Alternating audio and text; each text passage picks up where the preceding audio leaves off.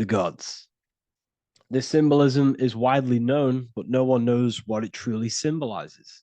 We see this in ancient Sumerian artwork. We see this in the Mayans' artwork. We always see this bag with the gods. What does this actually represent? Okay, so the bag itself represents carrying. Carrying what? It represents information, represents knowledge. Your mind is the carrier of the information. So this is why in his left hand, he carries the bag, and the right hand has the pine cone. This represents carrying of information. Why is it a bag? A bag can be passed on to someone else. The information can be taught to someone else. This is the information of activation of the pineal gland or higher consciousness of humans.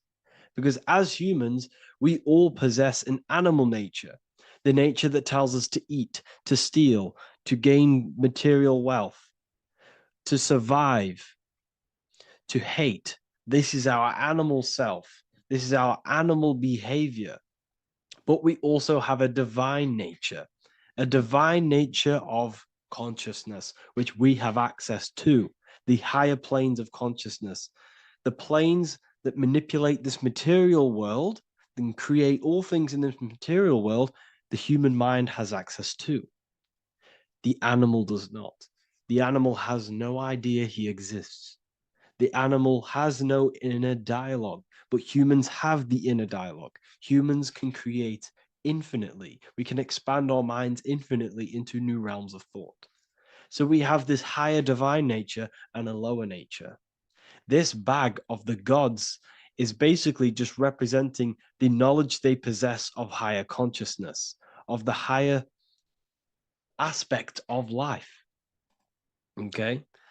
Which is the activation of the pineal. The pine cone. The pine cone is in his right hand. The right represents wisdom.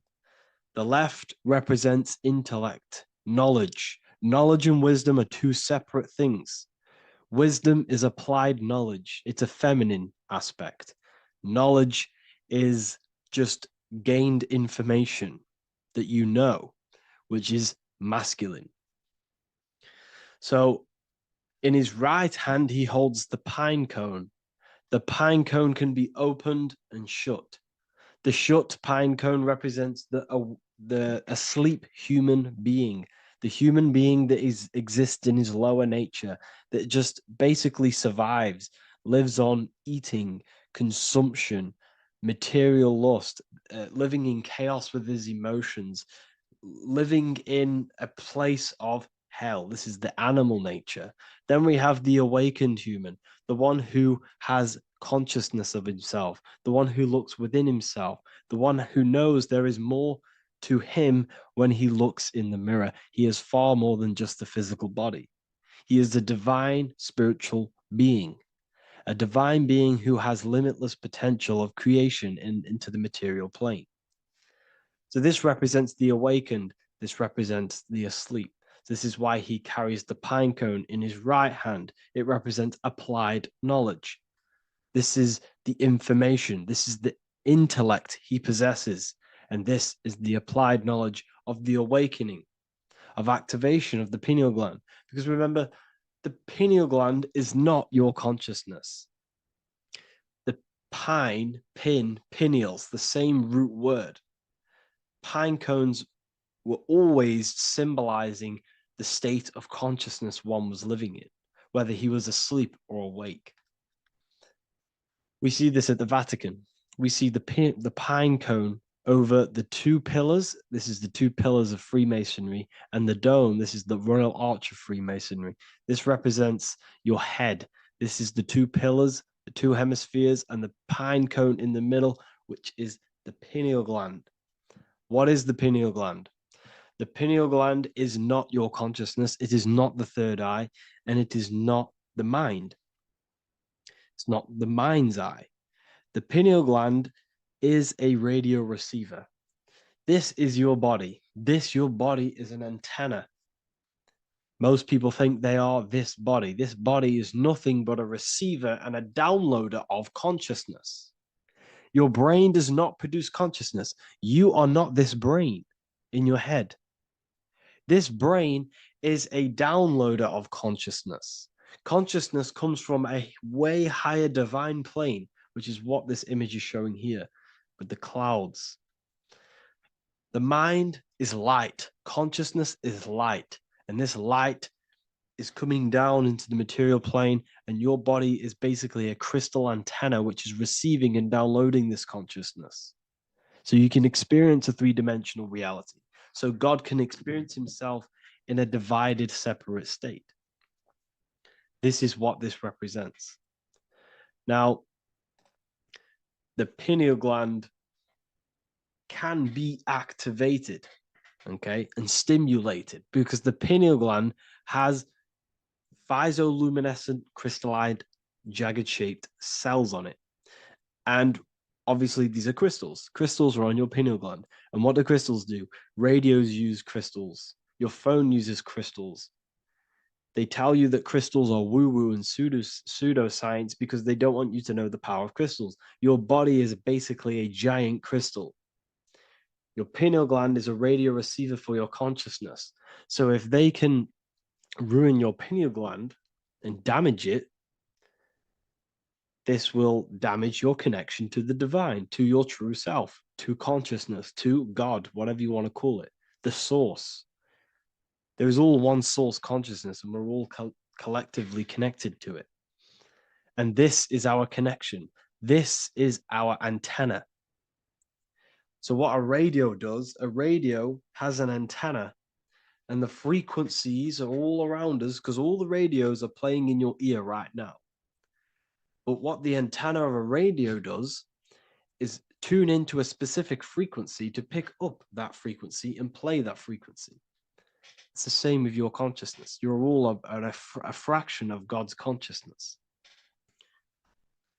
So that is essentially what we are looking at here. We're seeing knowledge, intellect in the left hand, and applied knowledge, activation of waking up to higher consciousness, to the higher human form. Because we can reach beyond our physical form. We can turn our animal self into a divine being, into one of these so-called gods. These gods are nothing but human beings.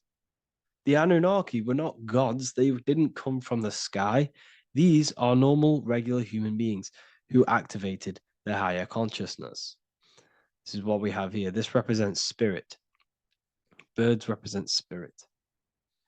So do we have any questions? I'll take some questions now. That was just a short lecture on what that symbol truly means. Okay, so if we have any questions, feel free to go ahead and ask some questions. Anything that you don't understand, anything that you want to know. Okay.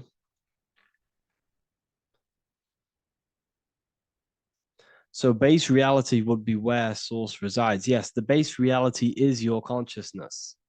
Are these lectures available in the university? There's a whole section, basically inside the university, there's a whole section with like over 30 long form lectures like this.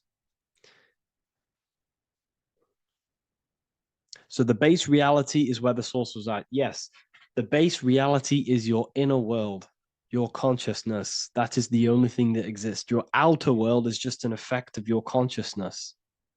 Your consciousness, everything that has gone on within the mind and emotion is pushed outwards into your reality. You have thought and felt your way into your external circumstances. Your life is a direct correlation of every thought you thought in the past. Therefore, your inner world of consciousness is creating and molding your outer world.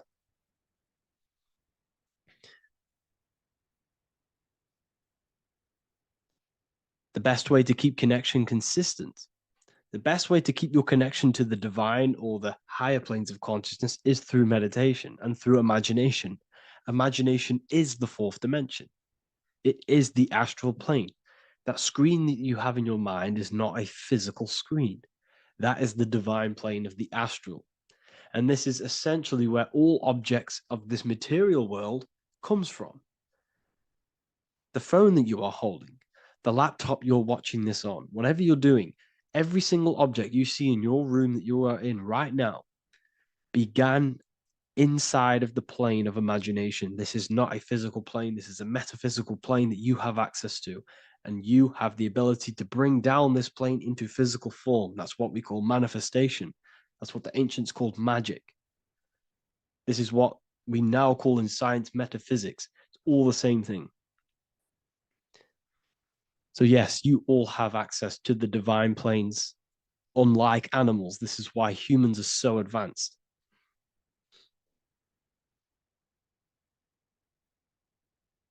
Okay.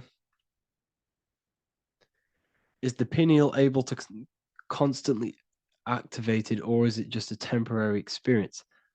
I don't fully understand that question, unfortunately. Maybe you could word it in a different way. The real meditations on the university, legit, y'all, yes. In order to connect to consciousness, you need to sit in meditation and turn off your feelings, and the feeling of unity will come. Do I understand correctly? Yes, that is correct. So when you sit in silence and in stillness, I highlight the word stillness because stillness, when you are still, no information from your nervous system is being decoded by the brain. So when your body is still and does not move, your nervous system starts to relax and comes to a balanced state. Your brain starts to relax, it comes to a balanced state. The left and the right brain stop working, the nervous system stops working. Then, once the body, the material body is shut down, you then have access to consciousness. You can't access consciousness if the body's in such a busy state. If electricity is being fired every 2 seconds, your whole body's electrical. When you move your foot, that's electricity being fired from the brain to the foot instantly through the nervous system. Your brain, your whole body is a technological machine. So you must shut down the technological machine to access the divine that exists beyond the technological machine. Do you understand that? Did we create ourselves from the higher plane? When you say yes, you created yourself, you manifested yourself in this material form for a reason in this specific time and place. Wisdom books, are these available inside the university? Yes, they are. So anyone who joins the university, they all gain 50% off the store. So you can get anything off, anything you want inside the store for 50% off. Plus, you get the Book of Wisdom Volume 1 PDF for free. You get the Human Health Guide. Plus, you get all of the library books. There's a load of different books on occultism, symbolism, esotericism. Do you need to place your attention somewhere specific during meditation? You can do. Okay, you can do. So if you struggle, when you first start to meditate and you struggle to turn off the thoughts, think of the back of the brain, the back of your head. Don't think of it, place your attention on it. Okay. So when you place your attention on the back of the brain, this now shuts off thought because the back of the brain doesn't have any activation to do with thought. The front brain does, the neocortex. That's all to do with activation of thinking. So place your attention on either the back of the brain or your breath. What's more important, creating yourself or finding yourself? It's balance of both. So in order for you to create fully, you must have awareness of self and awareness of thought and control over the mental dialogue, the inner voice inside of you. Okay. When you control that inner voice, that is when you gain power. That inner voice is what brings commands into physical reality. Before you kick a football, there is a change in consciousness. There's a decision made in consciousness before the body takes the action. Therefore, every physical manifestation is a change of inner consciousness before it's a physical reality. You can have the reality you want through consciousness before physically having it. That's the secret to creating. But you must believe it like you know the sun is going to rise in the morning. That's how much you should know that you have that reality in consciousness through feeling and thought and imagination. And that's how you can truly create in your reality. Shrooms help with consciousness or ego. I can't really talk about that because I'm maybe uploading this to YouTube, unfortunately. But we need to clean our pineal gland first from calcification. Yes, definitely. You should go on a detox the body. Because you can't really connect with consciousness if your body is in such a dirty state. Because the brain is, your nervous system is in a state of fight or flight, trying to fight off all these toxins. So when you meditate, you're probably going to be having thoughts all the time because your brain's firing, your nervous system's being attacked through toxins. So you must detox to have a true connection with the divine. Your diet plays a big role in your spirituality and mentality. What is the most optimal food for pure consciousness? Fruits and vegetables. They possess consciousness. So when you place them inside of you, they're syncing with your consciousness. How to check the cleanliness of your body, your skin, your teeth, your tongue, your mouth. If your skin has spots, different colors on it, you're not clean because your skin is a reflection of your inner organs. Coffee's not the best for you. Coffee gives you fake energy. Okay. So what coffee does, that buzz you get off coffee is actually the toxic effect of the chemicals reacting with your body. If I'm inside the university and wanted to buy your book, you said it would be 50% off because we are your student. Is that automatic or we need to have a code? You will have a code. Yes, I'm going to releasing a code for all the students after this.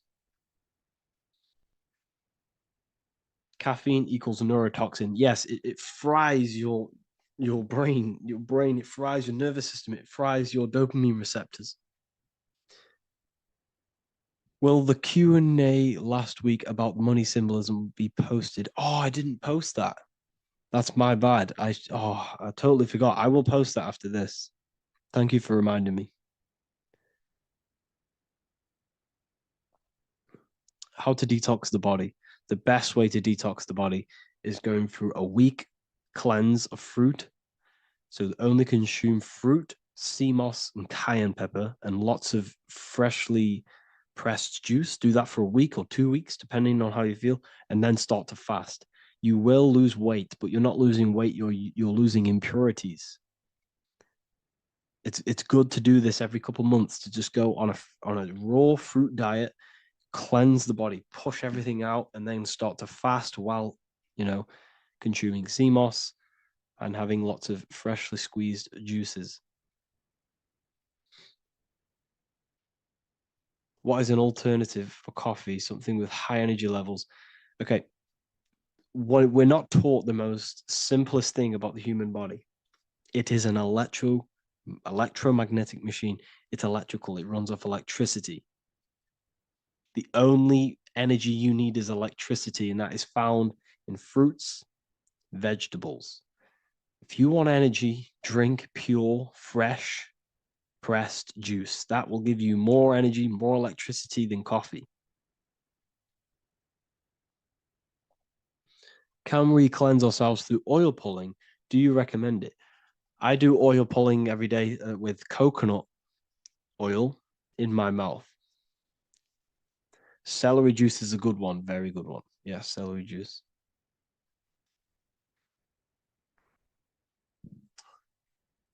Any more questions?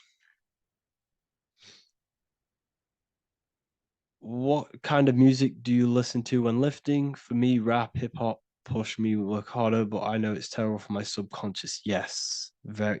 At least you're aware of it. You should be definitely try and stay away from the hip hop music. Try and stay away from anything that's talking about anything negative because it's all programming your subconscious. And your belief system is your reality, people. Your belief system is your reality. Okay? So look after your subconscious. That's what's controlling your actions. 90% of your actions on a daily basis are controlled through your subconscious beliefs. Okay? I listen to a lot of Pastel Ghost. I listen to a lot of let me get my playlist up. It's all like background music for TikTok. Do you know what I mean? Like Pastel Ghost. That's mainly what I listen to. That sort of music. I don't know what it's kind of called. I don't know what that genre is called.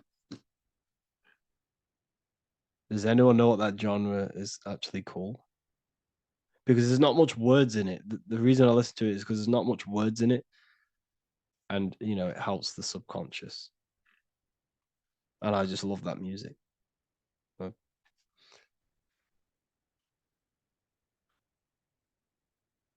Like Lofi, yeah, a bit of Lofi. Uh, most people won't even know this type of music.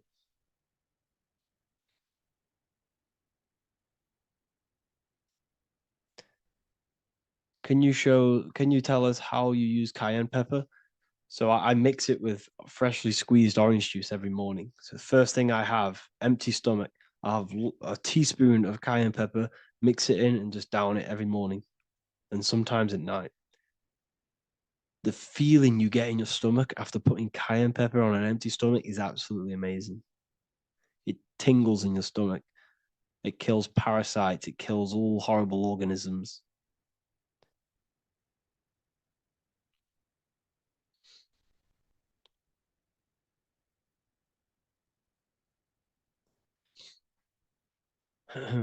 Mix it with hot water. Yes, hot water and key lime water. That I bet that's powerful. If you mixed warm water with key lime with cayenne pepper in first thing in the morning, I can imagine how powerful that is. I've never done that, but I'm going to try that.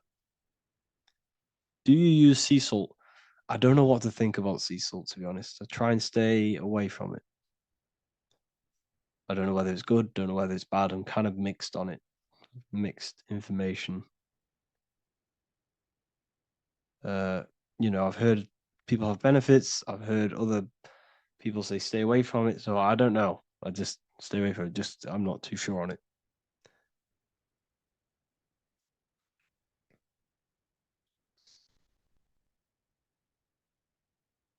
I drink fresh pressed celery juice every morning. Yeah, definitely. Uh, is there any chance we could like feel for, move to like esoteric occult questions? The only reason I say that is because I might be posting this to YouTube, so it's like I don't want them. I don't want them thinking I'm giving health advice because I'm not. This is what I do.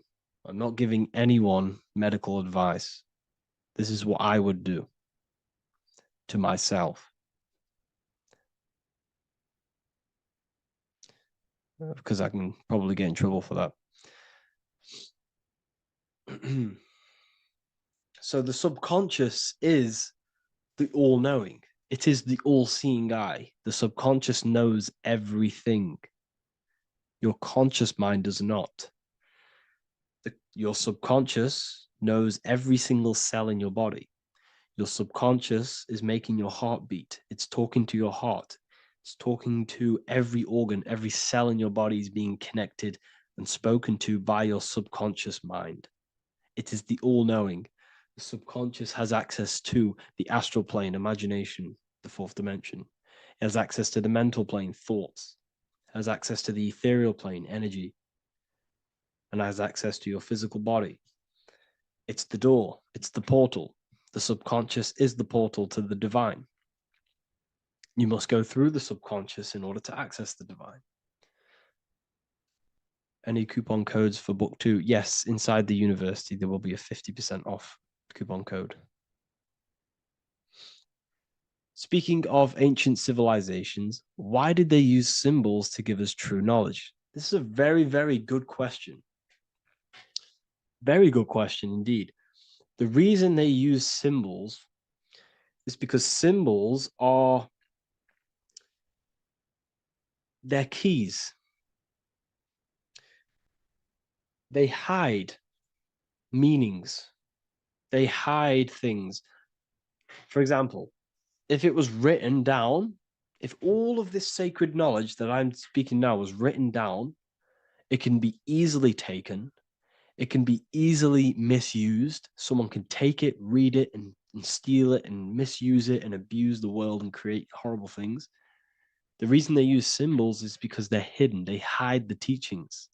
Only the ones who possess the key, that possess the knowledge, can read the symbol.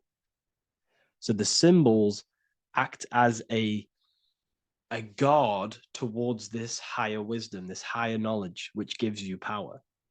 All of the knowledge I teach you gives you power. And you can misuse it. You can misuse your imagination. You have no clue, unless you've put this into action, how powerful your inner consciousness is. You can become a Okay, listen. If you hate your job, it's not the job that you hate. Think about it. It's not the job that you hate. The hate is coming from your inner consciousness. It's the state of consciousness that you hate. So what does that tell you? You can change that inner consciousness to another reality, the feeling of another reality. You can become that consciousness within before you actually externally have it. And by becoming and knowing that reality, that's what produces effect on shaping your outer world. When you really, truly know that reality inside of you, of being free, of being wealthy, of having abundance, your outer world has no other choice but to rearrange itself to your new inner state of consciousness. That's what magic is. It's manipulating your inner state of consciousness. It's convincing yourself that you already have it, not believing it, knowing it. Okay? Knowing is different than believing. Believing is a lie. You should know thyself. Okay? So we can say that human overpopulation is intentional. There is no human overpopulation. We're all cramped in these cities. We're all cramped into one little place. We're not supposed to live like that. We're not supposed to live so cramped. This is why there's so many weirdos out in public. So many weird people doing weird things. This is when things start to go weird, and we shouldn't be living in this state, in this condensed state. We should be spread out. Okay. There is no overpopulation. It's just an illusion, because we all lived in such. Have you ever been on a plane? Have you seen how much land there is? It's crazy. There's no overpopulation. And how many people do they say there's in the world? There's not that many people in the world that they say. I think it's like 8 billion. I think they say there's 8 billion people. There's not 8 billion people. There's probably more like 2 billion. And the reason I say that is because I have a friend who only has like 300K followers. So that's a lot of followers, okay? And he gets recognized everywhere he goes. And he's into all this stuff. And he says, listen, the population is definitely not 8 billion or whatever they say. I think it's like a couple billion. It's probably more like a billion. How to properly manifest intentions. Thought, emotion, and imagination are the key. You must know that you have that reality. Don't believe it. Become that reality within your consciousness. All day long, as much as possible. Feel it. Imagine it. Say it. And have zero doubt. How to have zero doubt. You can't, well, Okay, so the doubt, that little voice that will seep into your mind saying, you can't do that, you can't do this, that's your old voice of your subconscious program. Listen, the reason why most people fail in life is because they have trained their subconscious that they will fail. They have told and believed that they will fail. The reason I will succeed for the rest of my life is because I have trained my subconscious to say, I will win, I will succeed, I will solve any problem. That's my belief system. And if my belief system is that, then my external reality, my conscious mind will seek a way to fulfill that belief. It will seek to control and create that belief in my external world. It will seek to solve any problem. I've trained my subconscious mind to know that I already have the reality, to know that I'm abundant, to know that I have everything that I already need. Therefore, if any problem comes, I can sort it straight away. But most people have a different belief. It's not your fault. We've been kind of manipulated and told this, that they will fail, that they can't do anything, that it's too hard. And that basically casts a spell on the conscious mind, where your conscious mind is just like, no, I can't do that, because of this subconscious belief that you hold. So you must reprogram your subconscious that you can do it, that you will solve any problem, and that you are abundant. That's the reason why successful people succeed. It's because they have a complete different mind state, a complete different belief system in their subconscious.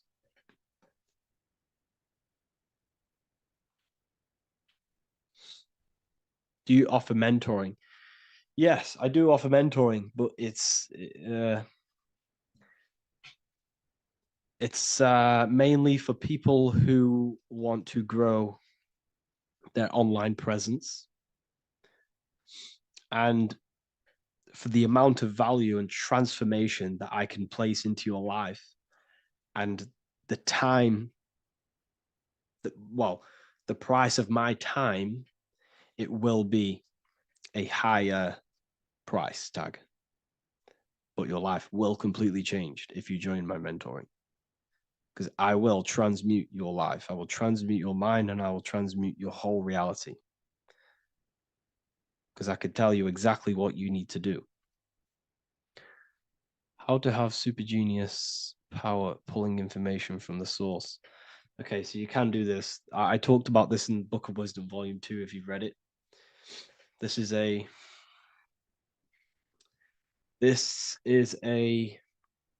technique that Albert Einstein used. This is a technique that Thomas Edison used. This is a technique that all of the ancient geniuses have used. So you get on a chair, you place metal below you or plates, and you hold a metal ball in your hand, and you fall asleep. And every time you fall asleep on the chair, you're going to drop the ball because your body will become unconscious, and you will basically drop the ball and it will wake you up because it's going to hit and make a loud bang on the plate. And every time you go to sleep, basically what this is actually doing is shifting your consciousness from conscious into the subconscious. So from physical into the astral, your consciousness is shifting between these two planes. And as you do this, you can bring down great ideas from these higher planes. So when you fall asleep, have an intention. And when you fall asleep, you'll drop the ball. And when you wake back up, you'll have an idea, and you just got to write it down.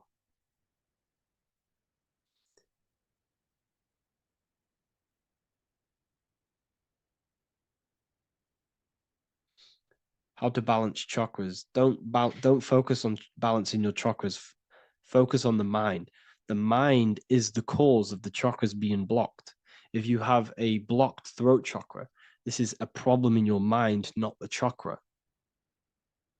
You see, the chakras are a result of the mind. You transmute the mind, you can transmute the chakras and cleanse them.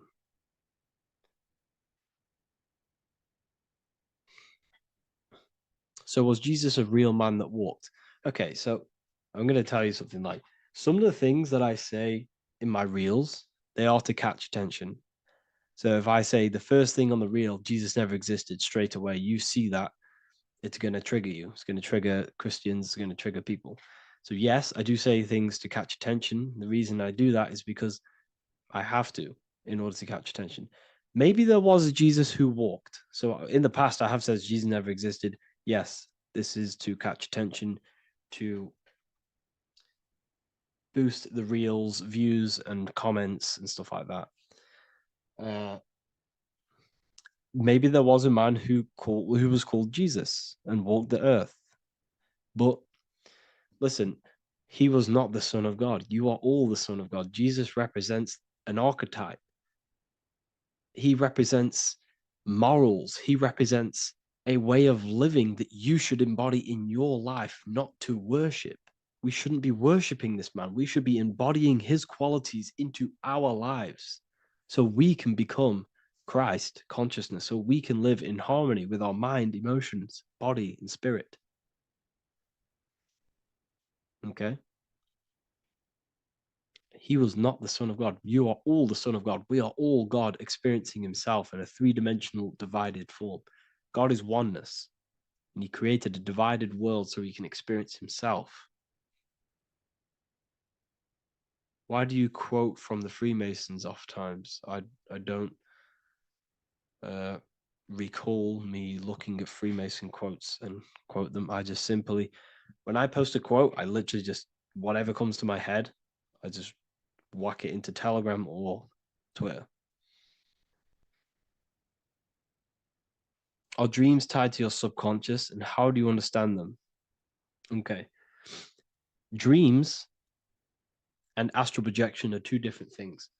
Astral projection is your soul leaving this plane into the collective consciousness, into the collective mind, the collective astral plane. But dreams are basically the astral plane, but it's your personal astral plane in your personal subconscious. So when you dream, you're entering your own consciousness, you're entering your own subconscious. Every character, every event that happens to you, everything that is said to you, everything that happens to you in your dream is yourself pushed outwards, and you're basically experiencing your own mind. If something scary comes up in your dream, this is your belief, this is something in the back of your mind materializing and coming to you and showing itself to you. So in order to understand your dreams, it's basically suppressed emotions, suppressed thoughts, all lingering in your subconscious materialized. Okay. A few months ago, I'd have concurrent dreams of getting in a car crash that lasted for months. Then one day out of nowhere, I got into a really bad accident, and that low-key bugged me out. I didn't know if my mind was trying to warn me or what. You can explain that. Okay. If you are having dreams about having a car crash, this is a belief. Okay, so let me tell you something. Let's say you're a drug dealer, okay? And you live in fear every single day of the police coming to you. This dealer every day is worried, he's scared, and he lives in fear of the police getting him. He was believing it. This fear, this emotion he was feeling on a regular basis, repetition, and the emotion is basically impressing your subconscious. It's impressed his subconscious that deeply that he now believes it. It's now become a belief. So one day the dealer gets caught and he goes prison. Let me tell you something. He placed himself there because he created a program, a belief in his subconscious of the police. And his external reality is now in a prison cell. But that prison cell is just an external manifestation of the prison cell of fear he installed in his subconscious mind. The four walls he's now trapped in is just basically an externalization of his own belief system that he created through consciousness, through the subconscious. If you embedded your belief that you will be in a car crash, you will be in a car crash. He placed himself there. He materialized that reality through the thought, through the emotion, through the belief. He put himself there. You see? So if you were having dreams, this was maybe, it could have been anything. You could have watched a program when you were a child about a car crash, and that maybe scared you. Or you saw a car crash when you were very young, and that scared you, and that impressed your subconscious. Then you had a dream about it. Then you started to believe it. And then one day, bang, it happens. That's the power of the subconscious mind. It holds control over you. It holds control over every aspect of your reality, of your being. So, I hope you all enjoyed this live. I'll see you all inside Ethereal University. I'll be posting another lecture this week. And yeah, let me hold on.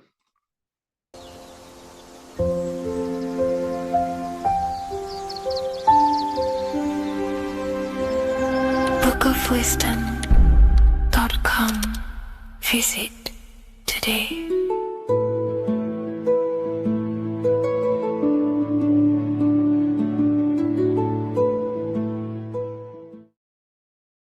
How are we all doing today, people? It's Revival of Wisdom, and today we're going to get real deep.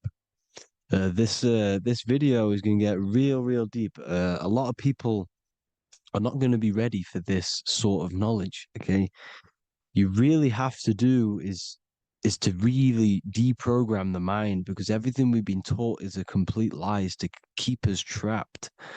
Okay, this is really advanced knowledge. Now, let's get straight into this. All of the ancients depicted other worlds, and they called this place Midgard.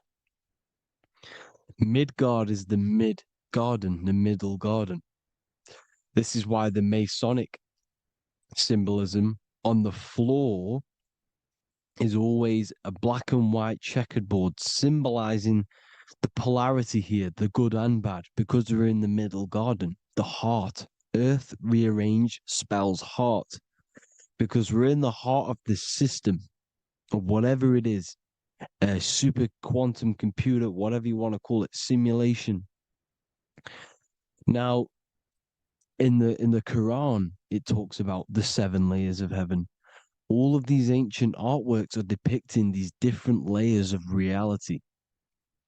Okay, and look at the Egyptians here with the boat outside of the firmament. Boats travel on water, and this is exactly what the Masons are doing. So they're still using the same symbols. Why? Because it's the same knowledge, just hidden. The Egyptians have the same knowledge as the Freemasons. It's just hidden. Now, this cosmology that they're showing here, which is probably made maybe 100 years ago, this painting or artwork, is the exact same as the one we see here, with the arch, the boat. You know, it's similar, because the boat is symbolizing traveling these other worlds, because the ether is also symbolized as water, because if you look up at the stars through a telescope, it looks like it's water. It's shining through water, because this ether, whatever this substance is outside of this world, was symbolized as water.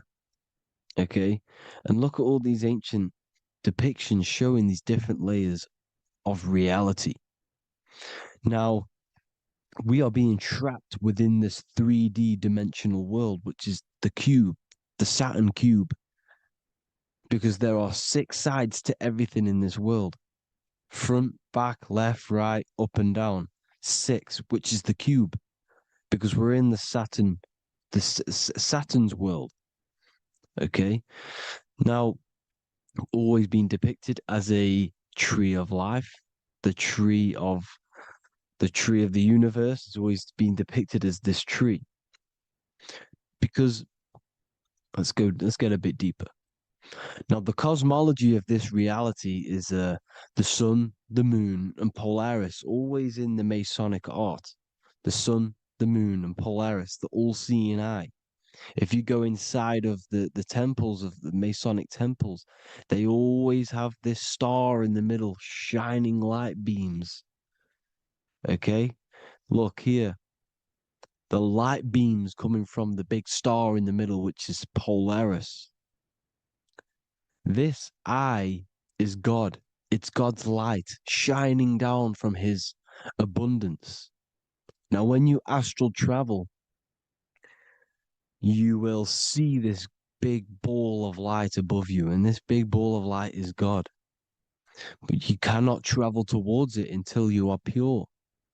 It doesn't work like that. You have to become formless. You have to become pure before you can become one with the light.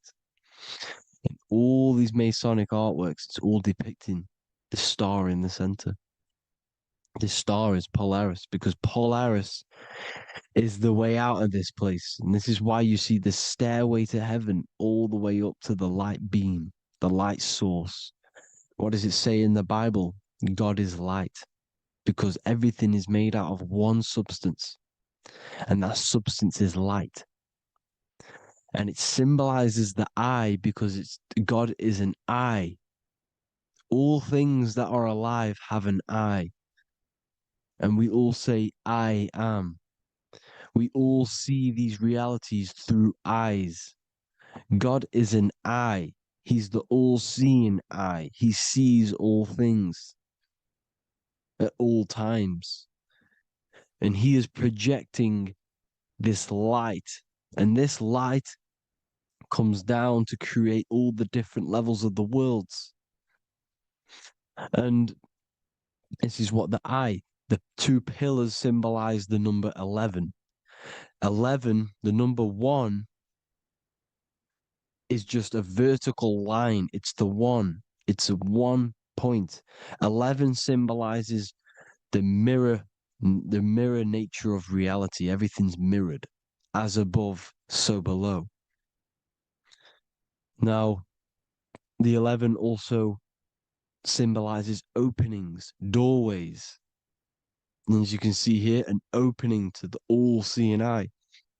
And you see here again, an opening to the stairway all the way up to the light. This light is the light of God in the astral worlds, beyond this world. Now, Polaris has also been symbolized as the UFO. They put the truth in plain sight. So, you know, in the films, how the UFOs suck people up.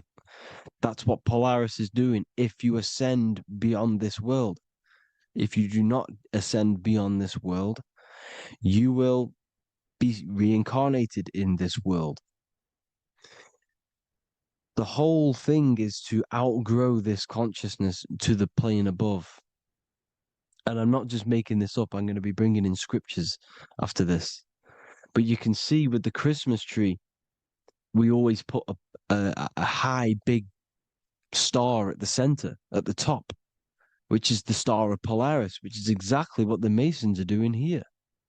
The star at the top. And it's on top of our Christmas trees. And all of these symbolize the other stars, because Polaris is the most high star. And all the other stars are wrapped around the firmament lower than Polaris. And that's exactly what the Christmas tree is. And it's a triangle. It's a triangle, just like light beams travel from one point in the triangle, just like the all-seeing eye. It's a triangle. The light is coming from one point and sending its rays downward. You see, it's kind of like you see here with the water. And the lower you go, the darker it gets, the more evil it becomes. And this is what the ancients would call hell. Now, this all-seeing eye is Polaris. And below Polaris is Mount Meru, the North Pole, the magnetic North Pole. The Tower of Babel, which is in the Bible. The etymology of the word Babel, Ba meaning spirit, which gives the ability to move the soul through the worlds, which is that's the ancient Egyptian description of the word Ba, meaning of the word Ba. You have the Ka, the Ba, the Ak, but the Ba is the one that gives the ability for the soul to move through the worlds. Your soul can't speak into a world without incarnating into it. Now, the Tower of Babel symbolizes Mount Meru because it's the word Ba is the spirit which gives the ability for the soul to move through the worlds. The Tower of Babel is the magnetic North Pole, Mount Meru, which gives the ability to move through these different worlds. And you can see the ancient Tibetans always showing this depiction of these different worlds coming from the center. Because we have to ascend our consciousness. It's not about how good you are to reach heaven. It's about how you expand your consciousness, you expand your mind. So they teach now that you have to be good in order to reach to heaven. It's about expanding the mind, expanding your consciousness to these different planes, these different realms. So that's what it's about. And Jesus was known as the fisher of man. Now, Jesus is a massive part of this. He was known as the fisher of man because he was fishing. He could have been fishing. He could have been one of these deities that had come down from these different higher realities and pull people up. So they would so they called Jesus the fisher of man. And he says unto them, follow me and I will make you fishers of men.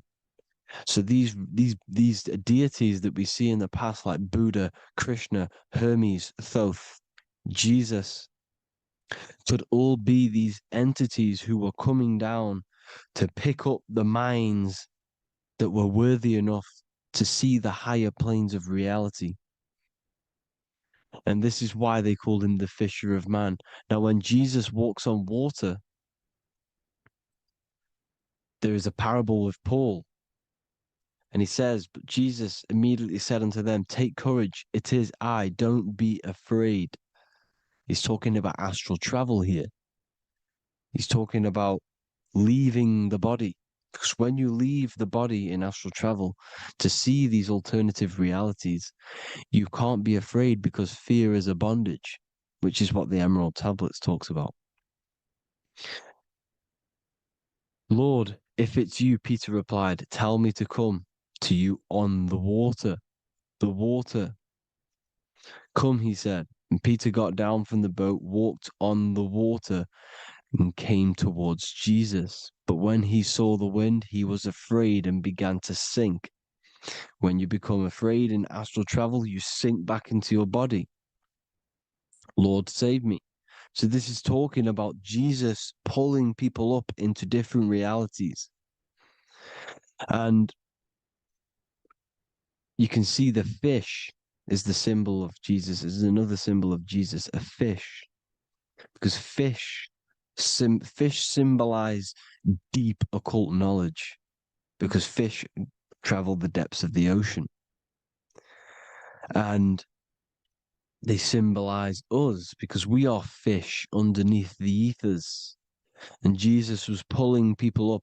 You see, so the Bible is a people today believe the Bible is a book telling you how to reach to heaven, how to become godly and reach heaven. But you've got to become the Jesus Christ to see these alternative realities. Now look at the Emerald Tablets is a massive part, and it speaks so much about these different realities. Look what it says here. This is in Emerald Tablet 3. Then in my heart grew a great longing to conquer the pathway that led to the stars, which is exactly what the Masons depict in all of their art. Look, the ladder to the stars. And then he goes on to say, years after years, I sought after wisdom, seeking new knowledge, following the way, until at last my soul, in great travail, broke from its bondage and bounded away, broke from the bondage of the body. Free was I from the bondage of earth men. Free from the body, I flashed through the night. The stars. The stars are a massive part in the astral world. Each star is a different reality. And the true astrology is the star that you came from.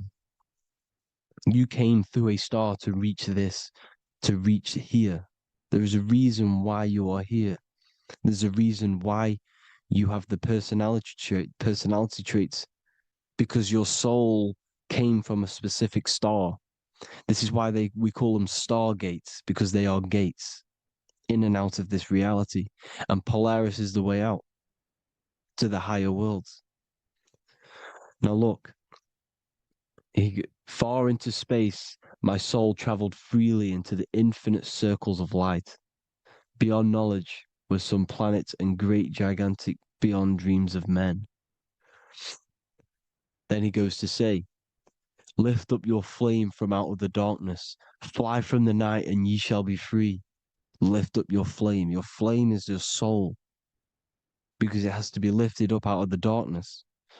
This is the darkness, this world, this body is the darkness. Because it's a bondage. You need to break free. You need to learn how to astral travel, people. You have to learn this. If you want to get out of this world, you have to learn how to astral travel and see the other realities. Traveled I through space-time, knowing my soul at last was set free, knowing that now I must pursue wisdom until at last I pass to a plane hidden from knowledge, known not to wisdom, extension beyond all that we know. So he's talking about he went to a place where we cannot even comprehend here, a place that is not even known to Earthmen. He's telling you he's ascended out of this world to the planes that are beyond. And it says here in the Emerald Tablets, man is in process of changing to forms that are not of this world. Grows he in time to the formless, a plane on the cycle above. Know ye must be one, ye must become formless before ye are one with the light. The light, the same light that I was talking about, the Masonic light, with the triangle, God, the one source. Ye must become formless before ye are with the light. Formless, you have to leave the body. You have to leave the body. You have to gain the ability to leave this body and travel to these other worlds. Now, it says here, not as man am I, for free have I become of dimensions and planes. In each I take on a new body. In each I change my form. Know I now that the formless is all there is of form. You see, all things created come from the things that, all things that you see come from the things that you cannot see. All of us have the same spark of consciousness, the same I am. Every dog, every animal, every human has this same I, this same thing which sees through the eye. It's formless. It takes this formless entity is the same entity of us. We are all the same entity in different bodies. And this entity it was represented as the flame, the cosmic flame, which is inside of all of us. And this is why the Masons depicted your spine as a candle or the Holy Grail. You would either see this or a candle with a flame on the top, because the Holy Grail is your consciousness, which is on top of your spine, which is the candle. Now, Jesus, Thoth, Buddha were all these deities which were coming down to lift people up because they were fishermen of men. And he would lift you up to the higher worlds, out of this world, to the ones above. Now, Thoth, you can see him here, he's leading the way. He's holding someone and he's leading the way with knowledge and power. He was leading the way to other worlds, out of this world. There's no point trying to change this world. This world will stay the same. It will stay the same. You have to get out of this world. And that's what they're telling you. That's what they're keeping you from. They're keeping you stuck within this thin layer of reality. So what the Masons are doing, they have the ability to astral travel. They're living not stuck and bound to one reality, but living within the different layers of reality. And this is what Morpheus was doing in the Matrix. Morpheus was going into the Matrix to go and get Neo, which is exactly what Jesus was doing, pulling up people out of this world to the ones higher. And that's exactly what Morpheus is doing in the Matrix. If you haven't watched the Matrix, go and watch it. It will blow your mind. Everything I'm saying in this video, you will see it. Except that you don't need to use a machine to enter the Matrix. You just use your body. Well, you use your consciousness to leave this body. You see, Neo was also uploading himself into the simulation to pull people out of the simulation. And this is exactly what all of these gods were doing. The Fisher of Man. Look, he was pulling people up out of this reality with the knowledge. Now, Jesus was always depicted with the mushrooms. Look at all this mushroom art. Mushrooms were literally the origin of Christianity. You can see it everywhere. There's mushrooms in all of the ancient art. Every single one of these paintings you see here, there's mushrooms on them. Mushrooms have the ability to see alternative states of consciousness. Now, if you go and do them and you go to sleep, if you pop mushrooms, you go to sleep and you will wake up in another reality.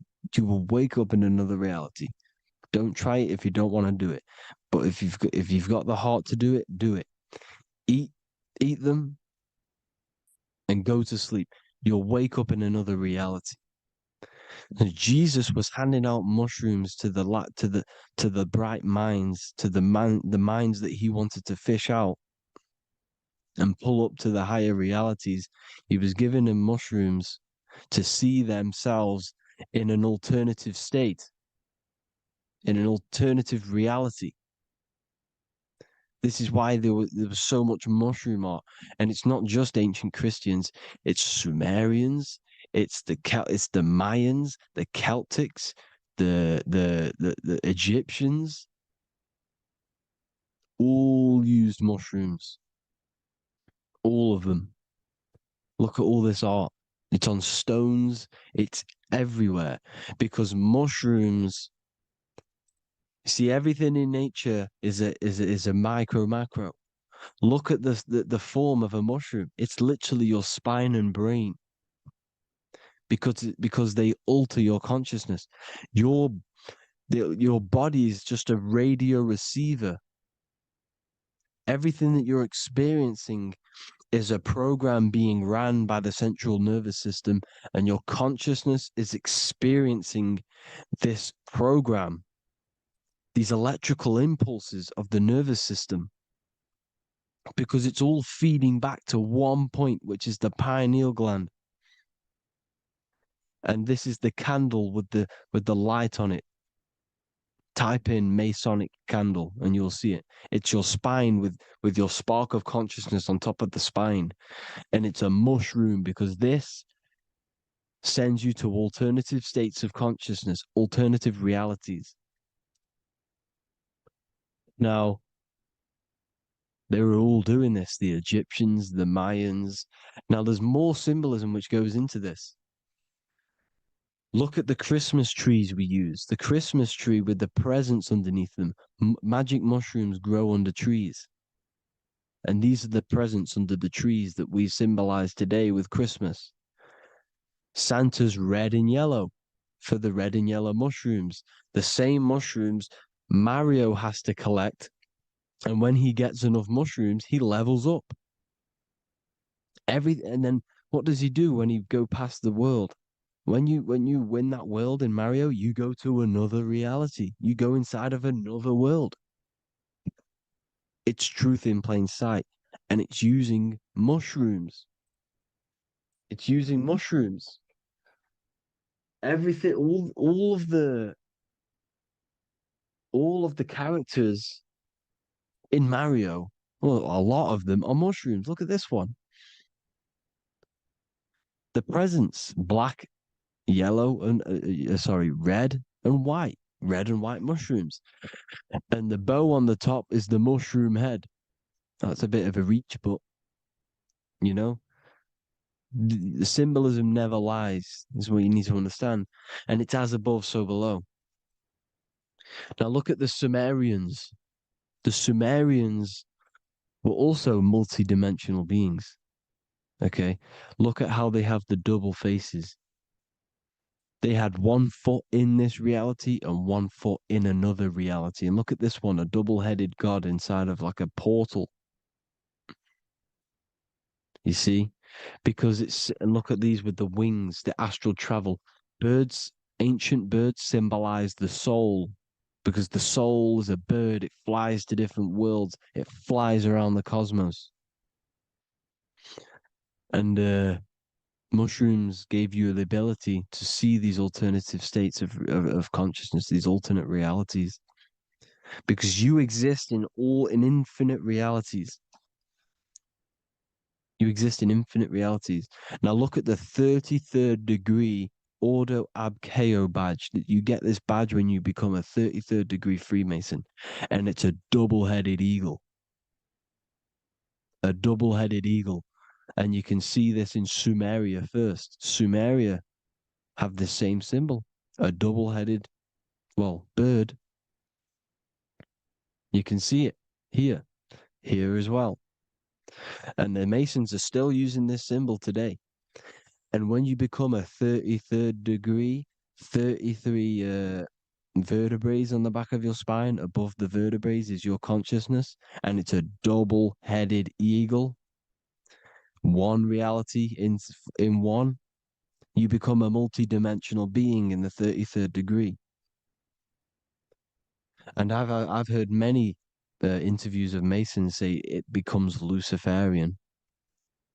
You see, they speak in code. These Masons can't tell you about what they learn about, but they will speak in code. They said it becomes Luciferian. The word Luciferian is lucid.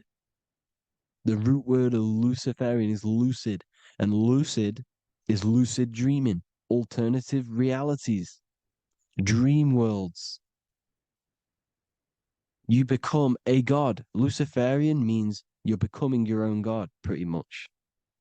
Because you are becoming a multi-dimensional being living in between the different layers of reality at the 33rd degree of Freemasonry. And look at the double-headed eagle, because the birds symbolize the soul. And they reach high, they fly high, just like the soul wants to fly high to the light, to become one with the light, like the Emerald Tablet says. Now look at Janus. Janus was another god, and he's known as the god of doorways. Janus always depicted with a double head. Janus is why we say janitor or January. And January is entering a new year. Janus is known as the god of doorways with keys, always got a key, because keys open doors. That's why the janitor holds all the keys. And Janus always has double heads because he had one foot in this reality, one foot in another. He was a multi-dimensional being, a Luciferian, living between the different layers of reality, except from being, instead of being stuck in one like we are. Well, a lot of people. And that's the whole point. You see, all of this stuff is about like changing the world and stuff like that. This world will probably never ever change. It's probably been like this forever. Well, forever, for a long time. But it's about moving out of this reality to the higher states. And the Masons always depict the ladder to the luminaries, the stars, with a key, the same key of Janus. The Vatican is a key, and it's in charge of all the religions. Why is it a key? Because they're holding back the key. They're keeping you stuck within this reality, keeping you stuck as identifying yourself with the body, identifying yourself with this world. You are not in the world is within you. This is a program being ran by your central nervous system, and your consciousness is experiencing this reality. Now, this is going to be a mind-blowing video for some people. You have to have an open mind. You have to let go of all the programs. I'm repeating what the ancients are talking about and the ancient symbolism. Look at Janus with the double-headed god. He was just another god coming down, giving keys to people who had the worthy mind to be pulled up out of this reality, to be pulled up to heaven, just like Jesus was teaching how to reach heaven. But really, it's an encoded scripture. But anyways, hope you all gained some insight on this video. Have an amazing day. Please like, share, comment. All the links are in the bio for the PDF, for the Manifestation Mastery course, and all the other amazing stuff. And if you want to support the channel, I'd greatly appreciate if you became a Patreon member. Hope you'll have an amazing day, people. God.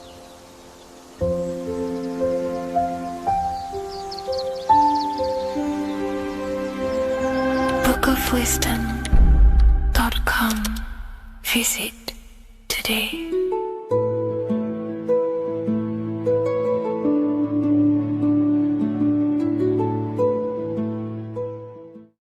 Do the elites actually worship Saturn? In this video, we're going to be discussing the occult and esoteric meaning of the 7 planets and the abuse of the satanic energy within today's world. This will help you gain a deeper understanding of reality, yourself, how you create reality, and what these 7 planetary energies actually truly are. In order to understand anything within the universe, we have to understand the law of correspondence, the law of as above, so below. There is one consciousness expressed in infinite forms. Me, you, the squirrel, everyone who possesses consciousness within this universe is an expression of the one divine consciousness, what we like to call Source, God, or the grand architect of the universe. We have to understand there is a large scale, but the large scale is mirrored in the small scale. If we look at lightning, this is a large scale. This is the macrocosm. Then we go a bit smaller to the trees. We see the same pattern. Then we look a little bit smaller into the human body. We see the same pattern of the nervous system. Then if we zoomed into the microcosm, brain cells, we still see the same pattern. This reveals the universe is a fractal universe. The large is reflected in the small. And this is the symbol of the Fibonacci sequence, which represents this as above, so below principle. The big spiral represents the macrocosm, but then this spirals into the tiny spiral. This symbol goes for eternity, never touching, never finishing. The large is mirrored in the small. With understanding this, we can realize that we are a microcosm of God. We are our own universe. We are our own world. Your body is the earth. Your mind is the mind of God, just in a smaller version. You are a drop in the ocean of the vast collective consciousness. With that being said, everything you see outside of you is inside of you. As above, so below. The 7 planetary energies on a macrocosmic scale are the 7 energies that form the physical world. The physical dimension is crystallized thought. Everything you see around you was thought made manifest. Thought imagined, then created in the physical reality. Therefore, these 7 planetary energies are 7 astral forces that create and weave the material existence. For example, if we look at a tree has 7 categories of consciousness, 7 creational forces that create the tree. This is the reason why we have 7 days of creation in the Bible. This is the reason why we have 7 days of the week for the 7 planetary energies. Monday is for the moon, Mars is for Tuesday, Mercury for Wednesday, Jupiter for Thursday, which is Thor. Thor is Jupiter. Venus for Friday, Saturn day for Saturn, Sunday for the sun. This is also the reason why we have 7 major energy centers within the body. The 7 life forces that flow through the body to give physical existence to the physical form. Man is a microcosm of the universe. With that being said, if we look at a tree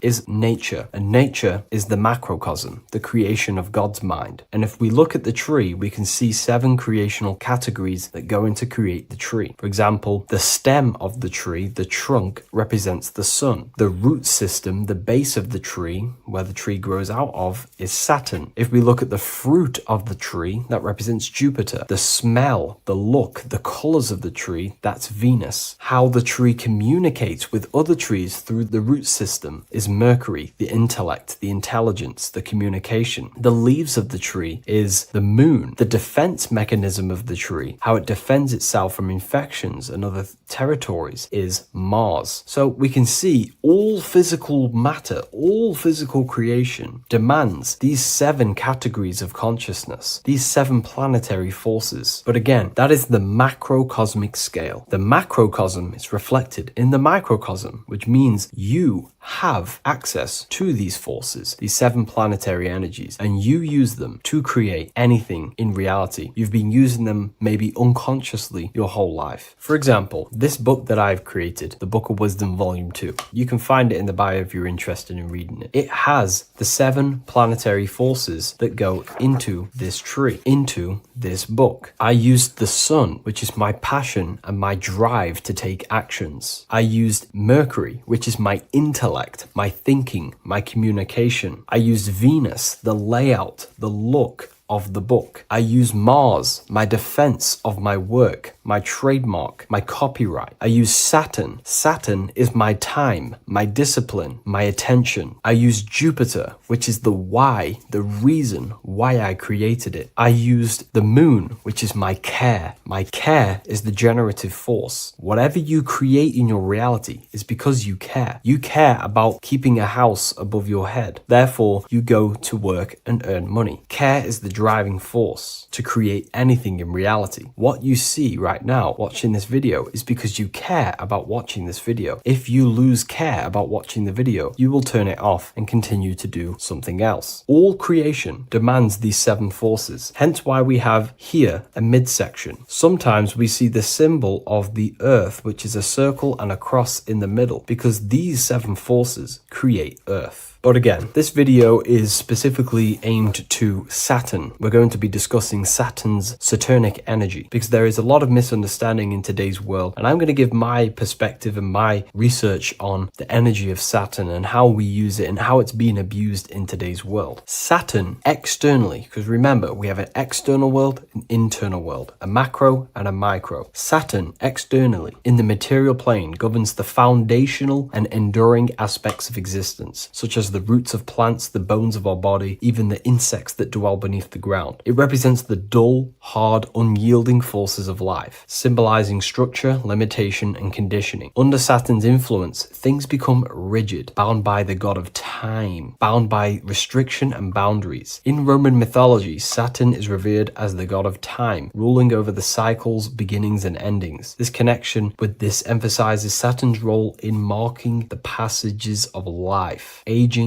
and inevitable constraints we all face. Internally, inside yourself, the microcosm. Internally, Saturn embodies the conditioning within our own consciousness. When Saturnian aspects of consciousness dominates, we become overly rigid, fixated, restricted in our thinking and actions. For example, Saturn's influence is strongly felt in today's world, where many people's minds are confined to societal norms and conditioned responses. The pervasive control Saturnian energy can lead to the sense of limitation, as people become trapped within structure imposed by society and power structures. However, we have to remember that limitation, there is dark and light. Limitation is not bad. This is why Saturn is connected to the god Satan. They are the same being. It's something that restricts, holds back, and keeps you limited, conditions and limits consciousness to its lower power. Saturn is a great teacher, guiding us through difficult life lessons that ultimately lead to growth and expansion and power. Although Saturn's energy is harsh and often challenging, it helps us to develop resilience, discipline, and wisdom. Yet in modern age, this energy has overpowered the minds of the masses, fostering excessive rigidity and limitation. Instead of being ruled by Saturn's constraints, we should seek to embrace more freedom, love, joy, balancing Saturn's lessons with openness and fluidity in our life. So like I said, Saturn rules law. Anything that is limiting or holding back, something that is a restriction or a wall. This is why we see judges wear black robes. The color black is associated with Saturn because Saturn rules over the nighttime and the winter time. Capricorn, they wear black robes. A graduate also wears a black robe with a black square cap on its head because black is associated with Saturn, restriction, limitation. University graduates wear this. Personally, not to offend anyone, these educational systems that we have in today's world are not here to give you power, to find you the power of consciousness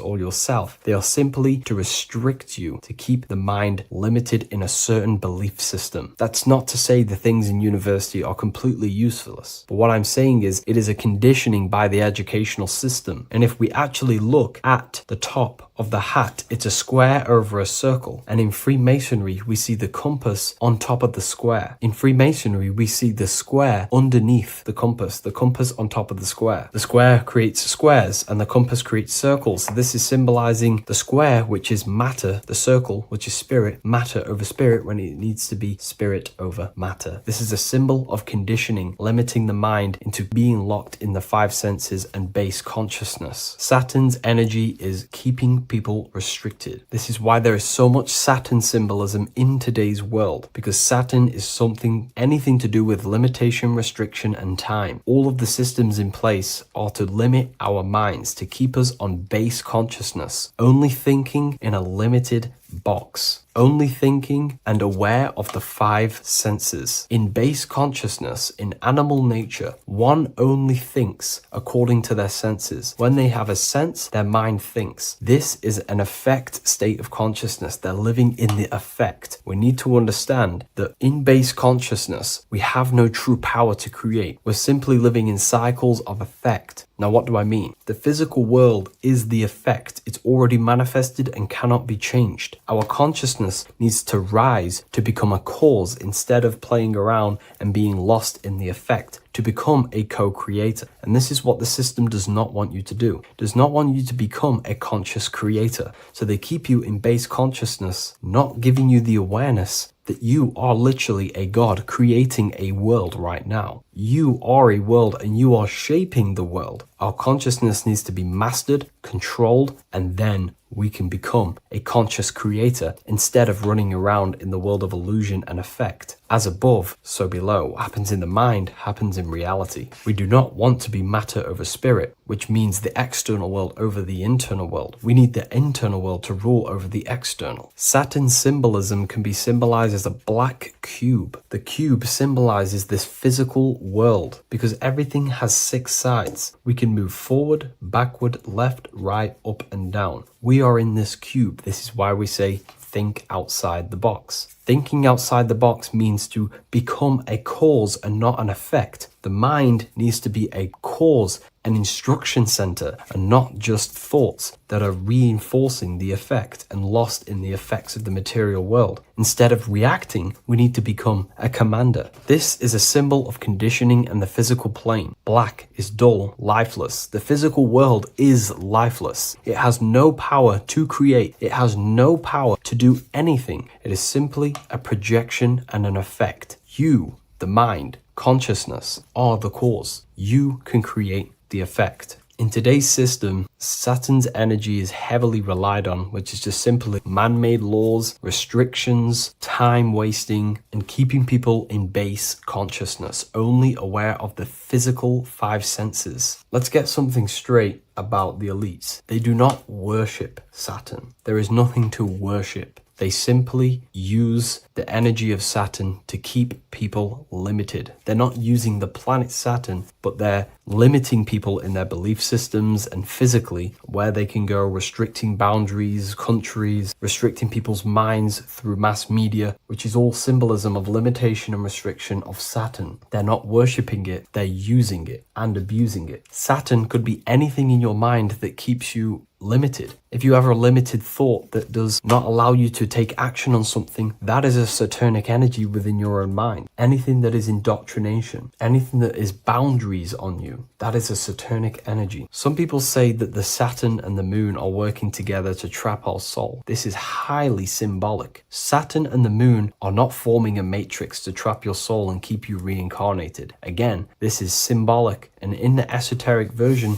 an understanding of this, we can see that they do have a relationship. The moon is our subconscious mind, and Saturn is restriction. If we have restrictions and belief systems in our subconscious mind that keep the soul locked and trapped only in these five bases, these five senses, then we will think and condition ourselves that we are only the physical body and never actually free ourselves from the material world and ascend. Saturn and the moon are not working together, but these are highly linked. By limiting the subconscious, we keep people stuck in base awareness, keeping them locked in the world of effect, never becoming a conscious creator. We have two spiritual currencies, time and attention. These are the two currencies that we spend. We spend time or pay attention. These are the two spiritual currencies that pretty much create our reality. And the system aims to hijack these two currencies from you, to limit you, to dominate you, so you do not become a conscious creator. So again, no one worships Saturn. It's simply just a symbol of limitation and restriction. Limitation has good and bad. Limitation can make us learn, overcome, become strong, disciplined, but when it's abused, it can keep people locked in base consciousness and stuck in their lower nature, never figuring out how powerful they are. You hold the power to shape a world. That's how powerful you are, to turn thoughts into physical existence. I'll see you in the next video. Please leave a like, comment, and a subscribe.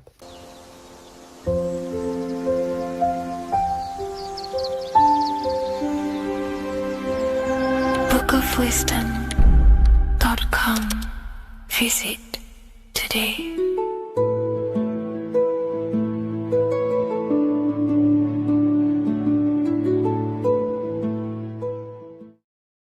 Hey people, how are you all doing? It's Revival of Wisdom.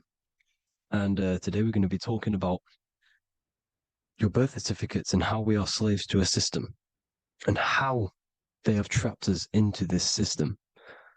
Okay, so the first thing you need to understand about this system is there are two types of laws. You have the law of water, which is Admiralty law, and the law of the land.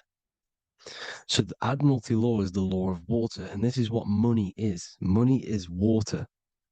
This is why we say liquidity, currency, the current. A current is water, something moving through something. Cash flow. And this is why banks are called banks, because a river bank is on either side of the water and it directs the currency. You see? So money is water. And as you can see here, Ripple, the cryptocurrency, Ripple, water Ripple, and they're building a bridge over water, overseas, international banking with cryptocurrency. So money is water, and this has specific laws about water, but water is the same everywhere, you see. What the difference is with the law of the land is that you can have different laws in different lands. I can't do certain things in the UK that people can do in America, for example. You see, that's the law of the land, but the law of water is the same because water is everywhere. Now, this is very important to understand when it comes to, you know, these birth certificates. So, Pope Gregory, this is where we're going to start off. Pope Gregory in 1582 took the Orthodox Eastern sunrise calendar and changed it to his own Gregorian timeline, not a calendar, a timeline. This timeline was copyrighted by Pope Gregory under the name of the Vatican. So the Vatican owns the timeline that we are using today, 2023. They own it. They own the title of this Gregorian calendar. Okay. Therefore, anyone who is born under this copyrighted timeline, not calendar, they are subjected to Rome because Rome owns the timeline. They have a patent, a copyright for that timeline. What is on our birth certificates? That timeline. We are born underneath, we are subjected to the Vatican. This is why all birth certificates go to the Vatican.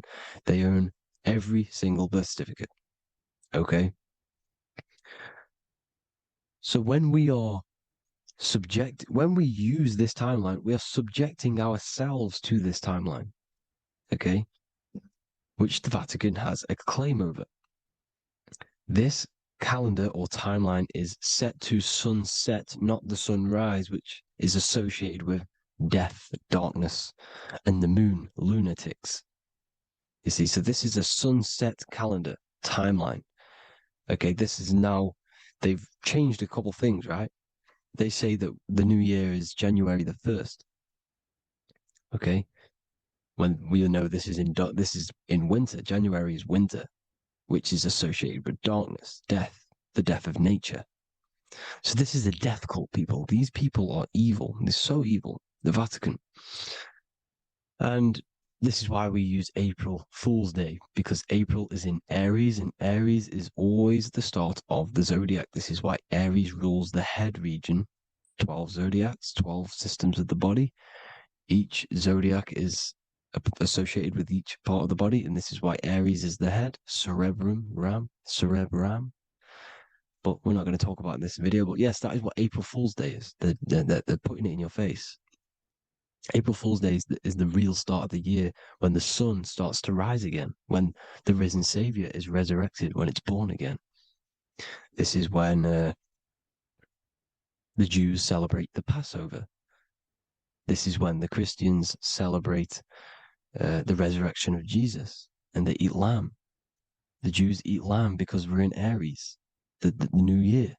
The sun is now born again, our risen Savior, the light of the world. So yes, this is what April Fool's Day is. It's the first day of the year, which they changed. Pope Gregory changed. So you need to understand is that you are in the womb. You are inside of a ship, because every ship, literally a ship, every ship is female. This is why they say she delivers the product, because she does deliver the product. You, the baby. Same thing with a ship. They deliver products. They are a she. And when they pull up to the bay, like you can see on this picture, they're pulling up to the bay. This is now called the birth canal. The ship is now in birth on paper. Okay, this is law. And when they pull up, you know, they tie up to the bay, and now they get a certificate of manifest certifying all of the products which are on the ship and what they are bringing into that nation. Okay, so you're bringing in this many of that, you know, everything's on the certificate of manifest. And this certificate as manifest is also your birth certificate, because you are traveling through water when you are in the birth canal of your mother, because you are in water when you are in the womb. And you travel through the birth canal, and when you arrive, you get a certificate of manifest, with the name, how many, the quantity, you know what, that's your birth certificate. Okay. And this is what it is. We are a well, we're not a corporation, but we represent a corporation, which is your name in full capital letters. That is your corporation. You cannot physically tax a body, but you can tax a corporation. This is why we get charged. This is why we get taxed, because it all goes down to the corporation, which our name represents, which we are subjecting ourselves to. We are my name. I am subjecting myself to this name, and that name has a corporation which I represent, which I subject myself to. You see, this is how we are attached to this straw man, this character that they have built on paper. So it's a character which is on paper. This is what we represent. So when the woman gives birth, she delivers the baby, and then she has another substance. Now I'm going to break down how they attach this name to us, how they do it. Okay. Our mother is carrying us the product in the womb, the water. And it goes, for example, it goes from the United Kingdom into a state-owned, corporate, federal-owned hospital, which is government-owned. She does not declare the package when she enters the building. Aha, so keep that in mind. When she delivers the package in the federal territory, she does not declare the package either when she leaves. Therefore, there is no evidence that we exist when we arrive. On paper. On paper, there is no evidence that we came into the building or left the building. We have not been declared. So we do not exist on paper at this point. When the woman gives birth, she delivers the baby, and then she has another substance, which is called the afterbirth material. Okay? This afterbirth material has the same DNA as our physical body, with the body, mind, and spirit. Okay? This is how they get this corporation. Hold on.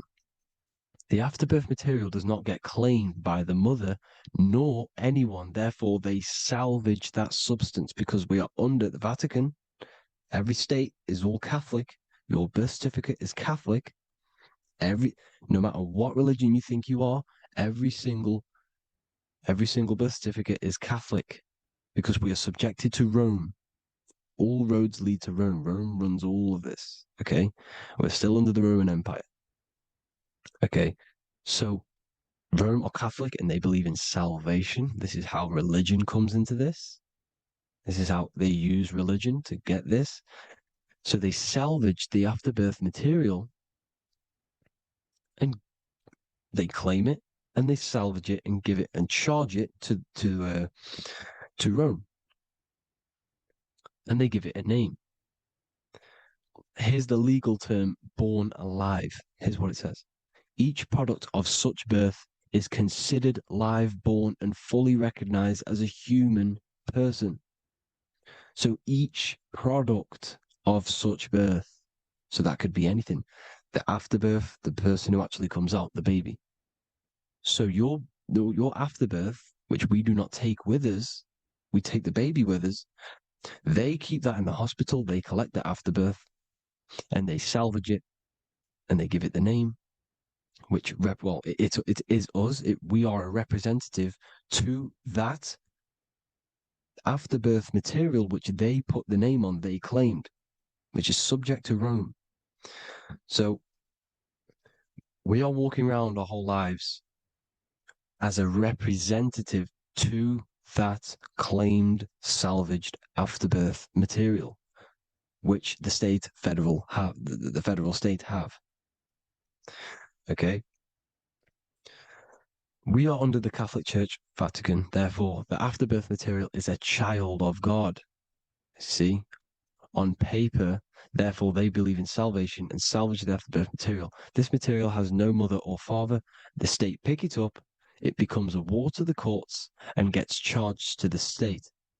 So we are a representative to that character they salvaged because it is the exact same DNA as you. Subject is the name or the title, and the matter is the physical aspect left behind in the hospital, which represents us. You see? So now we're moving on to Unam Sanctum. Unam Sanctum was in 1302, a very, very important year. Very important year. Unam Sanctum says this is basically how they claim everyone in the world. So the Vatican had all this power, all this gold, all these people under them. They need to get a claim for them so then they can rule over them and make them slaves. So what they did, they created Unam Sanctum. Pope Boniface VIII did this. And it says, the spiritual man judges of all things, and he himself is judged by no man. The spiritual man, keep that in mind, unless he invent like Manichaeus, two beginnings, which is false and judged by heretical, since according to the testimony of Moses, it is not in the beginnings, but in the beginning that God created heaven and earth.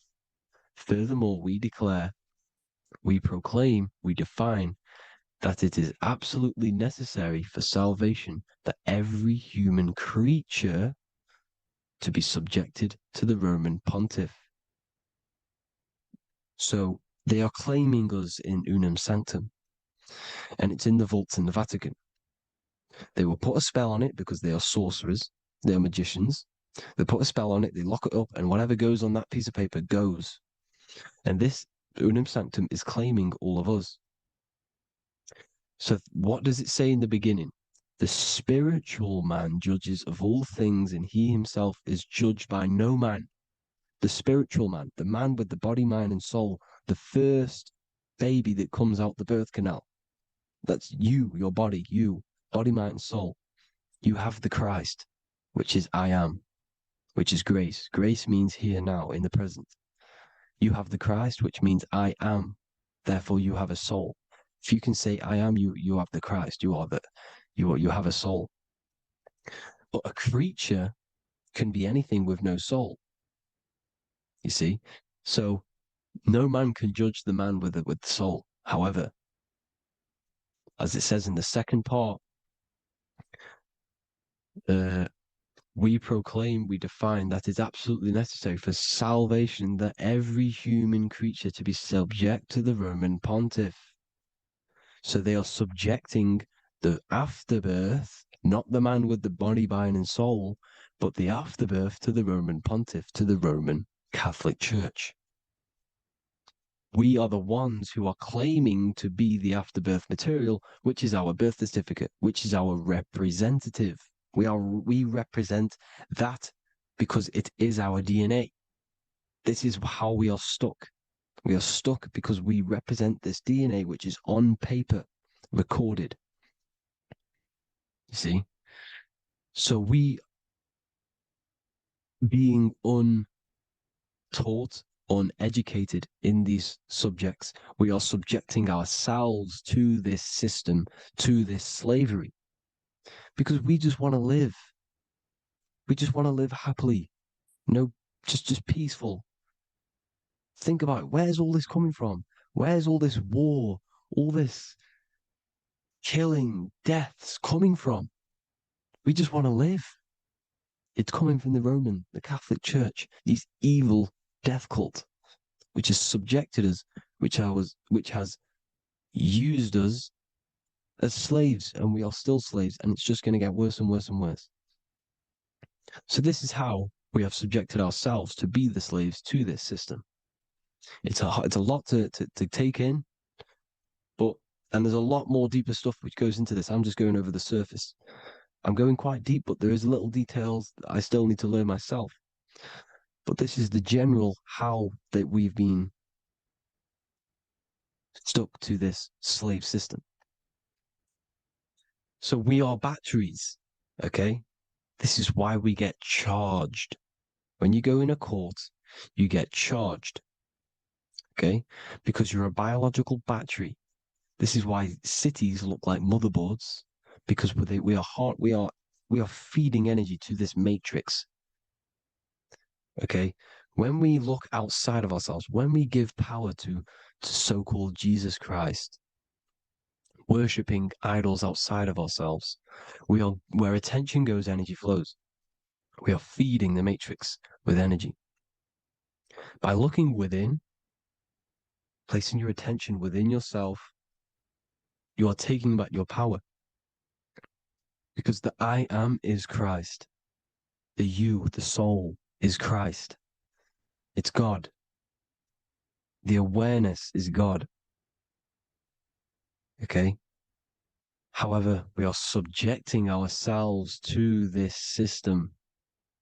We're subjecting ourselves to this system and the feeding of our energy. So what we need to look for the future is that, think about it, with the end goal is to change our DNA, is to literally make us robots, transhumanism slaves. This is why we have smart cars, smartphones, smart watches, smart meters, smart cities. And all of this is going to be connected by the smart grid, which is 5G. This is why 5G is rolling out. 5G is going to connect all of these technologies to one. It's like a big net system.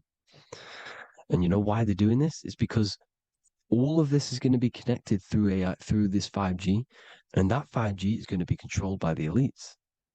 So you say anything wrong, you do something wrong, you say the wrong thing online, they'll turn off your car, they'll turn off your phone, they'll turn off your smartwatch, they'll turn off your TV, because it's all going to be connected and controlled by the smart grid.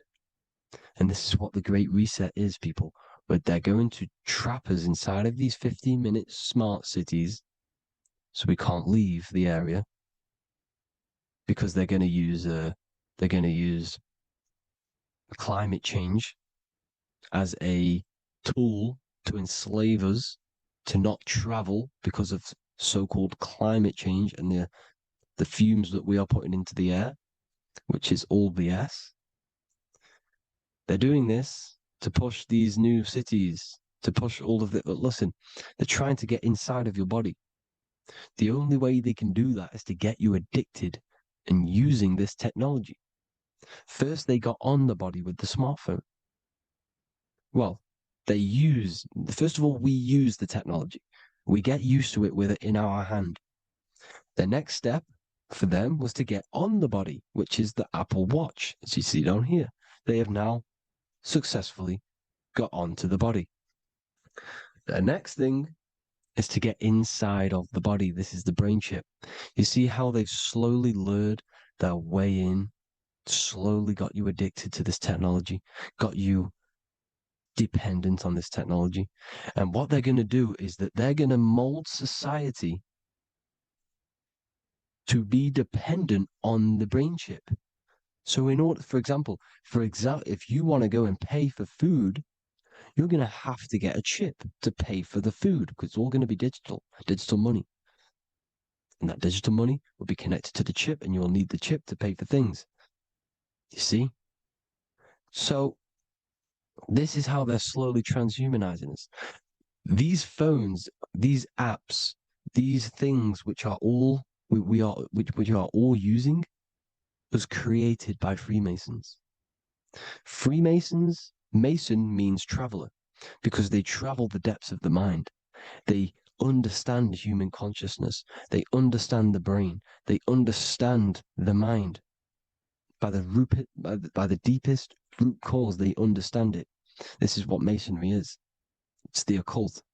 So these technologies is designed by these people. This is why they're so addictive, because they understand how it works. They understand how to get people addicted, because they understand human consciousness, the brain, the body, and the mind. So this is the advantage Freemasons have over us. And these secret societies, which have gone through the orders of Freemasonry and progressed onto these secret societies, which are the evil side, because I'm not saying Freemasonry is evil, okay? But the societies which they go beyond Freemasonry, because you can go beyond the 33rd degree into these secret societies, and they use this knowledge for the bad, to enslave people. And this is what's going to happen. Transhumanism. So I hope you all learned some insight for today. Please do a bit more research on, the birth certificate and stuff like that, the straw man. And have an amazing day, people. Please like, comment, and subscribe. Peace.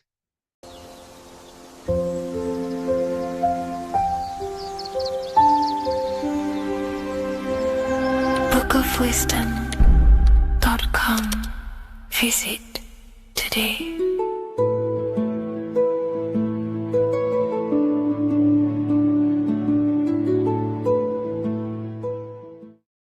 Welcome to Revival of Wisdom. Welcome people, we're back with another video. Please make sure to hit the like, the subscribe button, and turn on notifications to never miss a video. The Vatican is a giant key from a bird's eye view, and it also contains an 8-pointed star. The Anunnaki Sumerian gods also depicted this 8-pointed star. The sky god Anu from the Anunnaki also uses the 8-pointed star for his symbol. And even Freemasons depict an 8-pointed luminary with a ladder and a key. This is symbolizing the key to ascension up to the 8-pointed star, which is Polaris. Polaris is always depicted as an 8-pointed star. Polaris is the standstill star at the very center of our realm, which is perfectly aligned with the North Pole. The Earth is a giant torus field, and at the center is where the most electromagnetic energy is stored. This is why all compasses point to the north. Hence why a compass is an 8-pointed star, because it points you to Polaris, which is the North Pole, the center of this realm. The 8 points of the 8-pointed star symbolize the 8 points in space and time. So yes, Polaris is the portal which you ascend through if you outgrow this consciousness by aligning your chakras. Our earthly realm is a macrocosmic reflection of us, and we as humans are the micro reflection, with the earth containing its 7 chakras as well as us. The North Pole is the 7th chakra, which is the crown chakra. So the key to ascension is held by the Vatican, hence why it's a giant key, because they mislead the masses through their religions, which teaches the masses to look outside of themselves. As stated in the 20,000-year-old emerald tablets, written by the Egyptian god Thoth. On Earth, man is in bondage, bound by space and time to the Earth plane. Encircling each planet, a wave of vibration binds him to his plane of unfoldment. Yet within man is the key to releasement. Within man may freedom be found. So the 7 planets are associated with each 7 chakras. The lowest chakra being the root chakra, which is associated with Saturn. This is why the elites love Saturn and reflect it in all of their symbols. Because the chakras are an ascension of spiritual principles, starting from the material and ascending up to the spiritual, the crown chakra. However, evil love bondage, and they are trapping souls in the physical realm by stopping and provoking the ascension process. They do this by abusing the energy of Saturn, and Saturn is associated with the lowest chakra. The lower 3 chakras are associated with survival mode, which keeps the consciousness in a constant state of fear and only aware of its surroundings. Once you start to ascend up your chakras, you become more consciously aware of spiritual deeds.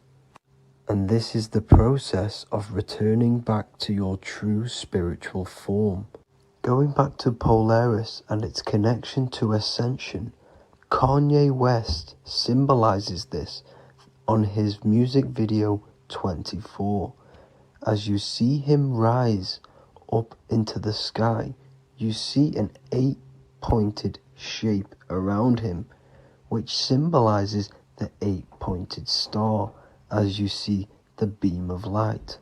And even NASA symbolized this in their Space Delta logos, a bear holding a key with an arrow up to Polaris, the 8-pointed star. Here's another NASA logo of an arrow from the Earth to Polaris. The series Lock and Key on Netflix is all about portals and doorways, and they have the Kundalini energy as one of their keys. Kundalini energy is the energy which rises up the spine, the 33 vertebrae, and activates the third eye. The third eye is the spiritual gland, which connects humans to other spiritual realms. We are not the body. Our spirit, our soul inhabits the body. We exist physically, spiritually, and mentally. Therefore, we are multidimensional. The intellectual and spiritual inhabit the body. Therefore, this is just an avatar within this timeline. However, within each and every one of us, we all have the key to releasement, as says in the Emerald tablets. This releasement is ascension, up until higher states of consciousness. As stated in the Emerald tablets, man is in process of changing to forms that are not of this world. Grows he in time to the formless, a plane on a cycle above, and another one saying, man is a flame bound to a mountain, but we in our cycle shall ever be free. Know ye, O man, that when ye have progressed into the cycle that lengthen above, life itself will pass to the darkness, and only the essence of the soul shall remain. That's it for this video. I hope you all enjoyed.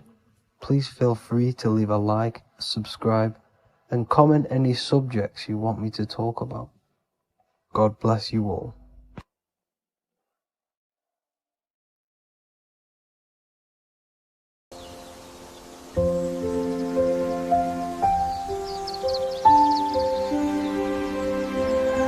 bookofwisdom.com. Visit today.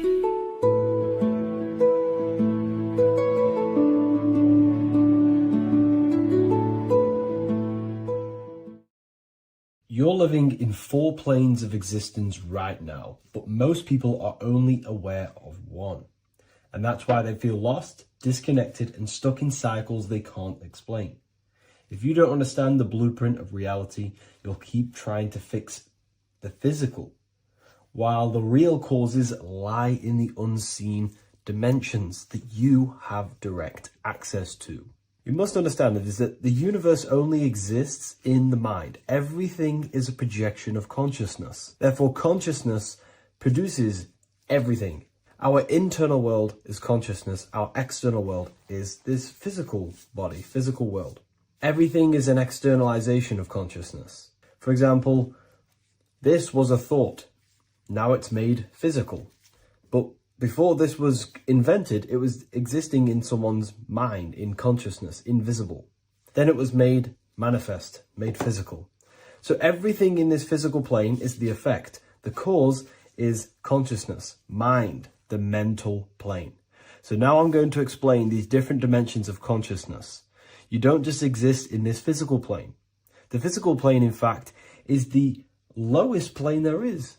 It's the illusionary plane. So first of all, we have the Buddhic plane. This is the nothingness. So think of it like this. Absolute nothingness. If you turn off thoughts, there is nothingness. This is the void. And out of the void springs infinite potential, which is the mental plane. Now, your mind has no limitation. It can think anything, be anywhere, anytime, any place. In the whole world, there is no limitation with the mind. This is the realm of infinite possibilities. This is the realm of thought. Thought is a dimension, information and thought. To go a little bit deeper on this, there are pockets of thoughts, what we call in the occult fields of thoughts. Your mind does not think thoughts, it receives them. Your mind is like a radio. Whatever the mind is tuning into, setting its mindset, setting your frequency or setting your mind, you will receive thoughts based on that set, whatever you set your mind to. So there are pockets of thoughts that we penetrate in the mental plane. The mind is the mental plane, the infinite possibilities. This is the spark of creation. This is where all things begin to manifest as an idea in the mind as a thought. So if you want to gain certain information, you need to meditate or do thought exercises where you are penetrating that dimension of thought, that pocket of thought. For example, if you want to find a way on how to make financial wealth, you would use your mind, set your mind on wealth and money, and think, close your eyes and think about that specific topic and see where your mind takes you. And you will expand your mind into different pockets of thought and gain information. So this is the mental plane. This is how you can use the mental plane. You can use the mental plane to do this. Then we have the astral plane. We have higher, middle, and lower astral plane. The astral plane is the body for thought. So every dimension, physical, etheric, astral, mental, Buddhic, is a body for a dimension above. Each dimension below is a product of the dimension above. So for example, the astral plane is imagination. This is the lucidic realm of imagination. This is where thoughts begin to manifest into some sort of form. It's not a physical form because this is physical, but imagination is a lucidic form. It's not really physical, but it's there. It's a projection of light. It's astral matter condensed by the willpower of the mind. So depending on the vibration of that thought will depend whether it manifests in the higher astral plane, middle astral plane, and lower astral plane. If you think about more material things and visualize material things, this will manifest on the lower astral plane because material matter is low vibration. Now, that does not mean it's evil. That does not mean it's bad. Okay? It just means low vibration just means more material. But if you think and imagine more spiritual things, this manifests on the higher astral plane.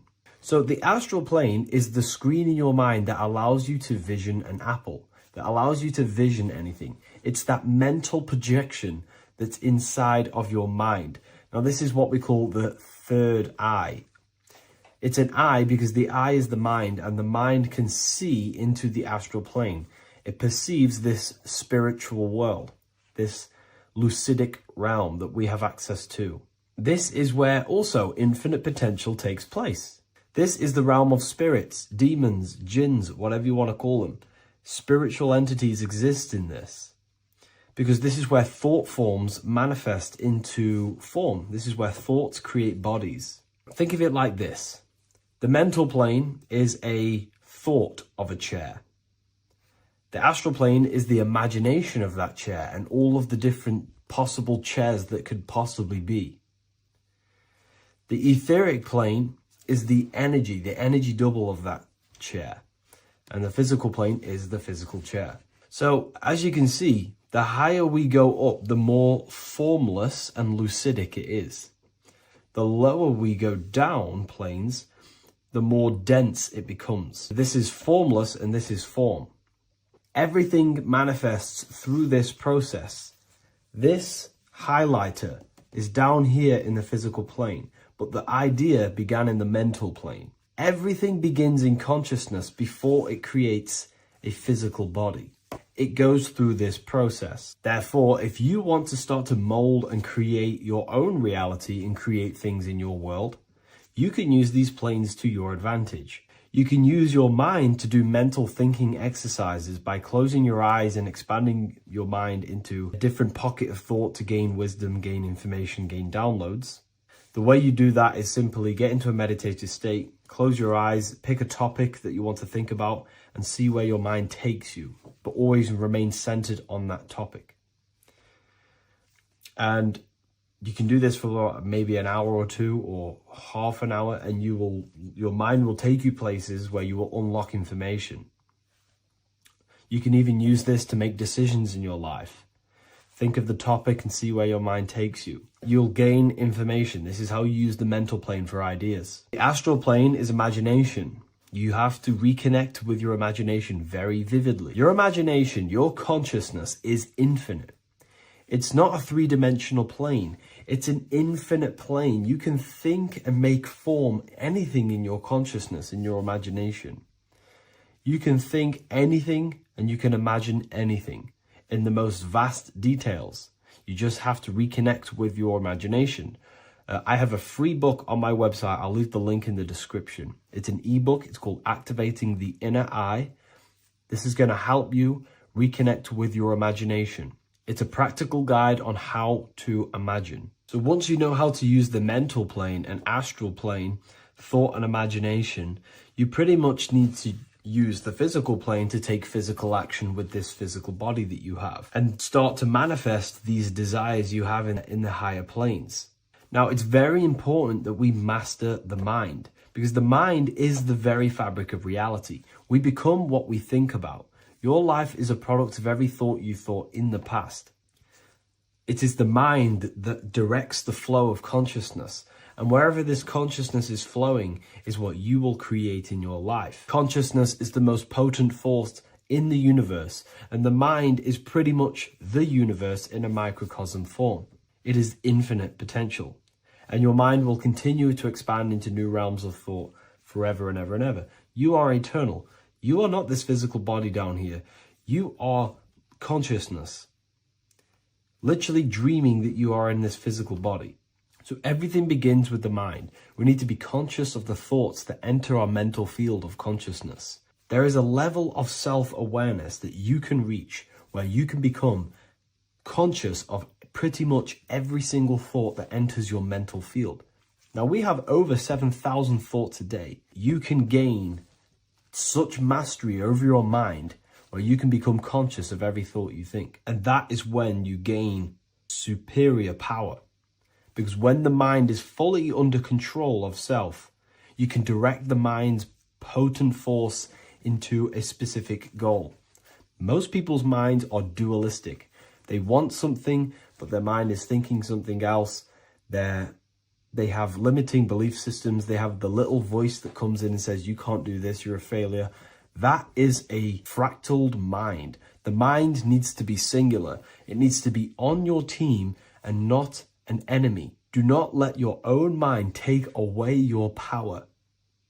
Your mind should be on your team, giving you power, giving you the best possible thoughts and the best possible beliefs. When the mind is in this condition and on your team and not taking away your power through the destructive thoughts, it becomes a potent, powerful force used for manifestation to create anything. And the way we get the mind on your team is through constant meditation to learn how to control the mind and turn it on and off. Subconscious reprogramming through visualization, affirmations, cultivating emotions associated with your goal. All these three ways we can reprogram the mind slowly over time so that it becomes powerful and becomes on your team and doesn't give you negative contradicting thoughts. When the mind is fully aligned on one thing, it can create massive empires and things in your physical reality. So I hope this video helps, and I'll see you in the next one.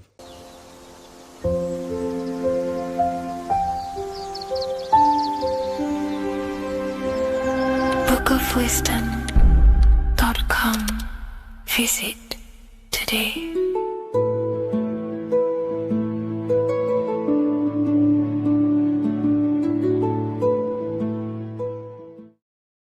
So in this video, we're going to be breaking down the symbolism of the skull and bones. The skull and bones is found in the Masonic tradition. It's also found in a satanic secret society, such as the Skull and Bones Secret Society at the University of Yale. Filled with secrecy there.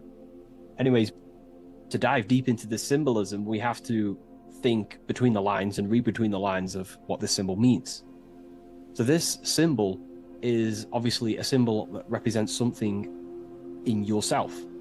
It is a way of living. It is a way of think, feeling, and acting. It is a state of consciousness. Each symbol represents a state of consciousness. Each symbol reveals something about yourself, the way you process things, the way your consciousness functions. This is what symbolism is for. It is visual representations of modalities of consciousness. So the skull and bones, if we instantly look at this symbol, we typically think of death, because a skull and bones, they are the last things to rot when the body dies. You see this symbol associated with death all the time. If you look on the back of of a product such as cigarettes, or what else, vapes or vape liquid, you will see this symbol. Why? Because it represents poison or something that can kill you, or death, something that is toxic. So you always see this symbol on products that are toxic, things that can cause harm or internal damage to the physiology of the body. So that's a very basic exoteric term, which is external. It's a very external teaching. But inside the occult and esoteric traditions and occult schools of thought, this symbol represents the death of someone's consciousness or spirit. It is the death of their soul. Now, what do I mean, the death of their soul? This is used in satanic societies, or it's used in Masonic traditions. Two different meanings, okay? So inside the Masonic tradition, this symbol of the skull and bones is always found on a coffin, on a Masonic coffin. The coffin will have a symbol of the skull and bones. And if we observe the symbol, we have two interesting sections. We have a skull and we have bone, okay? These are two symbolic aspects of consciousness and forces of consciousness. The skull encloses the brain, and the brain is all to do with intellect and thinking, intelligence. However, these bones are for the limbs, such as arms and legs, and the arms and legs are specifically for action. The body uses these bones for taking action in the external material world, in the manifested world. So it's a symbol of thought and action, intelligence and action. But what is that the death of? If this symbol represents death, it is a symbol of the death of something, which is the soul. Okay, you can have very high intelligence and you can also act upon that intelligence. However, you could also have no connection with your divine nature. So the thought and the skull and bones is a state of consciousness representing someone who is in the coffin. The Masons use this on a coffin. It is a symbol of thought and action. Mainly, it represents base consciousness. In the Masonic tradition, it represents base consciousness. I'm going to explain the satanic tradition of the symbol after. But in the Masonic tradition, they use this symbol to represent someone who's on base consciousness, which means they only think and act. They have no connection with the divine self, no connection with their higher self or the spirit or the divine nature of themselves. They only use their intelligence and they only use their body. They have no connection with emotion. There is no emotional symbolism in this image here. Hence why the image is either gray or black. It's normally gray because gray symbolizes dullness. Each color is symbolic of emotion, and looking at colors invokes emotion. However, gray has no emotional tone. It's dull, it's dead. So it represents disconnection from the emotional body of consciousness, but it represents thinking and acting without the emotions. Why is that significant? It represents the death of emotion. Someone who is in an unconscious state of living. Why is emotion important? Because emotion is basically the connection to law, moral law, natural law. When we're given birth into this world, we have a natural state of consciousness of innocence and love. As a child is not born racist, a child is not born a killer, A child is not born chopping people's heads off. You know, a child is born with love and living in peace in a natural condition of consciousness. Therefore, the skull and bones is the inversion of this. It represents someone who either has high intelligence and they take action, or it just simply represents someone who is unconscious and they only think and act. They have no connection to their heart energy, emotional energy. This is very important, okay? They have no connection with their heart energy. And the heart energy is what allows you to take action on things that are good. For example, if you think of stealing an old lady's purse, the feeling will tell you it's wrong. But if you take an action anyway, that is now going against the heart, which is the feminine, the guidance system, the heart of goodness and righteousness and love and care. So in the unconscious state, in base consciousness, symbolizing the first degree of masonry, base consciousness, the checkerboard floor, you'll see a coffin with a skull and bones on, symbolizing an unconscious way of thinking and acting. They have no connection with their feminine qualities of consciousness, which is the heart energy. Look around in the world today, you will see this everywhere. People only think and act. They have no connection with their intuition, their feminine side. And the feminine side is what guides your soul through this life. So in the Masonic tradition, this is a symbol of someone who only thinks and acts, and they may even think and act unconsciously, because it's a symbol of death, which means the death of consciousness. They are unconscious. They don't even know they exist. They don't question life. They don't question what is this world. They don't question, they think manifestation is just a fairy tale. They unconsciously think and act and create their reality. They wonder why there's so much negative in their reality because they are unconscious. So this is a symbol of the death of consciousness. They have no connection to their internal self, the qualities of the heart, and they only think and act, an unconscious state of living. Now, to go into the satanic side of this, the skull and bones tradition, the skull and bones is a satanic society. Allegedly. We don't actually know what goes on in there, but it's allegedly a satanic society. This symbol has a complete different meaning. Well, it's the same meaning, but it represents high intelligence, someone who is very, very, very intelligent in the mind, intellectually, and they take action. Because Satanism is not worshipping Satan. A lot of people won't understand this, but Satanism is not about worshipping Satan.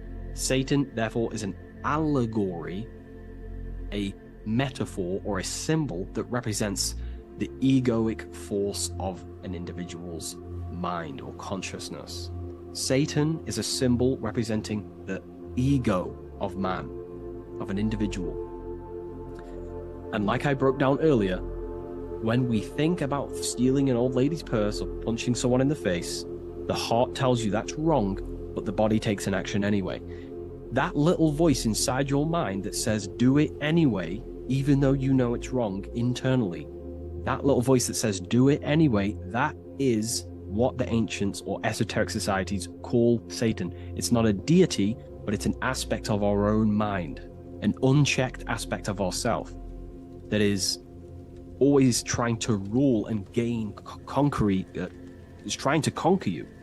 This ego tries to conquer and take full control of you. And that's what we see in today's world.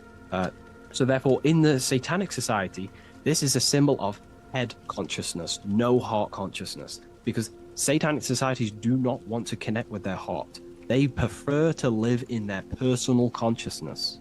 What do I mean?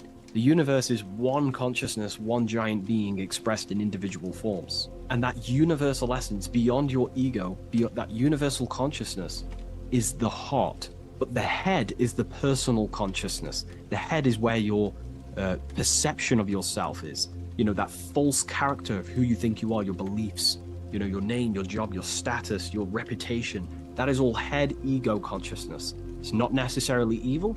However, in satanic societies, they do not connect with the divine. They would rather live in their personal consciousness and become their own God instead of connecting to the God of the heart, which is the God of the universe. They prefer to become like a material God. They want head consciousness, and they think and act without heart. They will think, they'll have high intelligence, they'll develop their mind, they'll develop the power of their mind, but they'll never develop with their heart. They'll never connect with their heart. So this is what the symbols represent in satanic societies. They live in satanic consciousness, which is simply head consciousness, thinking, acting, high intelligence, high IQ, no connection with the divine. Okay? And today, this is what this, the world is being pushed upon. This is, the world is 80% Satanist, and people are walking around they're Satanists and they don't even know. This is how the dark occult has influenced the world to become so vain, lost in vanity, ego, lust, materialism, status, money. They've made the world unknowingly become satanic. Most of the people in the world are walking around Satanism. They're satanic. And what they've done is purposely tricked people to believe that Satanism is about worshipping worshipping Satan, when actually it's a state of consciousness. They think Satan is a deity. Yeah, very well said, Esoteric. Yeah, they think Satanism is about worshipping this man in the sky or this negative force. But it's a state of being, because we are all God. We're all co-creators of God. We're not the God, but we are expressions or emanations of God. And our soul is the thought force of God. Just like when you think about a certain thought and you dwell upon it for a while, that thought becomes literally an entity or an energy form within the astral plane, and the soul of that elemental being or a thought force is your thought force. That's the soul of that being. Your soul is the thought force of God. You were thought into existence by the mind of God. I hope you gain an understanding of what this means in the two different ways, the Masonic tradition and the Satanic tradition. The Masonic tradition is a symbol of base consciousness, someone who only thinks and acts. They may have high intelligence, they may not. They're living in the death of their feminine side of consciousness. They're emotionless, have no connection with their moral compass of the heart. They have no intuition. They only think and act. They go against their heart. They take actions against their guidance. Someone who lives unconsciously, creates their reality unconsciously, thinks, feels, and acts unconsciously.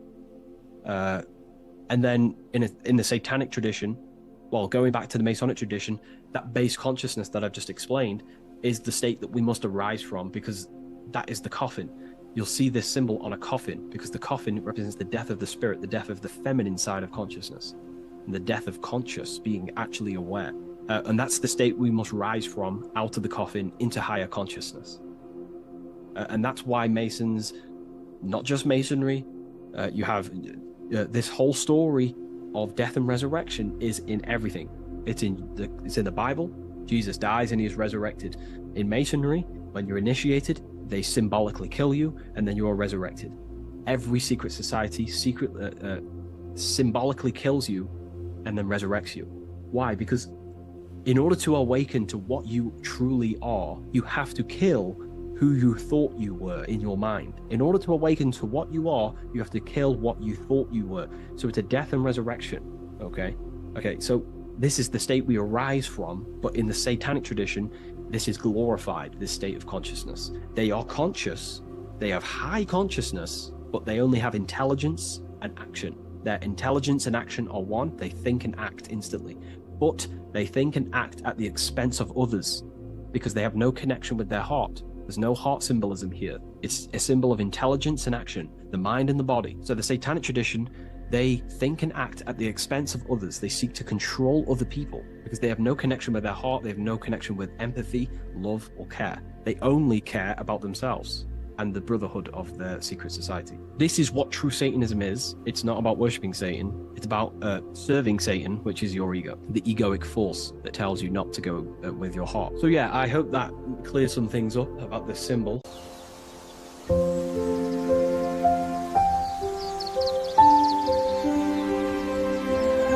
bookofwisdom.com. Visit today.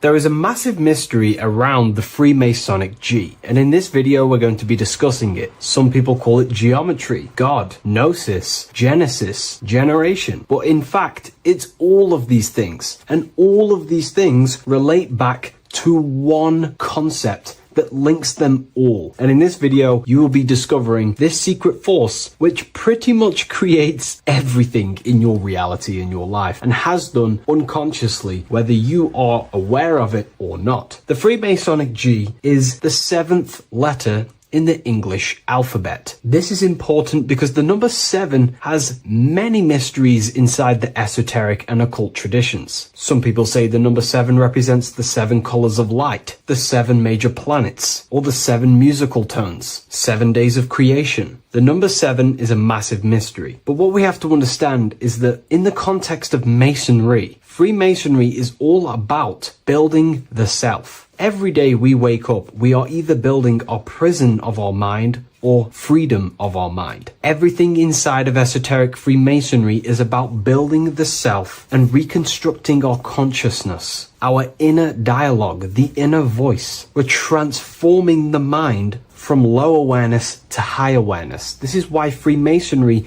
uses the allegory of stonemasonry, stones, chipping away at stones. The stone is in fact you, and we are perfecting the stone, which is your very own mind. Because the universe is a mental construct. Life is happening to us inside our minds. We are all the universal mind expressed and clothed in a different body. Therefore, now we understand that everything is about the internal inside of Masonry. This G relates to something inside of you. Hence why you see the G inside of the square and the compass. It's something internal in you. G is the 7th letter of the English alphabet, and the number 7 symbolizes the 7 cognitions of the mind. In esoteric and initiatory traditions, the 7 psychological cognitions of the mind refer to the 7 distinct modes through which human consciousness perceives, interprets, and transforms reality. Different schools use different names, but across Hermetic, occult, Gnostic, and mystical systems, the same underlying pattern emerges. The mind has 7 functional powers, each representing a layer of awareness and a stage of inner development. Number 1 would be perception. The first cognition is the raw reception of sensory and subtle impressions. It is the gateway where the outer world enters the inner world of our minds. Perception involves learning to see without distortion, to notice the symbolic dimension behind ordinary appearances in an occult interpretation of perception. The second one is interpretation. After perception comes the act of making meaning. The mind organizes impressions into patterns, beliefs, and judgments. Esoterically, this cognition determines whether a person interprets life through the ego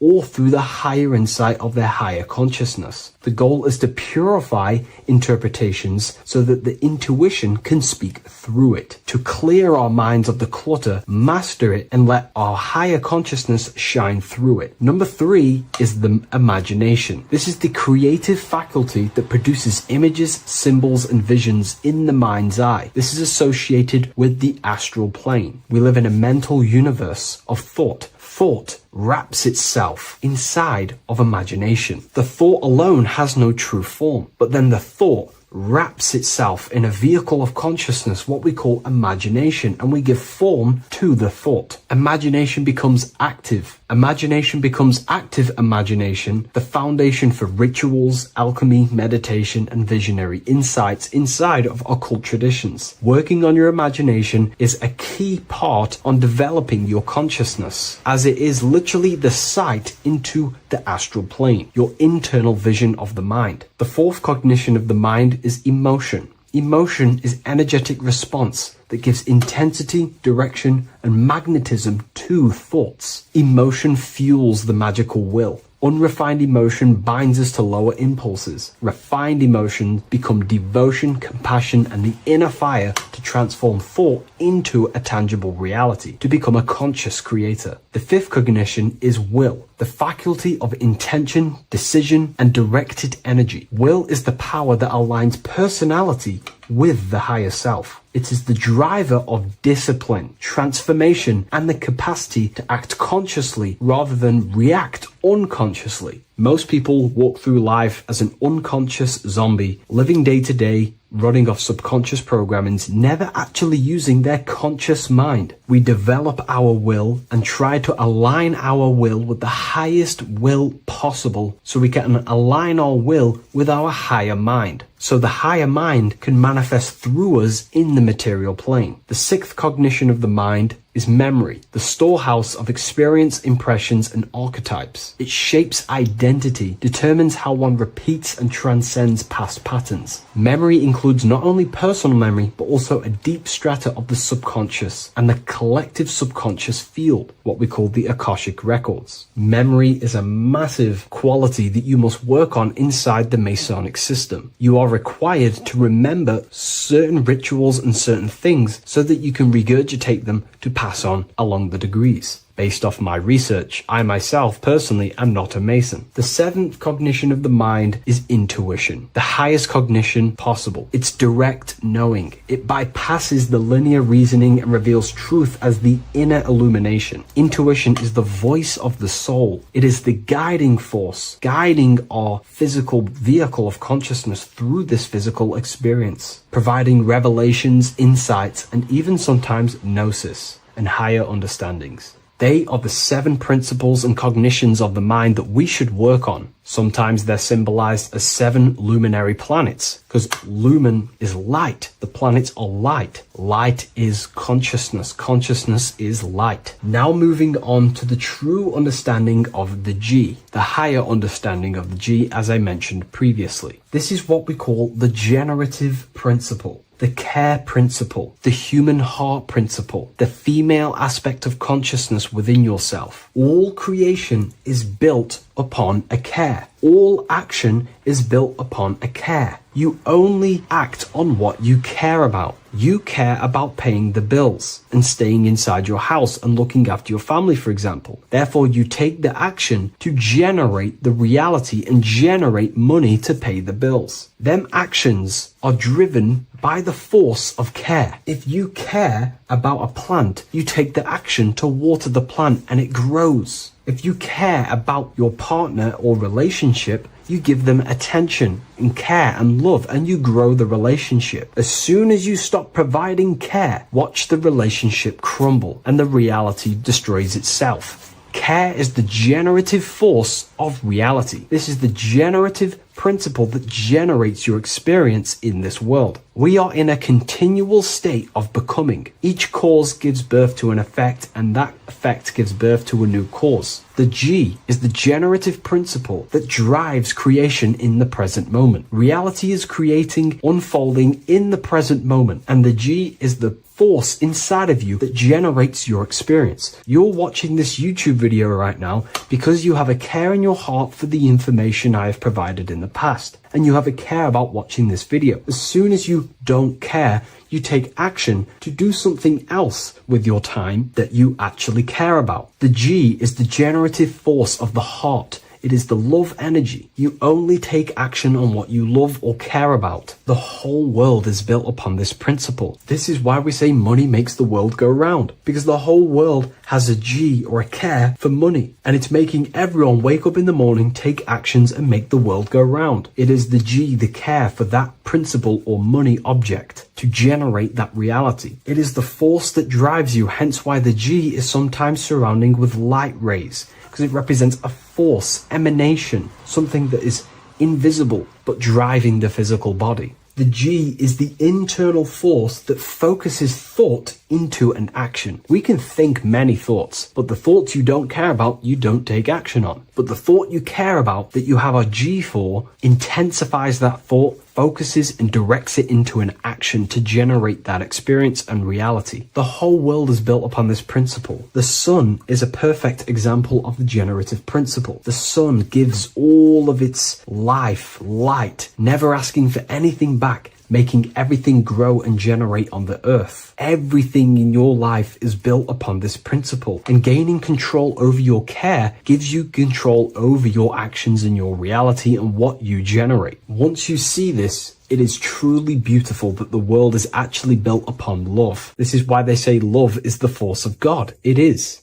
Truly. This is the reason why God begins with a G. It's about Genesis. Genesis means creation. G, generation. Anything that generates and creates is all to do with a care or a love energy. But don't get me wrong, people can love sick and twisted things, and they act upon them sick and twisted things. This is why purification of ourself is important by understanding this principle, as it is a very powerful principle to understand. This is the reason why the word gift begins with a G. You're giving something. I care, I'm going to give you something, a gift. Or guidance. This is what guides you into becoming something, what you love. This is why also Nosis begins with a G. Nosis is not actually knowledge. Gnosis is knowledge attained by direct experience or through direct experience. For example, you're not believing you're watching this video right now. You know you're watching this. No, Gnosis, same phonetic sound. It's about knowing. Gnosis is about gaining knowledge of the self. Self-knowledge through direct experience.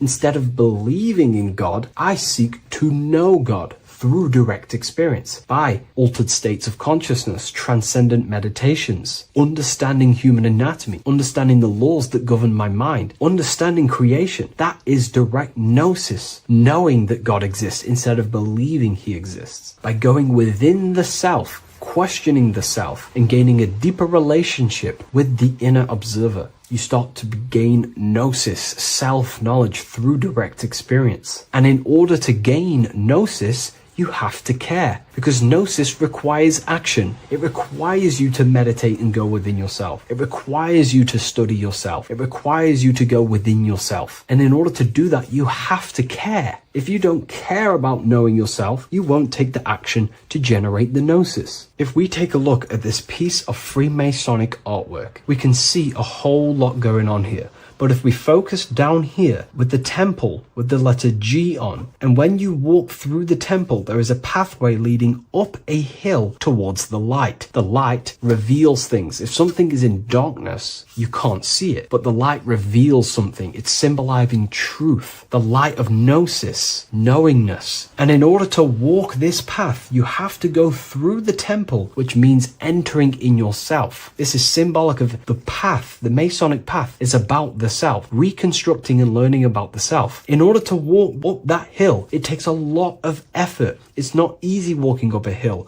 You're going to be tired. It's not easy. It's horrible. Who likes walking up a hill? I know I don't, but people like hiking and stuff. I understand that, but it's symbolizing this is hard work working on yourself, because the labor of working on your mind is the hardest labor you will ever do. It's called the great work or the Masonic work. And in order to climb that mountain, you go through the G. You have to have the care. If you do not have the care, you will not walk up that mountain. You will not generate the Gnosis. You will not get close to the light. You have to have the G to walk that path of self-mastery and working on your mind. This is very, very important. If you want to gain the light, you have to have the G inside of you. You have to have the care to generate a higher consciousness. If you want to earn more money, you have to have the care, or else you will not take the action necessary to generate that reality. This is why we have to master ourselves and write down everything you love. It could be even the bad things. It could be lust. It could be anything you're wasting your care energy on. Try and remove them one by one. Master them and become disciplined. And then you'll have more G energy, care energy to direct towards something else in your life to generate and grow that experience or reality. Again, the word grow, G. It is a growing force. What you place your love and care into grows and expands. What you have a G for is what you spend your time and attention on, your two spiritual currencies. So this is the Masonic G, and I hope you gain a deeper understanding of this. So that is pretty much everything about the Masonic G that you need to know, and hopefully this has helped you. If you wish to learn more and gain guidance through your life and understand yourself on a deeper level, the book I've used today is called The Book of Symbolism. I'll leave a link in the description.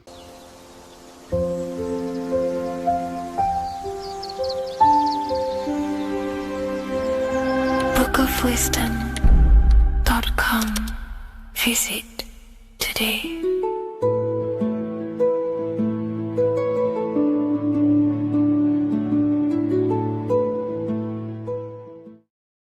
Neo is plugged into the matrix on the back of his neck. And if we look at the human brain, the back of the neck is the reptilian brain stem. And when one operates their life out of the reptilian brain stem, they are unaware, unconscious. They are consciously dead because the reptilian brain does not really critically think. It acts on instinct, fight or flight mode. This is considered in the occult spiritually dead. When one is taking actions without intention, simply very reactive to life. They're not living, they're simply experiencing. When you're walking down the street and you see someone, and in your mind you think me versus them versus me, that is an animalistic way of thinking. I used to be trapped in this way of thinking, always thinking of fight or flight, always judging people, always reacting to the world, never consciously creating and commanding with intention in the world. This could be considered the matrix, when one lives unconsciously, simply surviving in the world. Another symptom of living in the reptilian brain could be obsession, a constant need to assert your power over others to feel safe or superior. Views relationships as power hierarchies, not as mutual connections. It could be a conquest for sex, lust, seeking validation through sexual activity. Sex becomes a tool for dominance, escape, and self-worth. Intimacy is avoided. Pleasure is pursued without emotional depth. Seeking pleasure all the time. This is all to do with the reptilian brain. Seeking safety. It could be compulsive eating or food hoarding, driven by craving and not actual hunger. Eats to soothe fear or emotional discomfort, often unconsciously. This is the unconscious. Fear-based decision-making. Every choice is shaped by perceived threat or insecurity or fear within the subconscious mind. Long-term vision is sacrificed for immediate safety and gratification. All the reptilian brain. Territorial behavior overacts when personal space, possessions, or status is threatened. Acts as though survival depends on ownership or status. Addiction repeats patterns to feel safe, even if they are harmful. Avoids anything unfamiliar or unpredictable. Low empathy. No empathy or emotional care for one another and for fellow beings in the world. Sees people as threats, tools, or competitors. This is all to do with the reptilian brain. Intense jealousy or possessiveness. Sees others as rivals or objects to control. Cannot tolerate perceived threats to loyalty or status. Quick to be angry. Slow to reflect. Reacts with rage, withdrawal when challenged. Lacks emotional regulation or deep self-awareness. So this is considered, this brain could be considered the matrix, hence why Neo is plugged into this brain. He's operating the life out of this brain,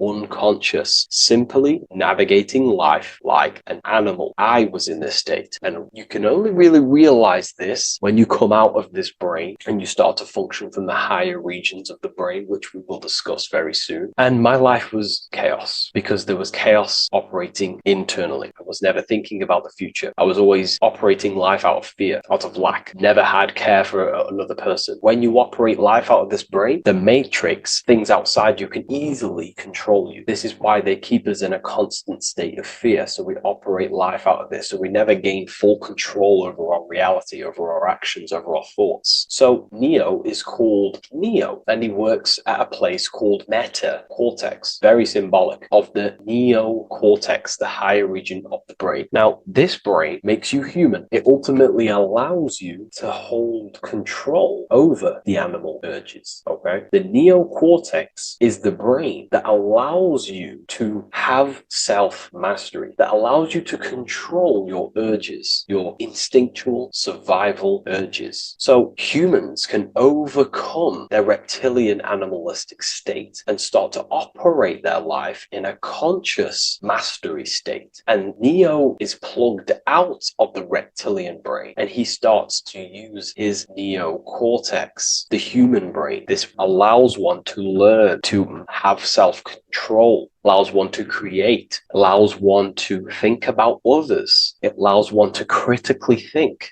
deeply. It allows one to be self-aware. Who am I? Where did I come from? And where am I going? This is ultimately the brain that has shaped the world. We look at humans. We built technology. We built all of these amazing things. They all come from the neocortex. This is the higher region of the brain that allows consciousness to function on a higher degree. It allows you to truly become a creator and have self-control instead of living in a reactive animal state. You see, animals are only aware of their five senses. They're only aware of surviving. If you notice, look at animals, they're always looking around. Even in their home, they're always looking around, sniffing around. That's because they operate in an animalistic brain. Humans have the neocortex. This is a higher region of the brain, which well, if you wish to master yourself, this is the brain that you will be using. This allows you to operate life on a higher degree. We see this reptilian brain symbolized everywhere. See it as reptiles. Reptiles are symbols of this brain. We see the Egyptian god Osiris with the green skin representing a reptile, a crocodile. Sometimes we see Osiris depicted in Egyptian artwork with crocodiles or reptiles, if you do a little bit of research on that. And also, if we look at the overall symbolism of Osiris and his story, we notice that he is the god of the dead or the underworld. This is not literal, but the dead or the god of the death, the god of the death of self, the dead of consciousness, because you are a divine being with limitless potential to create. And ultimately, to create, we have to master our reptilian brain. But when we function from this reptilian brain, we are dead to our higher powers of creation, of imagination, of actually gaining control and operating life from the higher mind, operating life as the divine being as you are. But if you operate life in Osiris, he is the god of dead. You are spiritually and consciously dead. You act unconsciously. You are dead, not physically, but mentally and spiritually. So what we're looking at here in the Egyptian artwork is the reptilian brainstem. We have the left hemisphere and the right hemisphere of the brain. Notice a curve. The feminine body is very curvy. This represents feminine. The masculine body is very liney. So if we study geometry, we know that lines are masculine, hence why the word masculine, line, and the feminine body is, in geometry, feminine is represented as curves. So this is the left masculine brain on the left side, and this is the right feminine brain on the right side, with Osiris, the reptilian brainstem, in the middle. So we're going to go deeper into some Mesopotamian artwork now. Now let's have a look at this. We're looking at the reptile on the very bottom. We see the left brain and the right brain, the Eye of Ra and the Eye of Horus on the left and right. In Freemasonry, we still see the symbolism of the two pillars, Yakin and Boaz in Freemasonry, with the two pillars symbolizing masculine, feminine forces of consciousness, also representing the masculine left brain and the feminine right brain, with the reptile down here. But if we have a little look here, right, we have a little look at these reptiles. This person is standing on top of the reptiles. When you are on top of something, you have power over the below. You are standing atop of something. You have mastery over it. You have control over it, symbolizing gaining control over the reptilian brain, the reactive actions, the sexual urges, the addictions, the territorial behavior, the fear-based decisions, constant internal tension, never being able to focus. It's symbolizing gaining control over these internal qualities that happen within us, in our mind, because the universe is mental. And if we do not gain control over this brain, it will dominate our mind, which will ultimately dominate our actions and destroy our life and live in an unconscious state. So this is basically instructions in this ancient Mesopotamian artwork of becoming self-mastery, to operate on a God consciousness level. So we have a person symbolizing your awareness, the internal you, having mastery over the reptilian urges, the reptilian brain, the reptile thinking. We have a person, a face in between, and it's standing in between these pillars, symbolizing balance of the brain hemispheres. Because the face, we see the eyes in the middle, we see the person is you, your consciousness, standing in the middle pillar. It's representing seeing reality as neutral. Everything in the world is neutral. It's the mind's perception that gives it a positive or negative choice. charge. When we adapt this mindset, this view of reality, this knowingness of reality, we see the world for what it truly is. And if you see things as neutral, it allows one to transform the situations in your life accordingly instead of simply choosing a side.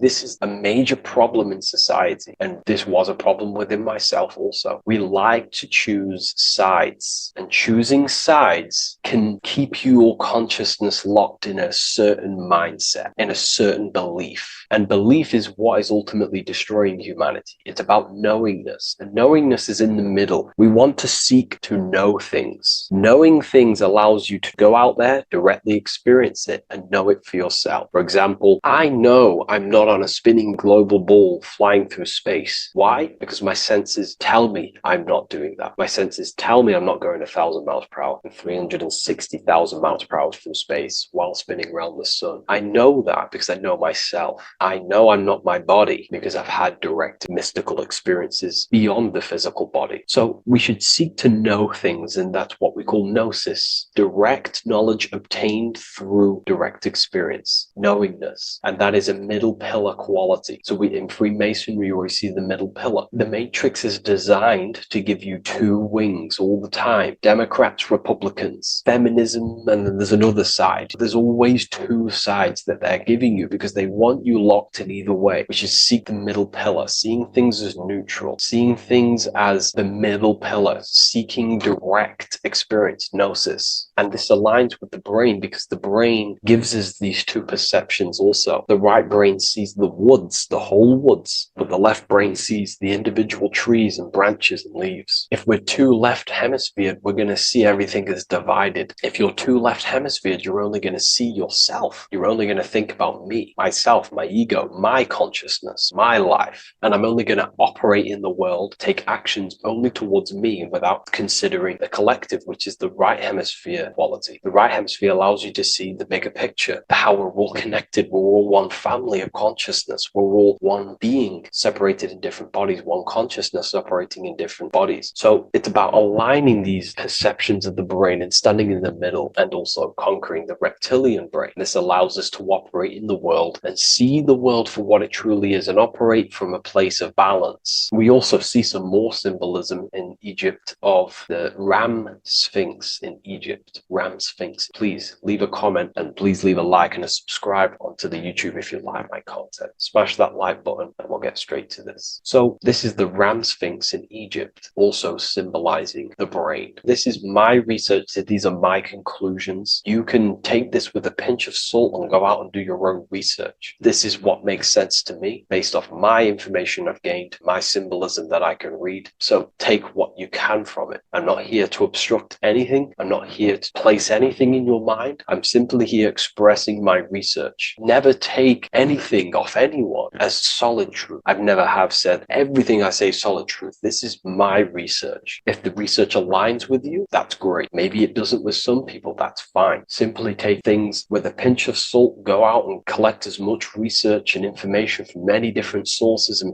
place together your own understanding of symbolism and your own perspective on reality. But like I say, seek to know and not believe. So this is the Ram Sphinx in Egypt. This is a more powerful symbolism of the brain. We have Osiris here, the god of the dead, which is the reptilian brain, and an Aries symbol here symbolizing the hippocampus in the brain. So this is the reptilian brain stem, heavily aligned with the reptilian brain stem here. We can see the connections if we look closely. So this represents the dead of consciousness. This is the dead of self, living in impulsive animalistic state, the symptoms that I listed earlier. I'm not going to go over the symptoms again. And Aries symbolizes the hippocampus in the middle of the brain. It's the hippocampus. And Aries is a symbol of a state of being. Why? You see, ancients and the ancient Egyptians, according to my research, Freemasons still use this symbolism today. So what they do is they use the path of the sun to symbolize a state of consciousness or a journey in consciousness. So what do I mean? So Aries here is the transition from the winter arc. So this is the winter arc from Libra, Scorpio, Sagittarius, Capricorn, Aquarius, Pisces. This is when the sun is dead. This is when the electromagnetic electromagnetic waves of the sun are not very present. This is the winter. This is when there's more darkness in the world. However, from Aries, Taurus, Gemini, Cancer, Leo, Virgo, and well, to Libra, this is when the sun is giving more electromagnetic rays. Everything grows. Everything is reborn again. Everything's growing. There's more light. There's more warmth. You can grow crops. So this is very symbolic as a state of consciousness. Aries is used heavily to represent the rebirth of the sun, but internally as an esoteric interpretation of Aries, it symbolizes the resurrection of awakening of the self. It is the rebirth of the sun, of the soul, the rebirth of becoming aware out of the darkness into the light, living in the reptilian unconscious state, the unconscious, not being aware that I possess consciousness, not being aware of my thought, emotion, actions. And Aries is that symbol is of the rebirth of the spirit, the rebirth of the self, becoming self-aware. So that's what we're looking at here with the Ram Sphinx. We're looking at Osiris, dead, the reptilian brain, operating life in an unconscious state, not really thinking, not self-aware of thought, emotion, actions, not aware of the soul, not aware of good and evil, not aware of the laws that are in the heart of love, not aware that there's always an intelligence in the heart telling us what's the right thing to do at all times, not aware of anything, just simply reacting to the world. But then we have a symbol of Aries above, which is the resurrection of self. So again, this is symbolizing by the Egyptians to me and my research going from darkness to light. This is the resurrection of consciousness when we start to deepen our self-awareness, which is ultimately what I'm doing to you in these videos. Hopefully I can awaken some people's minds and make people think deeper. And that process of internally what's happening within you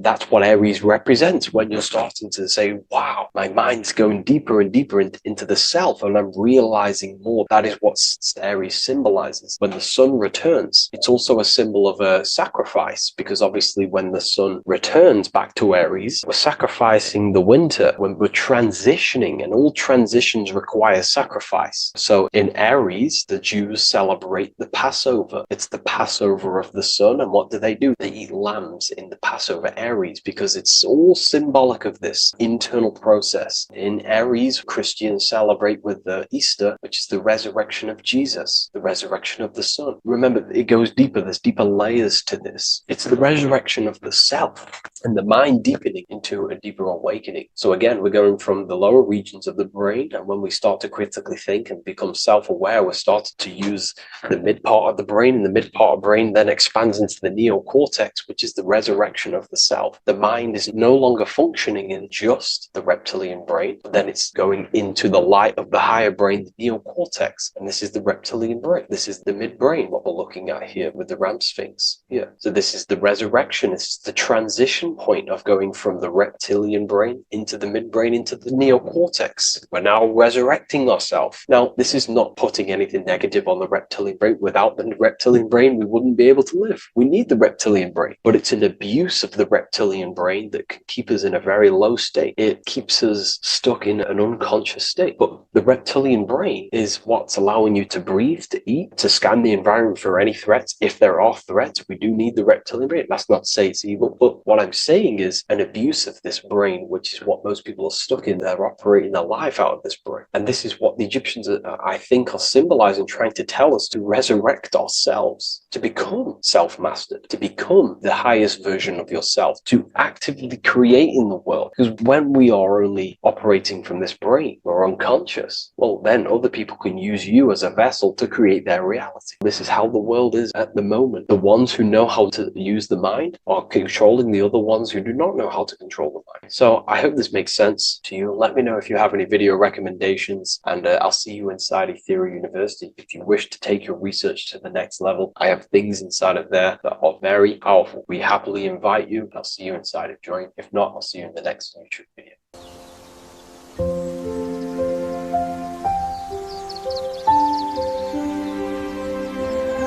bookofwisdom.com.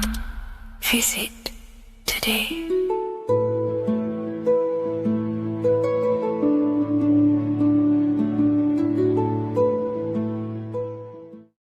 Hello, Seeker. Welcome to Revival of Symbolism, a channel devoted to the language of esoteric symbolism, guiding you to discover yourself and expand your consciousness into deeper realms of thought. I'm Harry B. Joseph, also known as Revival of Wisdom, and today we're going to be discussing this particular piece of Freemasonic artwork, and in the context of force and form. This is a very important ideology to understand about life, your reality, and ultimately to gain your personal power.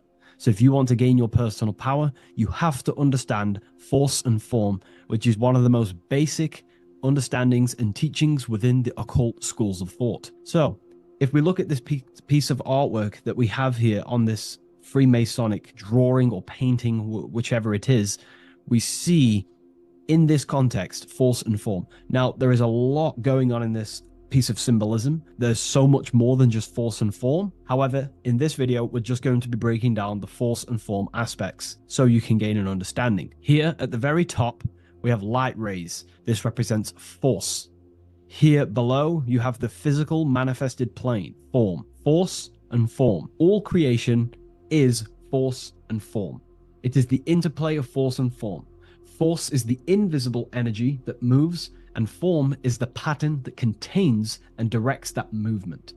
Force without form is chaos. Form without force is lifeless.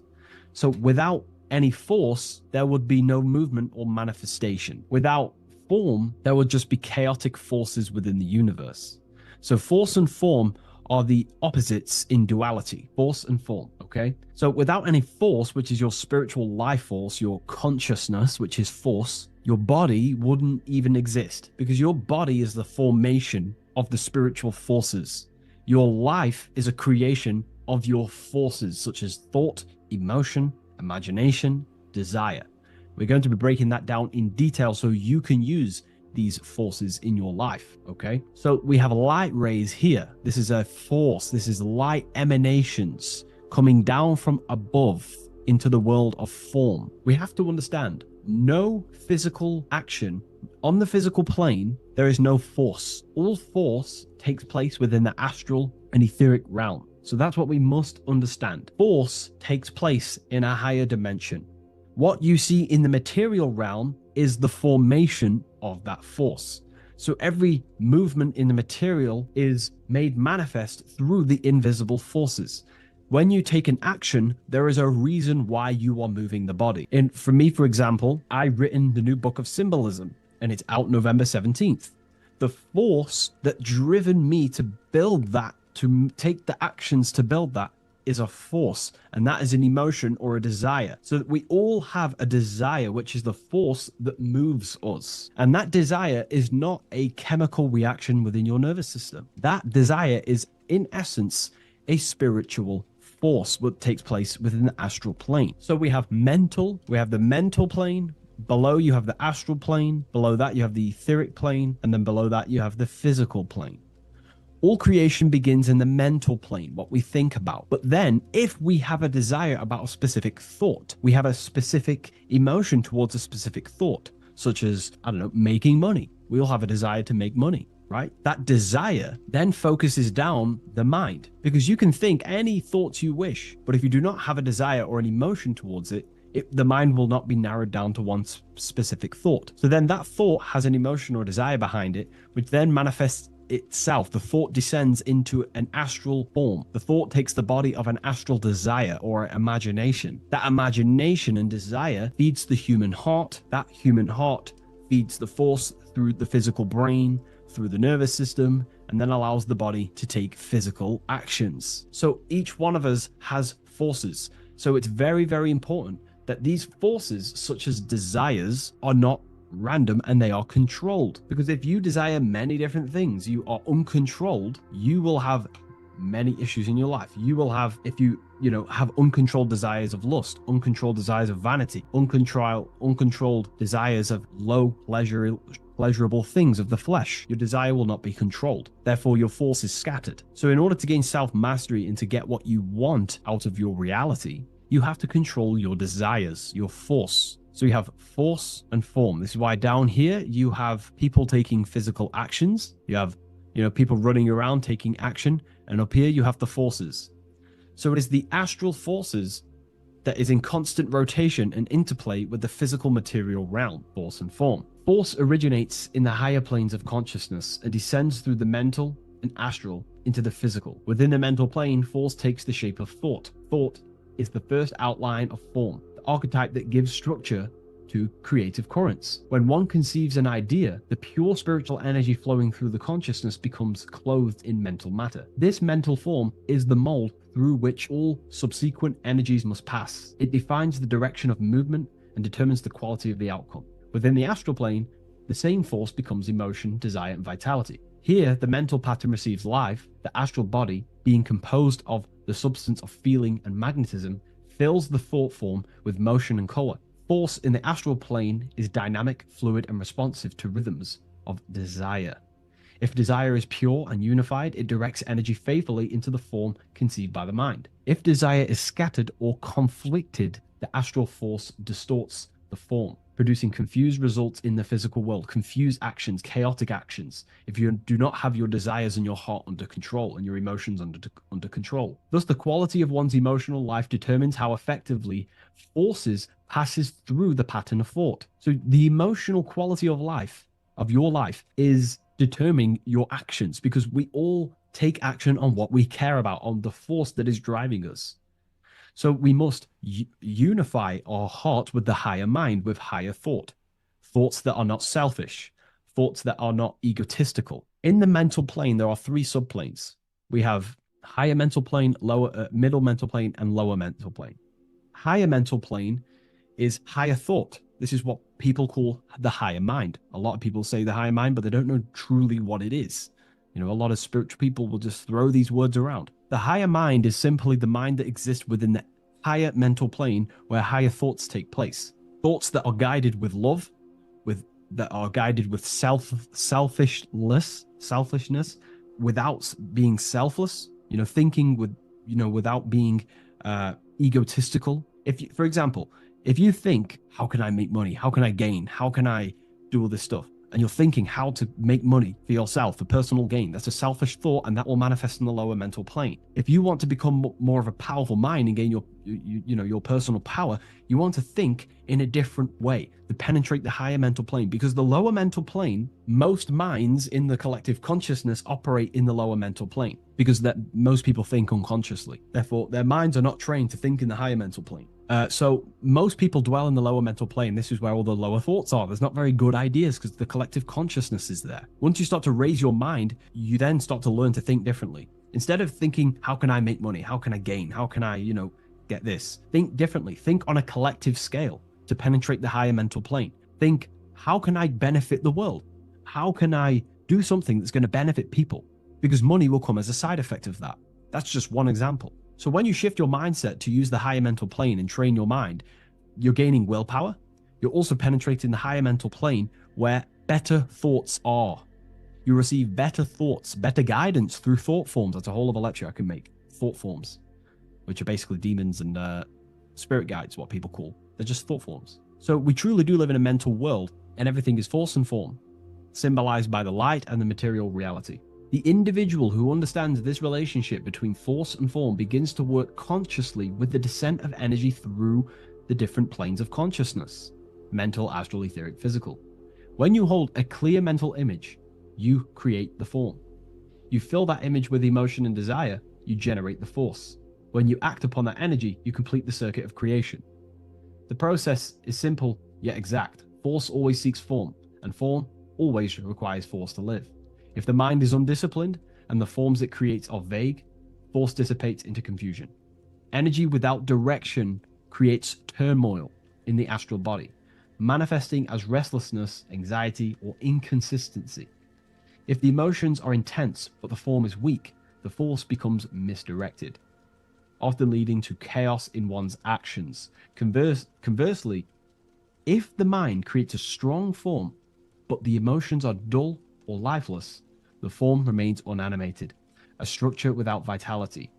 True creation requires the balance and union of a defined mental pattern and vibrant astral current. So it's about aligning your mental and emotional states, symbolized by these two pillars here. Well, they are the extremes. So the moon would be your emotional state, the sun would represent your intellectual, or the masculine and feminine. However, they are the extremes. So this middle pillar represents the balancing of those. So when we balance our mental and emotional state, we become conscious co-creators using force and form. It's a very important lecture, and I know this is a quite complex and advanced lecture, but this is what this channel is about, Revival of Symbolism. It's about more advanced teachings. But hopefully you can get your head around this. There's a few books out there you can definitely read. I can't think off the top of my mind, but you can read this stuff up. It's great information. It will definitely help you in your life. Force and form. And if you haven't already, join the waiting list. I'll leave a link in the description for the Book of Symbolism, November 17th on revivalofwisdom.com. If you wish to be notified, I'll send you an email. I just want to say thank you for your support. Please like, comment, and subscribe, and share to a friend. I'll see you in the next one. Absolutely. Let's refine that into your signature deep and esoteric.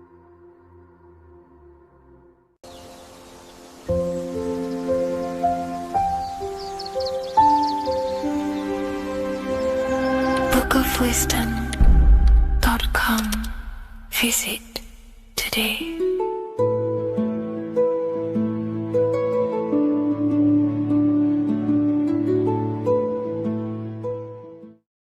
Religions were made to hide the truth about yourself, God, and the universe. You see, religion teaches there is a God separate from you.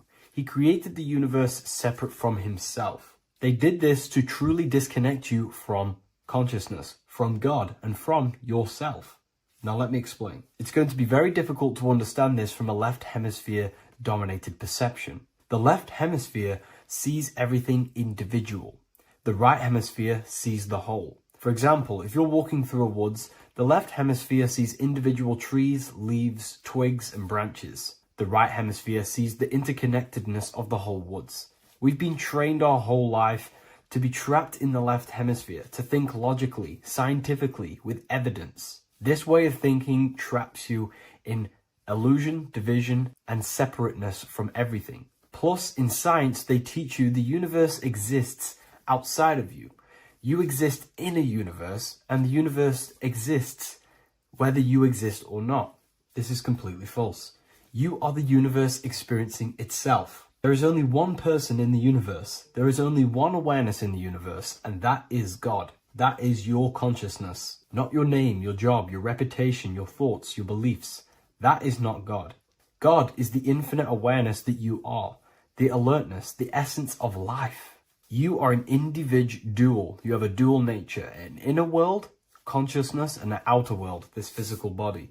The inner world is the immortal, consciousness, awareness. This physical reality is for the immortal within us to experience and enjoy. And the immortal consciousness, the immortal self, the individualized expression of the only thing that is truly real, which is God, consciousness, is seeking a way to understand itself through infinite vantage points. The same consciousness inside of you, inside of the dog, the squirrel, the plants, the stars, the same awareness is in absolutely everything. Only the right hemisphere can see this connection. The universe is one mind separated into the infinite bodies and life forms. This is why scientists tell you that the universe is forever expanding. It's truth in plain sight, because the universe is the mind, and the mind is always seeking more vantage points to understand itself. And the mind is always expanding into new realms of thought. The mind cannot be filled up. It does not exist in space. However, human awareness, human consciousness is very sacred. And the reason why I say that is because humans possess a two-way consciousness, unlike a dog, an animal, or a squirrel, for example. The dog looks in the mirror. It is not aware of itself. It doesn't look in the mirror and see that it needs to improve something. However, humans, we can look in the mirror and say, who am I? Where do I come from? And I need to change this aspect of me. I'm lacking in this area. Dogs do not have this awareness. They function only on their immediate surroundings, on survival and instinct. Human awareness is special because we have the ability to reflect on the self. We can question our consciousness. We can question, who am I? Where do I come from? And where am I going after this? The human mind has no limitation. We can surpass our animal nature and rise to a godly nature. This is the whole purpose of reaching Christ consciousness, which is just an ideal consciousness where we have control over self and we know who we truly are. Humans have been given the tools to awaken. Our five senses are locked only to perceive the physical world, but the mind holds the gateway to understand the unseen aspects of reality. The mind holds the secrets to the universe and consciousness. We just have to study ourselves to understand God. We are all individualized aspects of consciousness. There is only one pure consciousness in the universe, but we're fractaled into infinite life forms, experiencing this consciousness in a different form, molding this consciousness into individual egos and individualized consciousness. Me and you are made of the same fabric. However, I have thought different things, believed different things, experienced different things, which has conditioned my consciousness to be my own individualized aspect of God. And that's what makes me, me, and you, you. God is the creative power within us to turn thoughts into physical reality, to create things. We are a creator. Each one of us is a miniature earth, creating and building in this physical 3D reality. Our consciousness holds power over the 3D reality. We can mold it and create anything we wish. However, we have been conditioned to live like an animal, living in our animal nature, eating, surviving, lusting, and these low-level desires keep us trapped from figuring out our creative power. This is why the ancients always depicted God inside of the brain. Even in ancient Christian artwork, William Blake, Anton Raphael, all depict God inside of the brain. Why is this? Because God is our creative power. The spinal column acts as a type of ladder of consciousness. If you just think about sex and act on sex, eating, consuming, and living in a survival animalistic state, then your consciousness is functioning on the lower end of the spinal column, where your reproductive organs are and your gut organs are to consume food. In order to activate the God within us and to us to truly know God, we have to be aligned with the God consciousness. We have to unlock the God within us so we can truly actually experience God and understand it. However, God exists beyond our personal consciousness, beyond our human identity. In secret societies, satanic rituals and satanic societies, they are seeking a way to escape the human identity through ritual work, meditation, and trance-like states. A trance-like state is like the state that you enter just before you fall asleep, where there is no thought present in your mind, because you are not the mind, you are the observer, you experience the thoughts. And when we escape the human identity through rituals, meditation, or trance-like states, we can actually experience beyond the veil of this material world. However, satanic rituals do this in a negative way. Satanic rituals include ways to make the human mind tap out by pushing the human minds to the limit through pain, suffering, and even torture, to allow the mind to pass out so you can temporarily pass on the veil of the physical world and escape the limitations of the human identity and the human thinking mind. Now, you do not have to do it this way. You can experience the divine and beyond your human identity through many different ways, such as deep, deep meditation, rising above your thoughts, and setting 3 alarms, one for 6 a.m., one for 6:30, and one for 7:30. And when you wake up at these times, what you need to do each time you wake up is allow your mind to stay awake but your body to fall asleep. And you will enter this trance-like state. And you can gain ideas, experience lucid dreams, and maybe even astral project. All of these rituals in secret societies and satanic societies is all about escaping the human identity and experiencing the divine planes beyond the physical. To wrap all of this up, this is all about consciousness. Consciousness is the infinite awareness of the universe, just fractaled into separate bodies. And this consciousness is seeking a way to understand itself in infinite angles and vantage points. And religion was made to cut off your connection to the divine planes beyond this world and beyond your self-identity. Therefore, if you want to know God, you have to study the attributes and qualities of God, such as geometry, numbers, consciousness, the mind, the subconscious, human anatomy. All of these things are aspects of God. We have to study ourselves and study nature so we can see God. God is the infinite awareness of the universe. If you love this video, please leave a like and share it with a friend. I'll leave a link in the description for the Book of Wisdom, Volume 2. bookofwisdom.com. Visit today.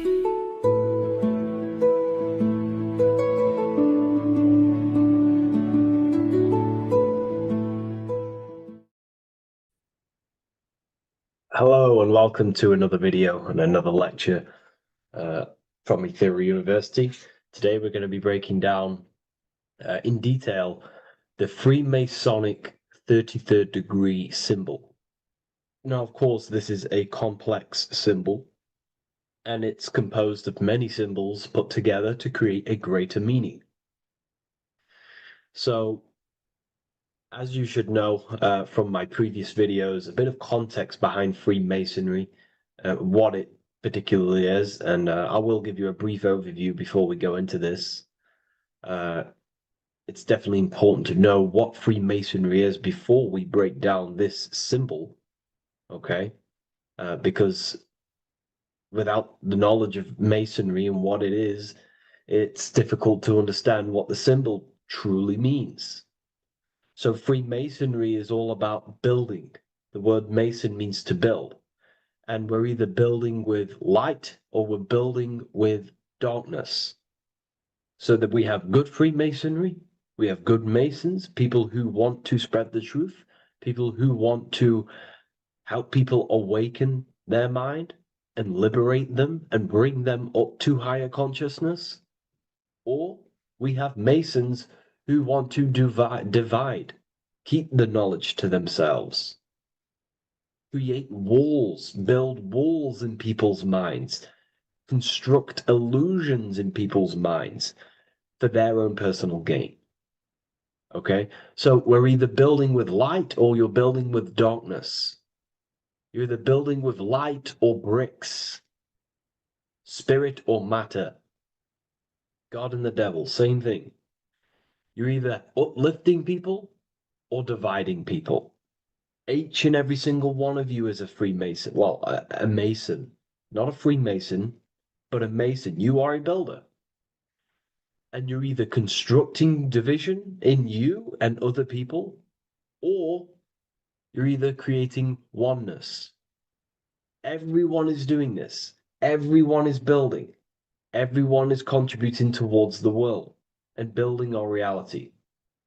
So Masonry is a craft, and that craft is to craft a better mind and heart, a higher consciousness, a higher understanding of the self, building a higher perception of yourself, getting to know who you actually are, why you are here. Every action, behind every single action, behind every single cause is choice. You chose to be here. Whether you know why you are here or whether you do not know. You chose to be here in this time, in this period of life on the earth, on this physical dimension. You chose, the mind of yours chose to be here in this body at this specific time. You are playing a role, you are building in this world at this specific time. So Masonry is all about getting to know the self, to know what you actually are through Nosis.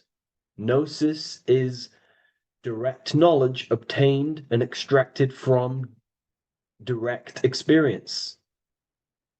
Knowledge extracted from direct experience. Knowingness. You know you have hands. You don't believe you have hands. You know you have hands. That's what knowing thyself truly means. To go within the self. To dwell in meditation for long periods of time.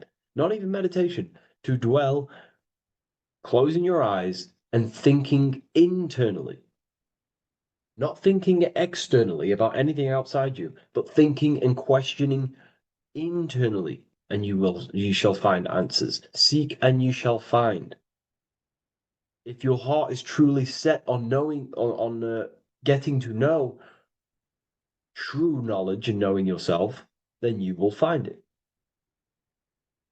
Okay, so because that's what the heart is. The heart is where we find our treasure. That's why it's inside of our chest. Our chest holds the treasure. What is your treasure? Your treasure is your physical manifestation. And whatever you act, whatever your heart cares about, your body follows. Your body takes action towards what you care about in life. This is why we say follow your heart, because your body follows the heart, what you care about. If you do not care about something, you do not take actions towards it. Whatever your heart loves and has that love energy for, the body follows. If you truly want to become enlightened and truly want to reach higher consciousness, then you will. You truly care for that, then you will find it. You have to go within. Okay, so this is what Masonry is about. It's about going within and finding out your true nature and constructing a higher consciousness by dissolving walls and blockages inside your mind and heart, purifying the self. Because you can care about sick and twisted things. Okay? We can see that in society. People like killing people. It's psychotic, but I know. So we can be corrupted. Okay, so going into this symbol, what does this symbol mean? What is it trying to portray? Okay. Before we go into this symbol, particularly, we're looking at the Scottish Rite Freemasonry. So we have the the first degree all the way up to the third degree is Blue Lodge Masonry. Then from the fourth degree of Freemasonry to the 32nd degree is what we call Red Lodge Freemasonry, the Red Lodge degrees. So again, that is that symbolism of that red and blue, the left and right, masculine, feminine, water, fire. It's that symbolism again of the two polar opposites of reality, of masculine and feminine qualities, solar and lunar. The left and right hemispheres of the brain, the inner and out world, inner and outer world, the brain and the heart. These are all polarities, okay? Spirit and matter. We have to unify these. But we're looking at the 33rd degree. This is the end of the Scottish Rite of Freemasonry, and it's considered the illuminated degrees. Illuminated.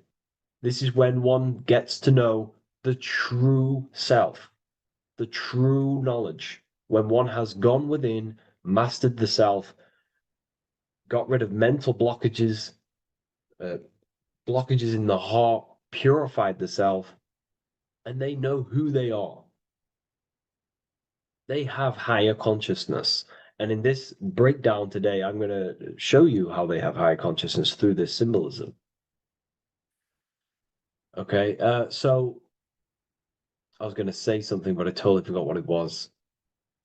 But anyways, we'll move forward with this symbol. Oh, that's what it was. Water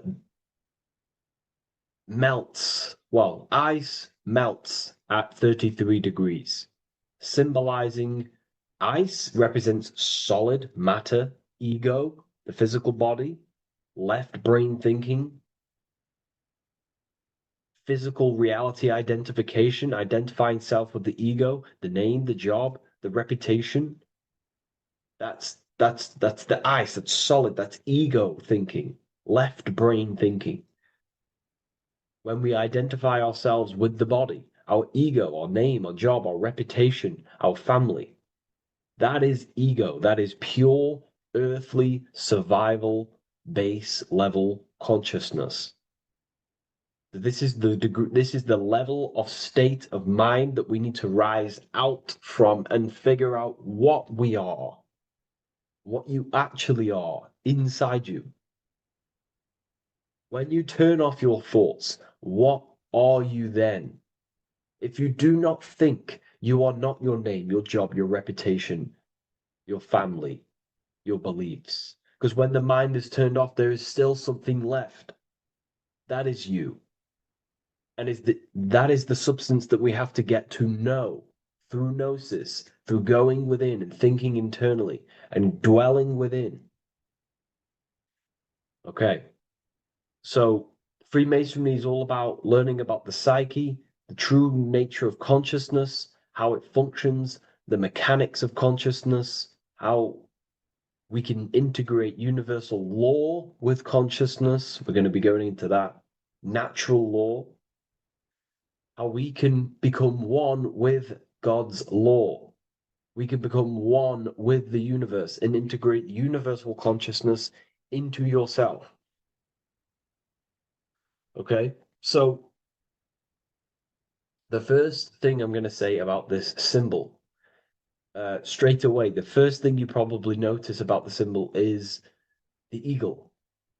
The eagle is a bird. Okay, what do birds do? They are high in the air.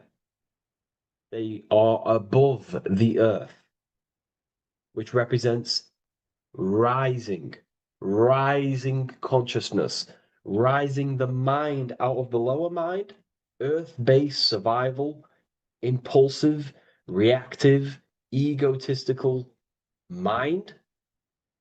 And we're pulling us out, we're rising from that. The earth represents that lower base survival consciousness, ego-driven thoughts.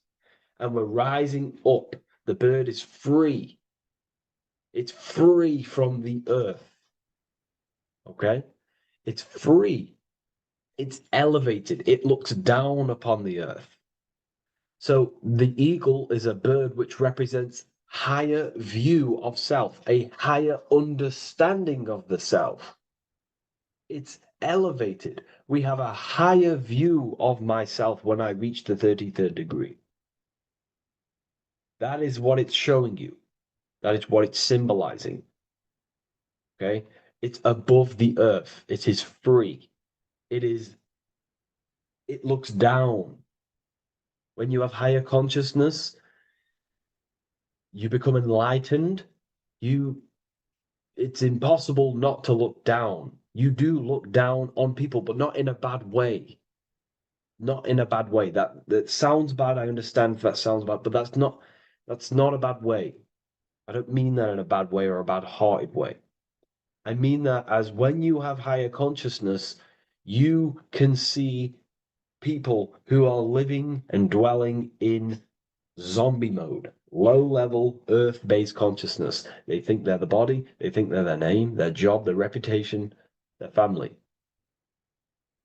So it represents looking down because I have higher awareness of myself. I know what I truly am.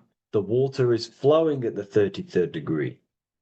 The water melts at the 33rd degree, representing the flowing of consciousness, the flowing of the mind, flowing of light energy entering the body. Because when we reach higher consciousness, when you raise your consciousness, which is just an easier way of saying mastering thoughts, mastering yourself, we no longer give attention to negative thoughts because we understand what thoughts are. And why would you let your own mind take away your own power? So again, Freemasonry is about gaining personal power, not in a bad way. Well, it can be used for bad. Gaining mental power, a strong mind. Most people have very, very, very weak minds in this world. Very weak minds. This world is a mental world. We have to gain strength in the mind. It's a mental universe. The stronger the mind, the better your reality. The less affected you are by external things. Nothing external should ever bother you. Okay?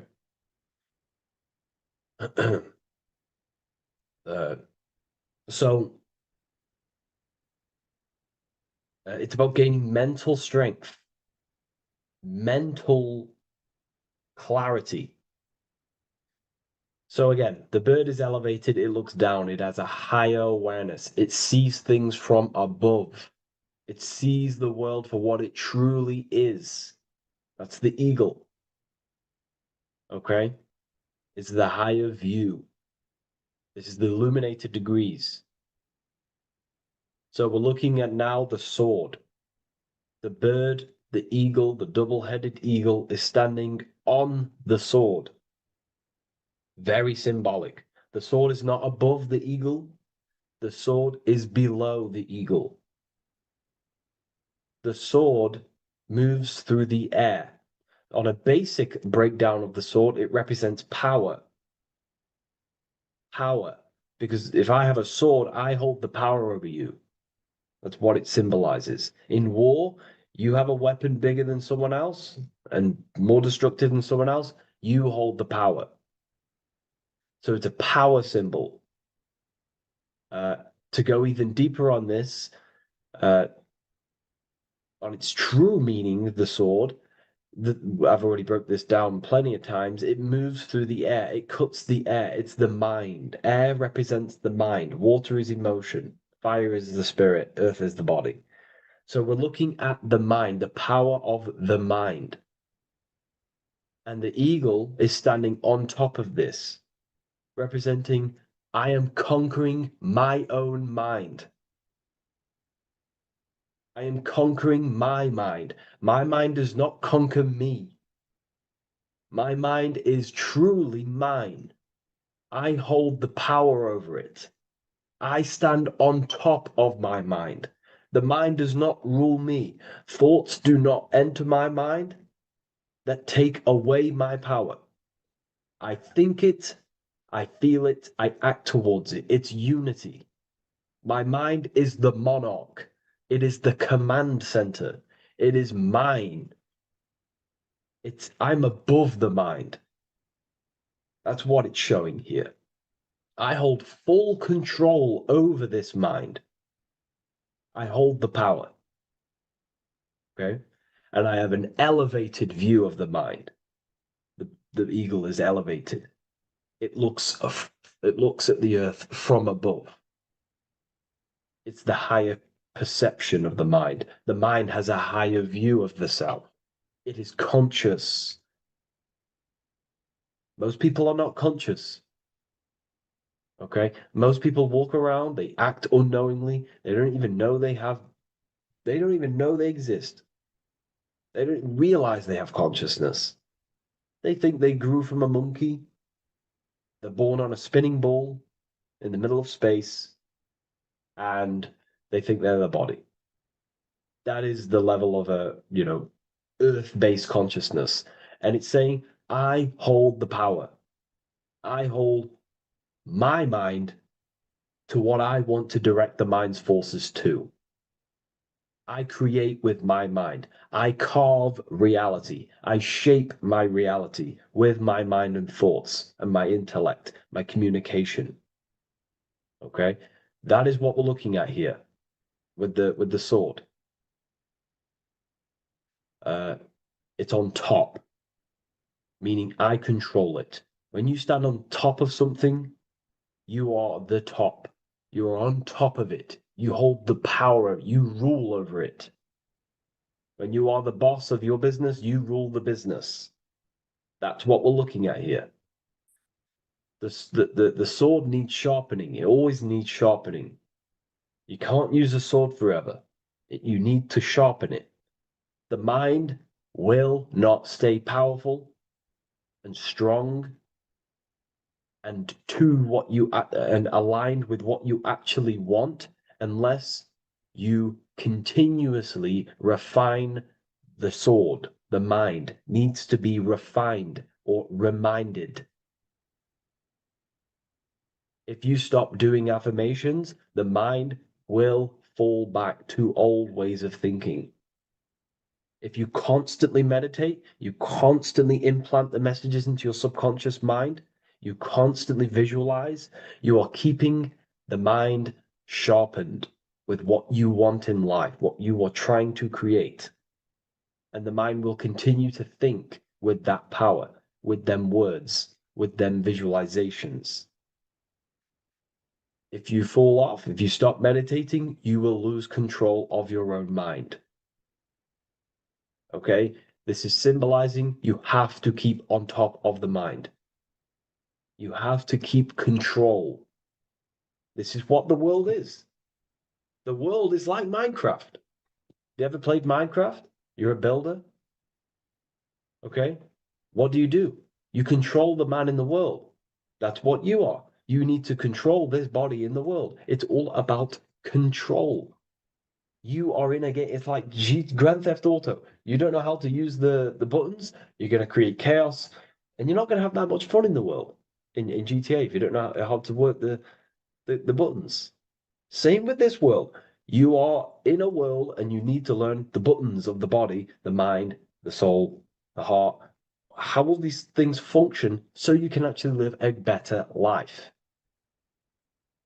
and create what you want in the world, aligned with natural law, of course, unless you want to walk down the path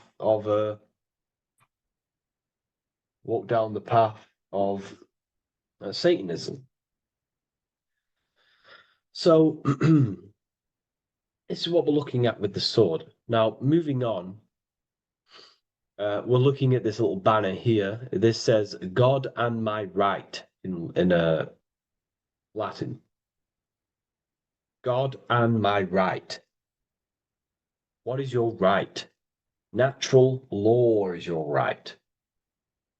What is natural law? You already know the natural laws. We all intuitively know the natural law.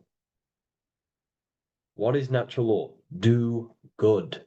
We all subconsciously, on a soul level, we know to do good. We know to do right.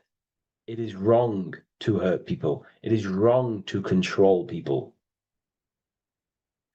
What is your natural law?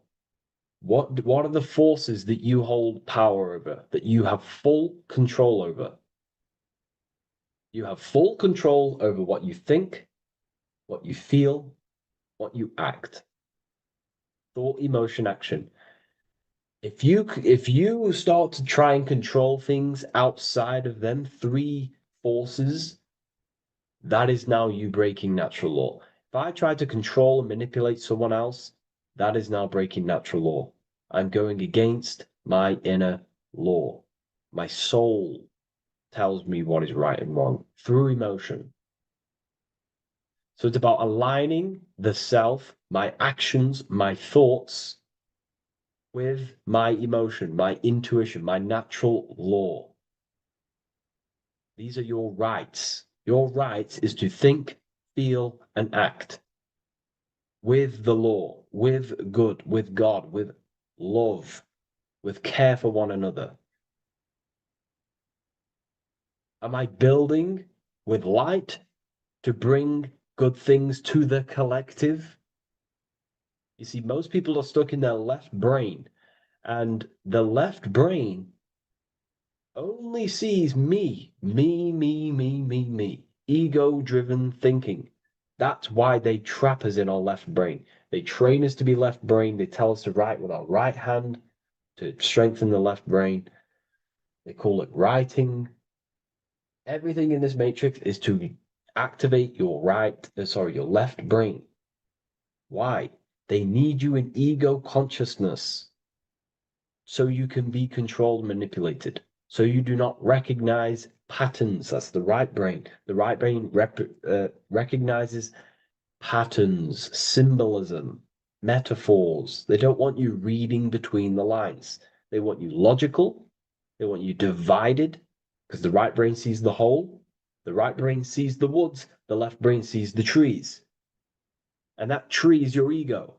And the woods is the collective consciousness. They want you only thinking about you, because that way you are divided from the collective consciousness. And we're all one consciousness family. We're all God. We're all God experiencing himself. And we are all building this world. So it's about aligning the self with my right, with God, with natural law. It's what Freemasonry is about. True Freemasonry, light Freemasonry, not dark Masonry or evil Freemasonry, whatever you want to call it. The crown. royalty. Royalty wear crowns. And what do the royalty have? Again, this is another power symbol. They hold control. Yes, royalty hold control. And that's why this crown is at the top of the image, not at the bottom of the image. It's at the top, representing I control the left, I control the right. I control my left brain and my right brain, the two eagle heads, the two views. The eagle has one eye on each side. It's looking, it's seeing. And that's symbolic of the left and right brain. We see, not physically see, but I mean perceive. We perceive reality with the left brain and we perceive reality with the right brain. And it's about unifying these two brains so we can see and perceive reality from a true lens. Because if we see reality only from the left brain, and a left brain dominated brain, we see everything as divided. But if we see everything from a right brain perspective, we see everything as whole. When everything is in the middle, you need to see reality from the middle. Yes, I have my own personal consciousness, and yes, there is a collective consciousness. So I need to balance between that. I need to see reality between the line, between the left and right brain, and align this worldview, and align my thoughts, align my actions with this. Because if you're left-brained dominated, you're only going to take action on ego. You're only going to take action on me. You're only going to think about me, me, me. But if you're right hemisphere brained, you're only going to take action for the collective, which is, yes, that's good, but you also need to think about yourself. Why did you come here? Your life has a meaning as well. It's not just about the collective, it's about you as well. But we need to balance this. You see? This is what we're looking at. The crown is in the middle, representing the balance, the power over the two. Okay? It's the balance, it's mastery, it's control. Royalty hold control over society, royal families. So it's about controlling the self. It's control over the eagle, control over the sword, over the mind. It's about personal power we're looking at here, self-control. Now we're looking at a upright triangle, which represents the element of fire, which is masculine. Masculine is all to do with action. Action, the physical body. We're looking at fire, which represents spirit or transformation. Fire is a very transformative element. It transforms things. Okay, so we're looking at self-transformation through action. This is what we're looking at here. Fire is a very, very masculine force. A very penetrating and transformative force. So we're looking at transforming the self, not through knowledge, but through action. We have transformed the self, 33rd degree. I've reached the 33rd degree and I have now fully transformed. Now there are higher degrees than 33rd degree, but we're just breaking down the symbol. That's a whole other lecture. But this represents full transformation. 3, another, if you watch my video on numerology, you know 3 is all about what? Transformation. Thoughts, emotions, actions. These are the transformative forces that turn and create reality. Jesus dies and dies and resurrects after 3 days. Transformation from dead to the awakened. Brahma, Vishnu, Shiva. God is threefold. 3, 3, 3, 3, 3, 3. Electricity, magnetism, dielectricity. The 3 forces that pretty much create physical matter. Transformation is 3. So we're looking at transformation through action. Action is a very transformative force. There's no point learning this knowledge if you're not going to act upon the knowledge. A lot of people join the university, they learn a lot, but they leave because they don't want to take the action. They don't want to do the hard part. They don't want to act towards higher consciousness. They want to dwell in their lower mind. That's fine. That's your path. That's their path. But if you truly want to raise your consciousness, you have to act upon it. You have to actively not take the action. It's about what you do and do not do, because not doing something is also an action. If you are not participating in the low-level pleasures like sex, casual sex, masturbation, going out and getting blind drunk. These are low-level pleasures. It's going to keep you on a low-level frequency and a low-level consciousness. That is also an action, not doing that. It's about what you not do as well, which is very important. You have to act upon it to reach this degree. You will not reach this degree if you have not taken a lot of action towards reaching higher consciousness, reaching self-mastery over the mind, controlling the mind. This is what, again, it's about taking action on actually controlling the mind, controlling the self, gaining your power. Okay? Okay. This is another fascinating part about the eagle head and wings. It also represents the past, present, and future. The crown is, again, symbolic of the crown chakra. This is all to do with knowledge. So we're looking at knowledge of the past, the eagle on the left looking behind, and the eagle on the right looking forward. So we're looking at the crown, knowledge of the past and the future.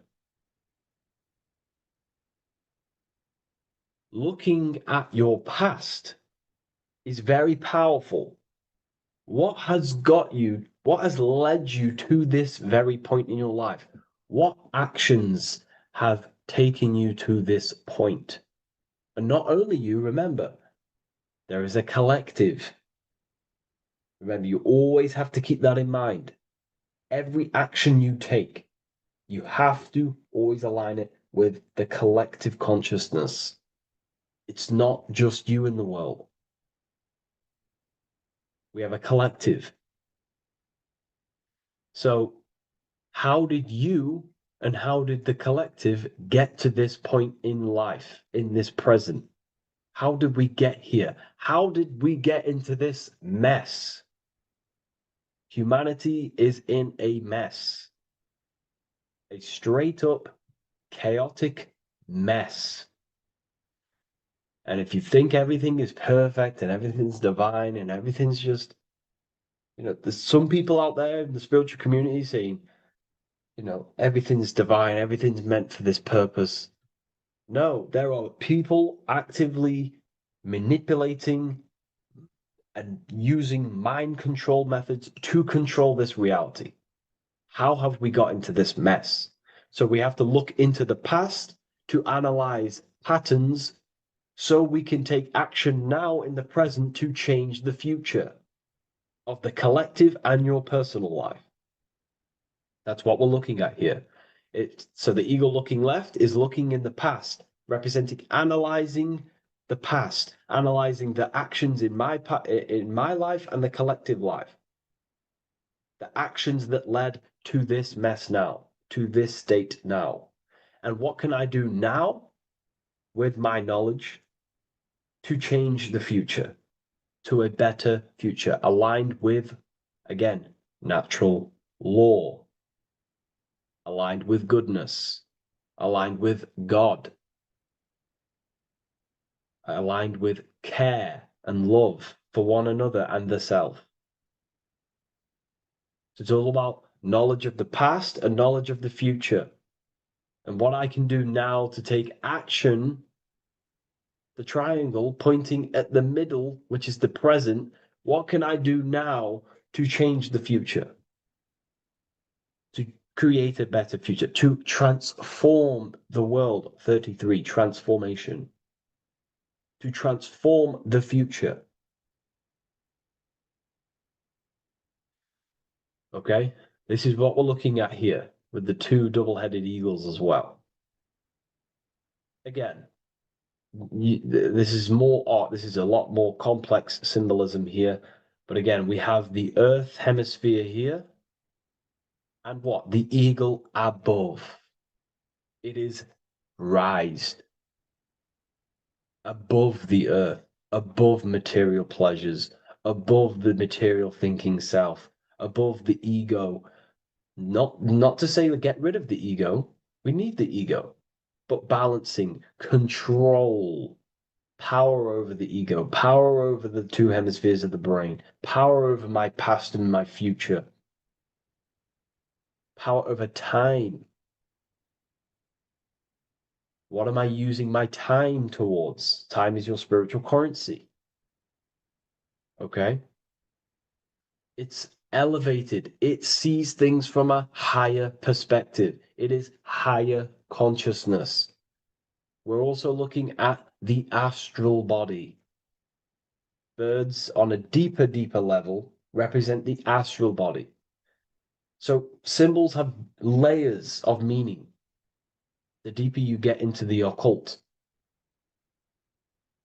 So when you join the first degree, you get, a good interpretation, and the higher degree you go, the more deeper the symbol reveals. As the more deeper you know yourself. So we're looking also at the astral body, the light. What is the light? Light is a massive symbol in Freemasonry. It's knowledge, gnosis. When you're very intelligent, you call someone, they're a bright child. They have enlightenment, light in the mind. Looking at light, a lot of knowledge, a lot of self-knowledge of the self, of the psyche, how I function, what I am, knowledge of the astral body, rising above the earth, astral projection, exploring your true nature, exploring consciousness. This is what we're looking at here.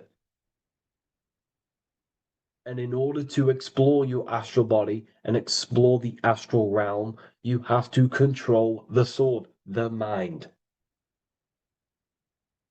And you can then explore. You are free like a bird to fly. This is all symbolic of rising consciousness.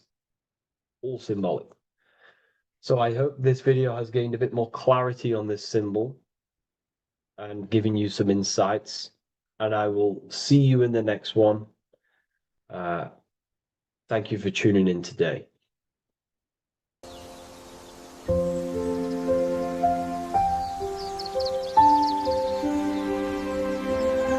bookofwisdom.com. Visit today.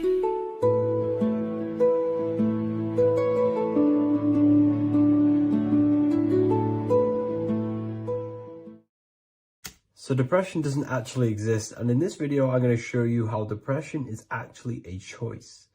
And I'm going to give you some solutions on how to deal with it. And this is probably going to change your life forever just by doing this alone. Okay, so the first thing you need to understand about depression is that it exists in your conscious mind. It exists in your thinking mind. So what is inside your thinking mind? You have your body, your name, your reputation, your trauma, your memories, your family, your worries, your interests, your bills, your passion, dislikes, goals, right? Most people identify their lives with this. They identify their lives with their thinking mind. They think they're their name, their job, their reputation, their memories. But this is not who you actually are. Who you actually are is the observer of that. What happens if you stop thinking? What is left? You're left with unconditioned consciousness. You're left with the self, which is what we refer to as I. We are the consciousness. not the thinking consciousness. You are not these labels. You are not your thoughts. You are not your job, your name, your reputation. Okay? And the reason why I'm telling you this is because it's very important, is that we are something beyond this body, beyond this name, beyond our thoughts. We are the consciousness. So depression exists inside of the thinking mind, the conscious mind. Okay? So if you want to get rid of depression, you must learn how to escape the thinking mind. And not only just escape, but that's step one. In meditation, you do meditations, right? We sit still and we have to learn how to control the mind and turn off the thoughts. And when we turn off the thoughts, depression goes out the window because there's no thought present in your mental field of consciousness to be depressed. Okay? You must understand, who is the one suffering from the negative thoughts? Who is the one suffering? Your mind is not suffering because the mind is producing the thoughts. Your body's not suffering from the negative thoughts. You are suffering. And who is you? You are a soul. You are that feeling. You are that person beyond the thoughts, beyond the feelings, beyond that. You are the one experiencing. You are that. Meditation gives us the ability to turn off the thinking mind. This allows us to escape our thoughts. Okay? And it gives us, over a long period of time after meditation, you'll be able to turn this switch. And this switch will be able to turn off your thoughts. And by doing this, we will be able to control our conscious mind directly by the hand. So when you notice yourself gaining them negative thoughts, we can then turn off the switch of turning off the conscious mind and rising to our authentic self and knowing the thoughts are just illusions. Now, let me tell you something that's very powerful. Most of your thoughts are coming from beliefs. Most of your feelings are coming from beliefs. So if you have a feeling of lack, this is coming from a belief that you don't have much. If you are feeling alone, this is coming from a belief that you are alone. So what we must do is restructure ourselves. We must restructure the subconscious mind. And we do this in many different ways. We can do this with meditation. We can do this with visualization, visualizing our desired reality as if we are living it. We can do this with affirmation. Now, a lot of people think, oh, I'm trying to speak something into existence with affirmation. No, you're not using vibration to try and change reality with what a lot of these new age people will teach you. Vibration, your words will not have much an impact on reality. That's the truth. But what they do have an impact on is reprogramming and recrafting and refining your mind. If you repeat, I am wealthy all day long, your subconscious mind, that word will be lingering inside your subconscious and you will start to mold that into your conscious. You'll start to be consciously thinking about this. Most of your thoughts are coming from your subconscious. So if you want to get rid of depression, you got to figure out the trigger. What are you depressed about? What are you feeling? What are the beliefs that are making you feeling and thinking this way? And that's what you must restructure. You must restructure your subconscious mind through visualization, meditation, and affirmation. You do these all the time. You do these every single day, and you will slowly, if not surely, restructure your subconscious mind. While by doing the practice of meditation, you'll gain the off switch as well. Sometimes depression comes from not living in your authentic self. You're not doing the things that your soul is telling you to do. We all know what we should be doing at all times. I don't care what you have on. We all know we should be doing something. We all know that we have there's a higher aspect of our mind that tells us, oh, we need to be doing this, but I'm actually sat here on my phone. Oh, I shouldn't be eating this, but I'm doing it anyway. There's always that higher voice. And that is the voice that has to be connected to. And when your body's not acting out the voice of the soul, then the soul becomes sadder, and suffers more and more and more. There has to be a connection between the soul, the mind, and the body. They have to work in unison. Okay? So I hope this video helps. with depression, with whatever you're going through mentally.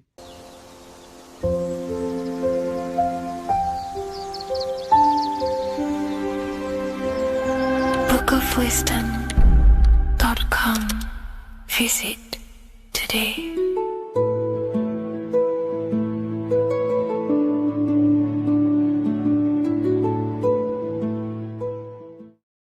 What if I told you the devil is closer than you think, and it's not actually a real person, force, or spiritual entity outside of you, but a being and an aspect of your own mind and psyche? In this video, you will learn exactly what the devil is and the true esoteric meaning of the devil. The first thing we need to understand is that the universe is a mental universe. Look around you. Every action, every building, everything you see around you was begun first as thought in the mind, then manifested. We use the mind to build and shape our reality. The universe, the world, only exists inside of our mind. Therefore, God and the devil exist inside of our own psyche. So first of all, the devil is not a literal being, but a symbol of the lower self. It represents the unmastered, ego-driven part of the human mind, a symbol of destructive thoughts, emotions, behaviors, lives in realms of chaos, fear, hatred, lust, and ignorance. This is why we see the devil as red, because red is the lowest vibrational color on the color spectrum. It also corresponds with the root chakra, which is all to do with survival instincts. Red represents chaotic and intense emotions like hatred and anger. When we are angry, our face turns red. The devil represents our animalistic fundamental needs, our instinctual needs, our survival state of consciousness. We have a survival state of consciousness and a godly state of consciousness. Our godly state of consciousness is creating, not just experiencing in the animal state, but consciously creating reality. This is why we see the devil with a goat head, an animalistic head, and the head is where the brain is. The animal head represents living off instinct, the part of our mind that lives on urges, impulses, and instincts. Eating, sex, power, ego-driven actions, and ego-driven thoughts. Animals are only aware of themselves. Animals live on instinct. They have no ability to consciously create like humans. This is our lower desires for the material world. That's not to say the material world is evil. However, when our consciousness is only seeking material things, this leads us down a path of self-destruction, because nothing material can ever satisfy our soul. Everything material is temporary. Therefore, the devil represents the part of us that seeks only material desires, only material fulfillment, the ways of thinking where we only think about ourselves and ego-driven thoughts. It also represents the unchecked, unconscious self, where we have no mastery over our thoughts, over our emotional impulses, and no mastery over our actions. We're living in instinct and impulsive states, which causes chaos, selflessness, destruction, and keeps us bound to our lower material 3D state of consciousness. It's important to recognize that the word devil was never present in the earliest Gospels. Instead, what was mentioned was a spirit of evil. This distinction is crucial because it underscores that the idea of the devil, as popularly conceived, does not actually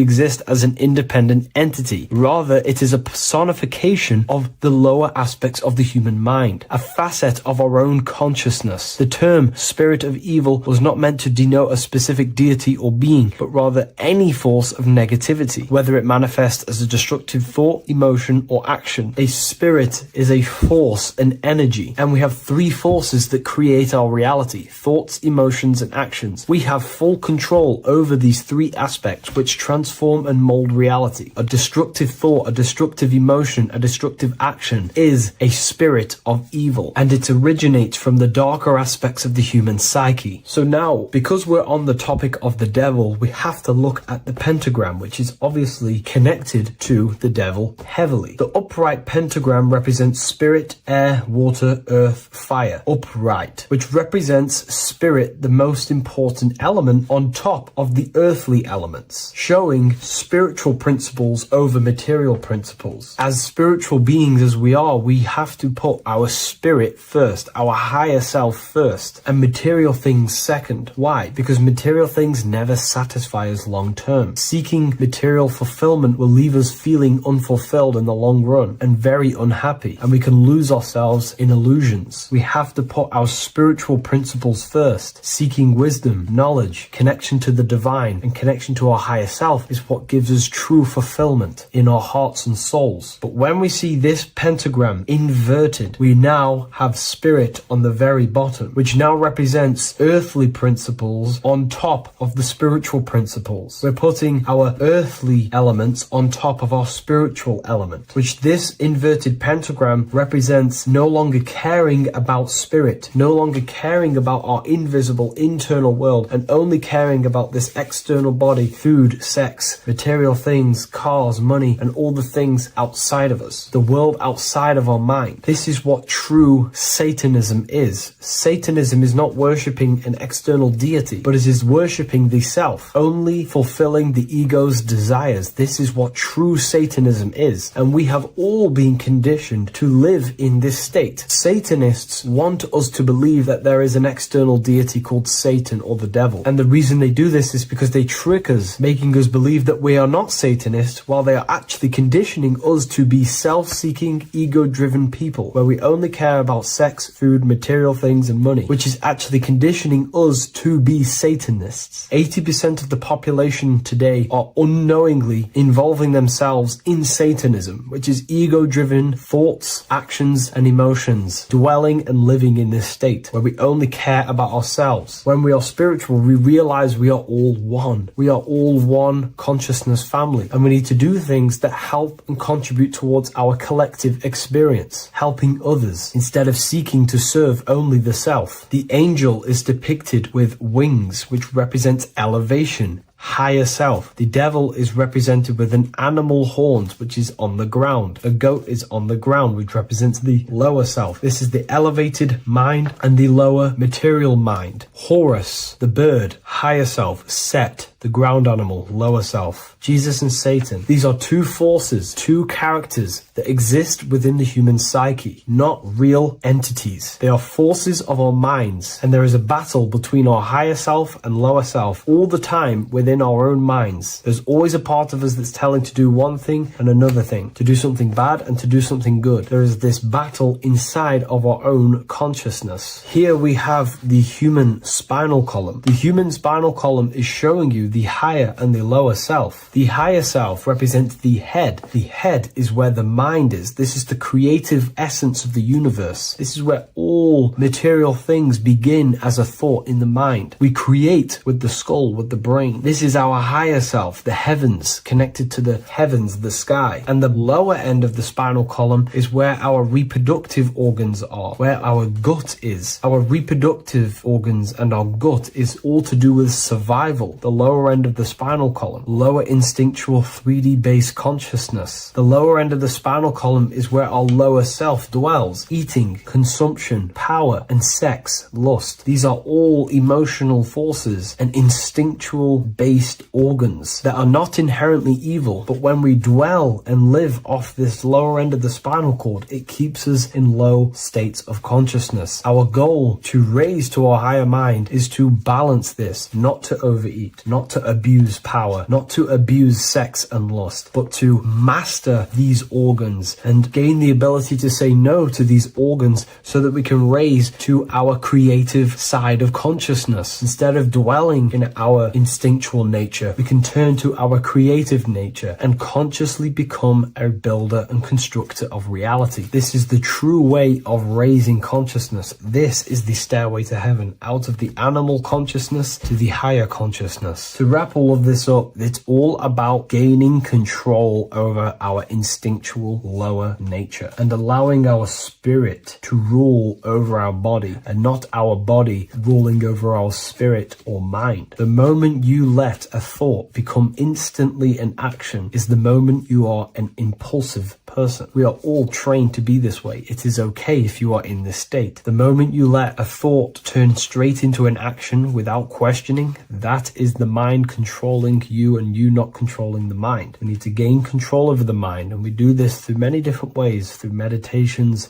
affirmations, and discipline. We slowly gain control over our minds. And once we gain control over our minds, we gain control over our thoughts, and we gain control over the attention that we give certain thoughts. We can then start to uplift our mind, our thoughts, out of our instinctual state to the higher mind. If you wish to learn more about consciousness, I'll leave a link in the description for the Book of Wisdom, Volume 2.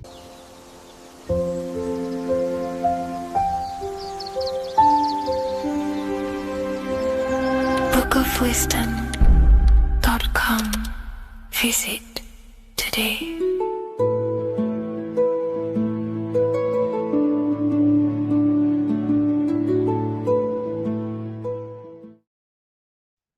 Hello everyone. Today we're going to be discussing the esoteric and occult meaning behind the story inside of Genesis, the story of Adam and Eve. This is a widely known story, but not many people know the true esoteric meaning behind it.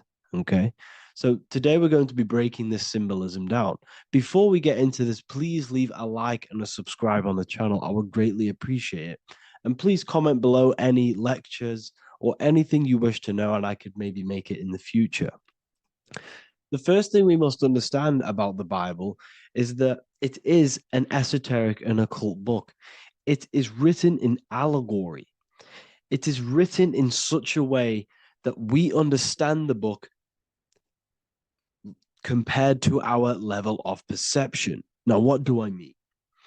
If a child read the Bible, they would gain a standard meaning and story behind it. They would gain a normal interpretation of the book, of being good, praise God, and be a good person. However, me, who have studied the occult and esoteric and symbolism for a very long time, when I read the Bible, I see a deeper meaning. I can read between the lines of the allegories, which means the Bible is written in such a genius way that it speaks to your level of intelligence. Depending on how advanced you are mentally and with knowledge will depend on how you decipher this book and how the parables inside the book can speak to you in your personal life. Okay, so the Bible is the greatest psychological book ever written in history. This is why it's known as the greatest story ever told. It's a story. What we must understand with the Bible is that the Bible creates on the surface a logical way of thinking, which is what we call religion. We read the Bible and if we think logically and we take that book literally, then we gain a religion. But if we look beyond the surface, this is what we call esoteric, metaphorical, symbolic. You can read between the lines using our right hemisphere of the brain in deciphering this book and what it truly means to us and the evolution of our mind, body, and soul. What this book actually reveals between the lines is instructions and stories which teach you how to level up your consciousness, how you can sync the mind, body, and spirit and the soul all together so you can live like a god. This is what the esoteric is. It's the purification of consciousness. Now, when it comes to Adam and Eve, okay, what we must understand is that this is the beginning of creation. This represents the beginning of your life in an esoteric way. This is symbolic for the beginning of your incarnation into this physical world. Okay. And we have Adam, masculine, Eve representing feminine. These are the two masculine and feminine energies which create the whole material universe. Okay. And as we are born with a pure consciousness. We are born with pure consciousness. Well, now, what do I mean? As a baby, we have no knowledge. We are pure essence of the soul. You know, we don't gain the knowledge of good and evil. We are pure. Yes, we're not happy all the time as a baby, and we're not sad all the time, but we have no ego. This is what I mean. Our consciousness is not split. As a baby, you are whole. You have a whole consciousness. You are yourself. You have no false identifications, no limiting belief systems, nothing. You are pure awareness and the pure soul and the pure mind. Now, this is what Genesis is representing. As we grow older, the more experiences we gain, the more thoughts we start to think, the more knowledge we gain of this world, the more impure our mind, our heart, our soul, our spirit becomes, the more impure our body becomes. As we grow older, we're infected with negative beliefs, negative thoughts, and society norms. This is a big one. As we grow older, we are molded by society. We shut off areas of ourself and we push them away so that we fit in with society. We all know this. We all did this in school. We pushed away parts of ourselves to act cool or to fit in, whatever it may be. Whatever type of person you were in school, we all went through this because society and culture is programmed. So as we grow older, our consciousness splits. We gain a persona, an ego, and we gain a shadow self, the subconscious, and we gain an ego. Now, the ego is what you show to people. It's that character that you show, that you put on to your culture, to your family, to your friends. This is a false identification. And we also gain a shadow self. The shadow self is gained through experience. This is the subconscious. Our ego is created through experience. And so is the subconscious and the shadow self. Okay. So as we gain age in this material body, we fall from the Garden of Eden. We gain the knowledge of good and evil. This is what the symbolism represents of us leaving the garden, us eating from the fruit. Now, the fruit represents the knowledge, it represents the insight, the experience, which splits our pure consciousness. Our soul splits. Okay? We lose connection with the divine. We lose connection with our pure self through material experiences. We may lose ourselves in material experiences. We may lose ourselves in lust and material gain, wealth, and all of these lovely things that the material world offers. We lose ourselves in this. Okay? And not only that, there's another symbolic thing that we're missing with being a child. There's another symbolic meaning behind this tree in this story of Adam and Eve. And this is sexual energy. Okay? As we are a baby, we have no ability to create another human life. We have no sexual urges. We have no desire for the material things as a baby. Nothing. As we grow older, our sexual energy cultivates around the age of, it's like 10, maybe earlier for some people or later for some people. This is what we call puberty, when our sexual energy activates. This is when the masculine and feminine energies are present within the body. And we are now given the ability to create human life. We're now given the ability to bring in a soul into the material world. Now, this is what we believe and know in the esoteric world. That is what sex is. You're bringing a soul from the astral into the physical. Okay? So as you grow older, you gain this ability to use the power of creation. You gain this force within you that allows you to open a portal in the astral and bring in a soul to the material. Now, this power can be misused. This power is very powerful and should not be misused. In occult and esoteric teachings, we teach and learn sexual transmutation, how we transmute sexual energy into different areas of our life so we can grow and create, because sexual energy is creative energy. It creates a whole new human being. So if we retain it, we can transmute it into creativity. So this energy is kind of corrupting us as well. And now I'm not saying growing up is evil, all this thing is evil. This is a natural cycle that we must go through. The soul of us must go through this cycle so that we learn, so that we overcome it, so that we gain mastery over ourselves, so that we expand ourselves. I recommend you watch the Evolution of Consciousness lecture that I did on my YouTube. An amazing lecture. Talks about the evolution of consciousness and how we're on a never-ending cycle of life and death and expansion. So leaving the Garden of Eden is symbolic.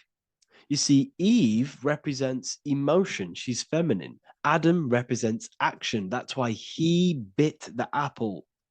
You see, Eve takes the apple and tempts Adam because she's the emotion. She's the sexual desire. And Adam eats it. He releases. He misuses the power of his creation. He misuses his consciousness because of material illusions and material desires. This is natural, okay? As we grow older in this life, our soul has to experience sin. We have to experience negativity. We have to experience evil, okay? And we have to misuse this power within us to learn about it so we can overcome it and gain control over it. Now, this is why the Bible says in Genesis 3:6, "For God doth know that in the day ye eat thereof, then your eyes shall be opened. Ye shall be as gods, knowing good and evil." This is very, very, very symbolic.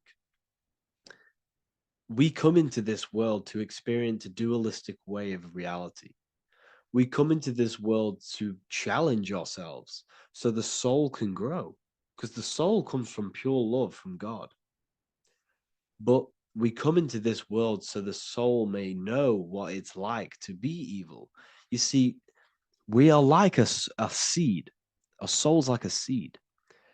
And when that seed grows, okay, and it's planted, them roots must grow to hell in order for the top of the tree and the roots to grow to heaven. In order for the soul to reach the highest states, it must descend down into the lowest states. Good and evil. This is the story of good and evil, okay? And this is the story, a psychological story of how the human mind has functioned in this life. This is what this story is representing, of how our soul and mind is functioning, how our consciousness is splitting and growing up and evoluting. Okay. Like I said, snakes represent sexual energy. They represent, snake, when you've been snaked. This is why we say you've been snaked, because it represents a temptation of sexual energy. This is why the Kundalini is symbolized as a snake. This is the serpent within us that we can rise to activate dormant brain cells in our brain. Now that's called the Kundalini awakening. I'm not going to get into that into this video, but this is what it symbolizes, the tree and the knowledge of good and evil, because our body is the tree. Our central nervous system is the tree. The snake is our sexual urges and this false temptation that tempts us to interact with sin, the material world, okay, and go against our higher divine self. This is what it represents. Now, it's very, very symbolic. Not everyone is going to agree with this, but this is my interpretation of Genesis based on my research of occultism, symbolism, metaphors, and me studying the Bible. This is my interpretation, and I hope it resonates with you. It might not resonate with you, but this is what makes sense to me, and this is what has made sense to many other occult researchers who are in this space as well. Okay. So please leave a like, leave a comment, leave a subscribe. I'd greatly appreciate if you could, just give me some support on this channel. We're nearly at 100,000 subscribers, which is insane. I just want to say thank you all. And yeah, I will see you inside the university. If you join, I'll look forward to mentoring you, connecting with you on the live calls. There's a new symbolism course, which is going to be available very, very soon. And yeah, if you join the university, you also get a 30% discount on all of my products, astrology readings, one-on-one calls, all of my books. Yeah, so I hope you gain some insight on this video, and I'll see you in the next video, and I'll see you inside the university. Have an amazing day.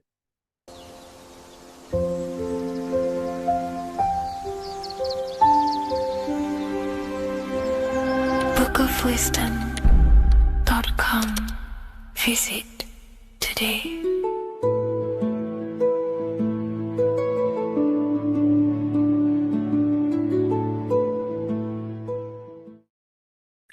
What if I told you that reincarnation is real and that there is a metaphysical, spiritual science behind this? Most people leave this world just as lost when they entered it. That they carry their fears, attachments, and addictions with them, only to be born again, trapped in the same cycle, repeating the patterns of lifetime after lifetime. This lecture is not just about preparing for death. It's about mastering yourself before death, so you don't take them burdens with you. Because the truth is, whatever addictions, fears, and unresolved emotions you cling to in this life, you carry with you into the next. Unless you break free now. You must master yourself before death. Death is not the end. It is the great passage. But how we transition depends on our mastery of the self. This was symbolized by the Ouroboros, the snake biting its tail. Every ending is a new beginning. It's an infinite cycle of consciousness. Now, your human body is basically an antenna tapped in to a stream of consciousness. Just like a radio is tapped into a specific frequency to play that radio. Your body is basically an antenna, a crystal picking up the consciousness of God. You are on an ever-ending journey, a journey of learning and expansion of the mind into new fields of thought. This was symbolized as the Ouroboros. When you die, it is a new beginning. It's a transitioning, not an ending. Everything is eternal in this universe, as consciousness is formless and constantly transforms into new forms of life.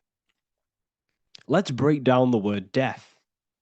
Death contains the word ether. Now, the ether can be found in the word heart or earth. Ether. Everything in this plane comes from the etheric plane. The etheric plane is the barrier between the physical plane and the spiritual plane, the astral plane. The astral plane is the screen that you have in your mind that allows you to imagine a red apple, for example. This is the imaginative plane where thought forms start to take form. Everything begins as a thought, then the thought form becomes an imagination, then energy, then physical. Everything in the physical plane is a shadow of thought. All objects manifested as thought. You came from the astral. You came from the stars. This is why we say reach for the stars. Or this is why you say you are a star. Cis star, miss star, fraud star, stir is star. And when you become famous, you become a superstar and you gain a star on the Hollywood floor. You are a star. The ether. The ether is the infinite energy source which all things come out of and return back to. This is the cycle of life and death, summer and winter, day and night, sleep and awake. The ether is the infinite energy source which all things come from and will return back to. Okay, sorry about that little error. The ether is the boundless source of energy from which all things emerge, to which all things return to. We can see this in the cycle of the sun. The sun does this wave of creation. It rises and it falls. We have the day and the night. The daytime represents our conscious mind when we are alert. The nighttime represents our subconscious mind when we are inside the spiritual realms. The nighttime is spirit, the daytime is matter, spirit and matter. Awake and asleep, conscious and subconscious. We see this in the yearly cycle. Summer is life, winter is death. Spring is the morning, summer is midday, autumn is evening, winter is the night. Everything is a macro and a micro cycle of being born out of the ether and returning back from life and death. Life and death is manifested within the cycles of the sun and everything outside of you, as within, so without. This is why we say sleep is the cousin of death. The macrocosm is death, the microcosm is sleep. Every time you go to sleep, you are essentially it's a miniature death. You're entering into spirit and then returning back into matter in the morning when the sun rises. Everything is a reflection of the macrocosm cycles. Preparation for death. The first thing we must do in order to prepare for death, for life after death, in order to stop being reincarnated in this cycle of materialism, in order to progress as a soul, because remember, you are a soul in a body. Just like the sun gives power and life to the earth, your soul gives power and life to your body. When you say I, you're referring to the soul. And your soul can be stuck underneath layers of false identifications. Who you believe yourself to be is merely a collection of subconscious programs running within your mind. Now that's very deep. That is very, very deep. Who you think you are is a part of your thinking mind. Your name, your job, your reputation, your family, your friends. These things are not you. They're all aspects of the thinking mind. What happens if you meditate and you turn off the mind? Then all these things do not exist. You're left with the pure soul, the pure awareness, the pure observation. If you turn off the thinking mind, you're no longer your body, you're no longer your reputation, you're no longer your friends, you're no longer your job and your labels. You are the soul. That's the true you, the observation of the mind, not the thinking mind. The ego is the echo. It's an echo of your true self. The ego is your mind's perception of itself, shaped by experiences, trauma, emotions, and beliefs. It is merely an echo of your true soul self. The ego is not you. Your mind is not you. You are the soul. And this is the true self that we must express within our life and we must connect with before we die. Because when we die under the echo, under these false layers of the emotions, the traumas, the experiences, the addictions, the emotional attachments, when we die underneath all of this, when we don't know our true self, the soul is still hidden. The true you is hidden underneath these layers of false identification. We must remove these layers of false identifications. We must remove them. We must destroy the echo. Remember, the ego, you never had an ego when you were a child. When you were a child, you were pure. You didn't show off things. When you were a child, you were pure. You expressed yourself freely you didn't hide anything. You didn't hide any aspect of yourself. You didn't suppress any aspect of yourself to fit in as a child, as a baby. Because the ego was not here when you came here. The ego grows with experience. The ego is a false perception of yourself while being incarnated in this material world. It's your mind's perception of itself and it's created through your experience. Remember, you are unconditioned consciousness, and your experiences, thoughts, traumas, emotions, and beliefs have conditioned your consciousness into believing you're only a physical body, but you are the soul. We have to remove these layers. How do we remove these layers? Like I said, the best thing, meditation. Meditation. There is a great meditation that you can do every single morning and every single nighttime. You can sit there and repeat over and over before you meditate. You can repeat that you are not this, you are not that, you are not this. You can label them one by one. Start with, I am not my body, I am not my job, I am not my name, and then detach from absolutely everything until you are left with nothingness. And when you start to meditate, detach from everything. Nothing matters. I am here right now. And what will be left? The only thing that will be left is the language that your mind is using. Now, this is very deep. Not many people will tell you this, but I've lingered in meditation many times. And I can tell you from experience that the only thing left once you detach from everything is the language that your mind is attached to. So whether that's English, Italian, French. Once you detach the language of the mind that that little voice in your head's using, you're left with the soul. Once the mind is switched off, you're left with the soul, and you have detached from all of these external things. You're left with the soul. That's you. That's the power. That's the source of all creation, where everything you've ever done has come from. Every thought, every idea has come from your soul.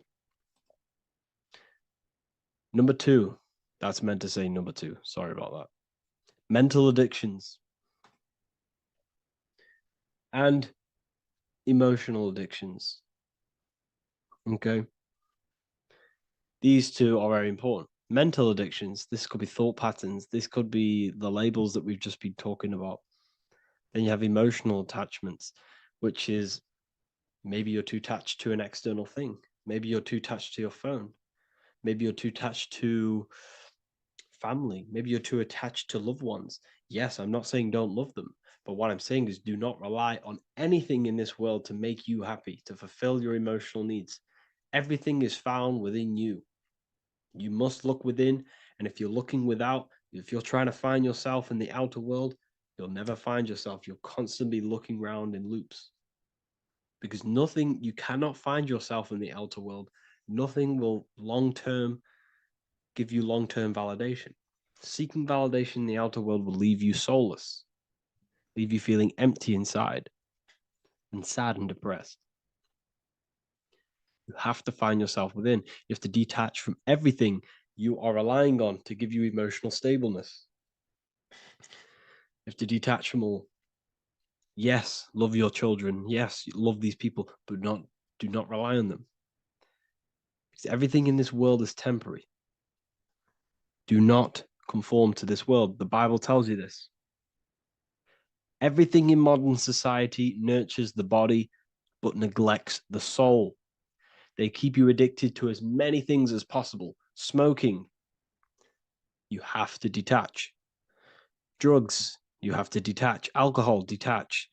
You cannot rely on anything. This is why this path is very, very difficult to walk. But I'm showing you the way. These are the things you must do before death. You have to detach from absolutely everything.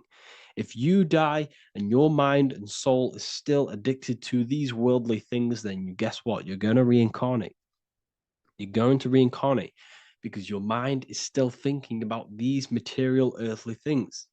And if you are operating in that vibration, you're going to project that vibration and come back here. You have to detach. You have to master the soul and master the mind. Like I said, the matrix is designed to keep you addicted to as many things as possible. Your phone, food, smoking, drugs, alcohol, clubbing, all of these things. Everything in society is made to trap your soul and reincarnate in this world. That's why it's very, very, very difficult to walk this path. Very difficult. Matrix, matter tricks. John 2:15 to 17. Do not love this world, nor the things it offers you. For when you love the world, you will lose God. Do not love this world, nor the things it offers you. Do not conform to the pattern of this world, but be transformed by the renewing of your mind. Great quote.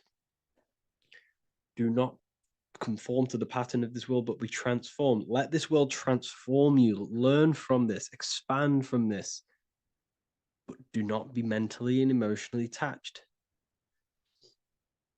Okay? What good will it be for someone to gain the whole world yet forfeit their soul? Like I said, everything in the Bible is telling you the truth.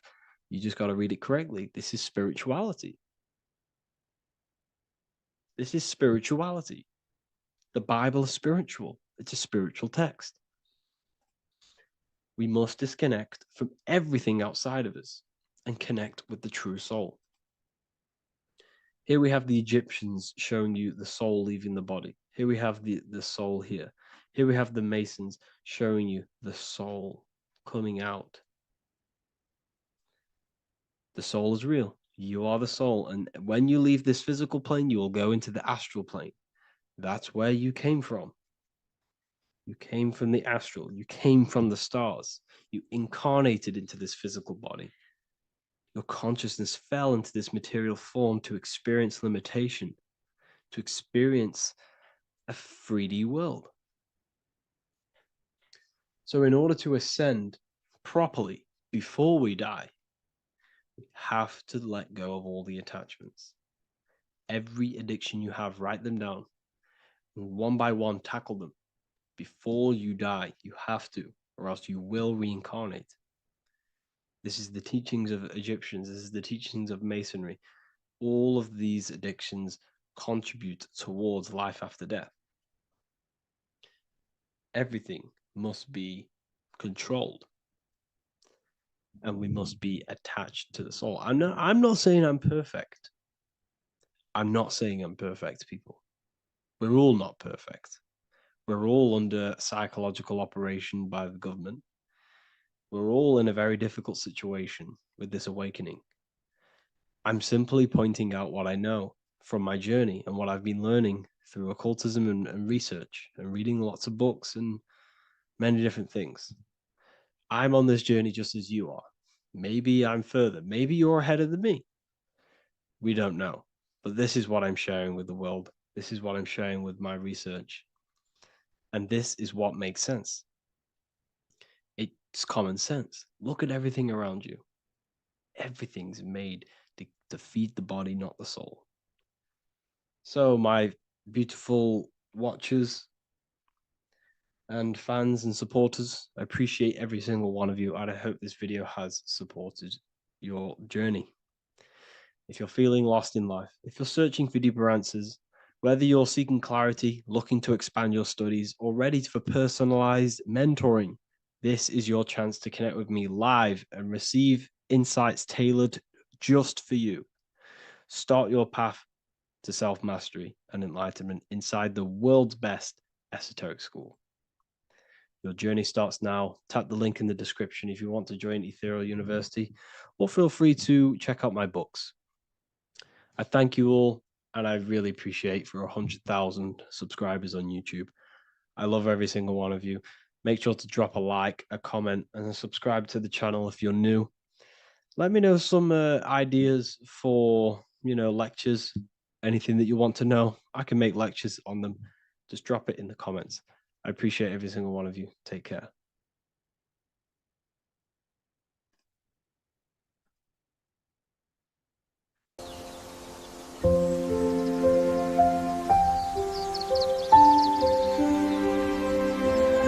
bookofwisdom.com. Visit today.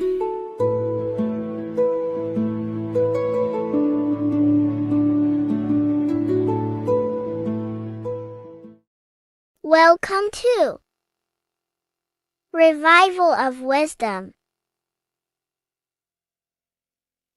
Welcome people, we're back with another video, and this video is about Freemasonry and their connection to the Illuminati. Please, as always, to make sure to hit that like and the subscribe button and turn on the notifications to never miss a video.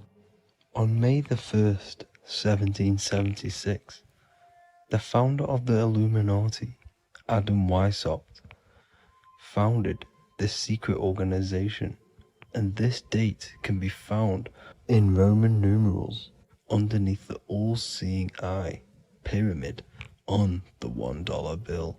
This $1 bill also says Anu Coptus Novus Ordo Secularum.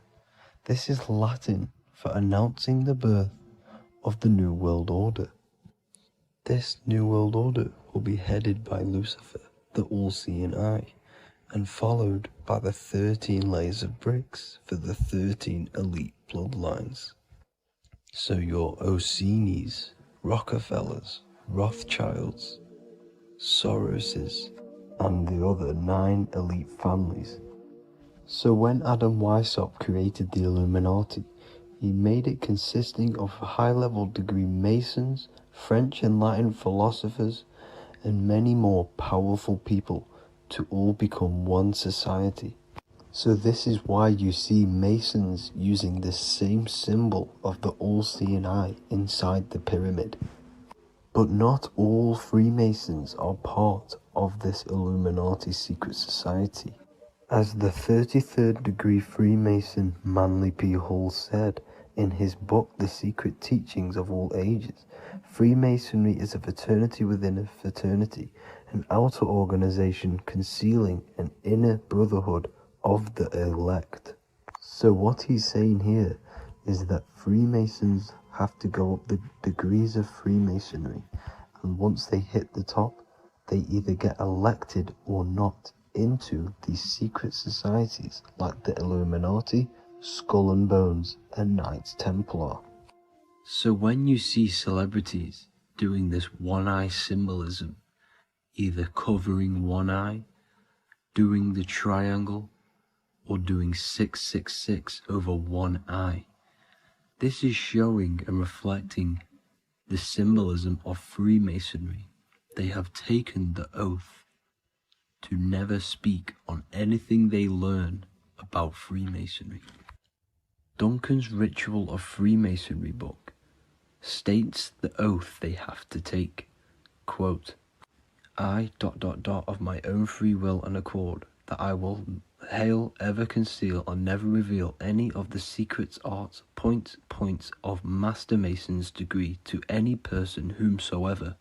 All this most solemnly, sincerely promise and swear.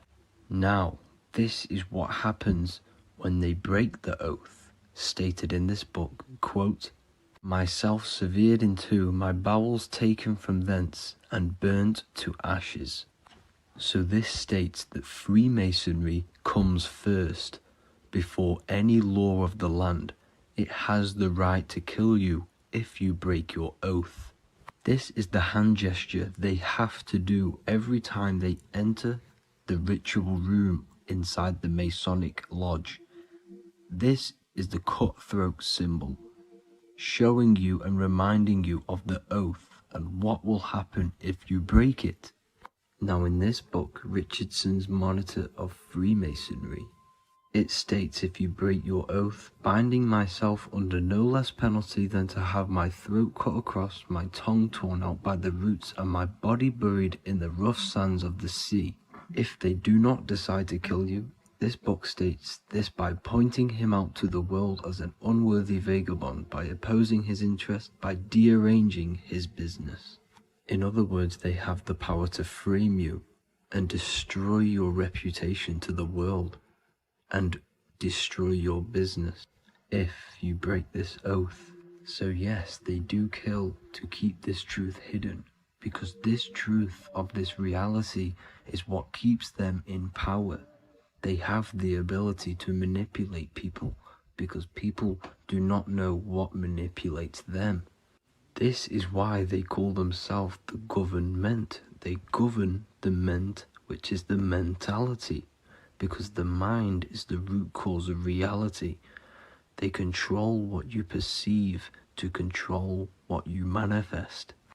By knowing the truth, you are set free, and you no longer need no controller above you. So this is why they are willing to kill and do whatever it takes to keep the truth concealed within these high-level degrees of masonry and these secret societies. However, going back to Manly P. Hall's book, it states, part of the symbols are displayed here to the initiate, but he is intentionally misled by false interpretations. So this is saying even Freemasons are intentionally misled and told lies to conceal the truth, to make sure the truth is hidden in the high degrees of masonry. So that's it for this video, guys. Thank you all for tapping in. Please leave a like and a subscribe. God bless.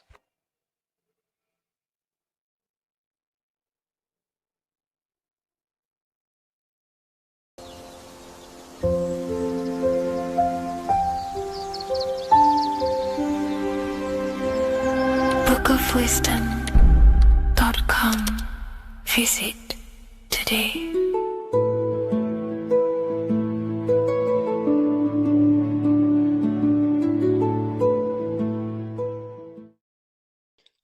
What if I told you you don't have one body? You in fact have four. There's a secret hidden right in front of you, and most of you overlook it. And by learning these teachings today, this will change your perspective on life, on yourself, and completely change the conception of yourself. This is the key to your highest potential.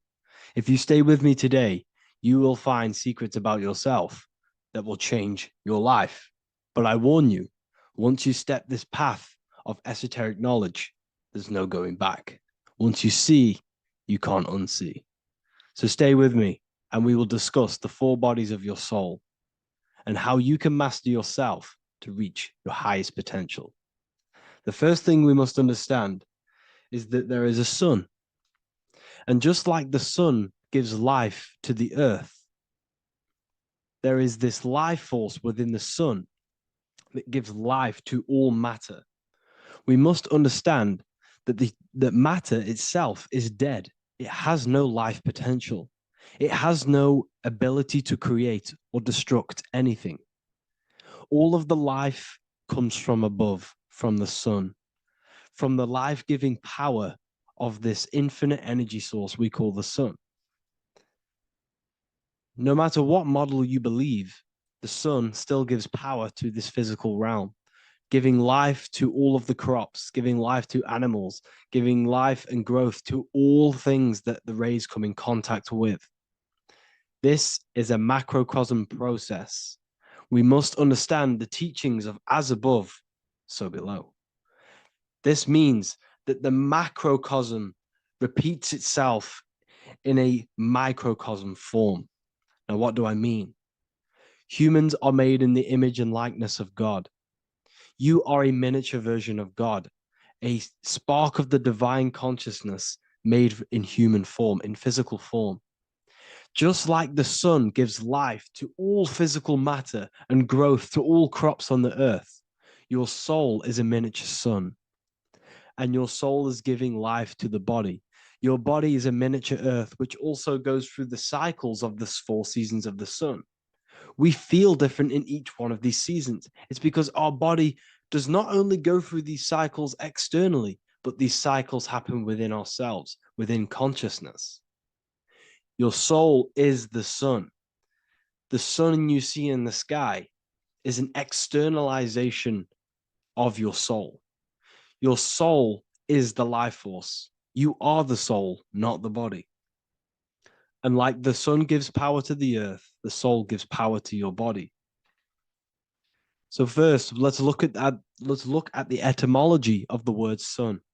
The word sun comes from it's a Latin word solis or sol, which means the sun. Sol then became soul, sun, soul.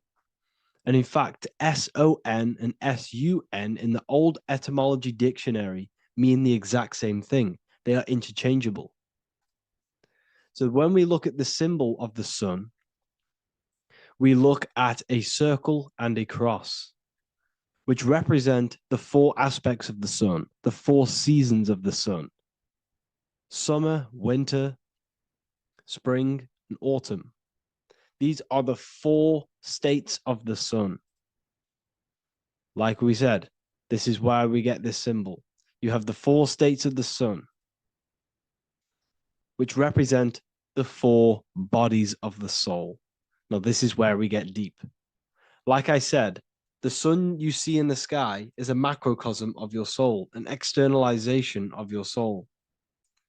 Just like your sun has four seasons, the four seasons within us are the four bodies. Our soul is incarnated and split into four sections. We have a mind, we have a physical body, emotions, and spirit. These are all interchangeable and they are all linked. In ancient alchemy, we have the exact same symbolism of the four stages of alchemy. But in this case, they're symbolized as the four elements: earth, water, air, fire. In this ancient alchemical symbol, we have the pentagram with the top one representing the soul, ether. Our soul then has the four bodies with the human here. We have the man, the eagle, the bull, and the lion. We see this on the tarot card, the Wheel of Fortune. The man, the eagle, the bull, the lion. We see this in Matthew, Mark, Luke, and John.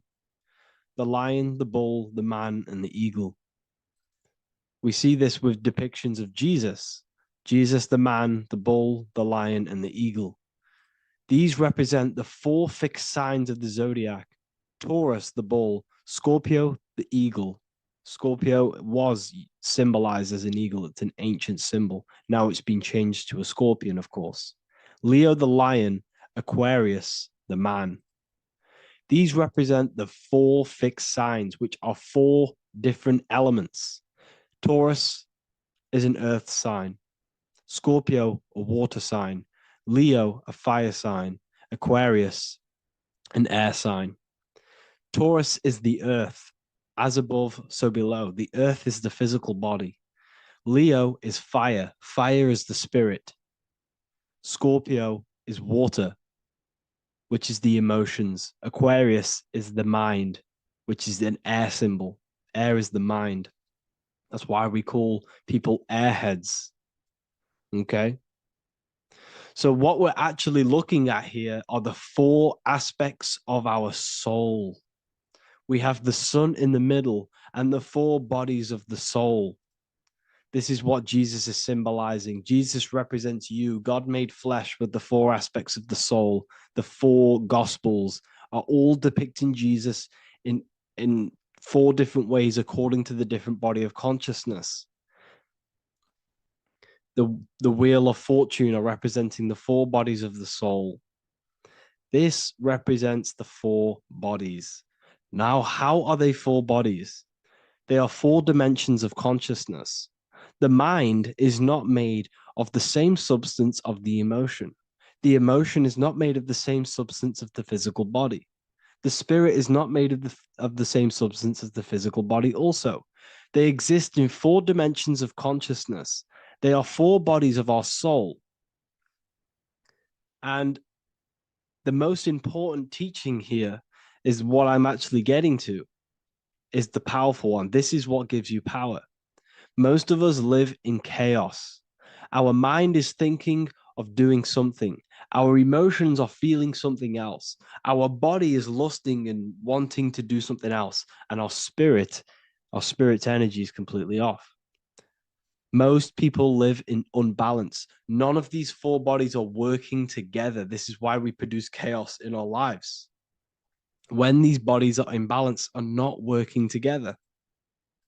So in alchemy, they symbolize the four elements, which are the four bodies of consciousness. These are the furnaces with the fire. They represent transmutation of each body. We have to sync these bodies. We have to sync the mind with our emotions, and our emotions with our actions, the physical body, and with our spirit. These four key bodies need to be in line in order for us to create consciously in our life. Because each one of us is a creator, a miniature version of God, creating our own earth, creating our own material reality. And in order for us to create consciously and with effect and power, we must have these bodies unified so that we can create consciously and not create chaos. So this is very, very important. And this is a secret teaching found in all ancient societies. But this is what the hidden symbolism of astrology actually is. The sun is our soul, and the 12 zodiacs are 12 aspects of our soul. And we have the 4 aspects of the 4 main bodies. This is what we're looking at. We're not looking at the sky. We're actually looking at aspects of ourselves, aspects of our soul that we must master and transmute in order to become our highest potential. So I hope this makes sense. And it may take a while for you to fully understand this, but the key knowledge in order for you to understand any of these teachings that I've gone through today is the major teaching of as above, so below. What is above is below. What is within is without. Your inner reality projects the outer reality. What is inside of you is outside of you in some form or way. Whatever trees, whatever roots that go down will always shoot up. When you throw a bouncing ball, you shoot it down, it will go up. As above, so below. As within, so without. God did not make a creation separate from himself. We are all extensions of the divine made in physical form. And we are incarnated into 4 sections. Our soul is separated into 4 sections. These are the 4 corners of reality. These are the 4 pillars of reality that we must control. So in order to access our soul in meditation, we must turn off these 4 things. Turn off the mind, the emotion, the spirit, and the body. And then we access the soul. So I hope this video helps today. And you can learn all about this in the Book of Wisdom, Volume 2. This book is a revolution in consciousness. I do not recommend everyone reads this book. This book is only for people who are serious and want to transform their lives. This book is a book that will change the scope you see reality. It will change your perspective on yourself because you will resonate with this. This book does not just give you information. It gives you a sense of well-being. It gives you truth, and you will find your power from this information. This information is not just information, it's a key to your path of enlightenment and transformation. So you can find this book in the description of this video. And if you are part of the university, I will see you on the live calls. Thank you, everyone. Please leave a like, subscribe, and a comment, and let me know whatever videos you want me to make next. Anything that you fail to understand or have any confusion with, I can make a video on it. So let me know in the comment section any reviews or anything I should do. Thank you all, people. Have a great day.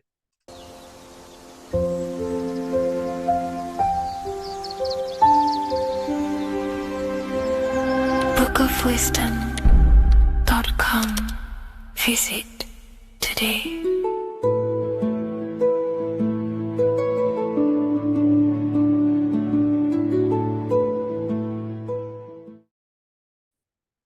What if I told you that you are under a spell, and this spell is controlling you in every aspect of your life, and you don't even realize it? Spells are not what you've been taught. They're not fantasy magic wands that are casted over you. No, no, no. Spells are much, much deeper. A spell is a belief system that is installed into your subconscious mind, which holds power over you. Okay? If I install a belief into your mind and that belief holds power over you and controls you, that is you under my spell. A spell is a belief that someone has installed into you. Okay? You have a subconscious mind. The subconscious holds power over 90% of your daily basis behavior, thought patterns, and overall emotional state. Because the subconscious is the back end of our mind, the mind that we don't really have access to. It's the shadow self where all of our programs, all of our memories, all of our traumas, all of our everything that we've ever experienced is recorded and kept in this vast database called the subconscious. Now, the subconscious is the 90% of our mind. We are only aware of 10% of our mind, which is the conscious mind, which is what you're using now, what you're consciously aware of. But there is a subconscious mind that holds power over your conscious decisions, and you don't even realize it. For example, as a child, you had a very, very traumatic event happen. Let's say as a child, you were not loved enough by your parents. And this feeling of you not being enough for your parents and feeling alone as a child implanted this seed. And this seed was planted by your emotions, a strong emotion. And over time, as you grew older into an adult, this seed grew and grew and grew. And what this seed grew into is you being very needy, you always seeking validation from others. Okay. But you taking this conscious decision 10 years down the line actually stems from this hidden cause within your subconscious mind, within this little feeling, this seed inside your subconscious where you don't feel like you are worthy. So this results in a conscious decision of you seeking validation from others, being very needy from others. Okay. This is what the subconscious is. The subconscious holds power over us. For example, posting on social media. Why are you actually posting on social media? If you take a selfie with your new watch, new car, and you go and post that onto your social media, why are you actually doing that? On the deepest root cause, it's not because you just want to post a picture. No, it's much deeper. It comes from a subconscious belief or a subconscious emotion of you seeking external validation, whether you believe that or not. But that's what it is. If you're posting on social media, you're seeking attention, you're seeking validation from others on a deep level, on a subconscious level. You may not even realize this because it's subconscious. Now, this is what a spell is. Money is a type of spell. Remember, money doesn't actually exist. Money does not exist. Money is a physical object inside of the material plane.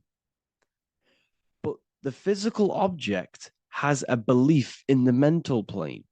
See, the mind is the highest plane. This is the root cause of reality, the mental plane. Okay? So our belief in our mind has given this piece of paper value and a meaning. But in reality, it's just a piece of paper with a belief behind it. But this subconscious belief behind this piece of paper is controlling your daily basis behavior, is controlling your emotional state and controlling your life without you even realizing it. Without you even realizing that it's all an illusion. Money does not exist. It's the belief that gives the piece of paper a power. And the way we break the spell is by realizing that the money doesn't actually exist. The whole world is under the spell of money, and it's controlling all of us. But the spell is the belief. Once we all wake up and realize money has no value, it doesn't actually exist, it's only a belief. There is no actual money. That's how we break the spell. The spell is broken when we figure out that we are under the spell, under the belief, under the illusion of this piece of paper having value, and it's controlling our lives. That's why the word money has Mon within it. Mon is moon, and the moon represents our hidden aspect of our mind, our subconscious, and the sun represents our conscious mind.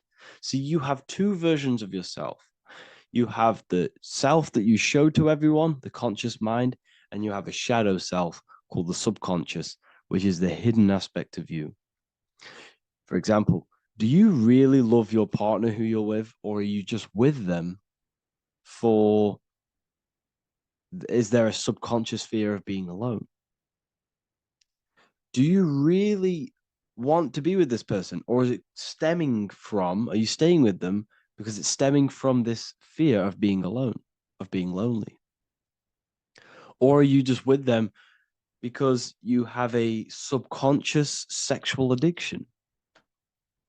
And all of your conscious decisions are actually coming from this little seed of wanting sex or not being alone.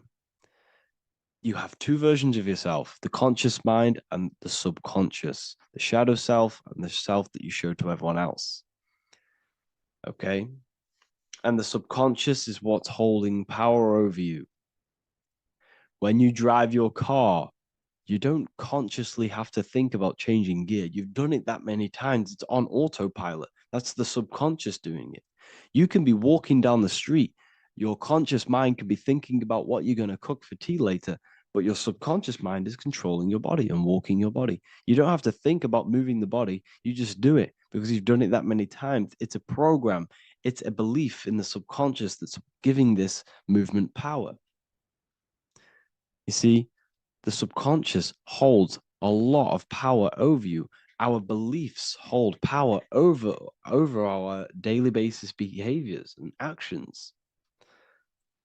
Okay, like I said, posting on social media, this is seeking external validation. There's a subconscious stem, there's a subconscious urge bringing this desire into conscious reality. So we must break the spell of our emotions controlling us, our traumas from a child controlling us. For example, another example of this, let's say you were in a car crash years ago, and this car crash led you to having a very traumatic event, very traumatic emotion you felt in that car crash. You felt a lot of pain.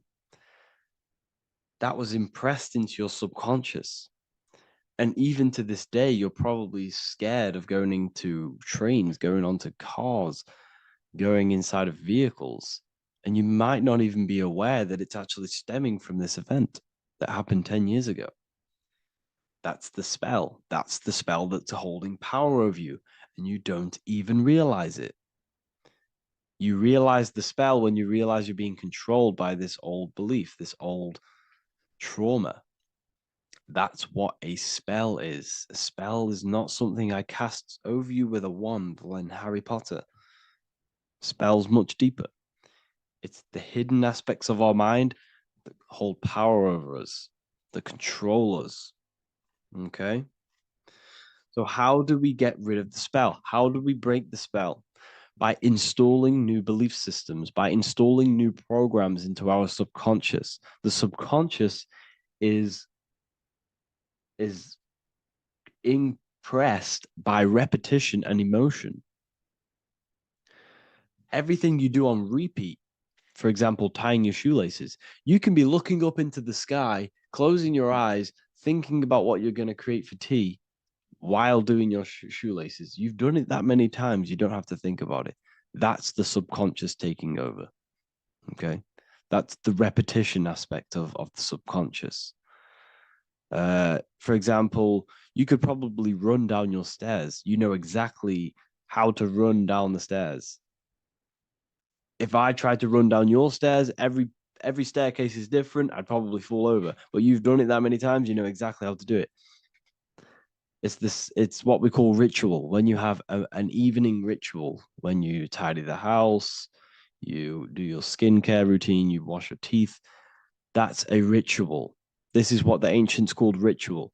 When we do rituals, we're trying to implant something into our subconscious to either remove an old program, an old seed that is controlling us, for a new one that's going to grow into new light, into a new reality. So you can implant messages, implant new programs into our subconscious, which will then grow into a new reality. Okay? Because if I tell you something over and over and over again every single day, for example, if I say, you do what I say every single day I repeat this statement into your ears, about a month or 2 months in, you're going to start to believe in that statement and you're going to start to be under my spell. You're going to start to do everything that I say. So this is what spells are. Spells are subconscious beliefs that hold power over you, and you don't even realize it. So we need to remove these old programs we have that are controlling us for new programs. And we do that through ritual, affirmation, and imagination. Repetition and emotion is key to impressing the subconscious. They are the two ways that spells are created, that programs are created. The subconscious only knows the now, and it only knows you. So every word you say is a spell. So when you call someone else a name, you're calling yourself a name, because your subconscious takes everything you say as truth, because it only knows you. It doesn't know anyone else.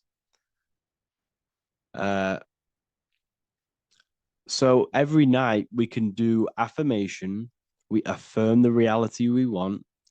This is what we call a ritual. We sit down or we stand up, whatever it is, you affirm the reality you are, I am statements. And then you imagine that reality. And you do this over and over again, every day, twice a day, 3 times a day, however many times. And this will cause repetition. This will install a new belief system into your subconscious, which will then start to show in your external reality. It will start to put you under a spell of the new program. For example, if I install into my subconscious that I believe that I am rich, every single night I affirmate that I am rich, I am wealthy, I am free. And then I do a ritual. I start to imagine this reality. Every single night, I do these 2 things on repetition, and I start to feel the reality and imagine the reality. Over time, I'm going to start to believe that I am rich, that I am free, and I am wealthy without having the physical reality. And what this will do is that it'll implant a message deep within your subconscious mind. It will plant the seed of this belief. And this belief over time will grow into 90% of my thoughts, 90% of my actions, 90% of my words. My words, my thinking will change due to this new belief. I may not even realize it, but I'm looking for more opportunities to make money. I'm speaking to more people because of this belief that I've installed. This belief has triggered new ways of thinking. My mind, my conscious mind, is now only operating to fulfill this belief. And my conscious mind might not even be aware of it. You won't even realize that you're manifesting this belief of being rich. And that's how it happens. You implant the belief within your subconscious. You implant the spell into your subconscious, which will then gain control over you. So we need to make sure we're removing the negative spells, the negative programs that are controlling us, for new regenerated ones, for new ones that are going to create new realities, a better life. Okay?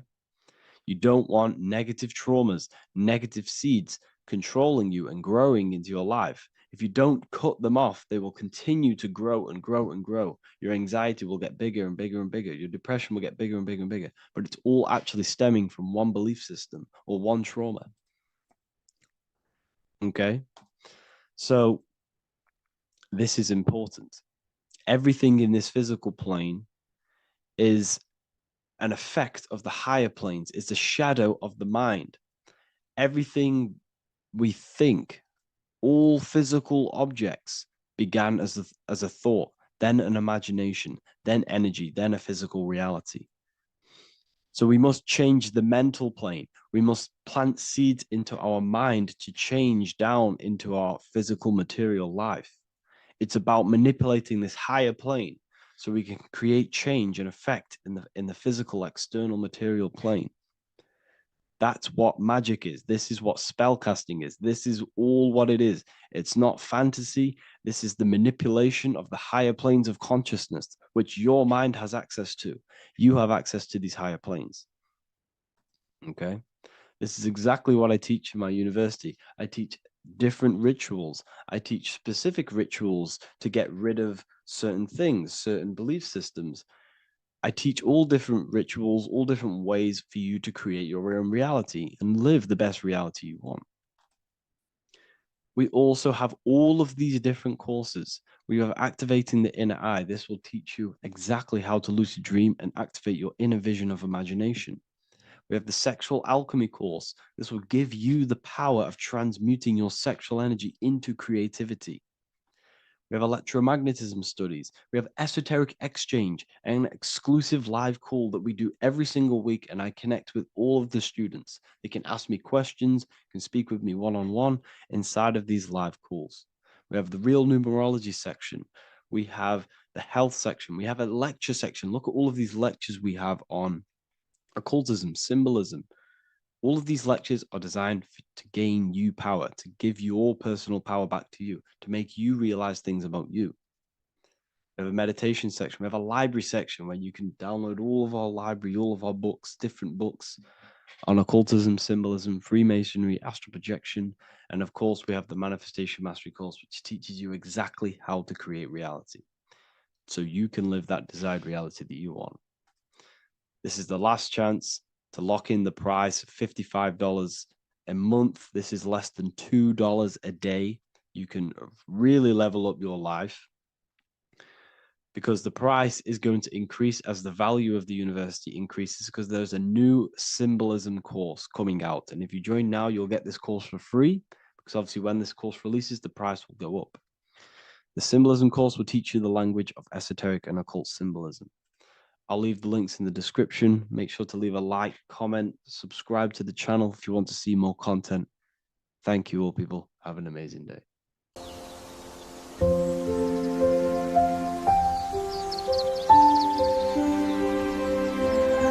bookofwisdom.com. Visit today.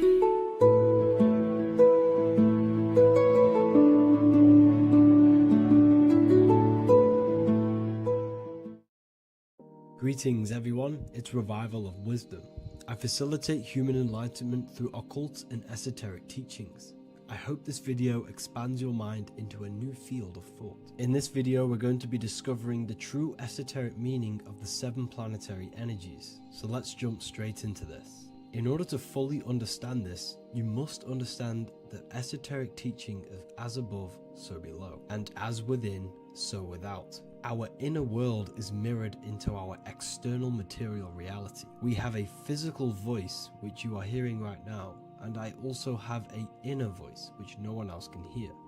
The inner world is invisible, and the external world is visible. In other words, the inner world is the spiritual world, and the outer world is the material world. The inner world of ourselves reflects and projects our outer world, which means everything in our external reality is somewhat reflection of our internal self. You are made in the image and likeness of God. You yourself are the universe experiencing itself in a 3-dimensional physical form.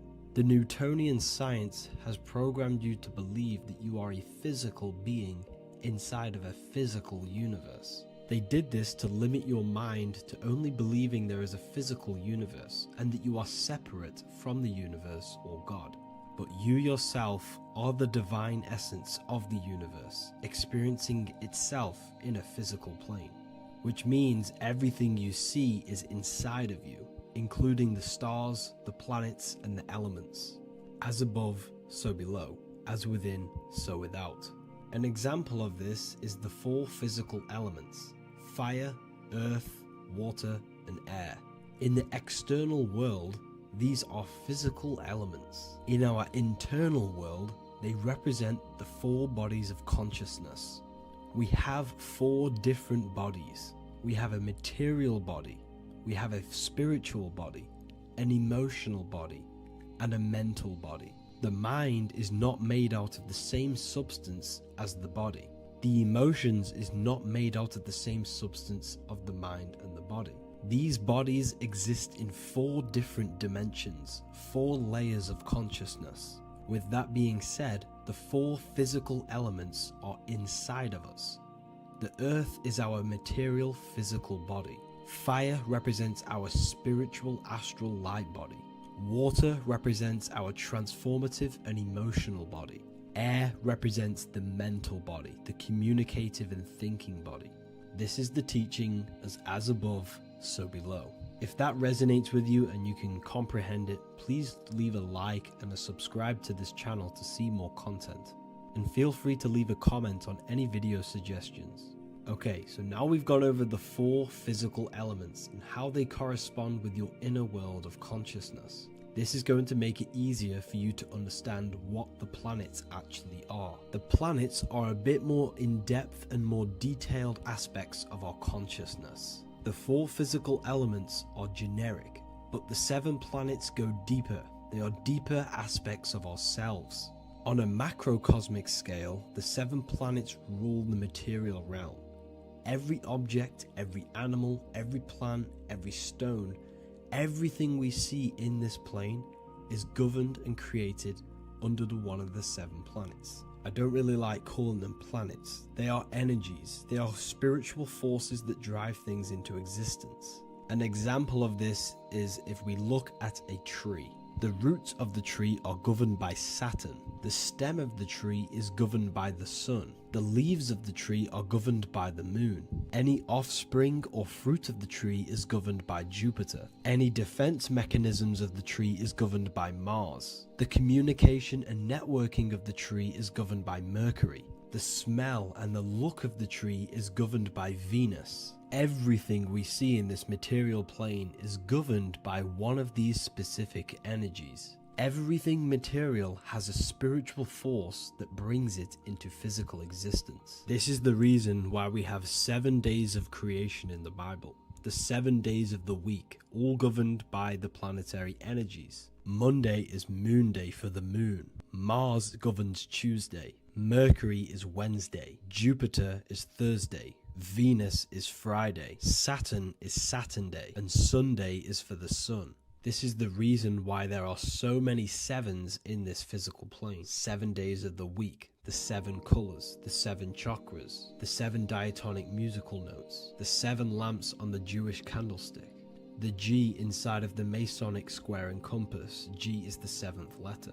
Now let's go a little bit deeper into every planetary energy. Saturn in the external material plane governs the foundational and enduring aspects of existence, such as roots of plants, the bones of our body, and even the insects that dwell beneath the ground. Saturn represents the dull, hard, and unyielding forces of life, symbolizing structure, limitation, and conditioning. Under Saturn's influence, things become rigid, bound by restrictions and boundaries.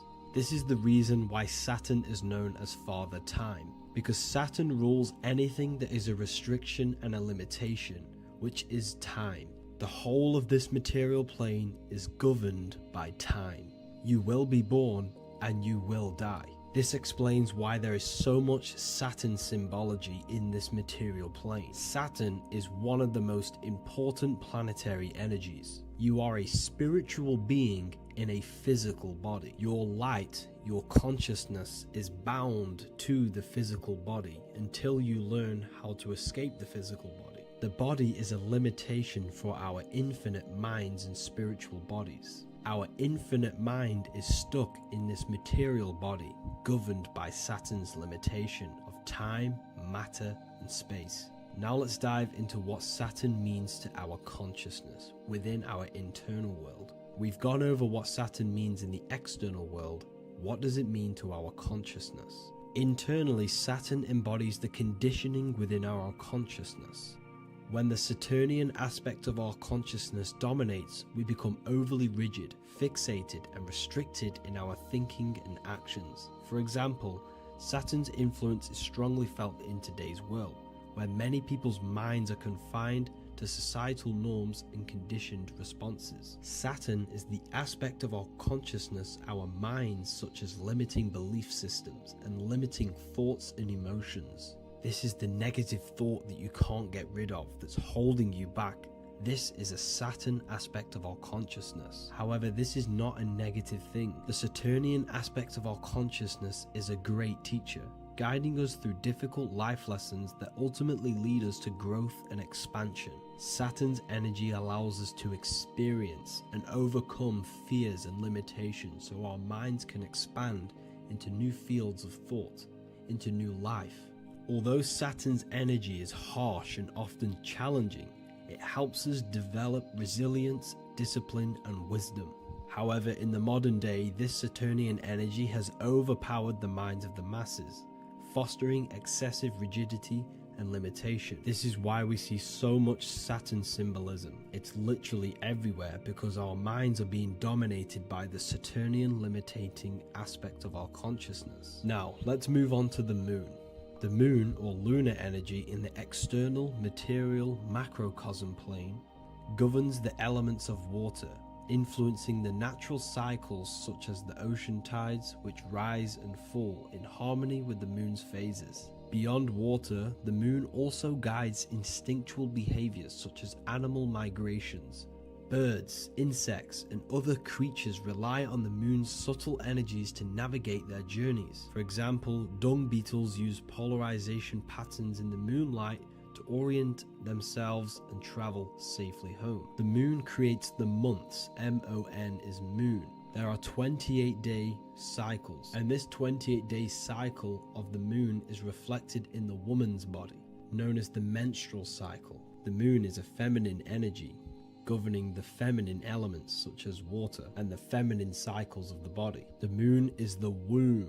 This is why eggs have the same color as the moon, because eggs are ruled by the moon's energy. Now that's the external world. The internal world, the moon symbolizes the emotion aspect of our consciousness. It represents the subconscious mind, the seat of intuition and psychic abilities. Just like in the external world, things are born out of the moon, such as eggs and the womb. The subconscious mind acts as a womb for our conscious mind. Our deep subconscious emotions and programs are born into light into the conscious mind and controls the conscious mind. The moon represents our hidden psyche, our shadow self.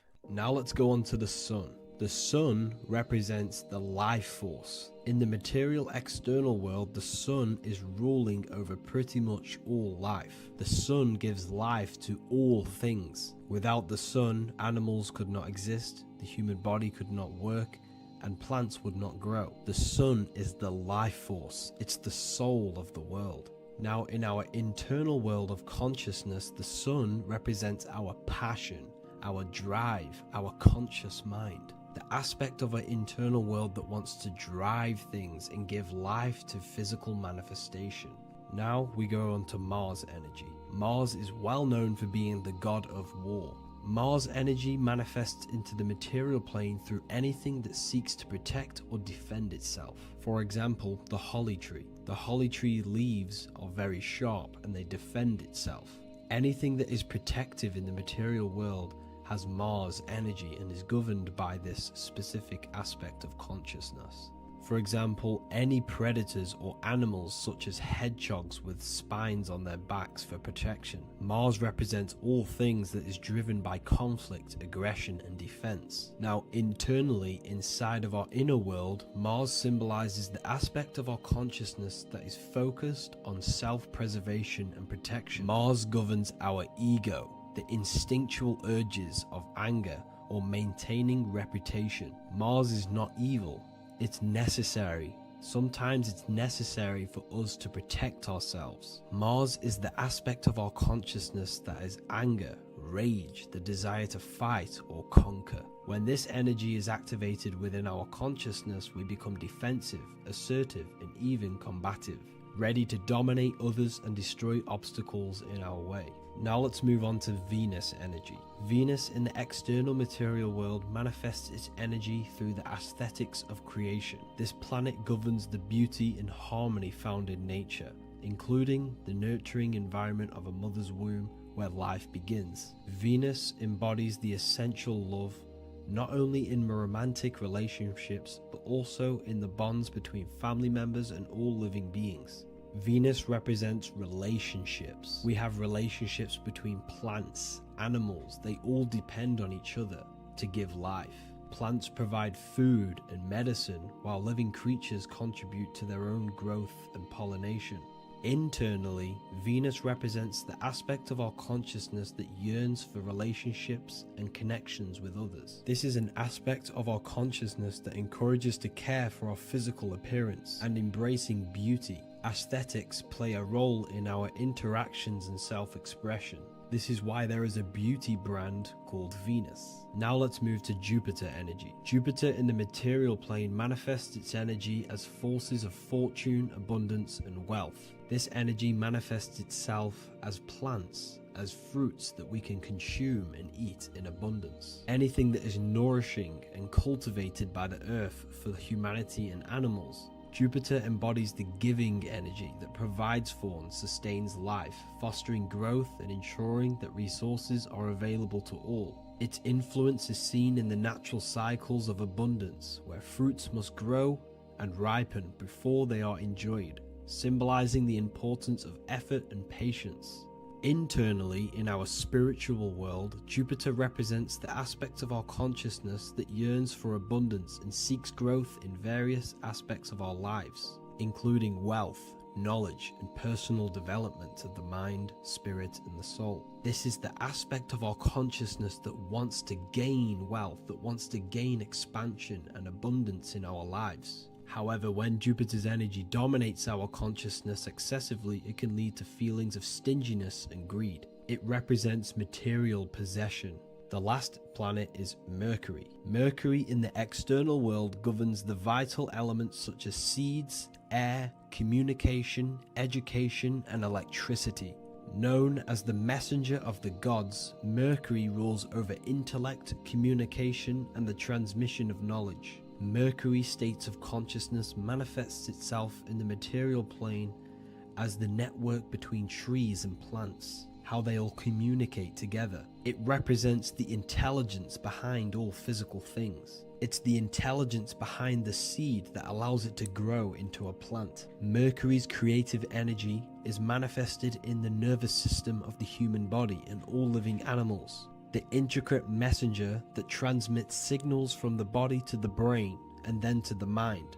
This intelligence within us allows us to facilitate thought and movement. Internally, in our spiritual aspects of consciousness, Mercury is the state of consciousness that seeks knowledge, understanding, and intellectual growth and expansion. This part of us is curious, eager to learn, and driven to communicate ideas and information. It represents our mental body. The Roman god Mercury is often depicting flying because this symbolizes the air. Air represents our mental body. When the Mercury aspect of our consciousness dominates, we become highly intellectual, constantly seeking information, analyzing situation, and communicating our ideas. While this can enhance our understanding and ability to interact with the world, an excess of Mercury's influence can lead to overthinking, excessive analysis, and focus on intellect over emotions or intuition.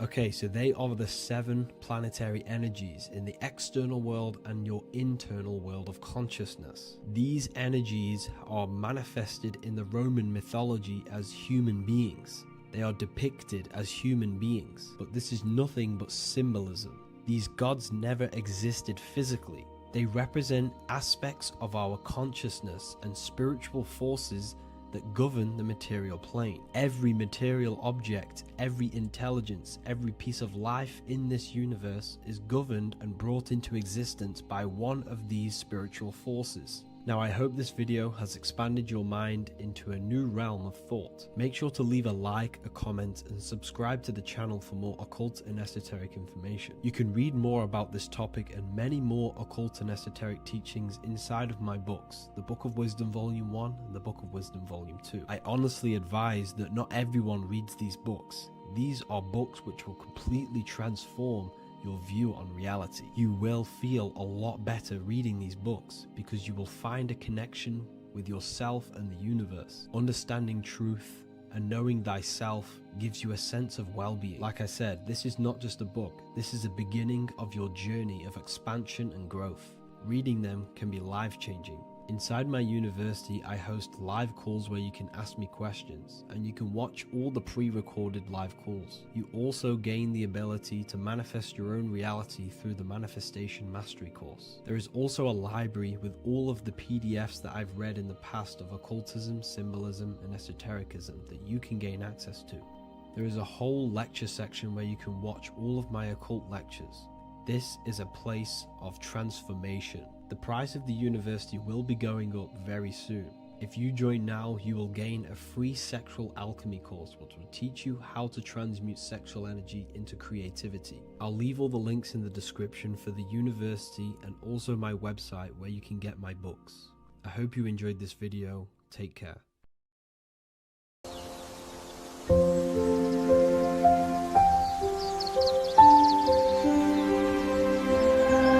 bookofwisdom.com.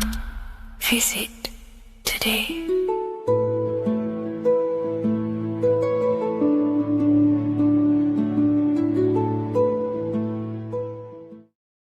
Before you call the Baphomet evil, make sure that you watch this video until the end so you gain a full understanding on what the Baphomet truly is.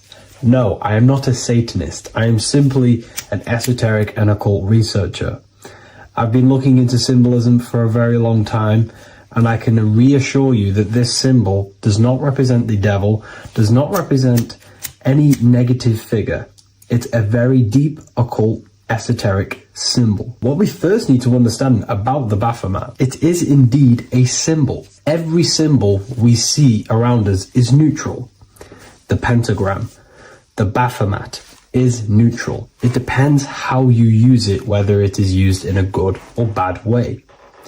Everything is neutral. It's your mind's perception that gives it a positive or a negative charge. First of all, let's break down the Baphomet symbol. Let's look very closely at the Baphomet. We have clearly the four physical elements corresponding to the Baphomet. Here we clearly have the fire element. The wings represents the air, the flapping in the air. The fish scales, which is the water, and this dome figure representing the earth. The soul is incarnated into four bodies.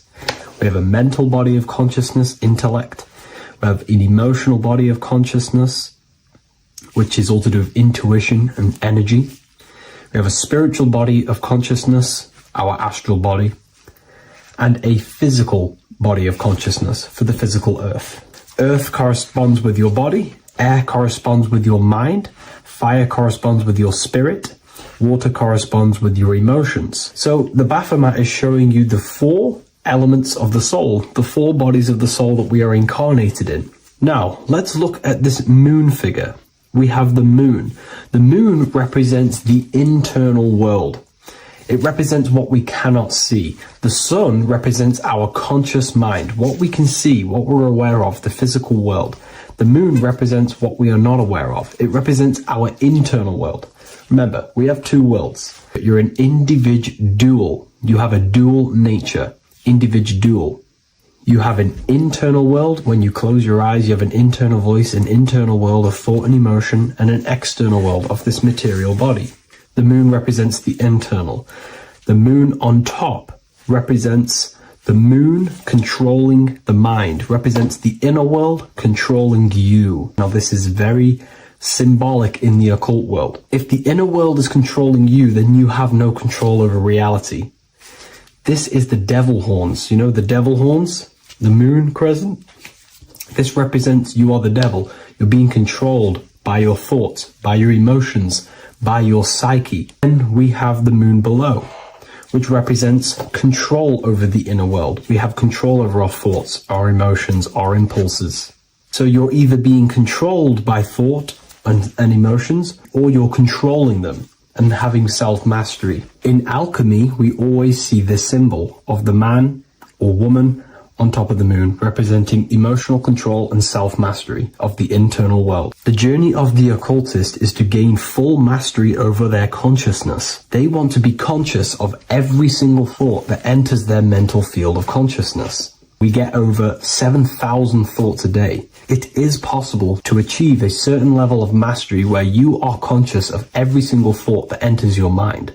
This is one of the end goals of self-mastery and occultism, as this gains your personal power. When one achieves this, they are then able to direct the mind in one place and one place only, becoming more effective in manifestation and creation, because we are microcosms of the divine. We are creators. This is the gesture of as above, so below. The inner world and the outer world are mirrors of each other. The inner produces the outer. Your physical life circumstances are a result of every thought you thought in the past. The inner projects the outer. If you want to produce a change in the outside world, you got to produce change in the inner world of consciousness first. As above, so below. As within, so without. This corresponds with absolutely everything in the universe. Now we have the goat head, which represents the animal self, which represents the lower carnal mind. Lower carnal mind, which is earthbound, because a goat is on the ground. It's not a bird, it's on the ground. It represents the lower self, the beastie nature, the one that tells us to hate, to steal, to eat all the time, to consume. It's the beast within us, the beastie side of our consciousness. It has a human body resembling this, the human in the beastie nature, or we have the spiritual nature, the higher self. In essence, this symbol of the Baphomet represents the higher and the lower self of human consciousness. It represents the higher and the lower. To conclude all of this, the Baphomet is a symbol that represents the two paths that one can take. We can take the beastie path and become an instinctual animal, our body, or we can take the divine path of reaching our higher self. It is a symbol that represents the higher and lower self and the four different bodies of consciousness. In essence, this does not represent Satan or the devil. The devil represents the lower aspect of our human psyche. The war between Jesus and Satan is symbolic and allegorical for the war that happens within our mental field of consciousness. The internal war between good thoughts and bad thoughts, positive emotions and negative emotions. It is the constant war inside the battlefield of your own mind. Jesus, Satan are symbols, characters that are symbolic of aspects of your own consciousness, because the universe is mental. The only thing that truly exists is your mind. Therefore, all of these ancient spiritual texts like the Bible, the Bhagavad Gita, the Quran are all symbolic of what's happening inside of our mental body. It is the inner chaos that can destroy our life, or when we create structure and restructure our inner world, we can live a peaceful life. If you are struggling from the internal world and you want to gain mastery of yourself while learning the occult secrets, join Ethereal University, a community of like-minded individuals who are all striving for the best versions of themselves. We host live calls and we have an abundance of lectures that you can watch. Or check out the Book of Wisdom. This is volume 2. I'll leave all the links in the description. Have an amazing day.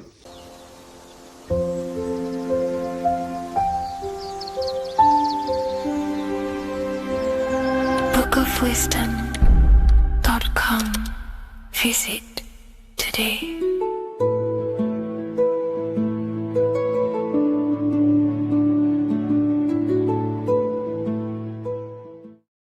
What is good, YouTube? Today we're going to be talking about the astral plane and how the cosmology fits into the astral plane. Okay, so first let's go over the astral plane and go over the different layers of reality so that you can understand reality more. You are a multi-dimensional being. You are not in these, you are in all of these realities at the same time. They all interweave into one big reality. But there are different planes. They are different vibrational dimensions. There are different dimensions of reality.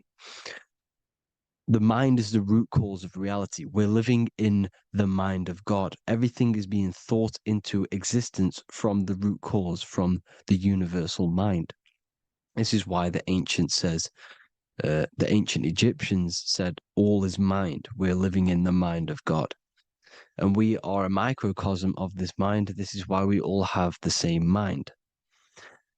This mind is the world of thoughts. Now, this world of thoughts is just the thought alone. For example, it is the thought of a chair. But then when you start to imagine this chair and you start to mentally see the chair, you're now manifesting the thought, the singular thought, into some sort of form. So now you're imagining the chair.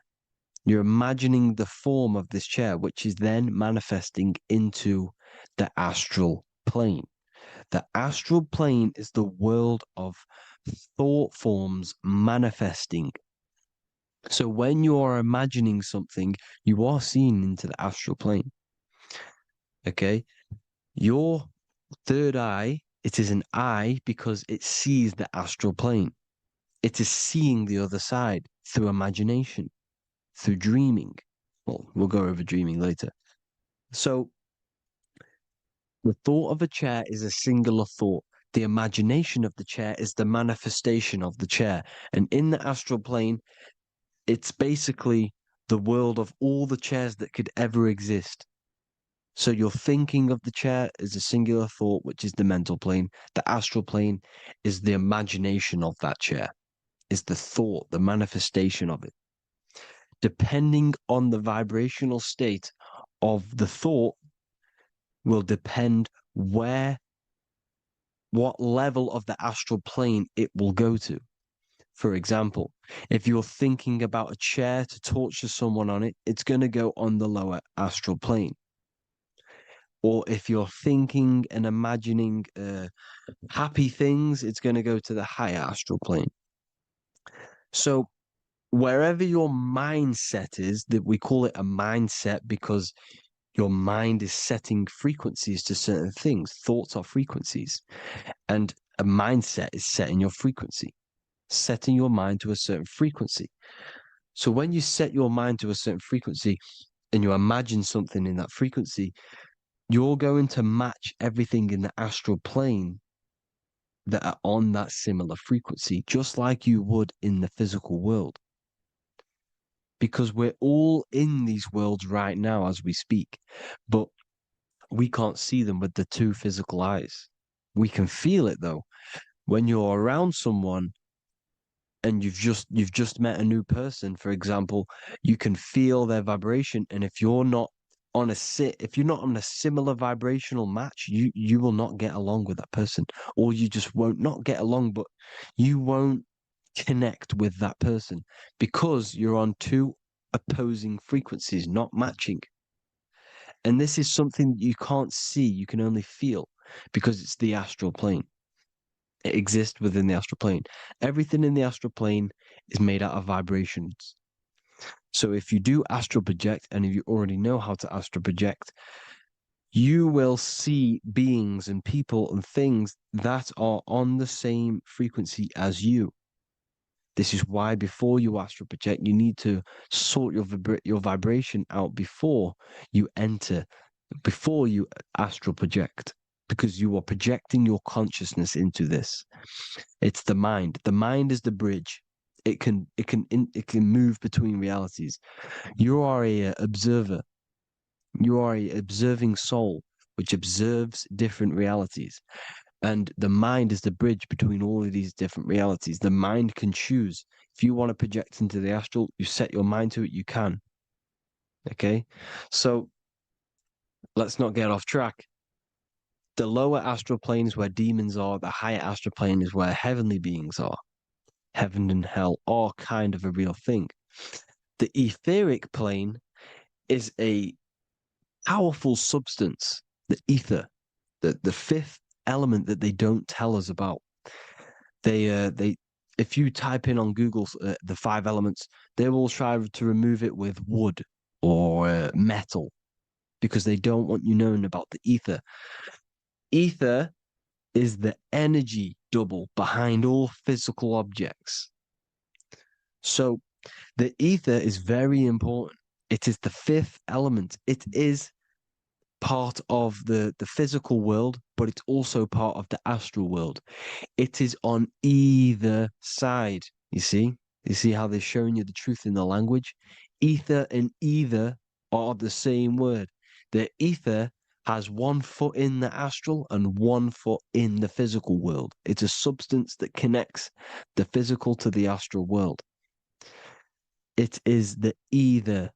It's on either side of reality. It's on the other side. Other, either, same word. Ether is connecting the physical to the astral plane. It's the world of frequency. Frequencies, EMFs, torus fields are in the etheric plane. It is the energy plane. It's where energy moves through the ether. Okay. So then you have the physical world, the world of effect. Everything you see in the physical world is the effect of the higher planes. Each plane is a product of the plane above. So, and it melts into each plane. The physical plane is the lowest plane, it's the most densest, and the highest is the most fluid. This is the most fluid, this is the most dense. This is where we get the saying, as above, so below from. As above, so below comes from the different planes of reality.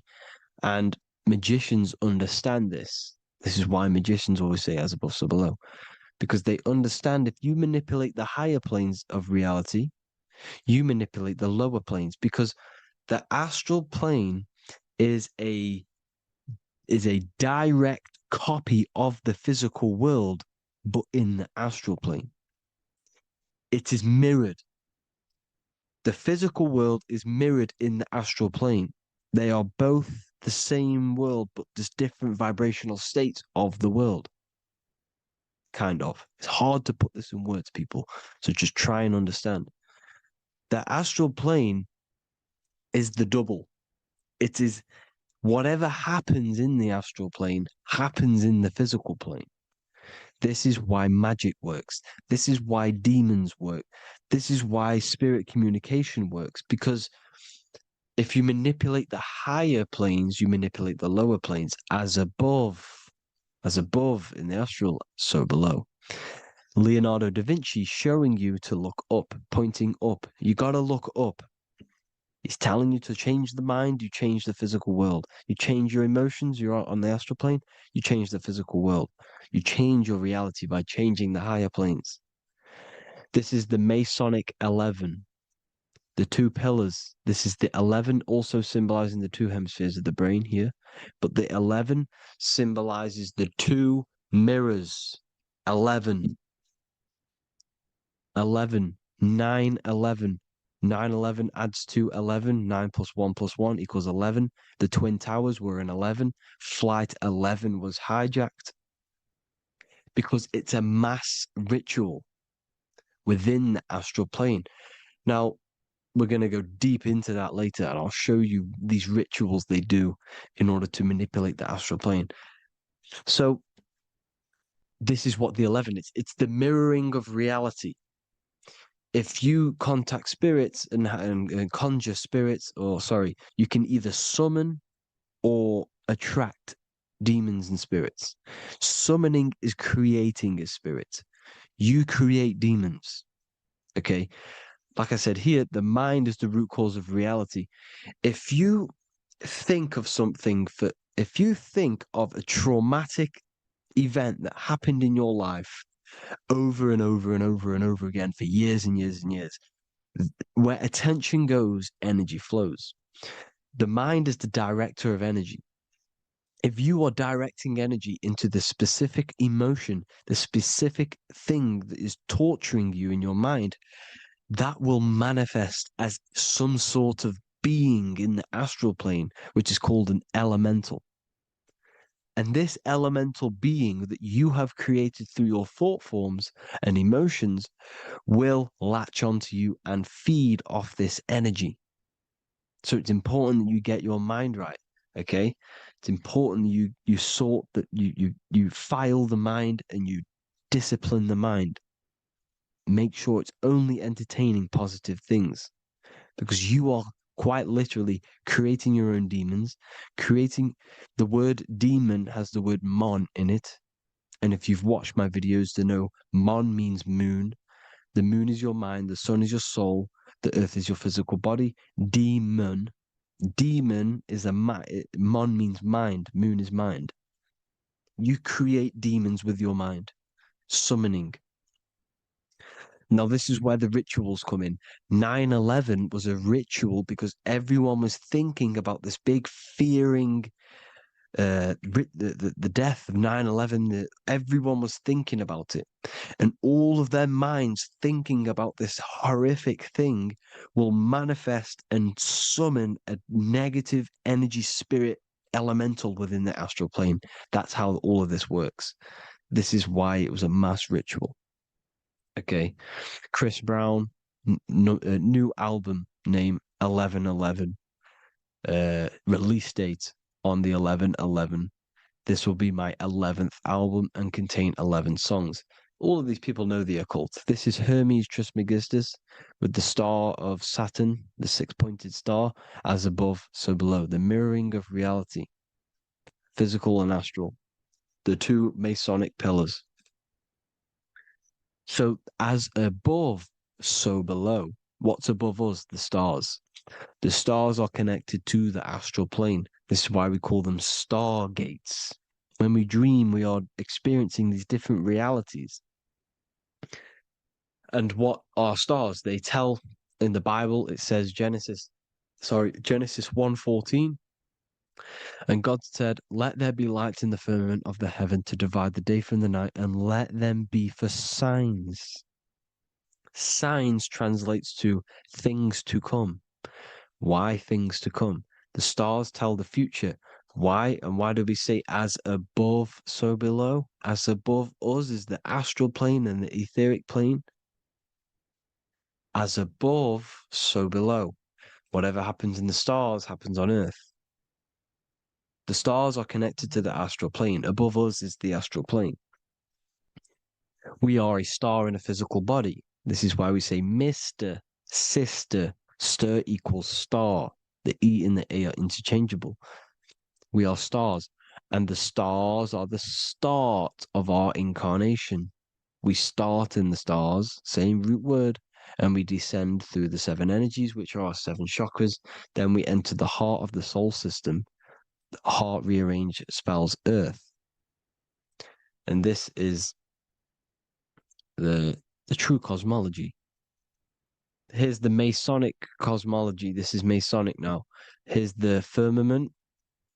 Let there be a firmament in the midst of the waters to divide the waters from above, from the waters that below. Genesis 1:6. The firmament, firmament comes from the word firma, Latin, I'm pretty sure, which means firm.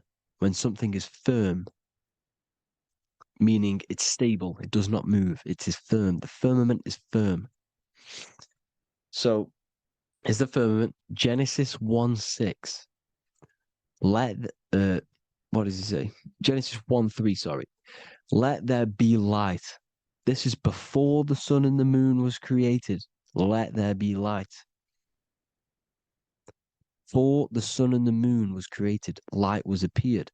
So what's that tell you? This is a holographic projection from some sort of light being, some sort of projector. And that projector is the all-seeing eye you see in the Masonic cosmology. This is the all-seeing eye projecting the light beams. Let there be light. Everything is made out of light. The universe is created out of light waves. The torus field is one unit of light. The light projecting this reality is Polaris. Okay, the famous all-seeing eye. Now, what else? Then we have after let there be light in Genesis 1:16, And God made the two great lights. This is the sun and the moon, electric, magnetic, male and female. Then we have the Masonic checkerboard, the black and white symbolizing dualities within the dualistic reality we're in, spirit and matter, light and matter, rest and motion, positive and negative, good and evil. Everything's dualistic here. Okay? And it's a dance. The universe is a dance between flickering of white and black light, which is the Taurus field. We're not going to go over that, but this is all connected to the astral plane. This is the true cosmology. The astral plane cannot work on a spinning monkey ball in the middle of space. Does not work. Cannot work. It's impossible. Okay? Impossible. So, even in the Quran, it says, Allah has made the earth for you as a carpet, flat. Quran 15:19. And the earth we have spread out like a carpet, set there on mountains, firm and immovable. It is immovable. In the Quran, it also says 65:12, it is Allah who has created the seven heavens of the earth. The seven heavens meaning the seven layers of heaven, the seven planets. And Psalms 104:5, he set the earth on its foundations and it can never be moved. Never. So here you see in Isaiah 40:22, he sits enthroned above the circle of the earth and its people are like grasshoppers. He stretches out the heavens like a canopy and spreads them out like a tent to live in. We live in a tent. This is the tent. The projection of light. Here you see an ancient picture here. Here you see the ethereal barrier, meaning the firmament, the etheric barrier. And here you see his head popping out. Why is his head popping out? Because your head is heaven. Your heel is hell. Your head has access to the astral plane. This is why your head is heaven. The pineal gland, when stimulated, has access to project itself, project consciousness into the astral plane. Here you see another ancient picture here with the Masonic Royal Arch, with the zodiac here, the zodiac on the top, arching, because there's a firmament above us. Here's God in the brain. Consciousness is God. Here you see the Masonic Royal Arch, symbolizing the firmament. George Washington above the Masonic Royal Arch. These are the stars. This is Polaris projecting reality. Here's ancient churches with the dome. Polaris projecting reality with Jesus. Disney World is under the dome. The seven layers heaven, ancient paintings, all depict if you go and look at the ancient paintings, they'll all depict the firmament, the arch above us. This is where we get interesting. The Masonic Royal Arch has the 6-9, which is Cancer. The constellation Cancer, which is 6-9 is associated with portals because CERN is the 6-9. Okay, CERN is opening portals. They're trying to create a portal to the other side. Cancer has the word CERN within it, so there is a link between Cancer and the opening, the firmament opening above us to ascension. Here you see the Masonic art with the Royal Arch and the light and the opening. Here you see the light and the opening. This is the opening of the firmament. Here's the Hebrew cosmology with Sheol, the underworld, and the opening. So Cancer is definitely some sort of portal in and out of this reality. I'm just connecting dots here. Now, we're going to go change a bit now. These celebrities that you are seeing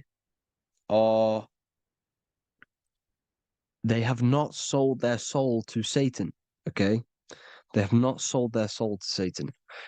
Satan is a demonic, low vibrational energy that has been summoned over the thousands and thousands and thousands of years of evil occult arts. So since Babylon was summoning this demonic energy, and this demonic energy in the astral plane will grow and grow and grow. It has no form. It has no physical form. Okay? But you can see it in the rappers. If your third eye is open, you can see clearly that these people are demonic. You can sense the energy that they're manifesting. Selling your soul is not what you've been told.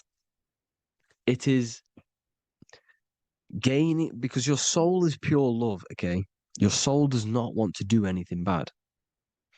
So when you sell your soul, you're gaining physical gain. You're gaining physical wealth, for example, like for these rappers, they will be given millions of pounds because the people in control of the music industry, which is the dark occultists trying to brainwash the masses, the people in charge, they're dark occultists. They understand Satan and the energy. They are satanic energy, which has been summoned in the astral plane. They see that they have influence over the masses, so they will go to them and say, "I'll give you this amount of money forever if you manifest this satanic, demonic energy through the music and through social media to blind the masses, to brainwash the masses into this demonic energy."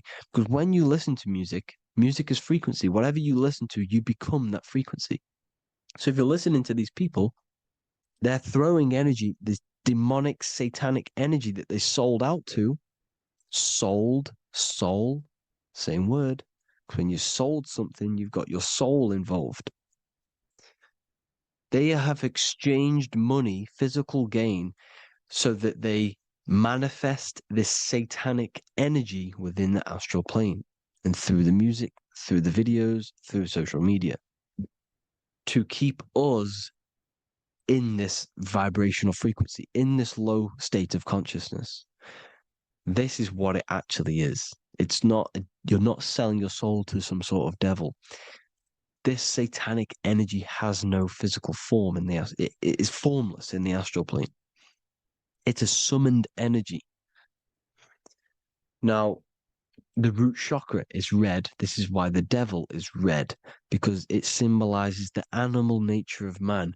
When you are operating off your root chakra, you will kill, you will fight, you will do anything to survive, because it's all about survival mode in the root chakra. They want you keeping in that fighting mode, that surviving mode, so that you are manifesting this low vibrational frequency, this satanic energy, this demonic red energy. This is why the devil is red. And the devil has a tail with the red arrow pointing down, because it symbolizes your light body. This is your Merkaba. Your Merkaba is your light body. Mer equals light, Ka equals spirit, Ba equals body. Merkaba, this is the devil's tail pointing down, the descension, your heel, up to your heel, hell. Ascension to heaven, head. You see? This is the all-seeing eye with the illumination coming off it, your head, when you're illuminated.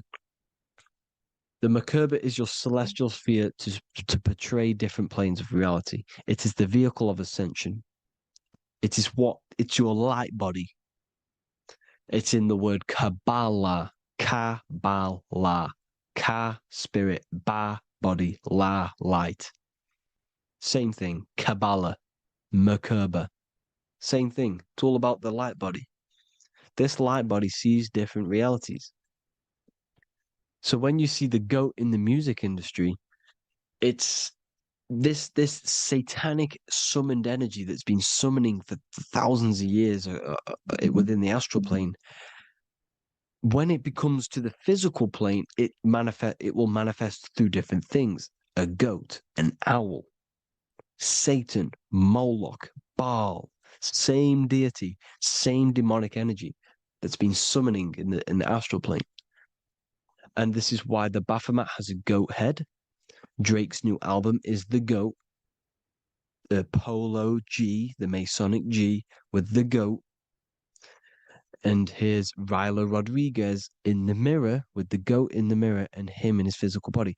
It symbolizes, the mirror symbolizes the astral plane because he's manifesting the goat, the demonic energy. He's sold out to the demonic energy. And in the physical plane, he's his physical body. The mirroring, the Masonic 11, the mirroring of reality, the astral and the physical. And what do you call them when they're an amazing rapper, the best rapper? You call them the goat. Because the goat, you're the goat because you're manifesting the goat energy, this satanic, demonic energy within the astral plane. So Baal, Moloch, all the same thing. Because in the astral plane, if you want to gain spirits to come to you and communicate you, in the physical world, if you want to communicate with spirits, you have to gain their attention. You can either gain their attention or come together and agree to create some sort of being, which is Satan. Okay. You can, like I said earlier, you can create these beings, you can summon them or attract them. One way to attract them is sacrificing. In order for you to become God, man, to turn to God, you have to sacrifice your life. You have to sacrifice, not drinking, not doing things, not doing anything demonic, not doing anything bad, not eating meat. You have to sacrifice yourself to become the light. However, if you want quick, instant gains in the physical world, you can sacrifice something else to communicate with these spirits, because these demonic energies feed off demonic energy, your demonic energy. So these dark occultists will give away babies, they'll sacrifice, torture babies so that they gain, so that they can communicate with these spirits for physical exchange. Yes, you can do this. These powerful spirits, these powerful demons can give you powers. They can give you certain things. And this is what they are doing. They're summoning and attracting these demonic energy. This is why, trafficking is one of the most, Balenciaga. Baal is the demonic energy in the astral plane, which requires child sacrifice for his presence. Balenciaga, and they were trafficking children. They were trafficking, killing them, and offering them to the spirits. This is what they are doing. Balenciaga. It's in the name. Here you see, you can see here a stick man with two horns. The goat, obviously, it's all the same deity. Baal, the goat. Moloch, is Moloch the owl, the Egyptian owl, because it comes from the owl of Moloch, which is Baal, which is Satan, all the same demonic energy. And it's on the dollar bill, a tiny dollar bill, on the $1 bill. All the same thing. Bohemian Grove, they worship the big owl, Moloch. It's all the same thing. It's all one big demonic energy which has been summoning in the astral plane. And it's trying to take over Earth, the physical plane. That's what it's doing. So I hope you all gained a deeper understanding of the astral plane and what's actually going on in the world. Please leave a comment if you can to help the algorithm. Drop a like if you like this content. And hope you all learned something today. And God bless you all. Thank you all.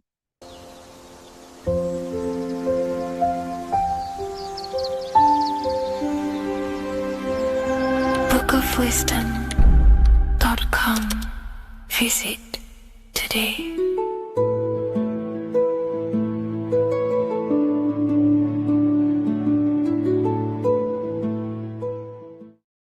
What if I told you that the pentagram can unlock the secrets of creation and make you manifest any reality you want? Hence why the pentagram is used heavily in magic and witchcraft. We have to understand that the pentagram has been heavily demonized. Religions, churches claim that this symbol is associated with Satanism and witchcraft. I personally believe this was intentionally done so that people do not gain their personal power over reality and their life. The pentagram reveals so much about you, and it is one of the most important symbols to understand inside the occult studies. It is one of the most common symbols that you will see across all occult esoteric orders and different occult traditions, such as Freemasonry, Kabbalah, Rosicrucianism, alchemy. You will see this symbol everywhere. And in fact, you even see this symbol, the pentagram, on old church buildings, statues of Jesus next to church buildings.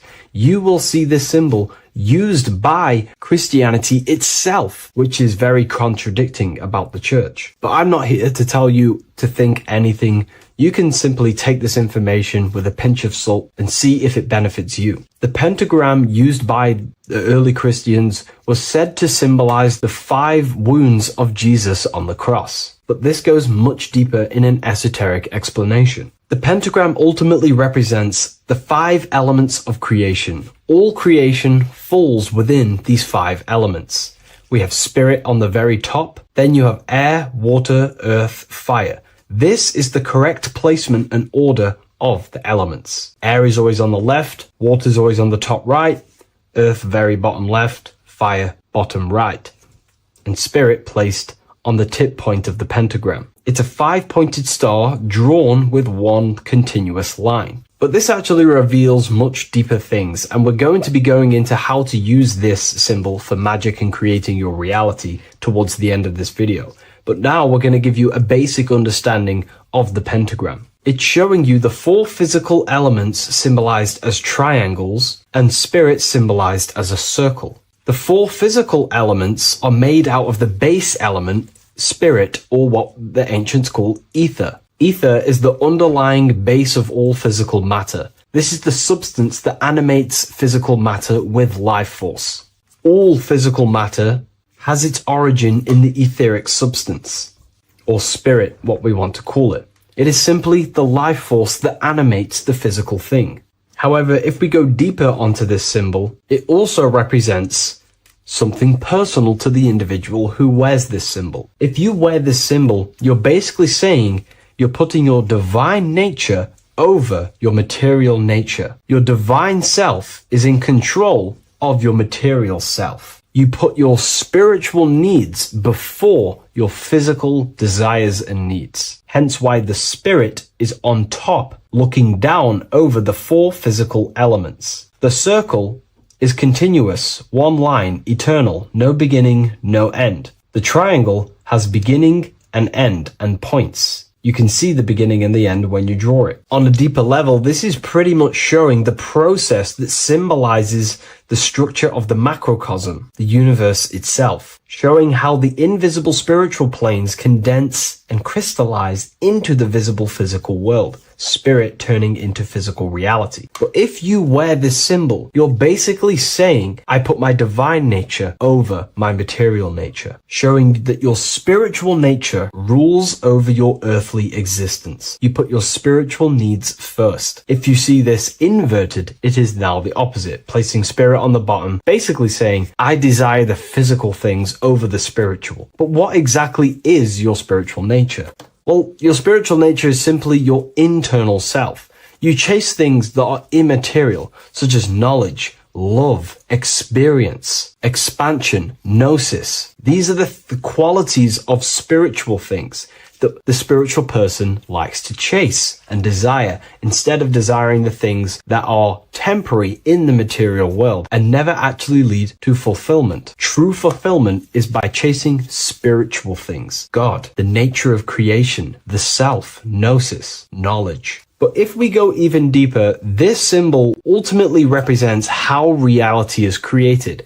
Hence why this symbol is heavily used in Kabbalistic magic and so-called witchcraft. We are all magicians. Each one of us are creating reality. There are just certain ways you can actually create reality by becoming conscious of them. By becoming conscious of the elements and the qualities of the self that actually create your experience in your life in the present moment. If we look at the pentagram, we see that when you draw a pentagram, it is one continuous line. It is one expressed in 5. The order of the elements are very important. Spirit at the bottom, fire at the bottom right, and so on, because this is showing you the descent of the spiritual into the material, the invisible crystallizing into a material reality. As you can see when you start to draw the pentagram, you see spirit at the very top. You're descending down to fire. Fire is the closest element to spirit. Hence why in magic and witchcraft,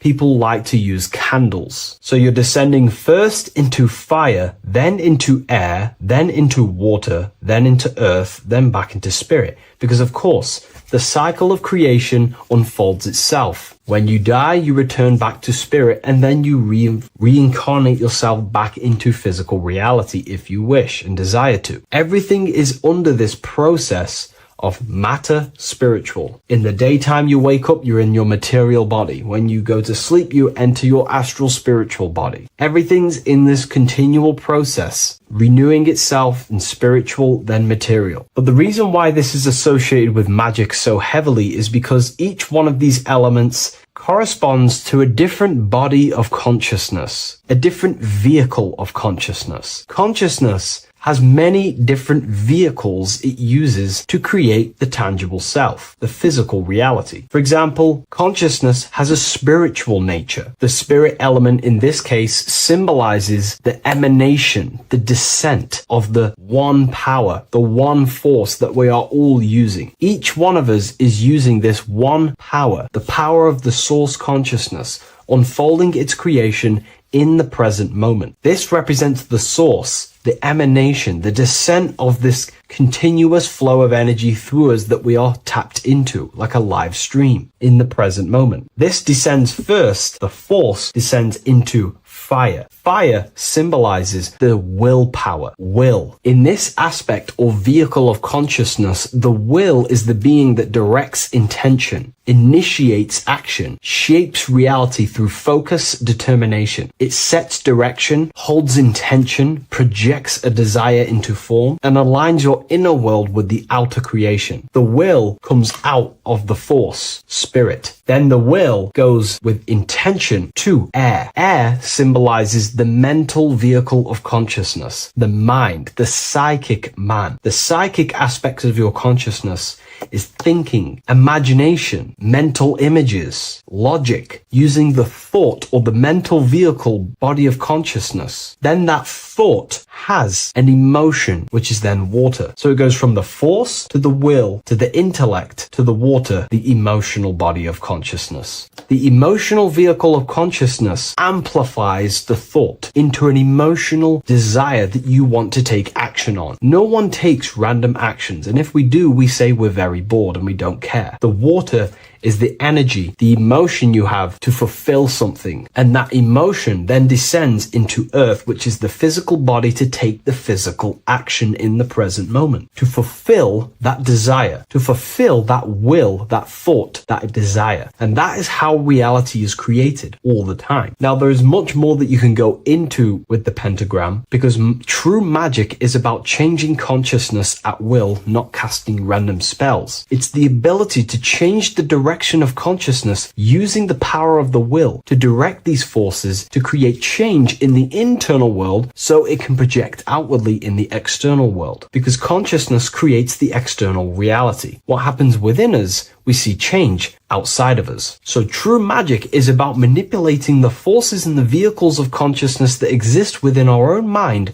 to produce a change in the material world. There are other ways you can use magic, by purifying each body of consciousness or banishing each body of consciousness. Other forms of magic, you can dissect each body of consciousness and work with that specific body. If you think you're using your mind too much, you can start using banishing rituals to banish the power of the mind to stop overthinking, for example. Or if you have lack of emotional connection with your emotional vehicle of consciousness, we can dissect this body, tap into this body, and invoke this body and strengthen it. We're dissecting each body and vehicle of consciousness so we can work with it to create a specific change inside ourselves, then to be mirrored outside of us. So pretty much this pentagram represents the descent of the spiritual turning into a material reality. Hence why sometimes we see a human figure standing in the point of a pentagram, because it ultimately represents the microcosm. You are the microcosm. You represent the entire process of spirit into matter, the invisible into the visible, the formless into form. The pentagram, drawn in one unbroken motion, captures this divine act of creation, showing how consciousness flows downward through the elements or the vehicles of consciousness to bring forth the material reality. The Book of Symbolism will teach you all about this. It was released November 17th. A lot of people have taken advantage of this. You also gain a free ebook with this copy. Every order comes with a free ebook. And if you wish to get your copy of the brand new Book of Symbolism, you can find it in the description or revivalofwisdom.com. Thank you, everyone. I'll see you in the next video.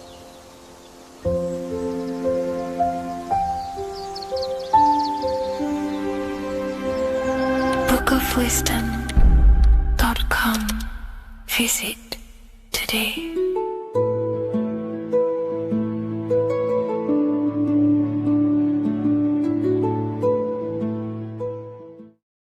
Welcome to Revival of Wisdom. Welcome people, we're back with another video. In this video we're talking about how Jesus Christ and Christianity is all sun worship. The Holy Bible of Christianity is not meant to be taken literal for history. It is a story and has lots of metaphors. Starting with the symbol of the cross of Jesus. This cross originates from this ancient cross of the sun. This symbol has been used for thousands of years, way before Jesus was a thing, in Europe, America, Asia, and all around the world. In fact, this symbol is still being used by Christians today, not knowing it represents the sun. This is a 4,500-year-old artifact, a golden plate with an equal-armed cross found in England. The gold to symbolize the sun, and the equal-armed cross for the 4 equal seasons of the year. So this is why in the Bible you have Matthew, Mark, Luke, and John, symbolizing the yearly cycle of the sun and the 4 equal seasons. Also in the Bible, Jesus is referred to as the light of the world. So yes, Jesus represents the sun. He is a metaphor for the sun. Hence why in all of these pictures and images and paintings of Jesus, there's always a sun behind his head, and some even with the sun cross behind his head. Jesus also has 12 disciples, which represent the 12 zodiac signs and the 12 months of the year. This is the Last Supper by Leonardo da Vinci. As you can see, the sun, being Jesus, is in the center, because the sun is in the center of the zodiac signs. There are 4 groups which symbolize the 4 equal seasons. Each group contains 3 people symbolizing the 3 months and the 3 zodiac signs in that season. There is only 1 female in the painting, which is Virgin Mary, who symbolizes Virgo, the astrological sign. So yes, Jesus symbolizes the sun with his 12 zodiac signs and 4 gospels for the 4 seasons of the year. However, there is another phenomenon.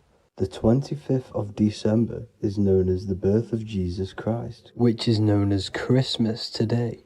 Jesus symbolizing the sun and is born on December 25th. This is the day the sun moves 1 degree northward, bringing back the warmth the growth of crops, the life and light back to the northern hemisphere. Everything is springing back to life, as we call it, spring. So it is said that the sun is born again on the 25th of December, and Jesus is known as the risen Saviour, because the sun is our risen Saviour, because it gives life to the whole of this realm, the warmth, the crops, and without the sun rising in the morning, we'd all die in about 2 weeks. And we all know how Jesus died on a cross. The sun also dies on a cross in the southern hemisphere. It dies on the Southern Crux constellation. And on December the 22nd, 23rd, and 24th, the sun remains in the same position. So the sun dies for 3 days and it is born again on December 25th. When it moves 1 degree northward. And this is when the sun is born again, or resurrected, just like Jesus. Constellation Virgo is prominent in the spring sky in the northern hemisphere. So therefore, the sun is born a virgin, Virgo.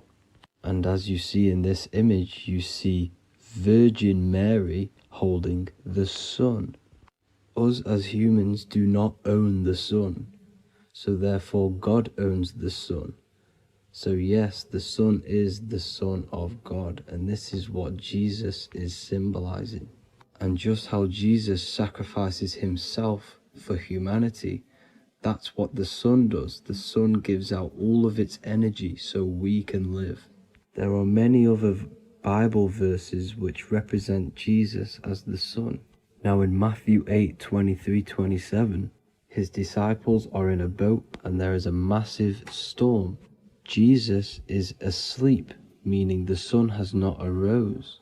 And the disciples say, "Save us, Lord, we are perishing." Quote, "Then he rose and rebuked the winds and the sea, and there was a great calm." End quote. Now this is a metaphor for the sun rising and calming the storm, because in the ocean, when the sun is down, that's when there are great storms. The worship of celestial bodies go back thousands of years, and it's called astrotheology, and it can pretty much be traced back to all ancient civilizations. Now going back to the ancient Egyptians, the god Horus, the god of war, and he symbolized the sun in the morning. Ancients used to say that he walked over the sky in 12 steps. Yes, this could symbolize the 12 zodiac signs. It also symbolizes the 12 hours of daylight. So we have 12 hours of Horus, but now they've rearranged the word to hours. Horus and hours. And when the sun rises, Horus rises, we say horizon, which is Horus is rising. That's the etymology of horizon. Another Egyptian god called Amun-Ra was known as the god of all creation. He was the first god of them all. Amun was also a sun god. Therefore, after every Christian's prayer, they say Amen, sending their prayer through the sun to God. So this all goes back to the worshipping of the sun. Sun worship was around way before the Romans. However, in the Roman times, their sun god was called Mithra. Mithraism was the main religion before Christianity came into play. Mithra was the son of God.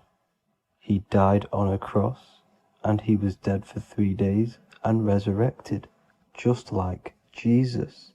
So the Catholic Church was not made in heaven, it was made by the Roman Empire.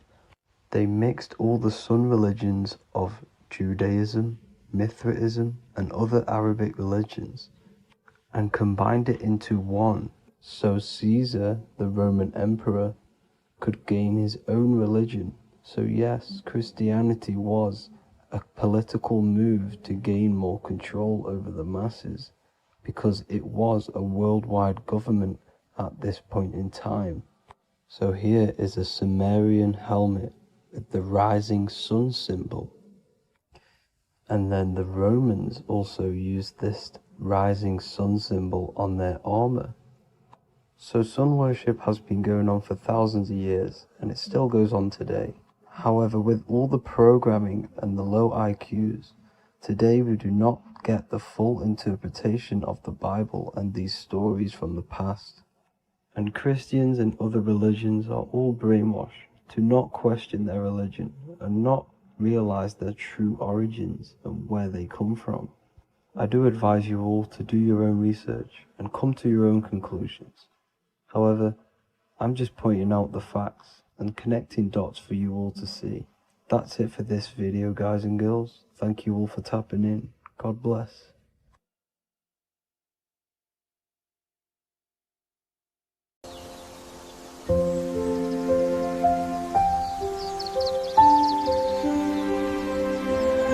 bookofwisdom.com. Visit today.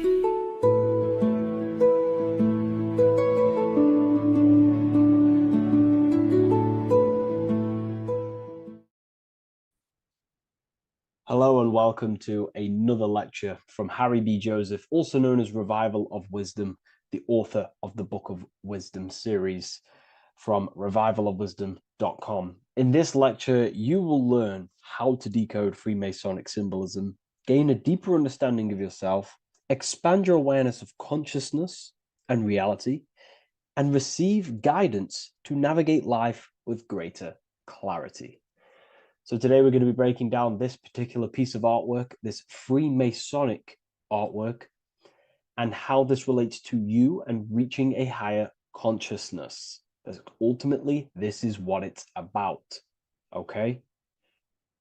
Freemasonry is considered a craft, and this craft is crafting a better brain and heart, crafting a higher consciousness, crafting a better self. Why? So we can operate in the world at a higher degree, operate in the world more efficiently, live a better experience in the world, and getting to know thyself. Okay? So we're going to start from bottom to top because this is important. Every placement of this symbolism is on purpose, has meaning, especially the placements of the symbols. Okay? So we're going to start from the very bottom of the artwork, which represents lower down. When we're looking at symbolism, especially occult symbolism, that's what the word occult means. The word occult means hidden, hidden from the eyes. It has its roots in the word oculus. I'm pretty sure that's Latin, which means eye. So the word occult comes from oculus, which means eye.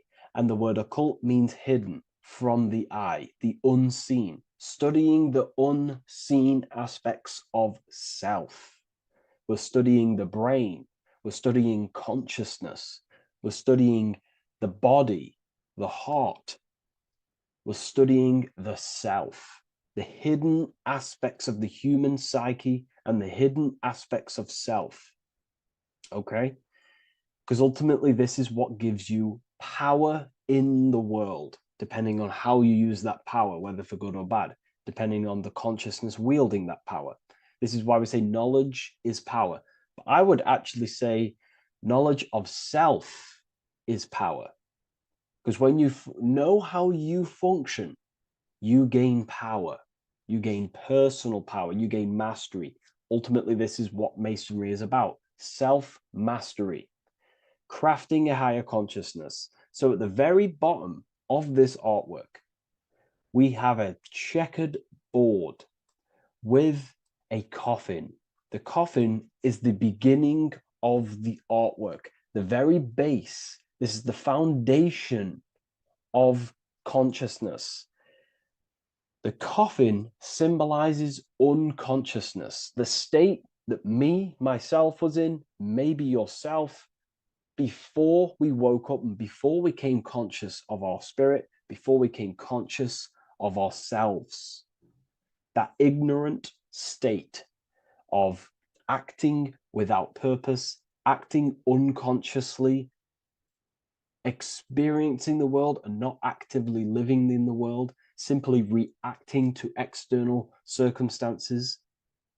This is an unconscious state where one is ignorant. 80% of the world is in this unconscious state. And this is symbolized as the darkness, the tomb. Look at how the tomb is fully blacked out, representing dull, no emotion, it's dark. This represents the darkness of self. The spirit is buried. The spirit is in the tomb. They're not even aware that they possess consciousness. They think they're the material body flying on a ball millions of miles per hour through space, and the sun is, they think they're a monkey evoluted. They've never questioned themselves. They stay in ignorance. They're in the spiritual darkness, okay? And they're furthest away from the light. Look at the top. This is the light sources. They're in the darkness, okay? They're in spiritual darkness. They're in ignorance. And they're in division. Their mind has no power. Their thoughts contradict themselves. They say they're going to do something, but then their mind tells them, oh, I'm going to fail. Or I want to do this, but my mind says this, and I believe this about myself. They want to, they want to write a book, but their actions are scrolling on TikTok, and their emotions about, feeling about their past person in their life. That's division between the self. That's divided consciousness. They also have a divided brain hemisphere. They do not see reality through a true lens, because the brain acts as like a lens on how we perceive things. And if the brain hemispheres are not aligned, then we cannot see reality the way it actually is and truly presents itself, neutral. If we're left hemisphere dominated, we see everything as divided. Nothing's interconnected, nothing's a whole. But if they're, right hemisphere dominated, they see everything as a whole. We need to look in the middle of that, okay? So we'll go into that a bit later. But ultimately, they're in a divided state of consciousness. They're in ignorance. But the tomb, the tomb is symbolic of that. The tomb is, you're not even aware they are divided. They think everything's right in that state. I was like that. My family is like that. They're not even aware of themselves, and you try and say something to them, and they don't even know they're in division. They don't even recognize that they're in a bad, low, earth base consciousness. Okay? So when we get out of the tomb, which is representing by a spiritual awakening, we get out of the tomb, we realize, wow, I possess consciousness. I've woken up. You're waking up to the things in the world, and you wake up and start to see the world for what it truly is.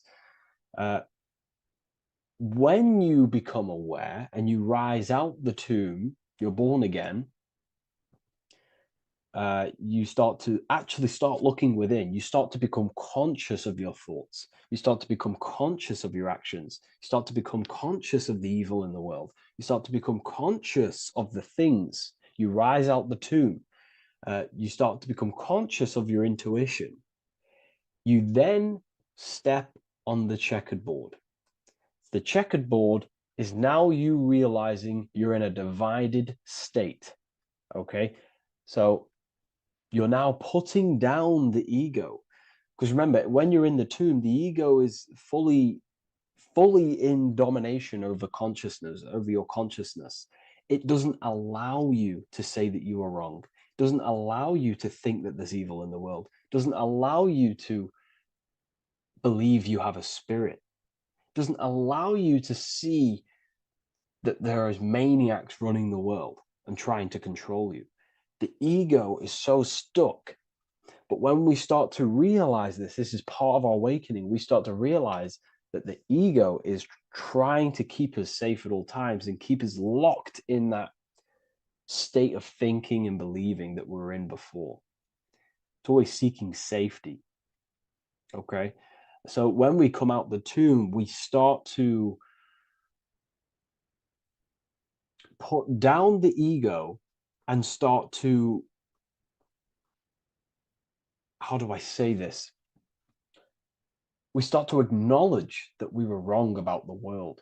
And that is a lot about awakening. You have to acknowledge that you do not know everything. There are people with such higher knowledge. Okay, so when we come out the tomb, we put down the ego. We start to actually say, I was wrong about the world. I was a victim of mind control. I was in ignorance. I was in darkness. Spiritual, I'm divided. My thoughts, emotions, and actions are not aligned. My intuition and my action are not aligned. I'm not taking action on what I know is good.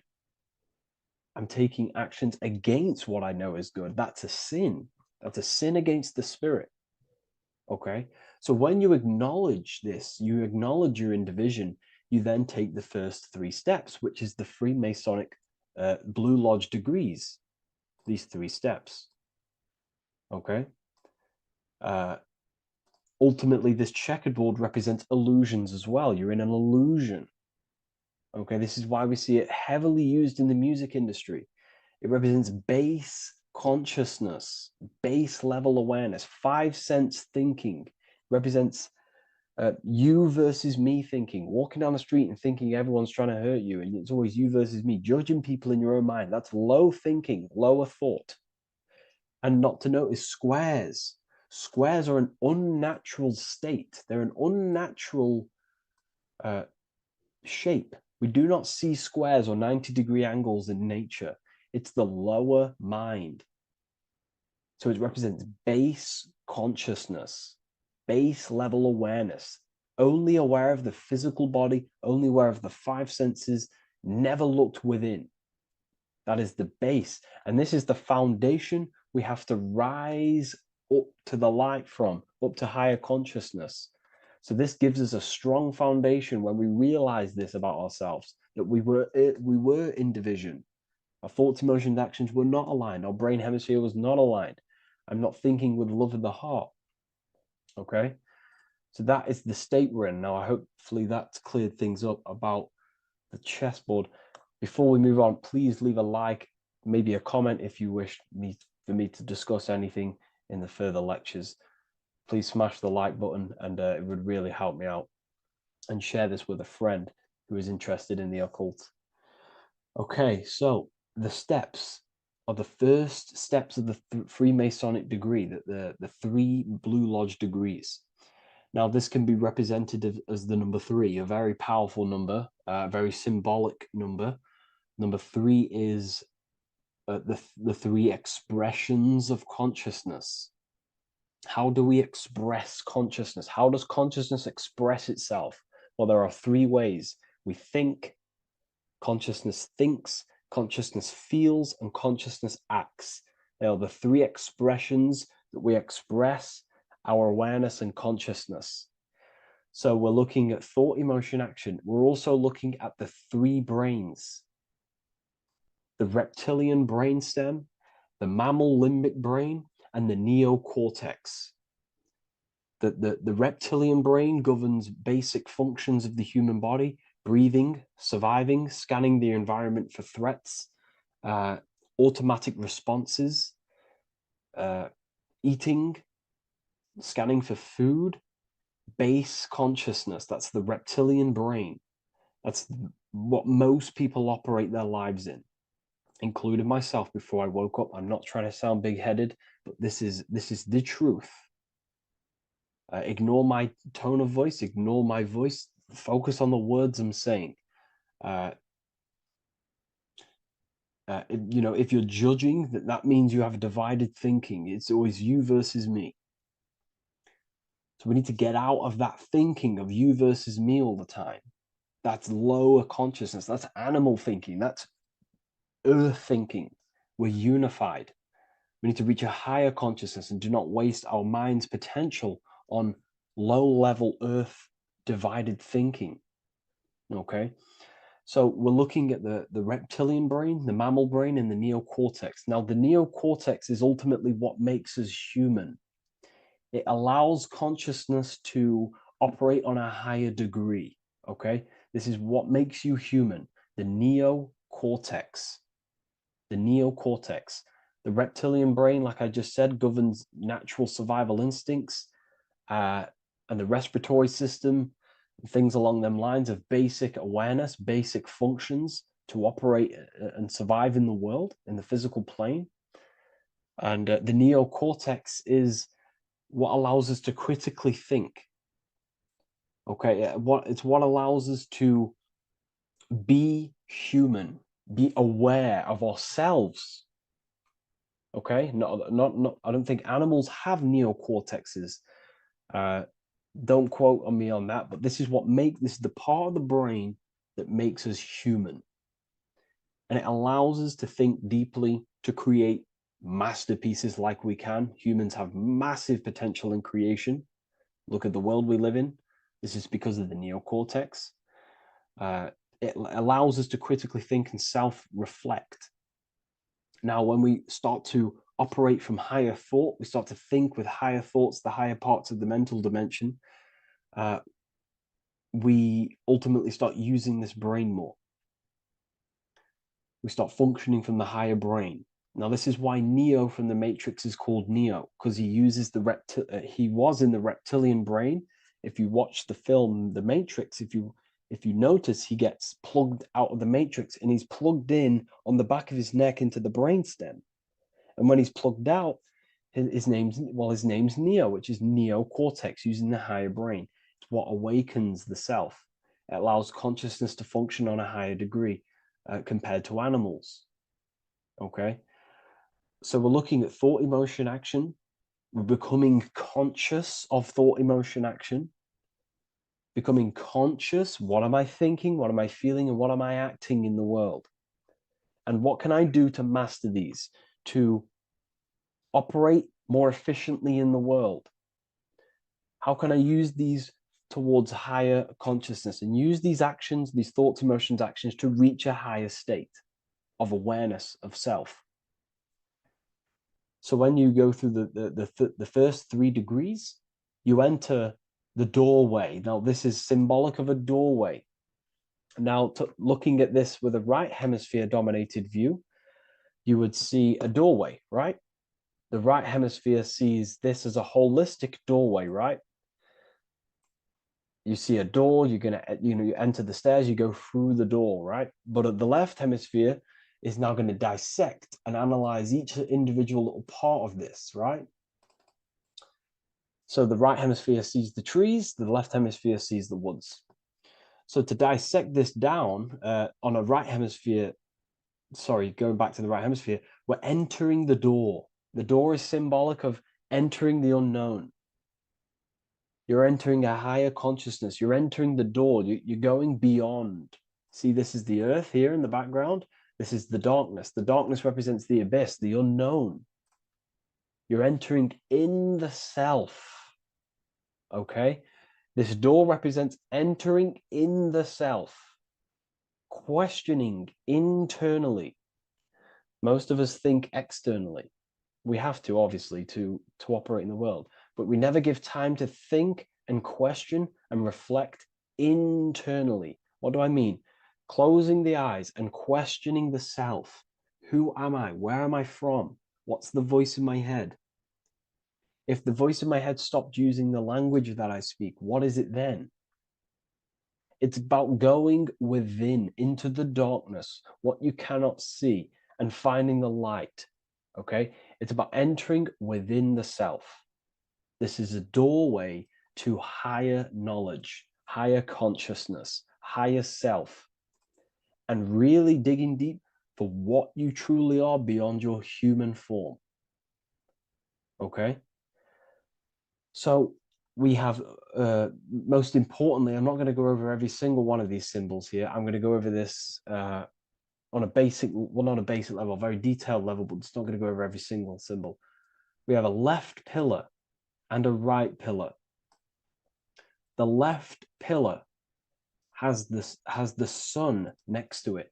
The sun is more electrical energy. It's very dominant. It's a very powerful masculine force. This represents the masculine quality of consciousness. The masculine qualities. We have many masculine qualities, such as actions, physical actions with the body. We have thinking. Thinking is a very masculine force. We have the left brain, analyzing brain, the brain that's very logical, that's trying to figure things out. That's the masculine pillar. Okay. So this is the masculine qualities of consciousness. It also represents what we can see, the sun. The sun allows us to see, to visually see in the world. So the sun represents the external world, the world outside the self. When we close our eyes, we have a self, an internal dialogue, an inner voice. We have an inner world, outer world. This represents the world we take physical action in, the material external world outside you. Okay? The world we can see. And then on the right pillar, we have the moon, which is associated with feminine qualities of consciousness. Now, the moon is in the night, what we cannot see. The moon is the nighttime. The darkness symbolizes what we can't see. So it's representing the internal world, the world of the self, the immortal world. Okay? The self in the mind is immortal. When you close your mind, you go in the mind, that self inside you is immortal. In the mind, you are immortal. Outside the mind, you are mortal. You will die. This body will die. Okay? So this is representing the internal world on a holistic understanding. It's also representing the right brain, the feminine brain. It's also representing intuition, emotion. They're linked. Intuition and emotion. They're a feminine force. Also, we're looking at the heart, the right pillar. So everything that is feminine falls under this right pillar. Now, don't get confused. I know a lot of people can get confused about what I've just said. So this represents the inner world, the outer world. It also represents everything masculine and feminine. So thought is, although it's an internal quality, it would fall under the left pillar, because thought is a masculine force. It's a penetrating force. So try not to get misunderstood with that. On a holistic scale, it's also represented inner world, outer world, and how they are reflections of each other. Now, these pillars, they're the same height, they're the same structure, but just different in sun and moon, which represents their reflections of each other. Their reflections, the inner world reflects in my outer world. My external world, what I see outside of me, is a reflection of my thoughts and my internal world. So the inner reflects the outer. The inner reflects the outer. As within, so without. So we're also looking at the right and left brain. I've already gone over that. So what we need to do is build the bridge between the two to reach higher awareness of self. Because ultimately, remember, we're still divided. We came from the checkerboard, we entered up here, we've just entered within the self, started questioning the self. We're still divided. We need to build the bridge. And this is what they're crafting in Freemasonry. The bridge, the arc, the agreement, the great work. This is the crafting of aligning the left and right brain. We're also aligning intuition, feminine, with the actions. Because ultimately, the higher self is always guiding us. That's our true spirit guide. Our true spirit guide is our higher self. And the higher self ultimately exists in a higher dimension. This is going to sound crazy to some people, okay? But who you are is not your human body. And your higher self does not communicate through the language of the human material world. It doesn't communicate through English, doesn't communicate through thoughts. It communicates through intuition and communicates through dreams and symbolism. So it's all associated with the right pillar. This is the things we can't see. The higher self is always guiding us to awakening and to our purpose on the earth. Okay, so this left pillar also can symbolize what we're born into the world with, our circumstances, our external world. What are we born into? You know, our family, our current financial situation, where you're located in the world. So it's also symbolizing this. It's also symbolizing the qualities you bring here, the natural abilities you have when you're born, and what we need to do with our environment to ultimately reach a higher consciousness and reach our and transmute our environment we're born into to realize who we were and why we came here. Okay, so we need to build the bridge between intuition and action, and always take action on what we know and feeling is right at all times. That's unity consciousness. And when we do this, we gain the light. We gain more light, symbolic of more information of the self.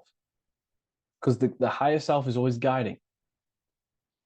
It's always watching over. And it's always trying to give us knowledge of awakening, of why we came here. And when we take action on what we know and feel is right at all times, it's like a domino effect and a stepping stone that pushes you closer and closer towards your life purpose. Okay? We're also aligning the right and left brain to perceive the world in truth, to see the world in its true form, to see the world in what it actually is, instead of any distorted left or right hemisphere dominated beliefs or thoughts. We ultimately do that by acknowledging that, yes, you have a self, you have, the left brain is more ego, this like divided thinking, everything's separate, and the right hemisphere is more holistic. So we need to see the world in the middle of this, in the middle, acknowledging the self and acknowledging the collective consciousness, and how my thoughts, emotions, actions contributing towards myself and the collective. We always need to keep the collective in mind. Why? Because we are experiencing this world together. It's not just you. And your actions also have a ripple effect on the collective. We're experiencing the world as a whole as well. Yes, there's yourself and there's the collective. We need to think, feel, and act towards the collective and the self. So aligning our brain hemispheres allows us to do this. It allows us to think holistically and individually and see reality in this. And when we do align the left and right brain, what do? We gain higher insight, the eye. We build the bridge between the left and right pillars. We gain the eye. The eye is what? Insight. The eye requires light to perceive and see the material world. So this is symbolic. This is the inner eye, the inner self, consciousness. And when consciousness has light, which is symbolic of truth, knowledge, light is a massive symbol in Freemasonry. And light represents knowledge of self, information. And when we gain information and knowledge of self, when we align our left and right hemispheres, our actions take action on our intuition, we gain higher light, higher knowledge of self, ultimately. And this is why we also have the square and the compass. Okay? We have a square and compass here. The square and the bottom, base consciousness, also representing masculine qualities. This is the masculine qualities, because squares are masculine. And the compass creates circles. So we have the circle on top of a square. Circles are divine. This is oneness. The circle is one line. The square is 4 lines. It's divided. So we need oneness over division. We need to unify the masculine and feminine qualities. Masculine and feminine qualities, okay? This is in the middle, because the compass would fall on the right pillar and the square would fall on the left pillar. And it's unifying. It's representing unification of these 2 pillars of masculine and feminine qualities of self to ultimately rise towards this light, out of the darkness and into the light. Okay. Let's go back. The G. This is very important. This is one of the most important teachings I could possibly give you about the G. The G is the generative principle, is what generates things. And the force within you that generates things is care and the heart energy. The heart ultimately expresses our actions. We think, if we care, we act. Everything in your external world is in front of you because your heart cares. You care about the video and gaining knowledge. You're now here watching this video. That's the care energy expressing actions. So in order for us to truly get out of this divided consciousness, we have to go through the G. We have to go from base consciousness, the square, divided, we go through the G, because we have to care. And if we care, we'll reach the higher mind and gain higher self-knowledge and master the self. You cannot do this if you do not care. And if you do care, you will take action towards it. If you're watching this and you don't actually truly deeply care, you won't take the action. You'll just gain the knowledge, which is ultimately useless. You have to take action on this knowledge. And if you do not, there's no point watching the video. It's difficult. It's difficult. It's not easy. And things, throw us off our path sometimes. I understand.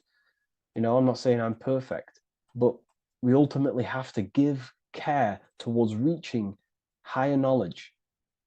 Seek and you shall find. If you have the care about reaching higher knowledge of self, you will seek it and you will take actions towards it. Okay.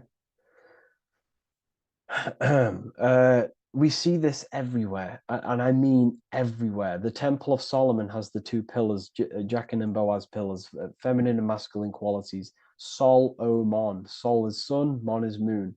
It's building the temple, which is, the temple is the inner self, ultimately. It's symbolic. The temple's not a real place. The temple of self, building the Temple of Solomon and reconstructing the Temple of Solomon, is about reconstructing the self through masculine and feminine qualities.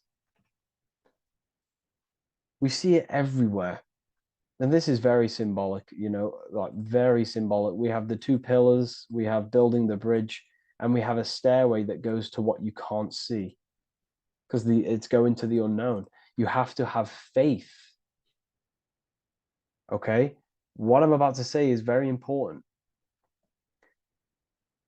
you don't know what higher consciousness is, okay, until you get a little bit higher.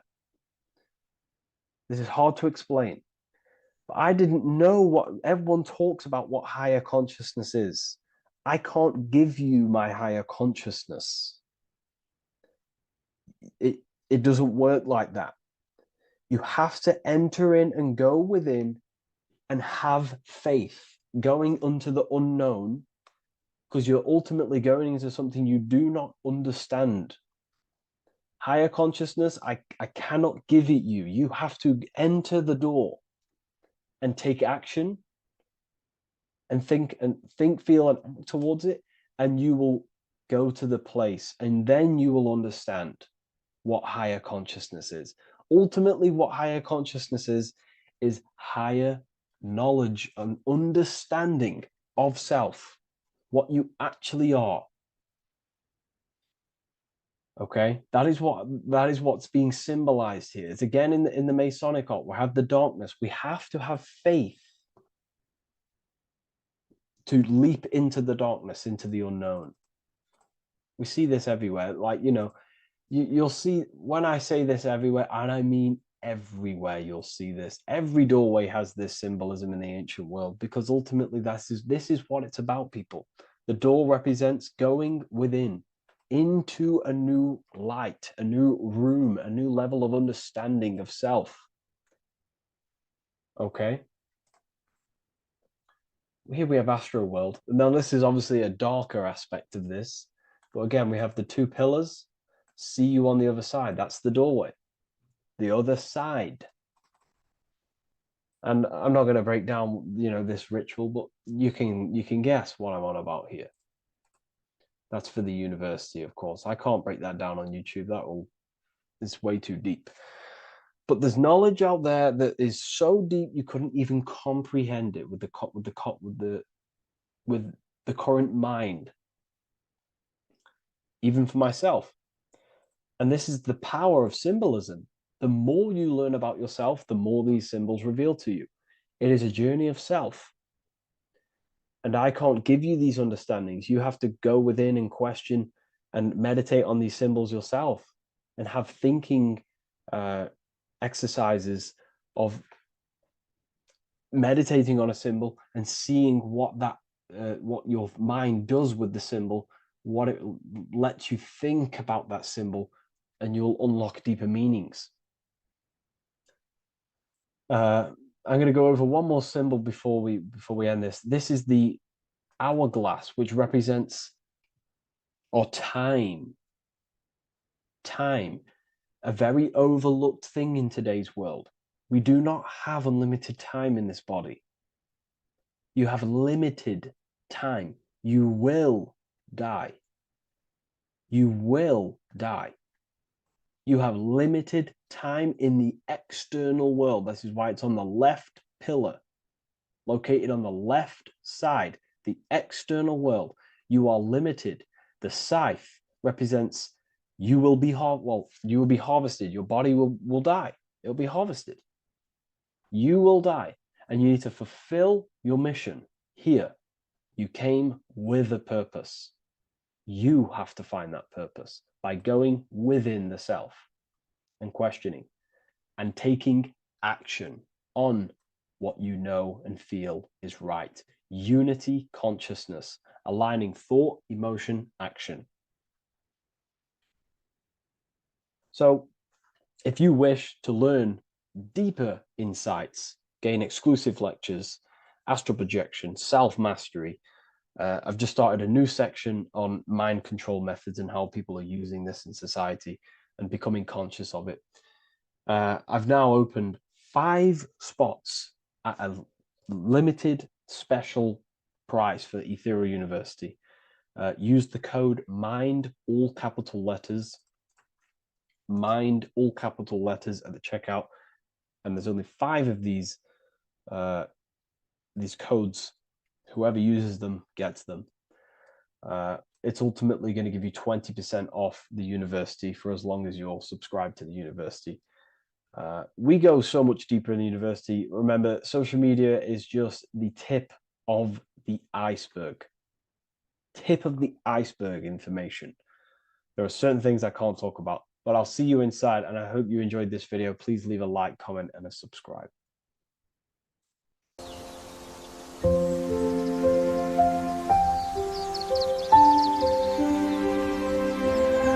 bookofwisdom.com. Visit today.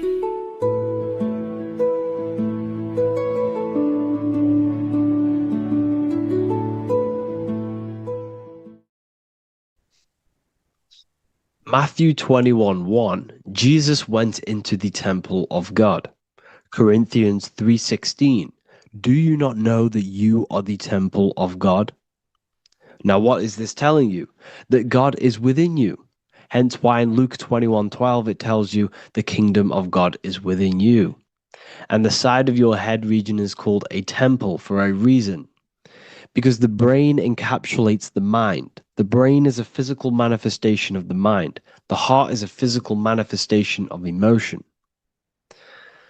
So we have these different layers of our consciousness. We have an intellectual, communicative aspect of our consciousness, which we would call the mind.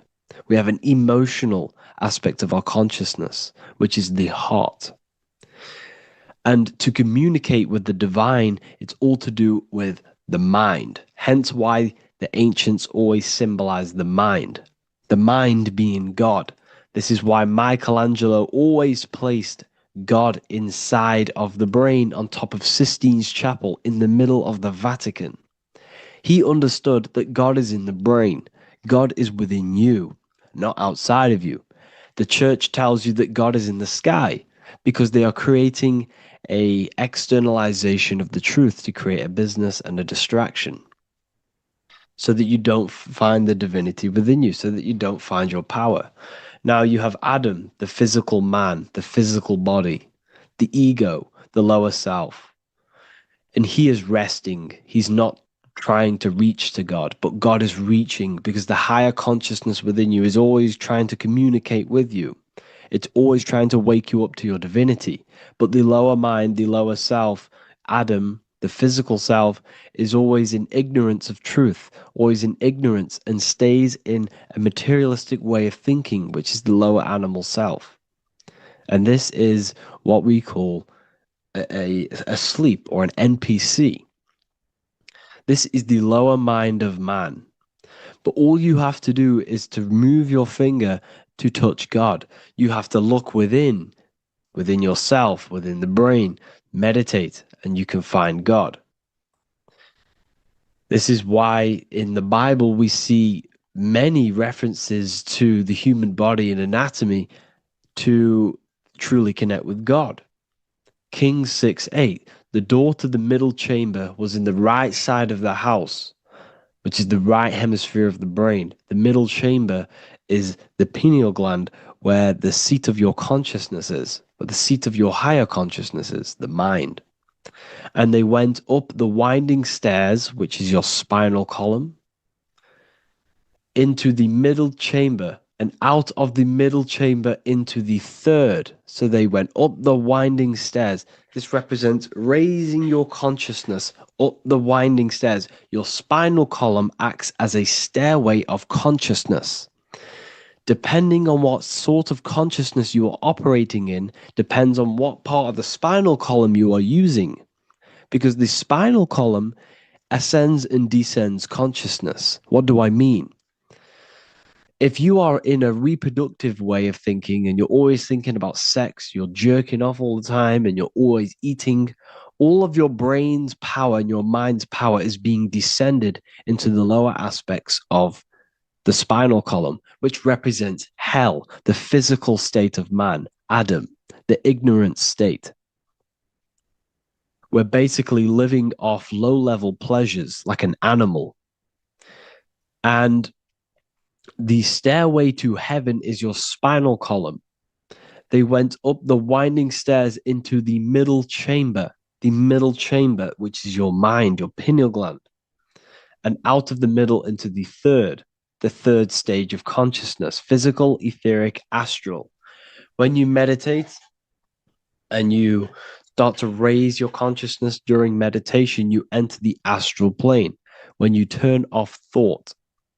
But this is the middle chamber inside of the brain. Here we see another painting inside of Sistine's chapel of God inside of the brain. This is the brainstem. This is the brain. This is the frontal lobe. This is the back lobe. This is the back lobe. This is the cerebellum. Here's the reptilian brainstem. Here's the claustrum. This is what we are seeing here. Anatomy. Here is another one in Sistine's chapel in the middle of the Vatican. This is depicting the brainstem. God's neck looks exactly like the brainstem. Here we see a real brain compared to God's neck, because the neck is just below the brainstem. And this is what they are symbolizing, because they knew that God is within you. God is a part of the human body. God is inside of the body, because the body is a vessel for consciousness, for universal consciousness. Inside of you, inside of me, is the same spark of consciousness. And this same consciousness is spread out into every living essence, because everything comes from the one source, the one God, the one consciousness. Matthew 6:22-23. The light of the body is the eye. If therefore thine eye be single, thy whole body shall be full of light. Practicing the single eye. What is this? This is meditation. This is entering within yourself. So the Bible's telling you to practice the single eye. But if thine eye be evil, thy whole body shall be full of darkness. What does this mean? If your consciousness is in an evil way of thinking, if your mind is filled with an evil, negative mind space, then your body shall be filled with darkness, with evil, with negativity. Because negative thoughts destruct the body. Positive thoughts heal and regenerate the body. So he tells you to be, the light of the body is the eye, your consciousness, the inner eye of consciousness, the eye that lets you see. And what do I mean? You look with your two physical eyes, but you see with the inner eye. What you see is perception. You look with the two eyes, and what you see is perception. You are seeing, you are understanding, and that's what consciousness, the mind, gives you. Consciousness, or the mind, is the force that allows you to be a human being, that allows you to understand things and interact with things and make decisions. It's an infinite intelligence. See, the mind is not the brain. This is a big confusion with people. Hence why the eye on top of the pyramid is separate from the bottom half of the pyramid, because the consciousness is separate from the body, the eye, the all-seeing eye. It represents the observer, the eye that sees into this body, into this world, into this. You are the perceiver. You are the invisible spirit within the body. Theologians 4:17. After that, we are still alive, and our left will be caught up together with them in the clouds to meet the Lord in the air. You don't meet the Lord in the physical air. Okay? This symbolism of the ancient Christian artwork is showing you this is symbolic. These things never happened. There's no man in the sky. Moses didn't go on a mountain to meet with God. The air represents the mind. This is why you say you're an airhead when someone's very stupid. Earth is your body. Water is your emotions. Fire is your spirit. Air is your mind, the invisible mind. So Anton Mengs, an ancient Christian art worker, is showing you anatomy of God in the clouds. But this is the anatomy of the human body. Raising yourself to the mind and turning the mind inwards on itself during meditation. And that's how you meet the Lord in the air. You meet the Lord in an elevated state of consciousness. The air represents an elevated state of consciousness because the air is up. You have to raise your consciousness to meet the Lord in the air. This is why Moses went on a mountain to meet with God. The mountain represents elevation, elevation of consciousness, raising the mind up the spinal column, taking all of the mind's attention away from the reproduction and the physical aspects of self and raising it to the brain and turning off the brain and going inward into the air. It's talking about raising consciousness. It's allegorical. It's a spiritual, metaphorical text. The side of your head's called a temple because inside that where that temple is, right in the middle of where you call the temple, is the inner chamber, the open room, the holies of holies in the Bible, or the land flowing with milk and honey, or Mount Zion. There's so many different names for the brain, or the upper room where Jesus meets his 12 disciples, the 12 cranial nerves in your brain. This is the temple of God. Your body is a temple of consciousness. It encapsulates the consciousness. It encapsulates the mind and soul. John 10:30, Jesus states, I and the Father are one. Psalms 46:10, be still and know that I am God. He's talking about the I am within you, not within Jesus. Everyone refers to ourselves as I. I am God. When you say I, you're referring to the highest aspect of yourself. The aspect that is above all thought, above all emotion, and above all things. When you say I, you're referring to your pure awareness, your pure consciousness, the highest aspect of yourself. And anything after I is egotistical. I is God. The letter I is the Roman numerals for one, because there is one God, one consciousness. The letter I is one line, just like the number one. Matthew 6:3-4, take no thought. Therefore, take no thought.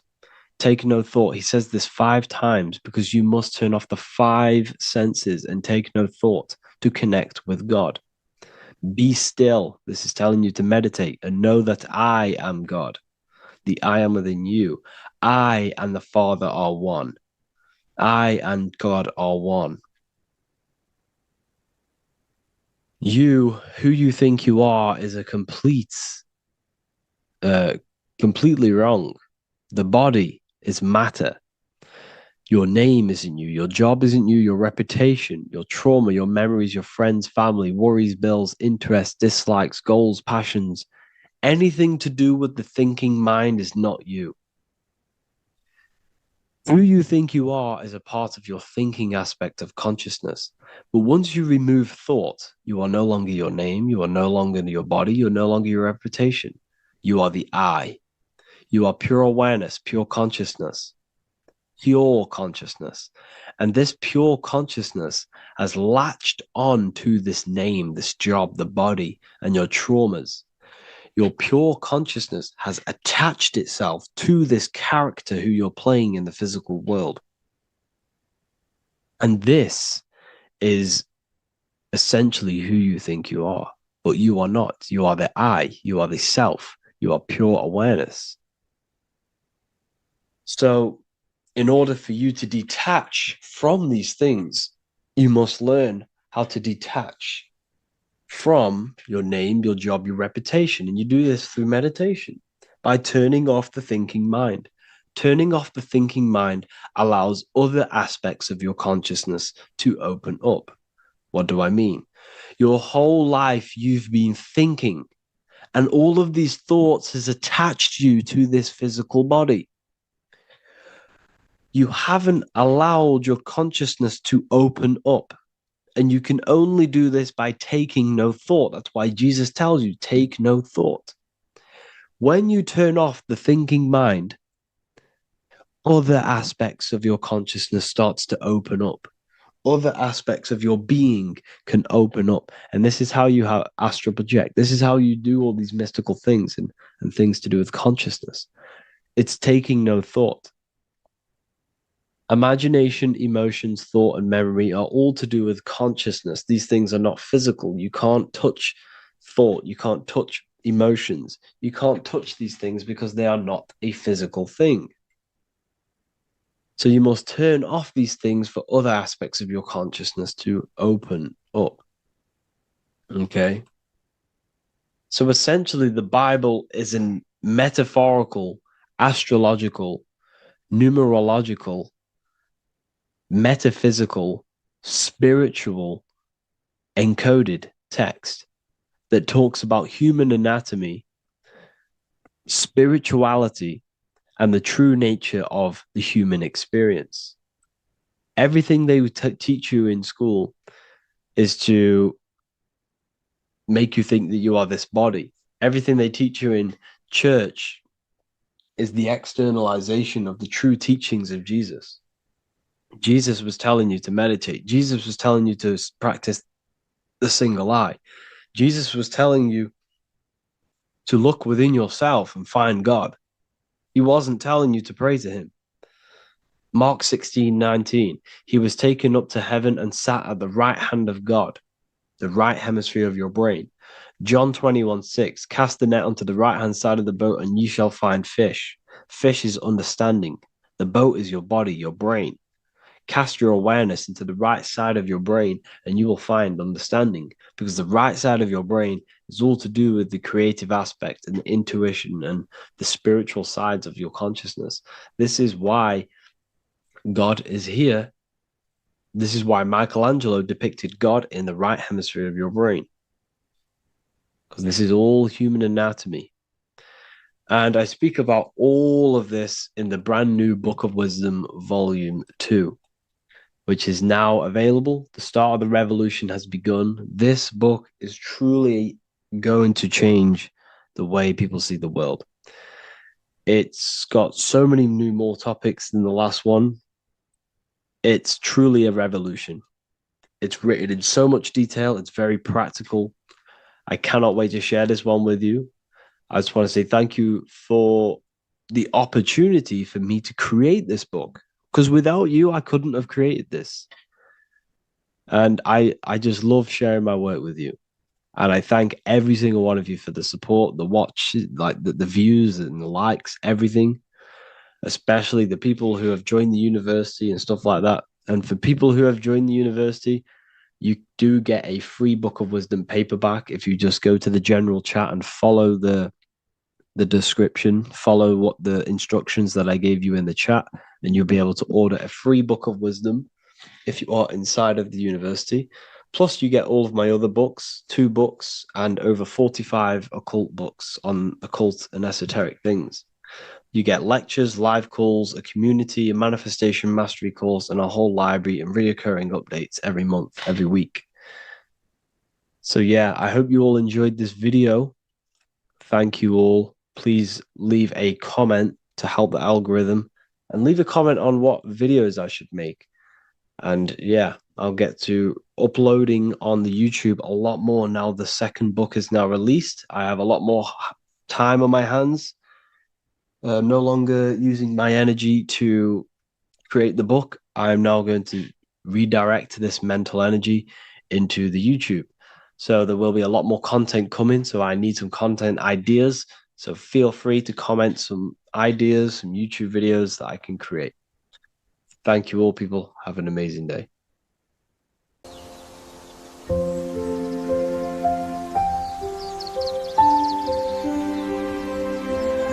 bookofwisdom.com. Visit today.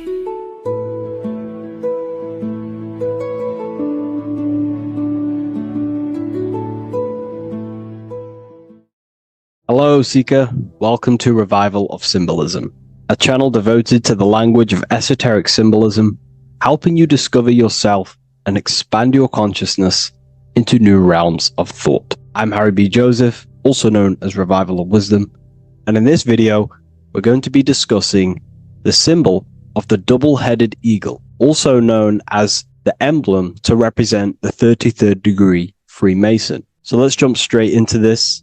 We have a piece of Masonic artwork here, which is what we call a complex symbol. A complex symbol is not just one symbol, but many different symbols in one piece of artwork coming together, forming a greater meaning. So we have many different symbols to break down here. And we're going to start off with a little bit of context so we can understand this symbol. This symbol represents the 33rd degree Freemason. Once you reach the 33rd degree of the York Scottish Rite Mason system. So once you reach this level, this symbolism corresponds to that individual. So therefore, this piece of artwork is representing the consciousness, the mindset, the ways of thinking, the ways of viewing the world of the 33rd degree Mason. It represents the consciousness of the 33rd degree Mason. And this is what esoteric symbolism is about. Esoteric symbolism is symbols and emblems representing states of consciousness and teachings within the forces of consciousness. So let's jump straight into this. The first thing that I see when I look at this piece of symbolism is the double-headed eagle, okay? The double-headed eagle. What is this eagle doing? So the thing with symbolism is that symbolism trains the mind to think in a subconscious way. Now, what do I mean? You know, to the person who thinks in linear thought, straight line thought, A to B thought, they see an eagle. They see a piece of artwork. They just see a piece of artwork with no meaning. But to the person who is trained in the occult, these symbols are representing thought vibrations. One example would be in occult symbolism, what we're meant to do. These symbols represent thought forms in the mental plane, within the mind of the individual. Instead of me just giving you the answers, in the occult, they give you symbols. And what you're meant to do is look at these symbols, stare at these symbols, and see what kind of thought arises in your mind, and follow the chain of thought. This is how you unlock deeper levels of symbolism. This is what we call the chain of thought. Now, what do I mean by the chain of thought? If I look at the eagle, I see an eagle on a basic level thought. But then that thought leads to another connection, because this is how thought works. Whatever the character of the thought we think is, or whatever the vibration of that thought, for example, the character of the thought right now would be an eagle, then that leads to another thought. For example, flying. Then flying is connected like a chain to another thought, higher perspective. So we follow the chain of thoughts until we unlock the deeper levels of the meaning of the symbol. And this is what the occult seeks to do. Symbols make and force the individual to go inward. You look at the symbol, it's not a direct meaning, but you have to go inward and start to think and follow the chain of thought that this symbol is connected to until you find its deeper meaning that relates to the individual, to you, to a teaching or a force of consciousness or a state of consciousness. Okay? It's very difficult to explain in words because symbols transcend the barrier of words. Okay? So what we're looking at here is a eagle. And what does the eagle do? Well, the eagle has the ability to fly above the earth. It looks down upon the earth. In allegory and metaphor, this represents a higher perspective of reality, a higher perspective of the world, of the self. So this is representing the consciousness of the 33rd degree Mason. They have a higher perspective of themselves. Why? Because they studied the mysteries. They studied the Kabbalah. They understand consciousness. They understand the human psyche. They understand the origins of consciousness, the forces of consciousness. They understand how the material world is created through the forces of consciousness. So the eagle represents higher perspective because it can fly above the earth. And here you have the earth, this circle here, this sphere. So it's flying above, symbolizing a higher perspective of reality, a higher perspective of the physical world, the physical body, and the self. Because ultimately, this is what it's about. Freemasonry is about, of course, self-mastery, building a better self. That's what the craft is. But it's ultimately trying to figure out the mysteries of consciousness itself and the origins of reality. We gain this insight through Kabbalah, the study of the Kabbalah tree. So let's not get off track here. So the eagle ultimately represents a higher perspective of reality because it can fly. On a deeper level, it also represents the astral body, because the astral body can fly above the material plane. It has no connection, no limitation to the physical plane. It does have a connection to the physical plane because all of the dimensions, the mental, the astral, the etheric, the physical, are all interwoven to each other. However, it also represents the activation of the light body, hence why we see this light rays around it. But that's a bit too deep for now. Let's go a little bit deeper into about the basics of this symbol. If you look at this eagle here, this eagle's looking backwards, and this eagle's looking forward. So this is forward and backwards. This is symbolizing time. So we have an eagle looking into the past and an eagle looking into the future. This is called the mastery of time. This is how you master time. You have a crown in the middle of these two heads. A crown. A crown is something worn by royalty, and royalty has a lot of power. So this is symbolizing personal power and mastery. How do you gain your personal power and mastery over time, over the past and future? Well, it's very simple. In order to master time and master your future and master your past, you have to look at the forces in your past that have led you to this very moment. Here we have a triangle which represents the number 3. Remember, in this middle, which is the present. So you have to look into the past to see what thought, emotion, action, the number 3, the 3 expressions of consciousness. Consciousness expresses itself through thinking, feeling, and acting. That's how consciousness manifests itself in 3 different ways. You have to look into your past to see what thought, emotion, and action has led you to this very point in your life in the present moment. And what you can do now, which is your power, the present moment is your power, you can ultimately change your thought, emotions, and actions now to create a better future. You observe the past to see what thought, emotions, and actions created your present moment.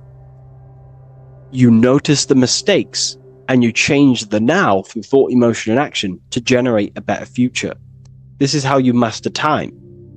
Now, keep in mind, this is always in the mind of a 33rd degree Mason. Someone who is highly, mastered, they keep this in mind. Just like they keep in mind what thoughts they are paying attention to. 33rd degree Mason has a lot of self-mastery power, and they hold conscious thought. Most people think unconsciously and without power. A 33rd degree Mason is trained, their mind is trained. Therefore, their mind thinks powerfully. They do not think randomly because they understand thoughts are the seeds to physical creation. All physical creation is a crystallization of thought. So ultimately, this double-headed eagle representing left and right, and the crown in the middle represents mastery over time. That's how you master time. Again, here we have the eagle standing on top of a sword. The sword is, of course, on a basic level, the sword represents power. Because if I hold a sword to you, I hold the power over you, because you will more likely fear. But if we go even deeper, the sword cuts through the air. When you swing it, it moves through the air. Therefore, it's a symbol of the air. Because you can't really make a symbol of the air, because air is invisible. So the sword is a symbol of the air. And the air is one of the 4 physical elements in alchemy. We have water symbolizing emotion. We have fire representing the spirit. We have earth symbolizing the physical body. Then we have air symbolizing the mental body. the mental body. So the mental body is symbolized by this sword. A sword has to be continually sharpened.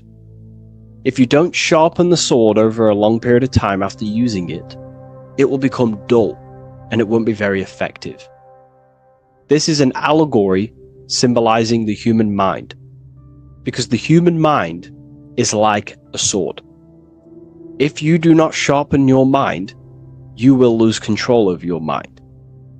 When you stop doing the meditations, when you stop being conscious, when you stop doing the affirmations, the mind falls back into old, unconscious thinking patterns, and we start to lose control of it. The mind is seen as a sword within the occult, because this is pretty much your tool. Your mind is your tool. This, just like the sword is a tool. Your mind is a tool to create reality. So we need to make sure this tool is always sharpened, that we stay on top of the mind, hence why the eagle is on top of the sword, symbolizing control over the sword, mastery over thought. This also goes into thought forms. In the occult, there's something called thought forms. Thought forms are basically taught to the individual and understood by the individual, who understands that the mind is not just in the brain. The mind is a part of a mental field. All around you, there is not just a field of energy. There's also a field of mind surrounding you. It's a mental universe. And this field of mind is what we call the mental plane. The field of mind is where all of the possible thoughts in the universe infinitely express itself. So each area has different thought forms. Each postcode, each place you go has different thought forms. This is why if you walk into a cathedral, for example, an ancient, amazing structure, your mind instantly becomes, you're amazed. You feel different when you walk into these areas, because all around you is a mental field. And there's something called thought forms. Thought forms are basically what religion call spirit guides or angels, helpers. This is what thought forms are. Thought forms are basically, if you dwell on the thought that you are going to lose your girlfriend, for example, let's use a negative example here, because a lot of people can relate to this, or your boyfriend. Let's keep it simple. Everyone can relate to this at some point in their life, hopefully, or if not, it's okay, no worries. It's just an example that most people can relate to. If you constantly dwell on the thought that you are going to lose your partner, what we have to understand is that the mental plane, the forces within consciousness, within what we call the universe, is always trying to give you what you want to create. That's your right. The universe, or mind, or consciousness, whatever you want to call it, is always trying to unfold what you want to create. It doesn't know the difference between something you don't want to create or do want to create. Whatever you think about is ultimately what this power of consciousness or the universe will try and manifest. This is why we have to gain mastery over our thought, because thought are basically the seeds that we impress into the dimensions. So we have a mental dimension, we have a higher, middle, lower subplanes of the mental dimension or the mental plane. Then that's just thought. The mental plane is just thought. Below the mental plane, thought takes the body of imagination, which is what we call the astral plane. And the astral plane also has higher, middle, and lower subplanes. Then we have the etheric plane. The etheric plane is basically an energetic copy of the physical plane. So you have an etheric brain, you have an etheric body. It's just basically an energetic, exact copy of everything that is physical. So if we think something within our mental body and we dwell on that thought, the more attention you give, the more you feel that anxiety about losing your partner, you're literally forcing energy and direction and attention into this thought idea, which manifests itself within your own aura. Your aura is basically, it's not just your electromagnetic field. Your aura has many different levels. It has a physical level, it has an etheric level, an astral level, and a mental level, like layer. So it has a layer for each one of these bodies. If you dwell on this thought and you keep giving attention, power, you start to imagine this because you're worrying about it.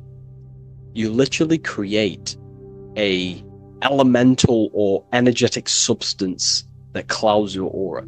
And this is what people have been called demons, people call spirit guides, whatever you want to call it. This is what it is. It's a thought form. But this is not something that's come after you. This is something that the individual has created. And wherever they go, this cloud of thought forms that they've manifested literally clouds their aura. You can see it within the astral plane and the mental plane. You can see how it's affecting them. Wherever you go, you start to randomly think about it. You keep thinking about it. You know, it's infecting you. It's like a demon. It's tormenting you. But it's simply just a force, an astral force, and a mental cloud that they've manifested within their aura. Thought forms. The 33rd degree Mason has very powerful thought forms.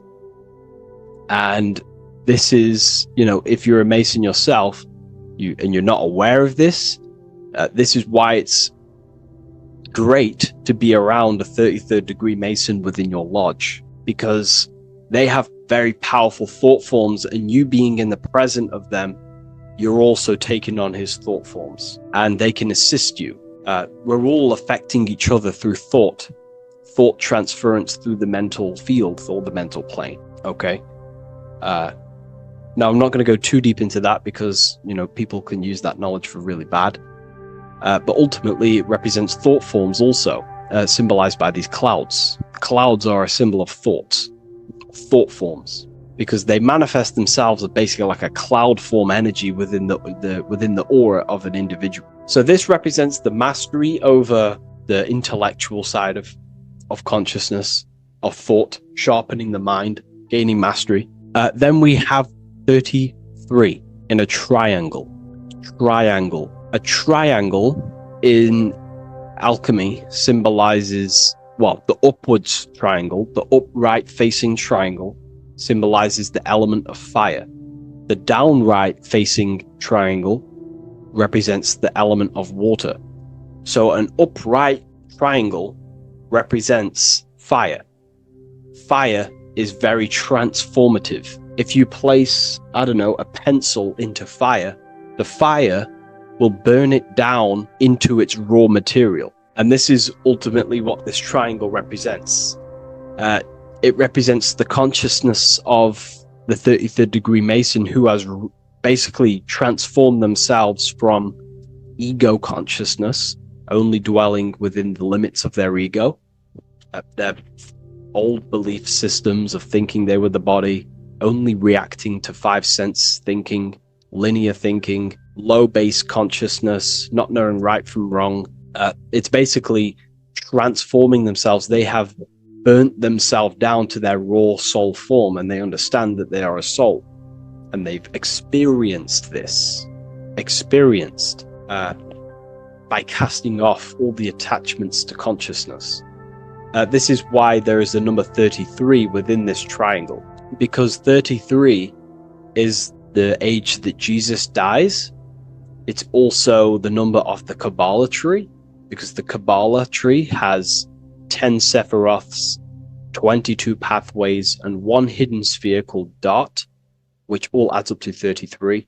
And the Kabbalistic tree of life, just to give you a bit of context, basically is a blueprint of how God manifested the world, and you are an expression of God. So it's also representing how your soul fell into matter, how consciousness creates matter. And it's also a diagram of how reality is not fixed, but it's ever unfolding creation through these forces of consciousness. So the Kabbalah teaches a way back to source consciousness if you go from the bottom of the tree to the top. And in order to go to source consciousness, you have to die symbolically. It's the death of the self, the death of the ego, the death of the old self, the old belief systems that you had. That has to die. The old person has to die to give room to be spiritually reborn, so you can actually figure out who you actually are. Your ego has to die. Now, that's not saying ego death, but you have to basically give away all of your old belief systems to then be spiritually reborn. That's why Jesus dies at 33 and is resurrected. Ice melts from ice into water at 33rd degree. So it's symbolic of transforming. And again, the upright triangle is the fire element, symbolizing burning things to its base raw material. 33, which is again death and resurrection. So it's all about burning the old self and being spiritually reborn again. This is the teachings of Hermeticism, Christianity. It's in everything. You'll see this symbolism or this story of death and resurrection absolutely everywhere in the ancient myths, because it's all talking about the same thing. You have to symbolically die. You have to kill off the old self to be spiritually reborn, to be initiated into a mystery school. So the 33rd degree Masons basically saying, well, they have resurrected. They have resurrected the connection to their soul, because as we grow older in this life, we lose connection with our true authentic self as the ego develops as we get older. And if we don't stop developing the ego, we never actually connect with who we truly are, which is a divine, immortal, formless being who has the infinite power of creation. This is what you actually are. Okay, so it's also symbolizing the union of opposites, hence why we have a double-headed eagle here. It has opposites. Obviously, this is massive within the occult. You see this everywhere, union of opposites. Okay, so union of opposites goes from, basic teachings to the most advanced teachings that most minds are not ready for. Union of opposites is on a basic level, is union of the mind and the heart, going from mind consciousness, which is basically ego, the lower self. That's not to say the mind isn't powerful, but that is the house of the lower self. The ego. It's the house of the ego. So we have to learn how to use the mind for what its proper use. The mind's proper use is for the soul to create. However, we're not taught this in school, so we've basically developed a false personality within our minds, and our minds have become a vessel for a false identity. So what we need to do is integrate the heart, which is the soul self, the true self, with the true powers of the mind. And the mind is basically a powerhouse of creation, infinite possibility. And that's the mind's true usage is for creation, not a false identity. So it's about integrating the mind and heart. It's also symbolizing a balanced mind, and we do this by aligning the left and right hemispheres of the brain, which help you perceive reality for what it truly is. Because the two double-headed eagles, they're joined together, so it's union of opposites. So it's about reintegrating the female and male aspects of self, such as the left and right hemispheres of the brain, the mind and the heart, all working as one system.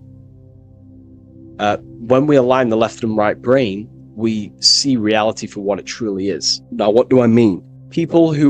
Most 90% of people, I'm not putting anyone down, if you relate with this, it's fine. We're all here to work on ourselves. I'm not putting anyone down. People with a left hemisphere dominated view on reality see things as a very logical. They see reality logically, basically. Now, what do I mean? They see things as this is science, that's mathematics, that's religion, that's metaphysics. They're all separate and divided because that's what the left hemisphere does. The left hemisphere basically dissects everything down. The way the brain works is truly magical. The right hemisphere of the brain allows us to basically see a bigger perception on reality. It sees the bigger picture. The bigger picture For example, the woods. It sees the woods as a whole unified woods. But then the left hemisphere of the brain takes that view and perception of the woods, dissects it down and analyzes it into individual branches, trees, leaves, animals, insects. But in reality, it's all one, because all is manifested from the one God, the one source, the unmanifested consciousness, the unmanifested force. So it's union of this. We have to view the world as in, yes, everything is one, but I'm also living in my personal consciousness. Yes, there is a collective consciousness. We're all one consciousness, but I also have my personal consciousness. I need to think about both, making sure that my thought, emotion, and action is contributing towards the evolution of myself and the evolution of humanity. A person who is only left hemisphered only thinks about themselves mainly, 90% of the time. They only, they're trapped in ego, and the individual can't see pattern recognition, really. Pattern recognition is more the right hemisphere because it sees the whole. So it's about aligning the brain hemisphere so we can actually see reality for what it is, so we can, without distortion or illusion, and be neutral. Okay, we have light rays. Light rays are very symbolic within the occult, especially Freemasonry. Light rays are symbolic of force and form. These are the two dualities within the occult: force and form. The internal world is force, external world is form. Everything outside of you is a formation of force. No force ever takes place on the physical plane. All force takes place within mental, astral, or etheric. The physical world is formation. Therefore, what is the force that drives you? What is the desire that's a force? Emotion, force, thought, force. What are the forces driving you to take action in the physical world? And we need to gain mastery over these forces. Light is also a symbolic of knowledge, because knowledge is considered light. This is why Freemasons say going from darkness to light. Darkness is ignorance. People who are only aware of their five senses, they don't want to know anything else. Their minds are completely shut off. I have my belief system. That's it. I'm happy. I don't care. That's their ego limiting themselves and building their own prison. Light, on the other hand, is about going from a state of unconsciousness, not being aware, into a state of light. Light makes things reveal itself. If I shine light on you when it's dark, I reveal truth. You're there, you're manifested. If you're in a dark room and I shine a torch on you, you're revealed. The veil is lifted. The darkness is gone. So this is symbolic of light revealing higher truths to yourself as you walk the path of self-realization and Nosis. So light is symbolic of this also. They have high amounts of intelligence, a 33rd degree Mason. They have a lot of light. They have a lot of knowledge. They've researched a lot of things. They're intelligent in many different areas of life, within speech, within grammar, the way they portray thought, their mastery, their level of mastery, their understanding of themselves is very advanced. They also know a lot about physiology, about the brain, about the body, life, consciousness, astrology. They know a lot. They have a lot of light. 33rd degree Mason. Me, myself, I'm not a part of Freemasonry, and if I ever do become a part of Freemasonry or any order, I will openly share it to all of you. This information has come from following the chains of thought through self-study and self-realization, and studying Freemasonry from an external view. You can gain a lot of insight just by studying symbolism itself. Masonry is about being a builder. That's what the word Mason is. Mason is about building. The word Mason means builder, and it's about building the self. We're all building either our prison of our soul, or we're building our freedom of our soul. Every single one of you. Every time you reject something that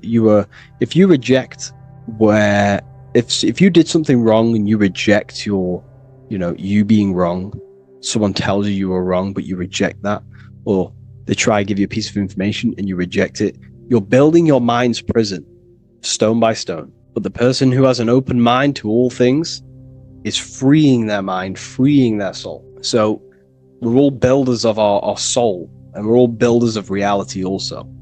And we're all building Earth. This is the building project is Earth. We're all contributing towards it through our thoughts, emotions, and actions. These are our God-gifted powers: thought, emotion, action. These are our rights to operate in the world. These are your buttons to control the character in the game. So I hope this information has given you a lot of insight about this symbol. Please leave.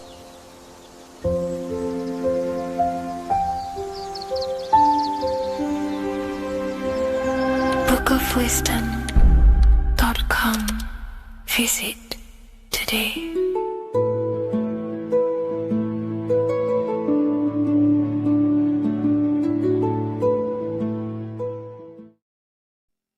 What is good, people? How are we all doing? Today we're going to be talking about the different planes of existence, the occult side of the world, the things they don't teach you in school. And of course, you can only find that on this channel, so welcome. So you need to understand is that your consciousness moves through these different planes of existence, these different states of consciousness, which make up all of you. Okay? They are all interlocked planes. They are all interpenetrated into each other. They are all one. They melt into the plane above and below. You see, each plane is a product of each plane. As above, so below. Now, the higher you go, the more fluid, the more dreamy, the less dense it becomes. The lower you go, the more denser it becomes, the more solid it becomes.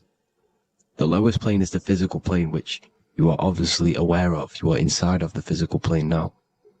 But while you are in this inside of this physical plane, you are indeed inside of all these other bodies which you have not awakened yet.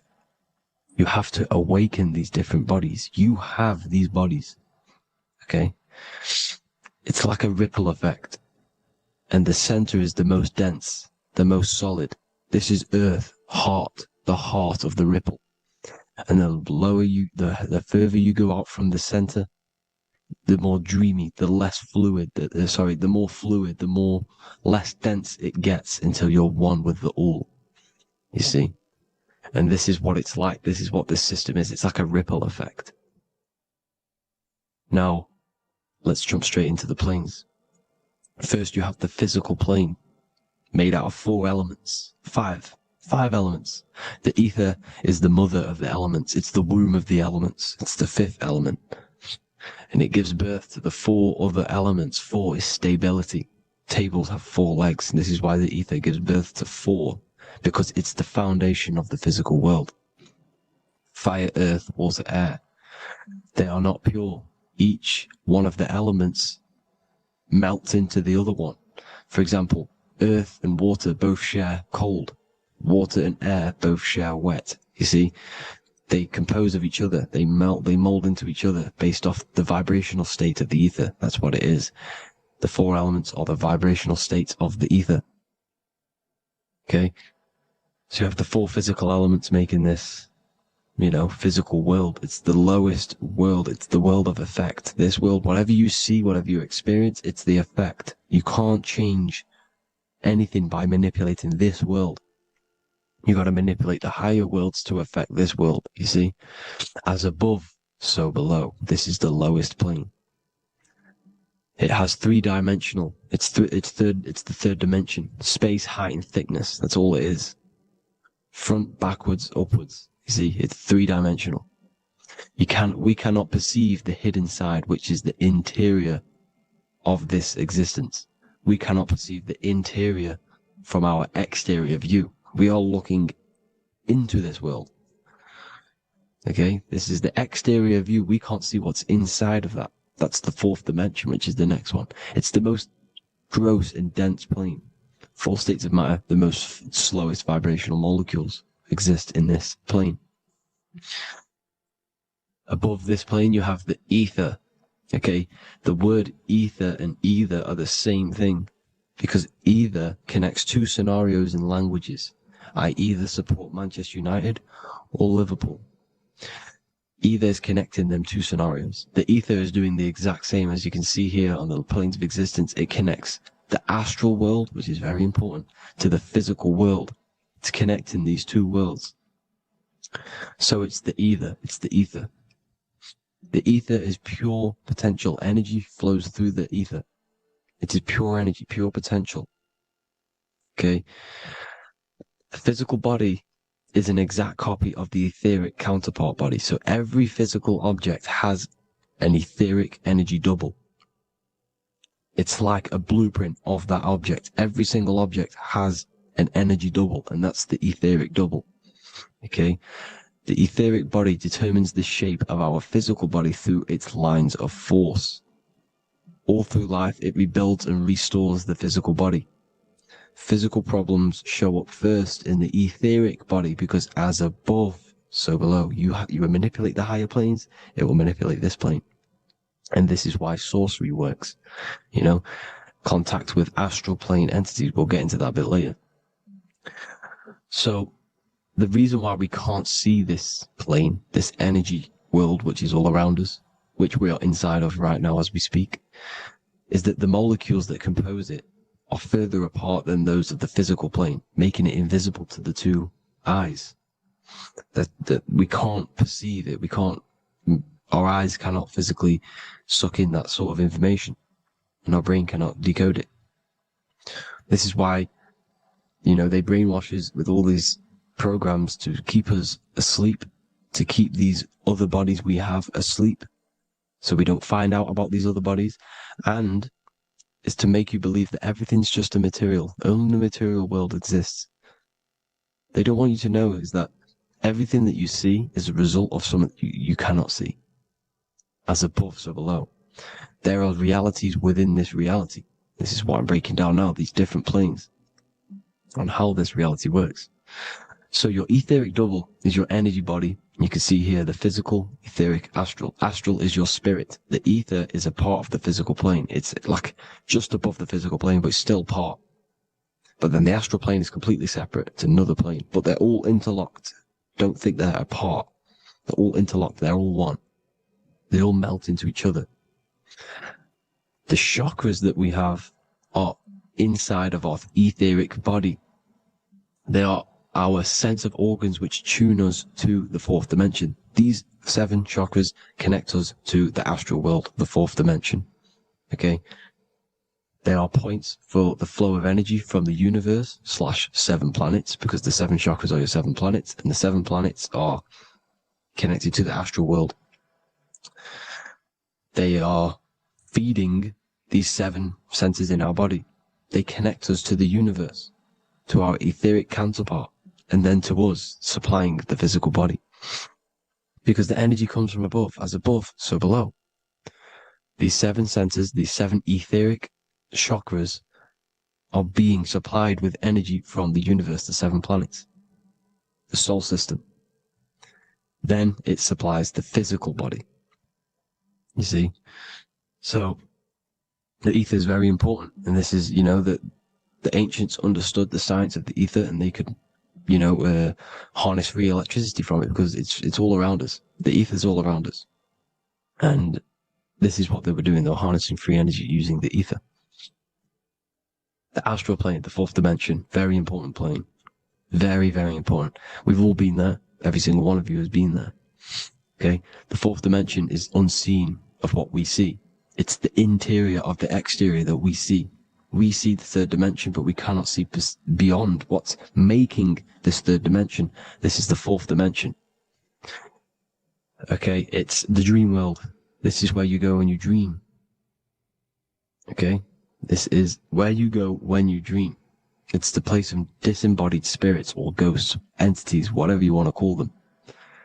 When you hear ringing in your ears, that is not tinnitus. That is an entity around you. Okay? That is an entity around you. The fourth dimension is where thought forms exist. Mental images.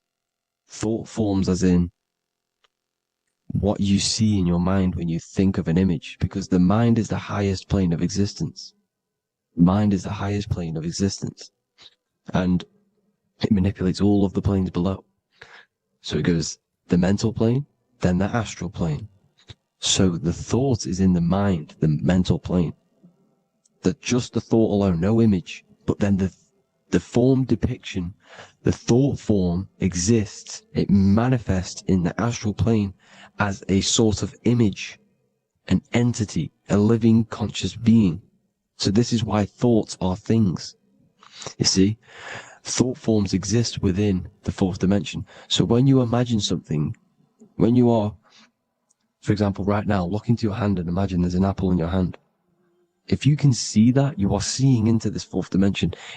You can only see into this fourth dimension using the mind's eye, not the two eyes, the mind's eye. When you shut off the two eyes into darkness, the third eye opens. The mind's eye is open, and you can see, this is astral travel. You got to work on astral travel, and you will see this astral plane, this fourth dimension. And there are 3 different sections to this astral plane: higher, middle, or lower. So yes, there is a kind of a heaven and hell, and a mid-god. Heaven being the higher vibrational entities manifesting higher vibrational thought forms existing there, the lower vibrational thought forms existing in the astral plane. But these thought forms are beings. You can create these beings. They're called elementals. Okay? If you entertain specific thoughts for long enough, this will plant a seed and it will grow. If you keep, so for example, you have a bad feeling or whatever, what's a good example? Unforgiving someone. You keep that energy inside of you for long enough, it will manifest in the fourth dimension. You entertain that thought long enough, it will manifest. And it will create an etheric body, and it will be an entity which will harm you. It will feed off you, this low vibrational energy. Your mind is so powerful. It creates thought forms, and these thought forms can take consciousness, can take bodies, etheric bodies. Now, that's why it's very important that you master your mind, master your thought patterns. So this fourth dimension is the astral world. So when you have a nightmare, this is the lower astral plane. You're in the lower astral plane.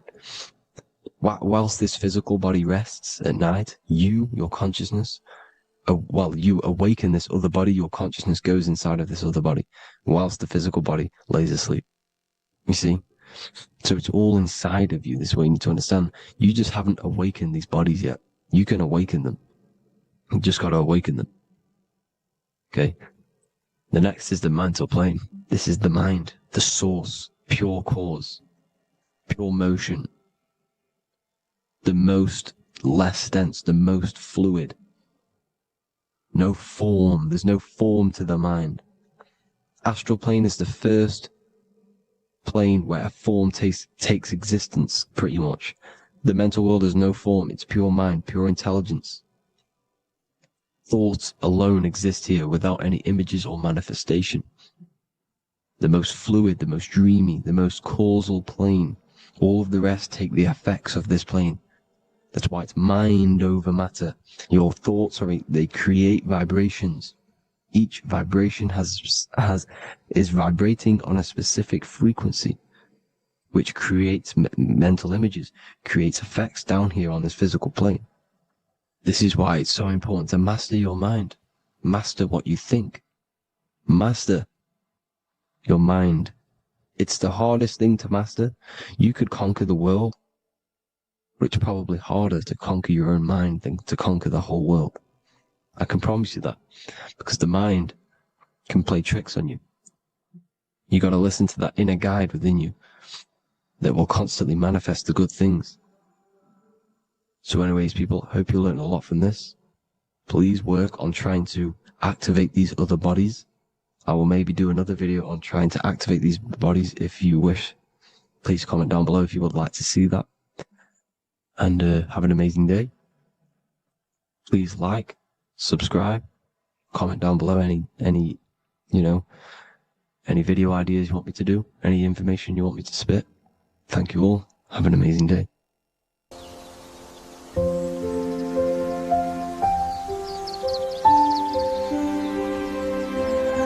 bookofwisdom.com.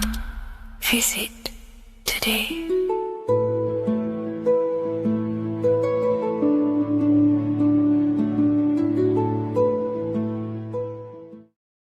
Hello, Seeker. Welcome to Revival of Symbolism, a channel devoted to the language of esoteric symbolism, guiding you to discover yourself and expand your consciousness into deeper realms of thought.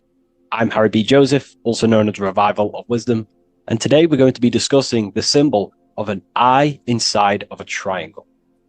So the first thing we need to understand about symbolism is that symbolism is a subconscious language. We don't just look at these symbols and get a basic understanding.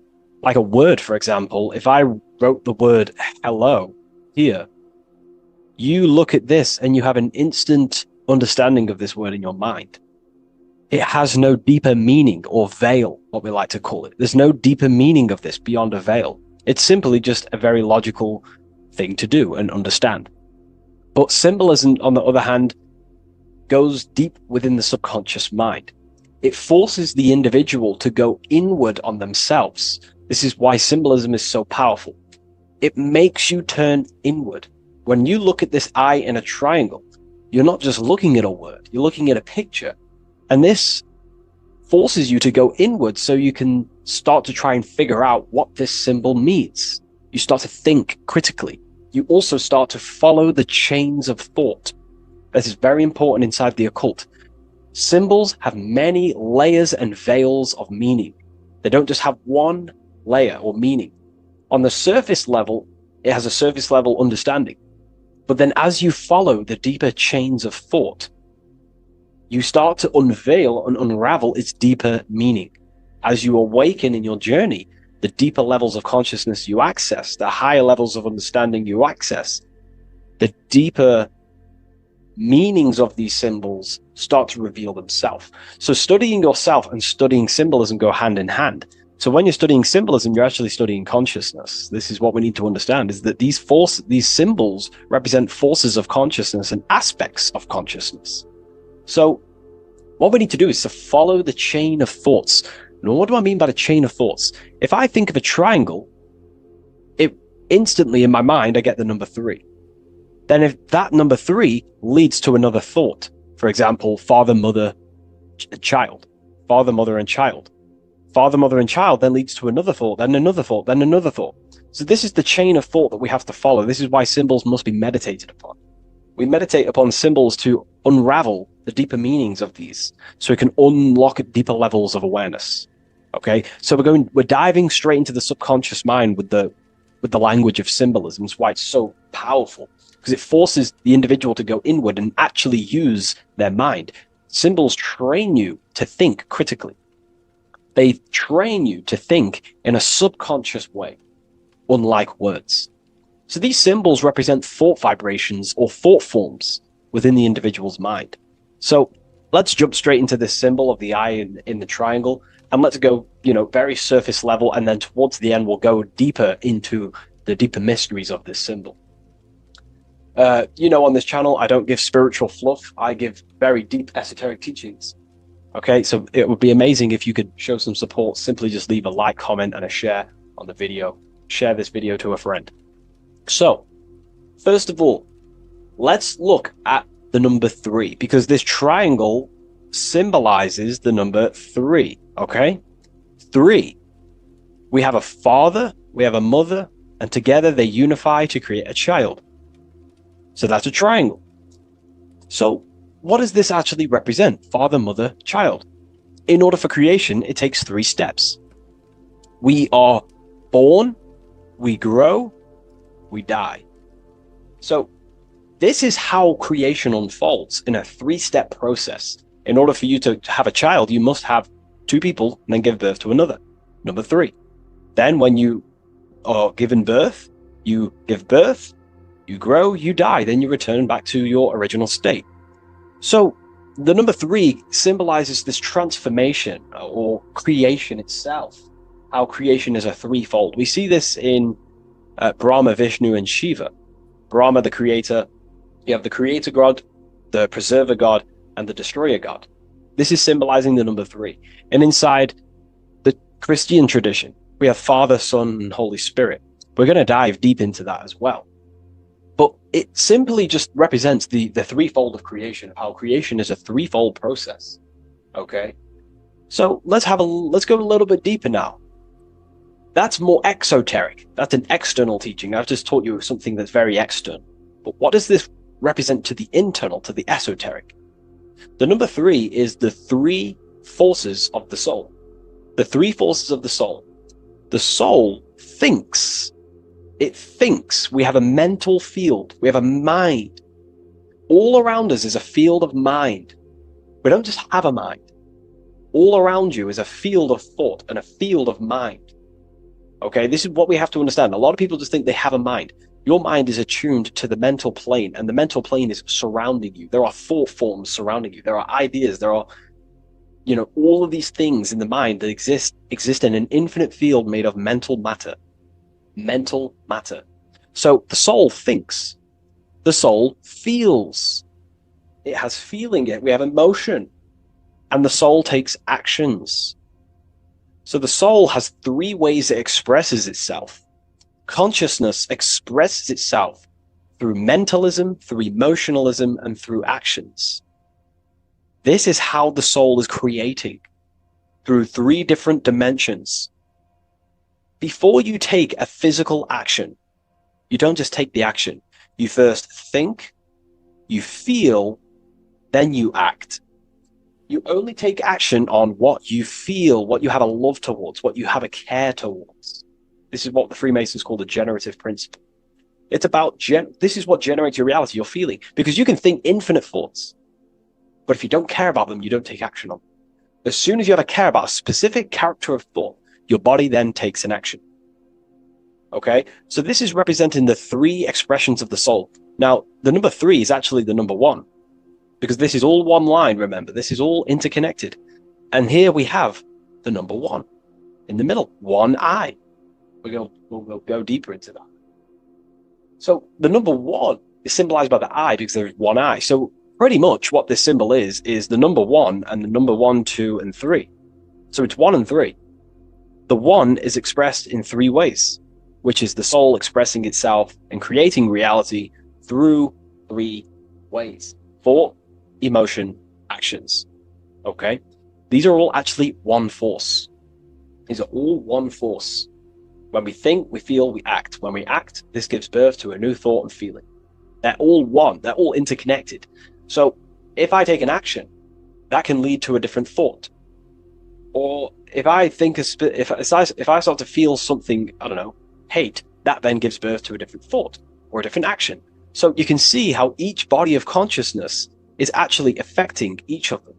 If we have an unhealthy mind, this will affect having an unhealthy emotional state and an unhealthy body. Because what we think, the mind holds power over the body. Every single thought commands 50 trillion cells in your body. Think of that for a second.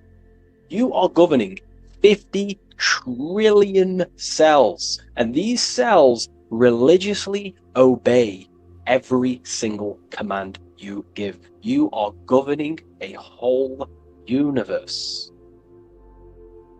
50 trillion living conscious cells. Okay? Think of that for a second. 50 trillion cells, and you are commanding them, and they religiously obey you. This is what we mean by you are a microcosm of God. Your body is literally a whole universe. There is living beings in your body that you are commanding and controlling, and they religiously obey you. Very, very powerful. This is how powerful you are. So each thought you command to the body is either destroying the life of the body or uplifting the life of the body, good and evil. So you're either creating more life or destroying your life of the body, of the health, of the body, of the cells. It's a whole civilization inside of your body, and you're governing it. You're the government. You are the master. This is why in the occult they say you are the master. Everyone is a master of their own being, their own microcosmic universe that they govern. You govern a whole reality. Don't forget that.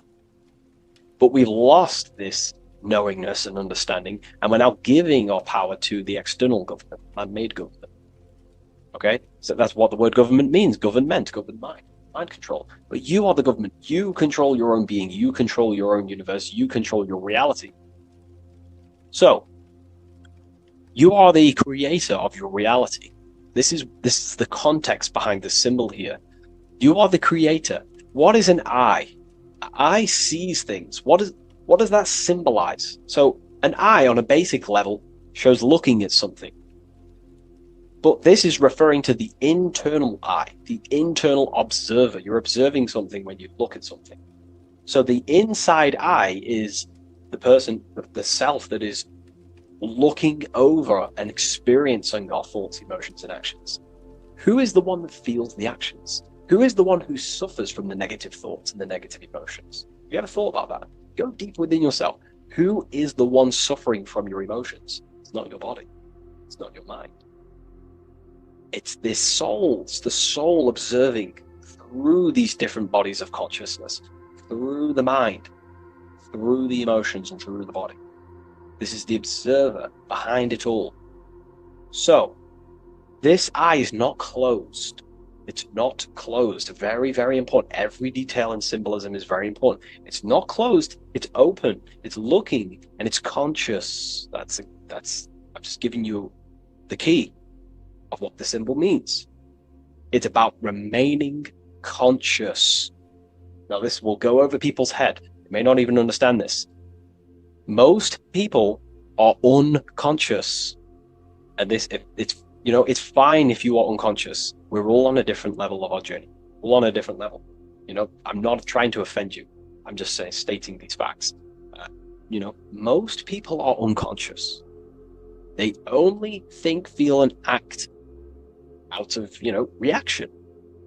They're not even aware they exist, because they're so caught up in the external world. They have no idea they exist. They've never deeped how they exist, why they exist, what life is, what this piece of technology they're inside of is. So I'm giving you a bit of an insight of a person with a higher consciousness. A person with a higher consciousness is always looking. This is what the symbol means. Always looking, not with the eyes, but with the internal self, because they understand these three powers, the triangle, is creating their reality. Thought, emotion, action. Person with a higher consciousness who knows mastered themselves is someone who is always looking and observing their thoughts and emotions and the actions they take in the world. I'll give you a bit of a key here. I'll give you a key. In my life, I like to govern myself, be my own master, through this way. Every action or decision I am about to make, every decision, I always say to myself internally, I remind myself of this symbol. This is what symbols are. You're meant to remember these things. There are tools to help you in life and gain control of yourself so you can ultimately live a better life and create your own reality. I remind myself, if I take this action, what is the effect that's going to come from this action? Is this action going to benefit me, or is it going to pull me away of what I'm supposed to do? And through that, I live through this law of polarity, law of cause and effect. We cannot escape that law. You have to deeply understand this. You cannot escape the laws of cause and effect. They are always infinitely creating your reality. Cause and effect. Every thought is producing an effect. Every emotion is producing an effect. Every action is producing an effect. Therefore, you must keep this in mind and stay looking. This is what the symbol means. It means stay conscious. Always look over your thought, emotions, and actions. Always look over them. Because if you are not looking at your thoughts, emotions, and actions, and you're living, you're thinking, you're feeling, and acting unconsciously, subconsciously, without conscious awareness, you're unknowingly creating your reality. You can reach a level of mastery. There is a level of mastery. I'm not fully there yet. I'll openly admit that. But it's a goal in mind. There is a level of mastery that one can achieve where they are conscious of every single thought, every single action, every single emotion they feel throughout their day. Very, very difficult because we think around 7,000 thoughts a day. But this is ultimately the goal of mine anyway. It's completely up to you what you do. I'm just giving you this insight that's helped me in life. So it's about being conscious. This is a very overlooked thing in today's world. No, most people are unconscious. They're walking around as zombies. They don't even realize they think. They don't even realize they have a mind. They think their mind is their brain. If the mind was the brain, then how can the mind go in the past, present, and future? Which means it exists outside of time, but the body remains in the present moment. If the body remains in the present moment, that means it exists underneath time, underneath the law of time, but the mind transcends it, which means the mind operates outside of time, space, and matter. So, that is a key. You are a higher dimensional being manifesting in a physical form, and you're looking into the world. This is also another veil of the eye. The eye symbolizes your higher dimensional being. You have no true form. This is one of the biggest secrets. You have no true form. You form what you think, feel, and act. In the astral plane, you become what you think about. You can become an owl. You can become an owl with goat heads or, T-Rex arms. You can be anything you wish. Anything you think about, that's the form you take in the astral and imagination. But beyond the very causal plane, the higher dimensions, you are formless. You are nothingness. But that formless is connected to God. That is the unmanifest. That's the source of all creation. So you are something but nothing.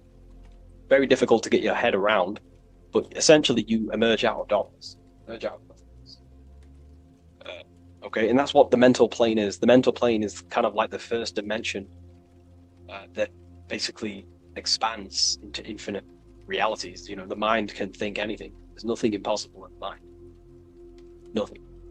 But there are things impossible in the physical plane, because the physical plane is more dense and it's governed by more laws. So, again, this is symbolizing staying conscious of your thought, emotions, and actions. Now, another veil, if we go deeper on this symbol now, another veil, another chain that's connected to this symbol, a chain of thought, is that this symbol represents unity consciousness. Person who thinks, feels, and acts in unity. Their soul is operating in one force. Their soul is operating in one force, which means they think, they feel, they act. For example, I'll be writing my book sometimes. The book of Symbolism, my third book, is coming out very soon. I'll leave a link in the description for you can sign up to the email, the waiting list. We've got a lot of people in there already. This next book's going to be insane. But yeah, you can get notified when that comes out. I'll put a link in the description. When I write my book, I'll get an idea to, go play Call of Duty or go play the Xbox. But then I instantly remember this symbol, thought, emotion, action. Instantly, I then unify my consciousness, my three powers to create reality. These are your powers. These are your rights. These are your things that you have full control over. These are the biggest gifts in life. This is so overlooked. So overlooked because people are so unconscious. These three things are your biggest gifts. They're so beautiful. You have been given the gift of creation. You can mold a whole world, your own world. You govern it. You can think infinite thoughts. No impossibilities, no limitations. You can feel. Feeling is a life essence. Without feeling, you'd be an AI robot. And you can act. These are your three gifts. These are your three creational powers. You hold the power of creation. You hold the power to kill another life, or you hold the power to spread love in the world, to spread the light. So this is why you see the light emerging out of this eye. This is the light of the soul. That's what consciousness is. It's light. And this is creation unfolding from this through these three powers. Light emerging and crystallizing your reality through thought, emotion, and action. So, again, this is unity consciousness, acting in one force, thinking, feeling, and acting, all directed towards one goal, and that's how you manifest things quickly. Speed. If your thought is, if you think about, playing the Xbox, and then you feel like eating, and then you take action scrolling on TikTok, that's divided consciousness. You're wasting time, energy, and you're scattering your creative powers throughout these three forms. But once you unify them, which is the I, the number one, you unify thought, emotion, and action. You direct your thought, emotion, and action all towards one goal. You quickly create these goals. So this ties in with time and attention. These are your two spiritual currencies. You spend time and you pay attention. These are two spiritual currencies that pretty much create your reality, your experience. Thought, emotion, action. And this is what the Holy Trinity is on the deepest level. You know, this may trigger some people, but you know, if you believe in religion, then maybe this account to YouTube isn't for you. But religion is an esoteric. It's esoteric. It's not meant to be taken literally. The Bible is an encrypted allegorical text talking about human consciousness. Jesus is a person and a master of consciousness that we should achieve within ourselves. We should aim to become like Jesus, not worship Jesus, because we are all God. We're all governing the microcosm. So, also, this symbol represents the movement of the spirit, the movement of the soul. The soul goes through this triangular process, and the soul always remains, returns back to its original state. The soul is given birth into physical reality. We live, and then, we grow, then we die. Then it moves in this three triad form. The soul, wakes up in the morning. It grows throughout its day. Then it dies at nighttime to return back to its original state, to its spiritual state. And everything goes through this process. Birth, growth, decay. Birth, growth, and death. And everything returns back to its original state. So, ultimately, this is what this symbol represents. Okay? If you want to go deeper on this, we have an amazing community. We have hundreds of hours of lectures, practical lectures, where you can gain mastery of yourself. The occult goes deeper than you could possibly imagine. So I hope you gained some insight from this video. Please leave a like, comment, and subscribe to the channel if you're new. And let me know any symbols you want me to break down in the comments section, and I'll hopefully get them broken down for you so you can understand them, deeper, on a deeper level, and you can understand yourself on a deeper level. So yeah, all the links in the description for everything that I mentioned, the community, and the Book of Symbolism waiting list. And I'll see you in the next video. Take care of yourself, everyone.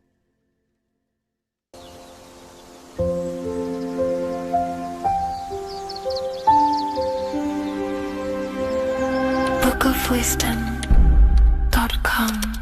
Visit today.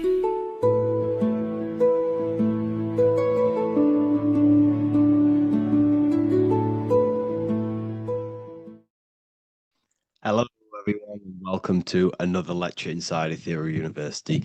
In this lecture, you will learn about the death process and how to prepare for it, and why that preparation is so important. So let's get straight into this. You must understand, as a spiritual creature that you are, you have a visible nature and an invisible nature. You never truly die. You are an eternal soul experiencing a temporary physical world. The inner world of thought and emotion is eternal, while the outer world of matter is mortal. Everything that is seen is mortal. Everything that is unseen by the eyes is immortal. When you die, your external physical world will be stripped away, leaving only your pure consciousness in its raw form, drifting within the astral plane. So here you see your physical external body and your internal world. And your internal world is your state of consciousness. It's your state of consciousness.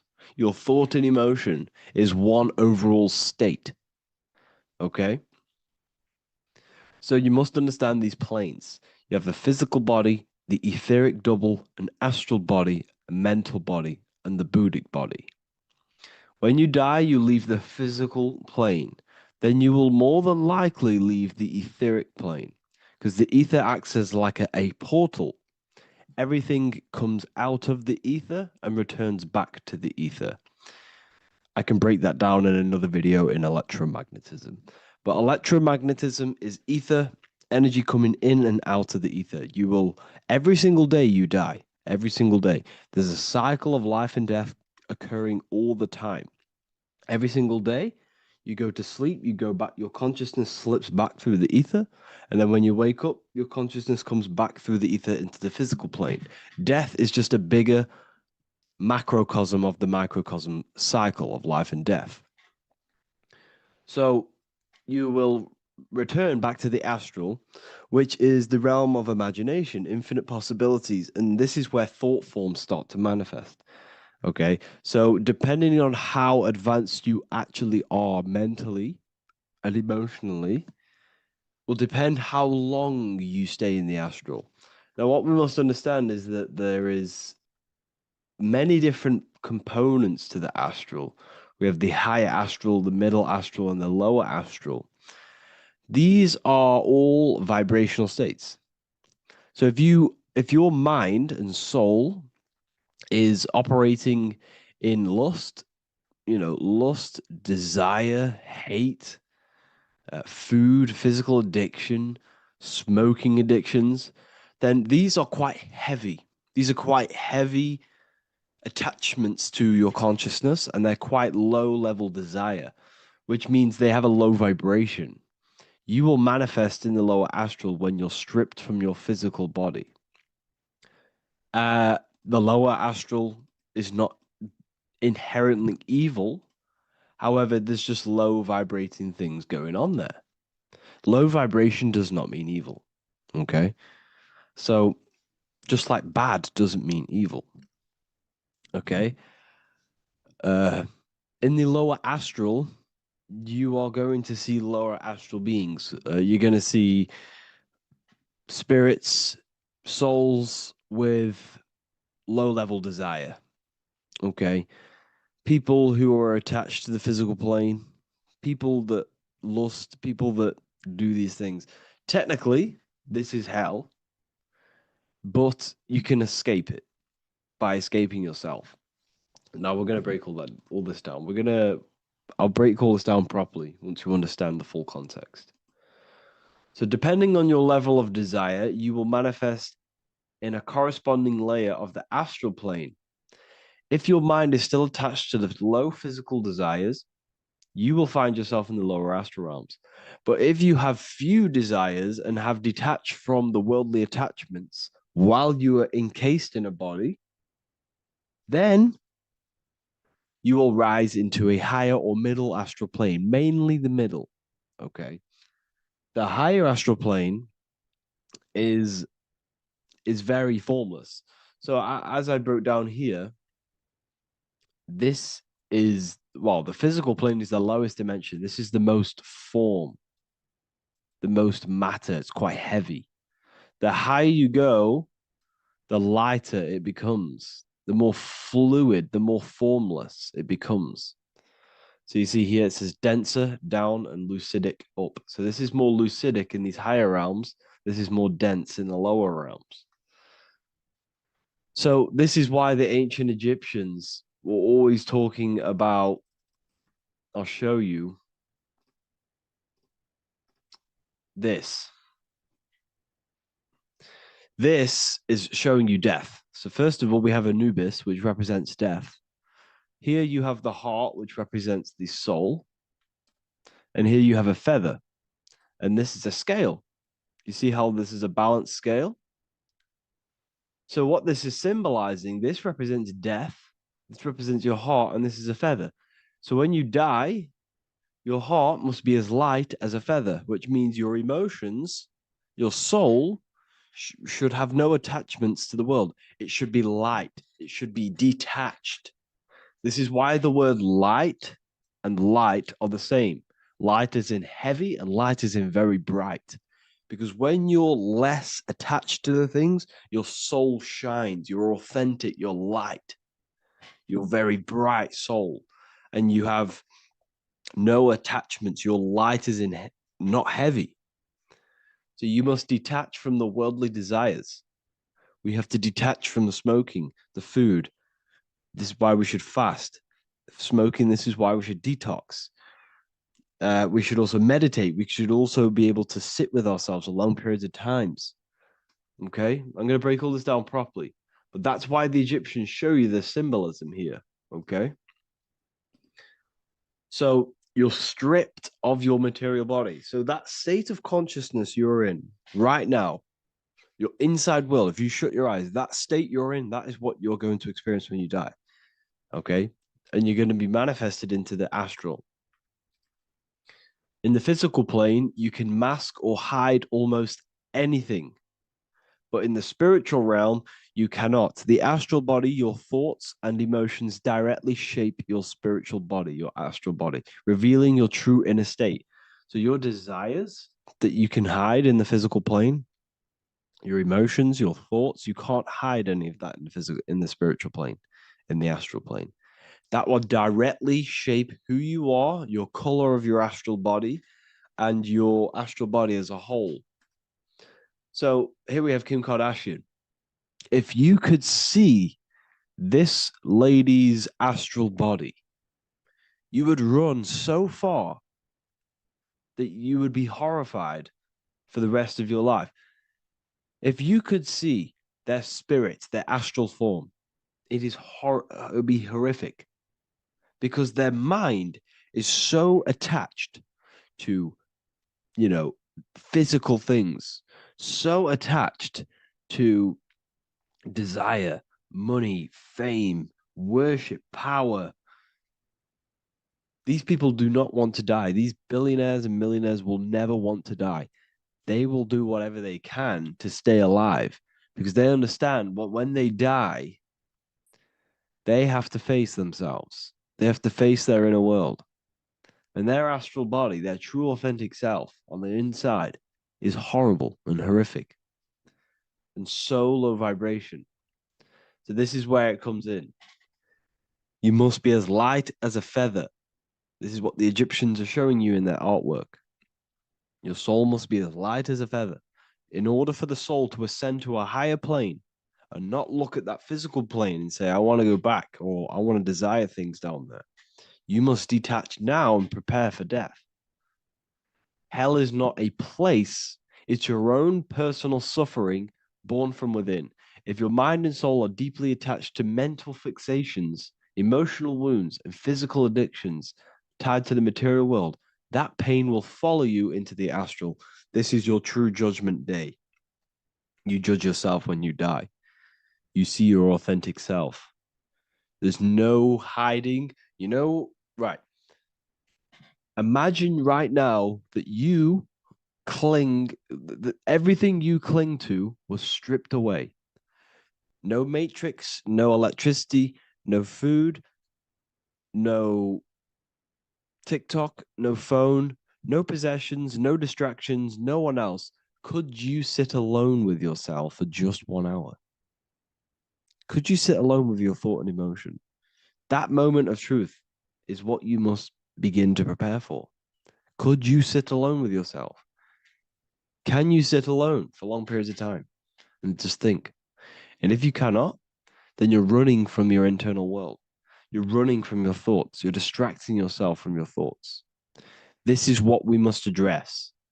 Now, don't feel bad if this is you. We've all have problems. We all have internal problems. But this is what we have to face directly in order to prepare for life after death. We must meditate for long periods of time. Not even meditation. We should be able to sit with ourselves with no distractions and just think. This is what the people of the past used to do when we had no technology. People would sit and think for hours. This is what we need. Because if you cannot sit with yourself, imagine sitting with yourself with no physical body. That's the level that's going to happen. And we need to prepare for that.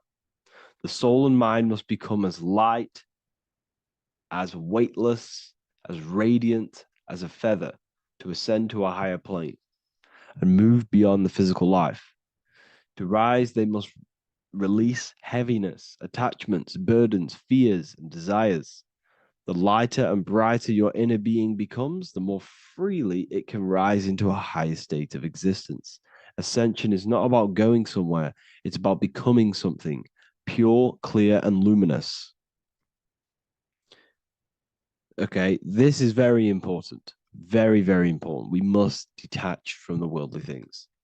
So enough of that. How do we do it? How do we attach? How do we prepare? Number one, you must detach from the material things. Start loosening your grip on things, possessions, titles, even identities. They are temporary. Appreciate them, but don't let them define you. Let nothing outside of you define you. Nothing. Your name is not you. Your job is not you. Your reputation is not you. Your bad past is not you. Your good past is not you. Your business is not you. Everything outside of you is not you. Now, what I'm saying is, I'm not saying go full right-hand path and never care about anything physical, never care about your family, don't love your family. I'm not saying that. What I am saying, love these things, love these outside things, but do not become attached and do not let them define you. You must be okay with losing anything that is outside of you. You must be okay with that, because you must understand the physical plane is, it's promised that everything is temporary. Everything is temporary in this plane. So don't ever think it's going to be there forever, because it's not. And you must remind yourself, not remind yourself, but I think about this sometimes when I start becoming a bit attached to work and stressed. I just remind myself that I'm going to, this is temporary. I'm going to leave this world one day and I'm not going to care. So you must have the balance. Okay. The balance is key. You can go down that right-hand path and just fully cut off from the world like a monk and shave off your hair, disconnect from the physical world. You can do that. That's not wrong. There's different paths in life. You have the left-hand path, purely physical. You have the middle path, which is balance between the physical and spiritual. Then you have the right-hand path, which is monk mode, where you fully disconnect from the world. They shave their hair off to disconnect from the physicality. They meditate for long periods of time. This is what they're doing. They're preparing for death. Monks prepare for death. They understand this. They understand that you don't die. Your inner world is the true world. The inner world is the only world that exists. Everything outside of you is an extension of you. Number 2, cleanse the mind. Watch your thoughts. Are they rooted in fear, anger, regret, or craving? Meditation, mindfulness, and inner reflection help purify the mind. The cleaner your thoughts, the lighter your spirit. So your astral body is formed by your thoughts. It's formed by your emotions. If you sit around thinking about eating all day, you're going to have a very heavy astral body. It's going to manifest in the lower planes. But if your mind is thinking about good things with good intentions, love, knowledge, expansion, you're going to manifest even the middle or the higher. And there are ways to even ascend out of your astral body.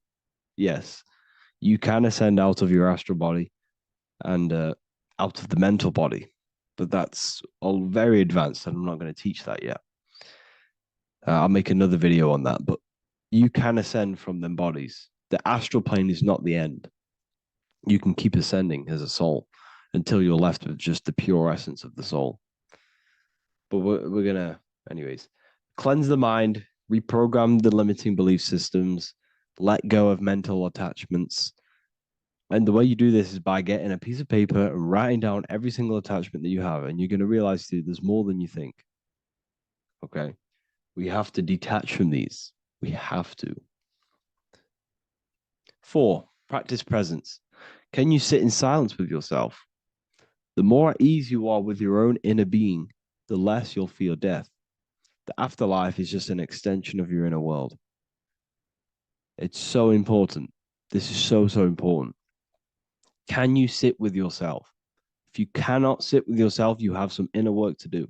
You have some thoughts to address, some beliefs to address, and some feelings to address.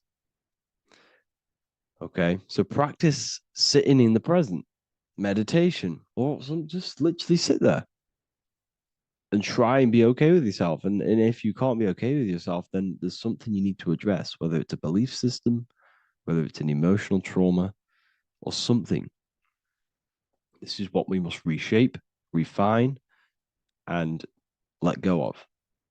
Live truthfully. Speak and act from your soul, not from fear or ego.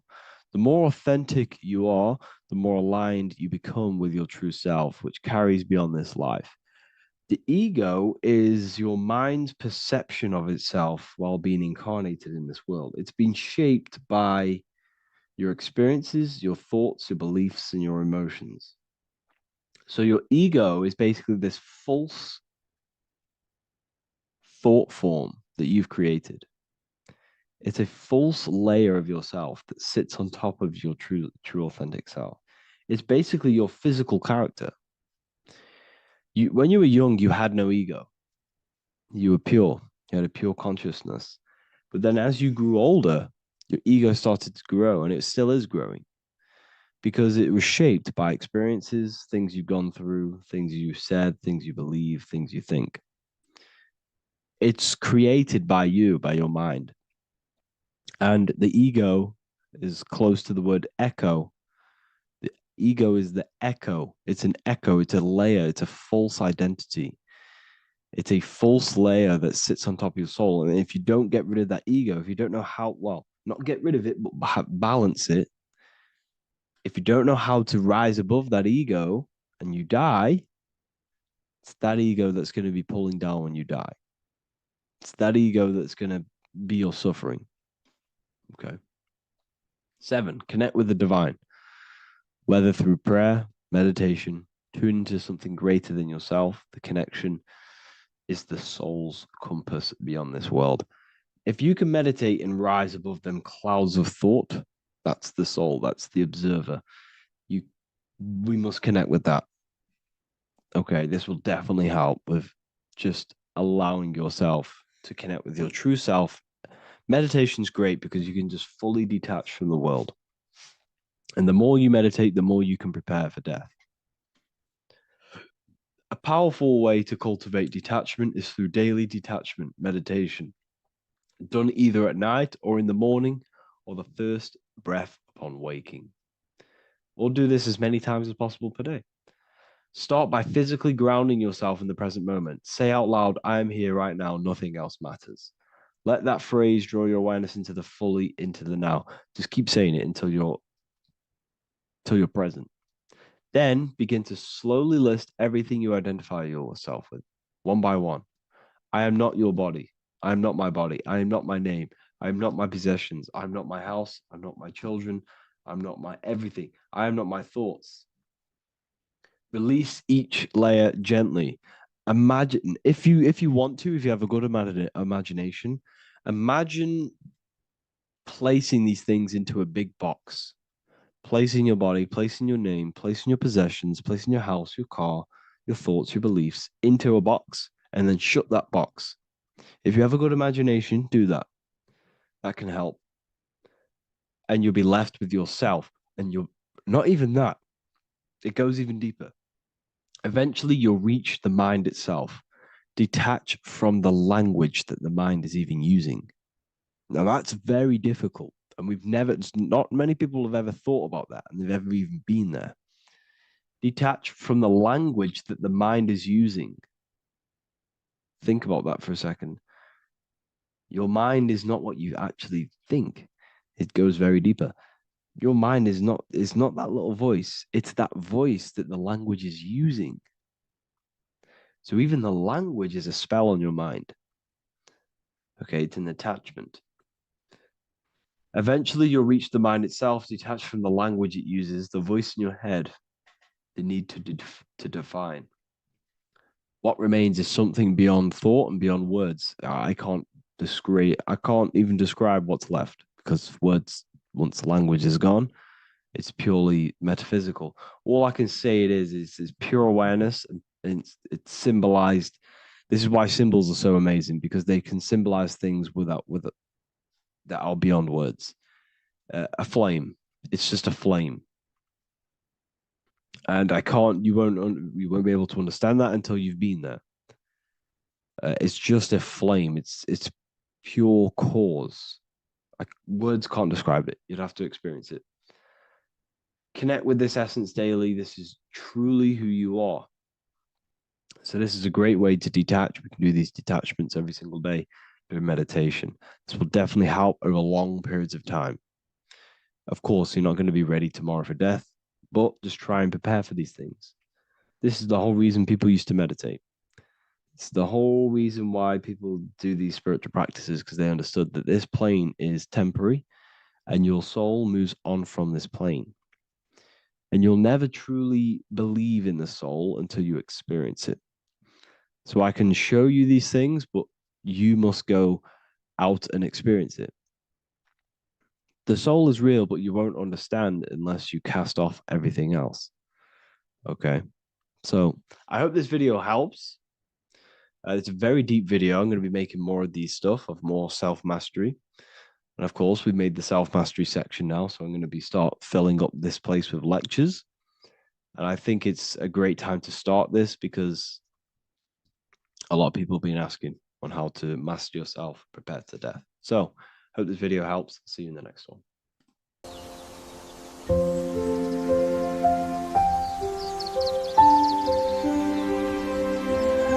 bookofwisdom.com. Visit today.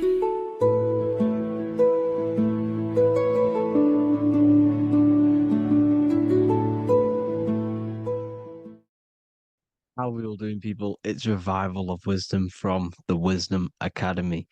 Today we're going to be breaking down God, consciousness, and the higher and the lower self, and how to overcome the lower self. Now, the first thing you need to understand is that you are the invisible intelligence within the brain, within the body. This invisible intelligence is known as the mind.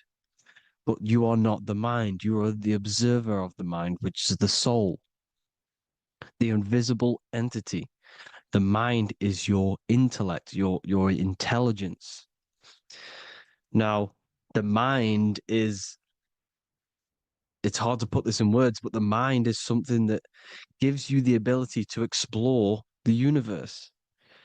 And this inner self is the I am. It's the quiet, the inner self, the voice you see in you hear in your head. This is why within spells high twin, inside, internal. The I is also the number one, which is one line. Because the one and only, is the inner self, which is the I am. This is why you say, my name is Harry.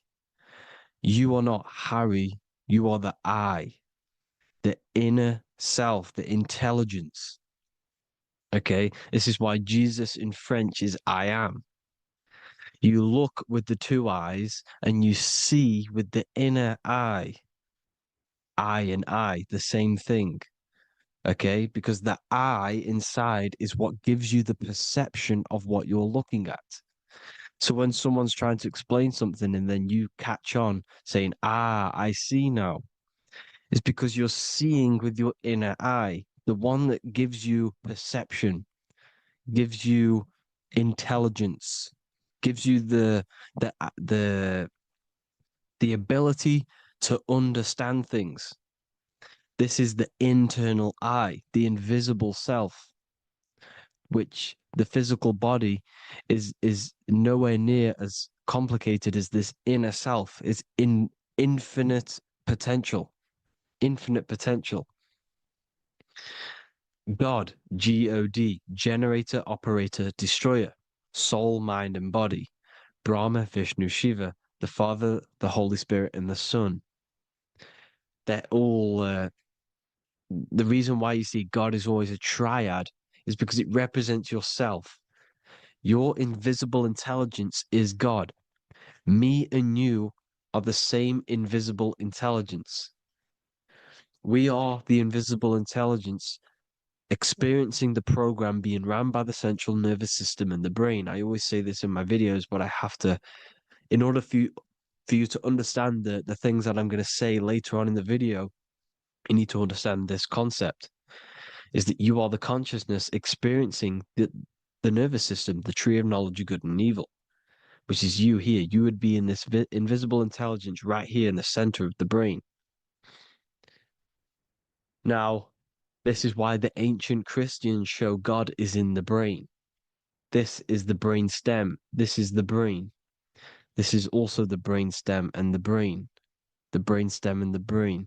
It's all depictions of the brain because the brain's the computer, the electromagnetic computer, which decodes the demands created by the invisible intelligence, the I, the inner self, you, your true self. The person moving, if you observe what someone moving, this is going to sound, but if you observe someone walking, it's not the body. The body is moving, but the thing telling it to move is the invisible intelligence. Before you kick a football, a decision is made within your invisible intelligence, your mind. And this consciousness, this invisible intelligence, is either stuck between the lower self and the higher self. Okay? When the invisible intelligence, meaning the true self, identifies itself with the physical body, it will trap its mind within physicality. This consciousness that we have is either operating in the lower self or the higher self. It's either feeding the material body or it's feeding the spirit. Okay? But because we are physical and spiritual, we need to be even. We don't want to be meditating all day long because we do have a physical body as well whilst we are here. We are playing a game in physical matter. Okay? Now, the reason that you incarnated here is to learn a lesson because the mind can manifest anything it wants within the astral planes, within the world of imagination. It can manifest anything it likes, but it incarnates into matter, into this game, so we can understand labor, because anything in matter, you have to labor to manifest. But in the astral, you can manifest at the click of a finger. You come here to learn the knowledge of good and evil.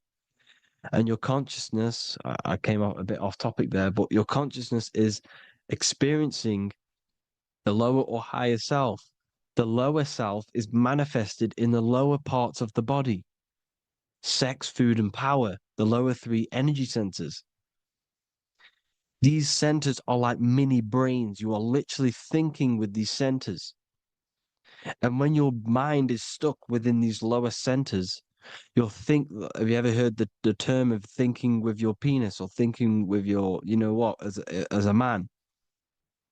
Even females maybe, but mainly this is a boy saying, you're thinking with your penis. This is a truth, it's truth in plain sight. You think with these energy centers. When you're living off the lower three centers, all you care about is sex, food, and power. Eating, sleeping, and greed. Power's kind of like greed. Now, when we move up to the higher parts of the body, when we live our life within the higher parts of the body, this is considered heaven. Love, expression, intuition, and wisdom. This is what we need to be aiming to do, moving out of the lower half of the body and living our life within the higher self, the higher parts of the body, thinking with the higher energy centers, thinking with love, expression, intuition, and wisdom, spreading love, expression, intuition, and wisdom to others. Heaven is even. This is why Jesus is pointing at the heart chakra, always pointing at the heart. Earth rearranged his heart because in earth you're manifested as a physical being. You're in the heart, good and bad. You need to be balanced between the good and bad. Because love can be a demon too. That's a whole nother video, but love can be a demon. Now, the seven chakras are known as the seven seals in the Bible. When the Lamb opened the seventh seal, there was silence in the heaven for about half an hour. This is a verse from the Bible. The Lamb is Aries, which is the higher brain, the cerebrum, the cerebram. Ram, Aries. Because when the Ram opens the seven seals, you enter the kingdom of heaven. Because these chakras seal your invisible intelligence. They seal your true self. You are behind these seven seals, your true invisible self, your true consciousness. Because behind these seven seals, you do not think about anything materialistic. Your intelligence is not material. It's not physical. It's not from the physical world. It does not desire the physical world. The body is the beast. The body's the animal, the lower self, which can corrupt our intelligence. It can corrupt the intelligence. Okay? Now, we need to balance these chakras so that we gain a deeper connection between this intelligence and the brain. Because when there's a strong connection between the brain and the intelligence, your body and the intelligence, you have a strong connection. Therefore, you can manifest what the intelligence is saying at all times. Meaning, when, for example, your higher self, this is intelligence, the higher intelligence is always speaking to you. It's always guiding you. It's always telling you the right thing to do. You can feel it when you're doing something wrong. You can feel that you're doing something wrong, because this higher self, this intelligence knows what it needs to do here. And when there's no connection between the body and this our intelligence, our true self, when we strip away, when you close your eyes for long periods of time, you will figure out you are this invisible, infinite, creative being. There's no words that I can't describe what it is, but it's the voice inside of your head that you can feel when you close your eyes. You are this being inside of the heaven, because this is heaven, this intelligence. And when there's a strong connection between the body, you can manifest everything it's saying. When everything is balanced, when you're no longer thinking with the lower centers, when they're all balanced, you're not thinking in particular with every center, you balance them all, you can manifest everything it says. Your body will act out what the intelligence is always saying. This is God in the brain, the intelligence, trying to touch Adam, representing the lower self. This is why they're not touching. Notice how Adam is resting, but the intelligence is always reaching out, stretching, symbolizing metaphorically saying it's guiding. I'm always reaching out. The intelligence, your intelligence is always guiding you. It's always reaching out to you. But Adam is ignorant of it. The lower self is ignorant of it. And that's why he's so relaxed and God is so stretching out. Because at our highest self, that when you think of when you want to better your life, that highest true version of yourself is God. When you're manifesting this, your highest self, this is God. Your truest form, your most perfect form, that is God. Your highest version of yourself, that is God. Emotions are not what you've been taught. Emotions are not something that should be reactive, okay? You should not let the emotion be you, except that you should experience them instead of letting them become you. You need to understand there's a separation in our consciousness. You have the soul, which is the person who is observing your thoughts. When you think a thought, who's the one observing that thought? The soul, you, the I am, the I, the inner self, the one and only. And inside of every single body, inside of me, inside of you watching this video, there is this same intelligence that is inside of me, inside of you.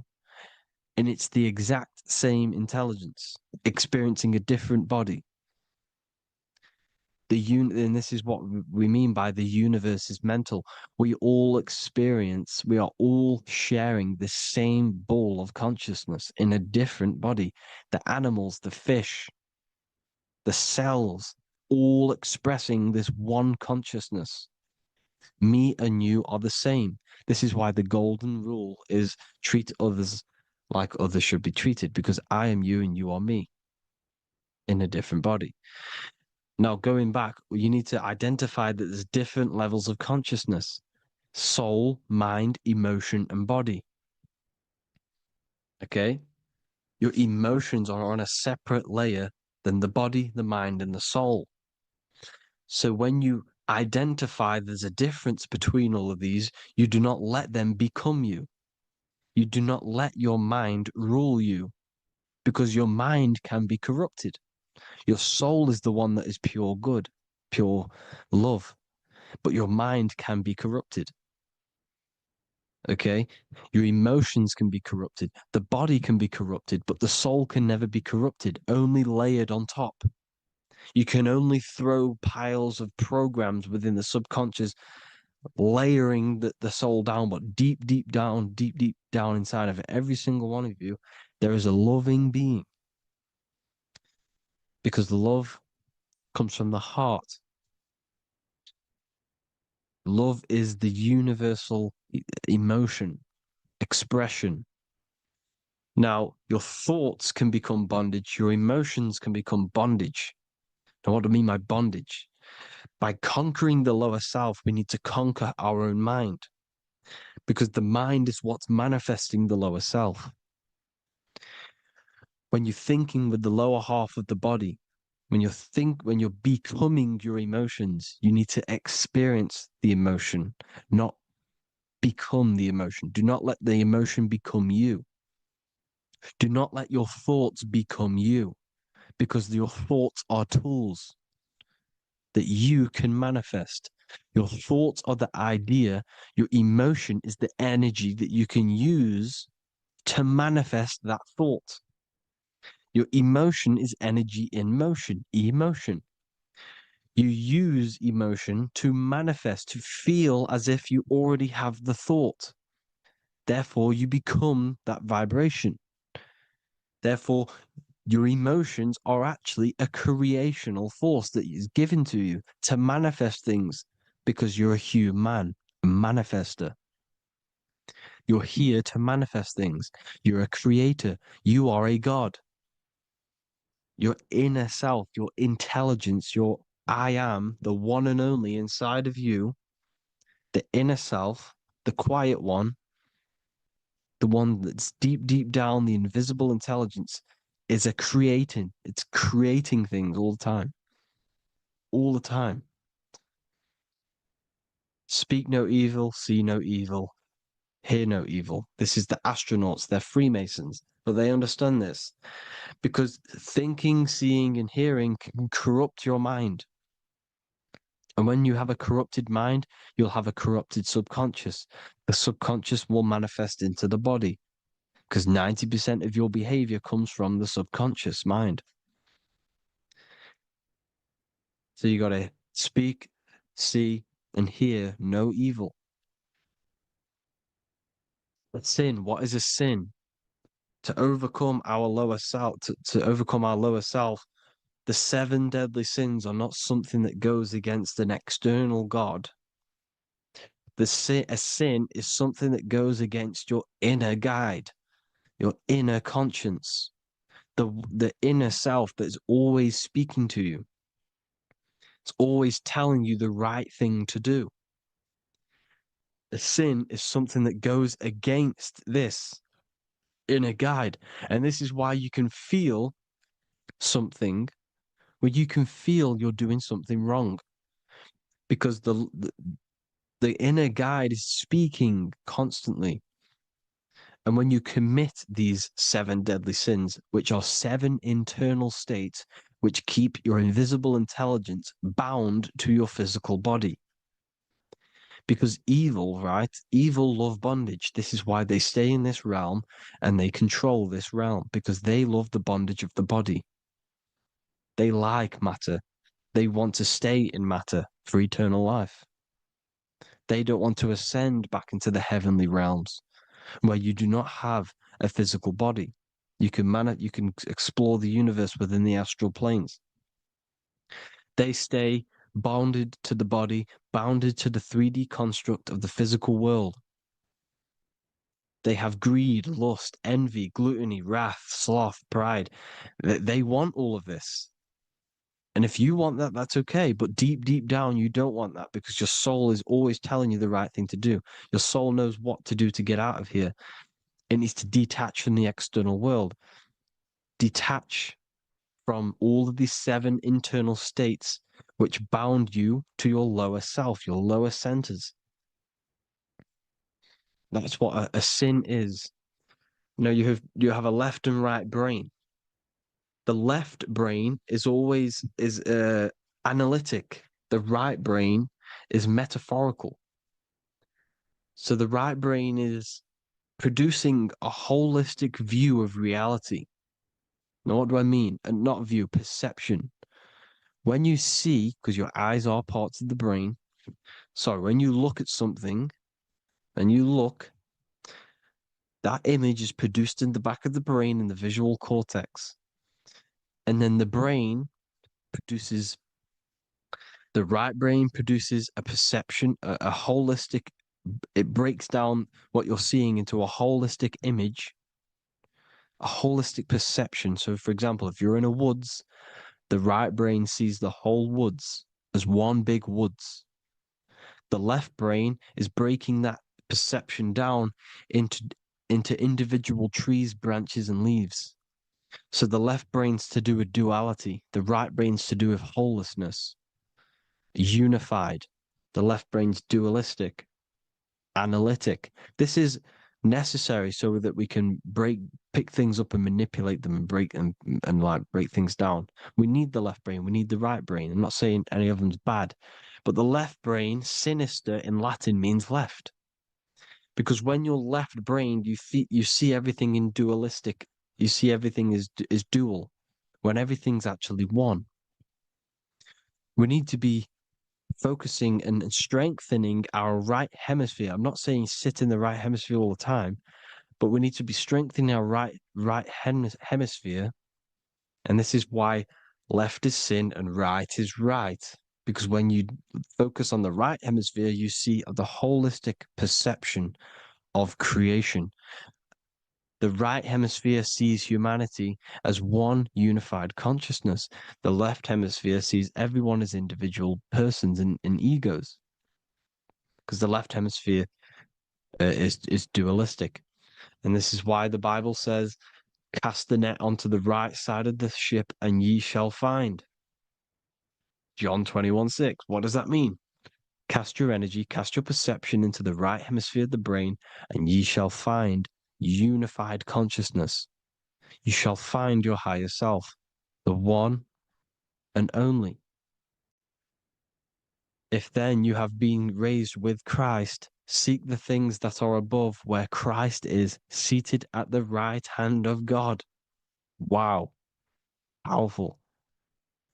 What does this mean? Seek the things that are above, where the Christ is seated at the right hand of God. God is your consciousness, your invisible intelligence between the 2 hemispheres. The right hand of God is the right hemisphere. Seek the things that are above the heart. Love, intuition, expression, and wisdom. Seek the things that are above the heart, the higher self, the higher part of the body. Because when you seek the things of love, expression, intuition, and wisdom, you create a strong aura. You attract the same frequency. And this frequency is heaven, God. This is the Sumerian artwork showing the Lamb. This is a step symbolizing stepping upwards, raising up. He's stepping over the Lamb up to the bird. His hand is going to the bird. The Lamb symbolizes the lower self. Okay? The bird with the wings is in the sky. It represents the higher self. This is why angels always have wings, because it represents the higher self in the sky. The lamb is a ground animal, symbolizing the lower self. He's stepping over the lamb to the bird, his higher self, his invisible intelligence. Horus and Set, Jesus and Satan. Look, Horus has an evil brother, Set, just like Jesus and Satan. Horus is a bird, higher self. Set is a ground animal, lower self, which is the devil and the angel on your shoulder. You see? The right and the left hemisphere, the two wings. So the devil and angels always speaking to you. The higher and the lower self. It's the battle between the higher and the lower self, between the invisible intelligence and the physical body, because the body's the one that wants the sugar, it wants the pleasure, it wants the sex, it wants the porn, it wants all of the materialistic things, it wants the seven deadly things. Okay, it wants this. There's a battle between the higher and the lower self, your intelligence and the body. This is why you need to become balanced, so that there's a deep connection between the body and the invisible intelligence that I am. You need to master your mind with discipline, and you gain a connection between the brain, the body and the intelligence. Resurrection, transmuting sexual energy. Okay, this is important. Res is Resh, which is Hebrew. The early Hebrew Resh symbol is the head. This is the head. Resh, erection. Erection is a sexual stimulation. Resurrection is rise erection. You got to raise your sexual energy up the base from the spine to the head. This is the Christ, the Christos. Because there's a psychophysical germ, psychophysical oil produced in the brain every month. Go and watch my other video on raising the chrism. Okay? And every month there's this fluid produced in the brain, which takes 2 trips, because one's produced by the pituitary, one's produced by the pineal, magnetic female, magnetic and electric charge. And it takes 2 trips down the spine to the solar plexus, the bread of life in the Bible, or Bethlehem in the Bible, because the River Jordan's your spine. Goes down to Bethlehem. It gets born in Bethlehem, just like Jesus. Because when this oil travels to the solar plexus, it creates the seed, the seed of life, and it feeds the body, all the central nervous system, all the cells. It regulates the blood, does all sorts of good things for the body, this oil. Now, when you save your sexual energy and you raise your resurrection, you awake the Christ, you raise it from the solar plexus or the sacrum bone up to the brain, you activate 100% of the brain, and this is the true resurrection of Christ. Instead of wasting the energy and giving away your sexual fluids, because behind the fluids is the energy. So when you release that fluid, the energy is out there. You've released the energy. Your sexual energy is the most potent emotional force a human could possibly feel. Same with any animal or anything. The sexual urge, the sexual emotion is the most powerful, potent emotion that you can feel. It takes over the whole body. When you feel sexually aroused, it takes over everything because it's so potent. And when you fight the serpent, when you fight the sexual energy, which is shown here in the Egyptians, the cat cutting off the head of the serpent, or Hercules fighting the serpent, or in the Greek mythology fighting the 7-headed dragon, the 7 chakras. The serpent is your sexual energy because it symbolizes your kundalini. When you fight it and you transmute this energy, instead of releasing it, instead of acting sexually on it, you can transmute the energy, transfer it from the solar plexus up to the brain. You can also do this with other tasks. Instead of releasing it, instead of raising it from the solar plexus to the brain, you can use it for other things. So, for example, you want to think critically. You can use it for critical thinking. You can use it for going to do exercise. You can transmute sexual energy into anything. But you can do this. You can raise the sexual energy, and you can use this energy to push the cerebrospinal fluid from the solar plexus up through the spine, up the 33 vertebrae to the brain, and it'll activate 100% of the brain. And this is the resurrection of Christ. Jesus was never dead. Jesus was never rose from the dead. It symbolizes the Christ, Jesus Christ. Christ is Christos, which means oil in Greek. The resurrection of the Christ, the Christos, the oil. And when it activates 100% of the brain when it's raised, and it can regulate all the systems, it can regulate all the blood, it can regenerate the body. And this is the true Antichrist. They don't want us doing this process. The Antichrist is not against Jesus, it's against the fluid in our body that makes us live hundreds and hundreds of years and makes us live as gods. This is the true resurrection. And when you fight the serpent, you fight your sexual urges, your sexual emotion, the most strong emotion that you could ever feel. You can do this process. And this is the true secret of transmuting sexual energy. Because when you transmute the sexual energy, you can become a god. And this is why Hercules is fighting the serpent. Notice how the serpent is low. He's reaching down to it. It represents the lower self. Because the lower self wants the lust. It desires sex. The body desires sex. There's a fight between the higher and the lower self.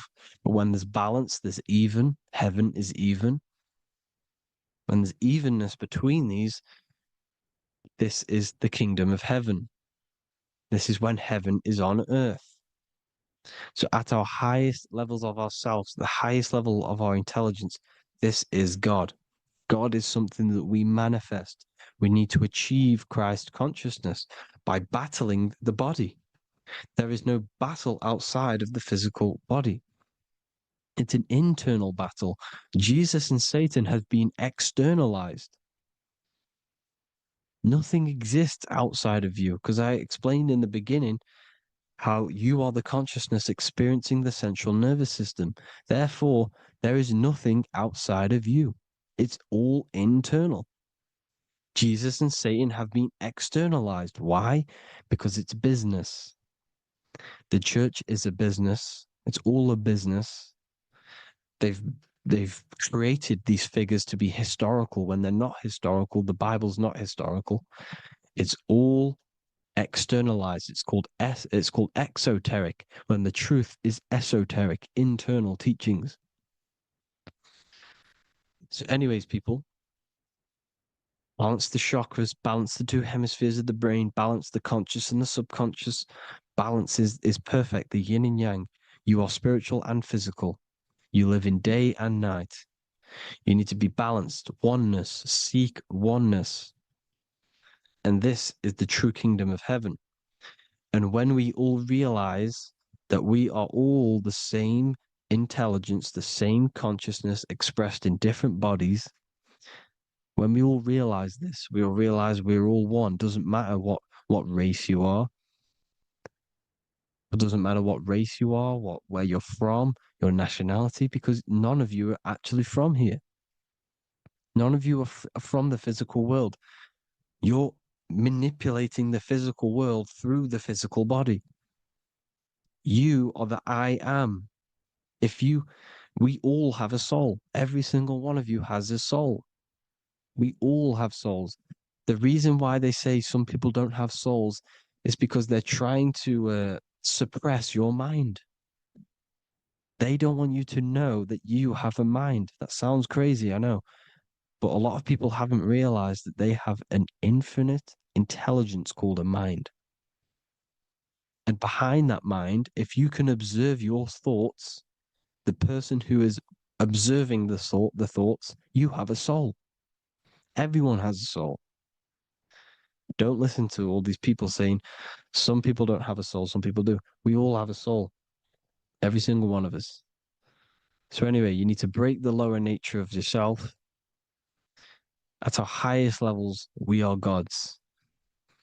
Our intelligence, our universal intelligence, the I am, the intelligence that's inside of the brain, is God. Our minds are being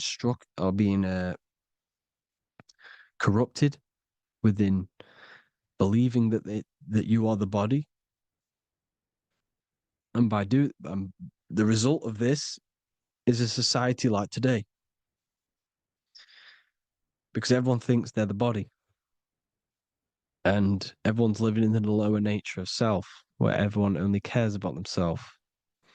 But when we realize we're all one big consciousness ball, we're all the same consciousness expressed in different bodies, there will be peace. So thank you all, people. If you do want to learn more, if you do want to read my book, it's called The Book of Wisdom. I'll put it in the description. It's an amazing book, people. It's going to give you the best understanding possible about creation, yourself, and the world. It's amazing. The Bible, everything. I have just launched a new cymatic library. A friend of mine has just added this to the website. He creates beats, and he creates the purest beats. So they are actually the frequency that it tells you. Most of the stuff on YouTube and Spotify and Apple Music it says it's a certain frequency, but we know these major platforms are all playing with the frequencies of the app. So if you want a real binaural beats, solfeggio scale frequencies to meditate on or listen to throughout the day, join the Occult Library. You can get a 2-day free trial. I'll put the link in the description. Thank you all, people. Hope you all enjoyed this video. God bless you all.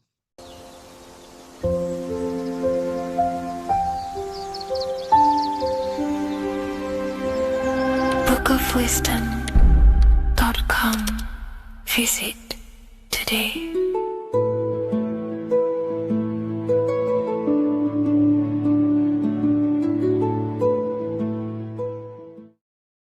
What if the word Yahweh is proof that God is embedded in our very own being? Stay with me, because what I'm about to show you might change the way you see yourself forever. Today's topic is decoding the mystery name of Yahweh, the sacred name of God from the Hebrews. By the end of this video, you'll uncover the true meaning of the word Yahweh and how your connection to it unlocks your own personal power. When we look at the word Yahweh in Hebrew, we flip it on its side. We're actually looking at the human body. These are the legs, this is the torso, here are the arms, and here's the head.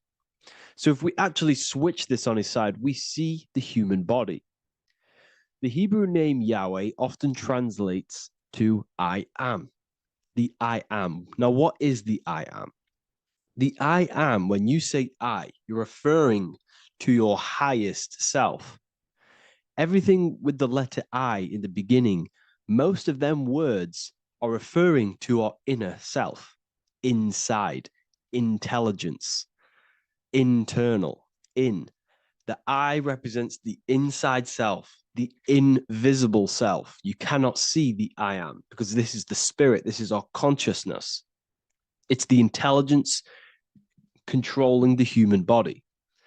When you say I, you're not referring to your name, your job, your reputation, your ego, or your thoughts. You're referring to the observer who is beyond the thoughts, the one who's observing the thoughts. That's the soul. Look at the word Yahweh, Yahweh, the sacred name of God. Yahweh can be observed in the natural rhythm of the human breath. When inhaling, we subtly hear Yah. When exhaling, we hear Wei. Do this yourself. Breathe in through your nose, you'll hear Yah. Breathe out, you'll hear Wei. And in fact, the letter H, H, when it's pronounced, it carries the soft sound of wind or breath, a gentle exhale that mirrors the very essence of life, giving air. Breath is the spirit of life. It's what connects us with consciousness. If we stop breathing, we lose consciousness. The body shuts down. We're breathing the spirit of breath. We're breathing in the spirit of life. It's the very essence that gives us physical existence, and we're constantly staying connected to this breath at all times. Now let's look at Yahweh. 1, 2, 3, 4. There are 4 letters. The tetragrammaton is the four-letter Hebrew name for God. Okay? Tetra meaning four. We have four gospels of Jesus. Jesus is depicted with a cross with four sections. Jesus has the four sacred animals around the side of him, always depicted with these four: a bull, a bull or an ox, an eagle, a man, and a lion. These are the four fixed signs of the zodiac: Aquarius, the man; Scorpio, the eagle; Leo, the lion; Taurus, the bull or the ox, which are related to the elements. Leo is a fire sign, Aquarius is an air sign, Taurus is an earth sign, Scorpio is a water sign. These are the four elements. And the four elements correspond to the four bodies of consciousness, as we see here.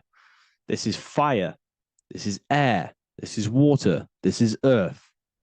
So we are made out of the four elements, which represent the four bodies of consciousness: mind, emotion, spirit, and body. The soul is incarnated into four sections. Hence why Jesus has four gospels. Hence why Yahweh is a four-named word, because we are tetraform. We have four bodies of consciousness. There are four pillars to reality: the mind, emotion, spirit, and the body.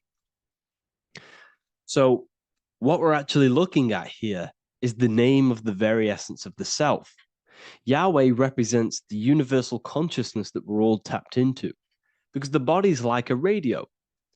The body is basically a radio antenna, which is picking up the stream of consciousness, and we're all the same consciousness, just experiencing it in a different body. And Yahweh is the name for this intelligence that we're all acting out, that we're all manifestations of. So now let's look at the word Yahweh, where we read it this way in Hebrew, which is 10565. 10565 in the Hebrew letters and the numerical values. And the DNA is made up of four bases. These four things which create the DNA.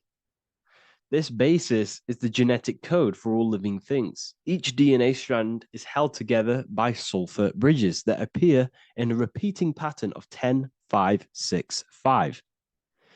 This pattern matches the numerical value of the Hebrew letters of Yahweh, Yod, He, Vah, He, which are 10565. This means the structure of DNA, the code of life, follows the same number sequence as the sacred name of God, Yahweh. This is a factual observation. So we're looking at 10565. So let's look over this one more time. Yahweh represents the breath, Yahweh, inhale, exhale. It translates to I am. It's written in our DNA. The word Yahweh on its side looks like the human body. Now, this is where things get a little bit deeper. 10565 adds up to 26. The number God, well, the word God adds up to 26. Allah adds up to 26. There are 206 bones in the human body, 26. 26 adds up to 8. 8 is the number of infinity. We are all the infinite consciousness. Consciousness will never die. It's immortal. It's infinite. We are all infinite. We are not these skeletal structures. We are Yahweh, the universal consciousness. The creator of all things is our essence. We're all God with individual identities, but the highest versions of ourselves is God. The ego is our own personal experience of God. Does this make sense? So in conclusion, Yahweh is not the name of a separate God from us, but rather the reflection of the divine consciousness manifesting through the human form. The human body is like a receiver acting as an antenna that tunes into the infinite intelligence and life force we call consciousness or God. This means that rather than being external, the divine presence is within us, expressed through our very existence. It's very interesting when we look into this, and what religion has done has flipped all of this knowledge. All of this sacred knowledge has been externalized. They've externalized God so that we worship God and we view God as something separate from the human experience. They do this so that we don't find the God within us, so that we don't find that we have the power of creation. The mind is the creative force of God. The body is the will to act out that thought. They don't want us to figure out that we are creators and we're all creating our own earthly experience. We're all projecting this reality. And they don't want us connecting with the divine intelligence within us, because they want to be the creators. They want to keep this knowledge. They don't want the masses to wake up to this powerful knowledge. So what they've done is that they've taken the scriptures, they've externalized it so that we start worshiping and giving away our power to these external things.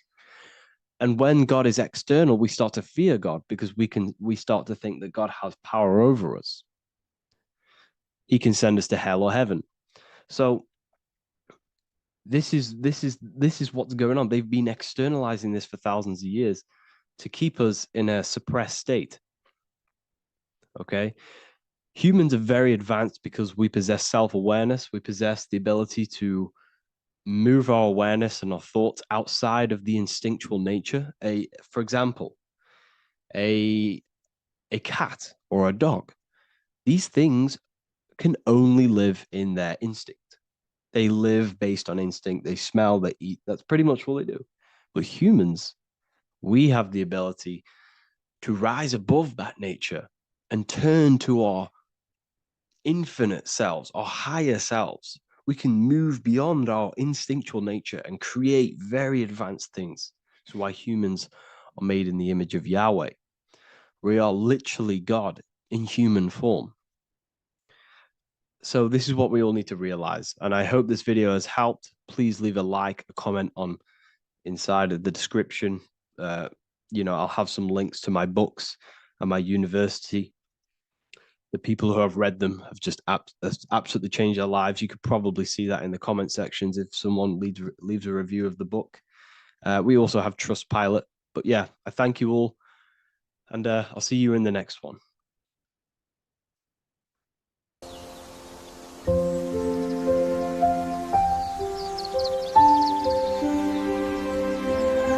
bookofwisdom.com. Visit today.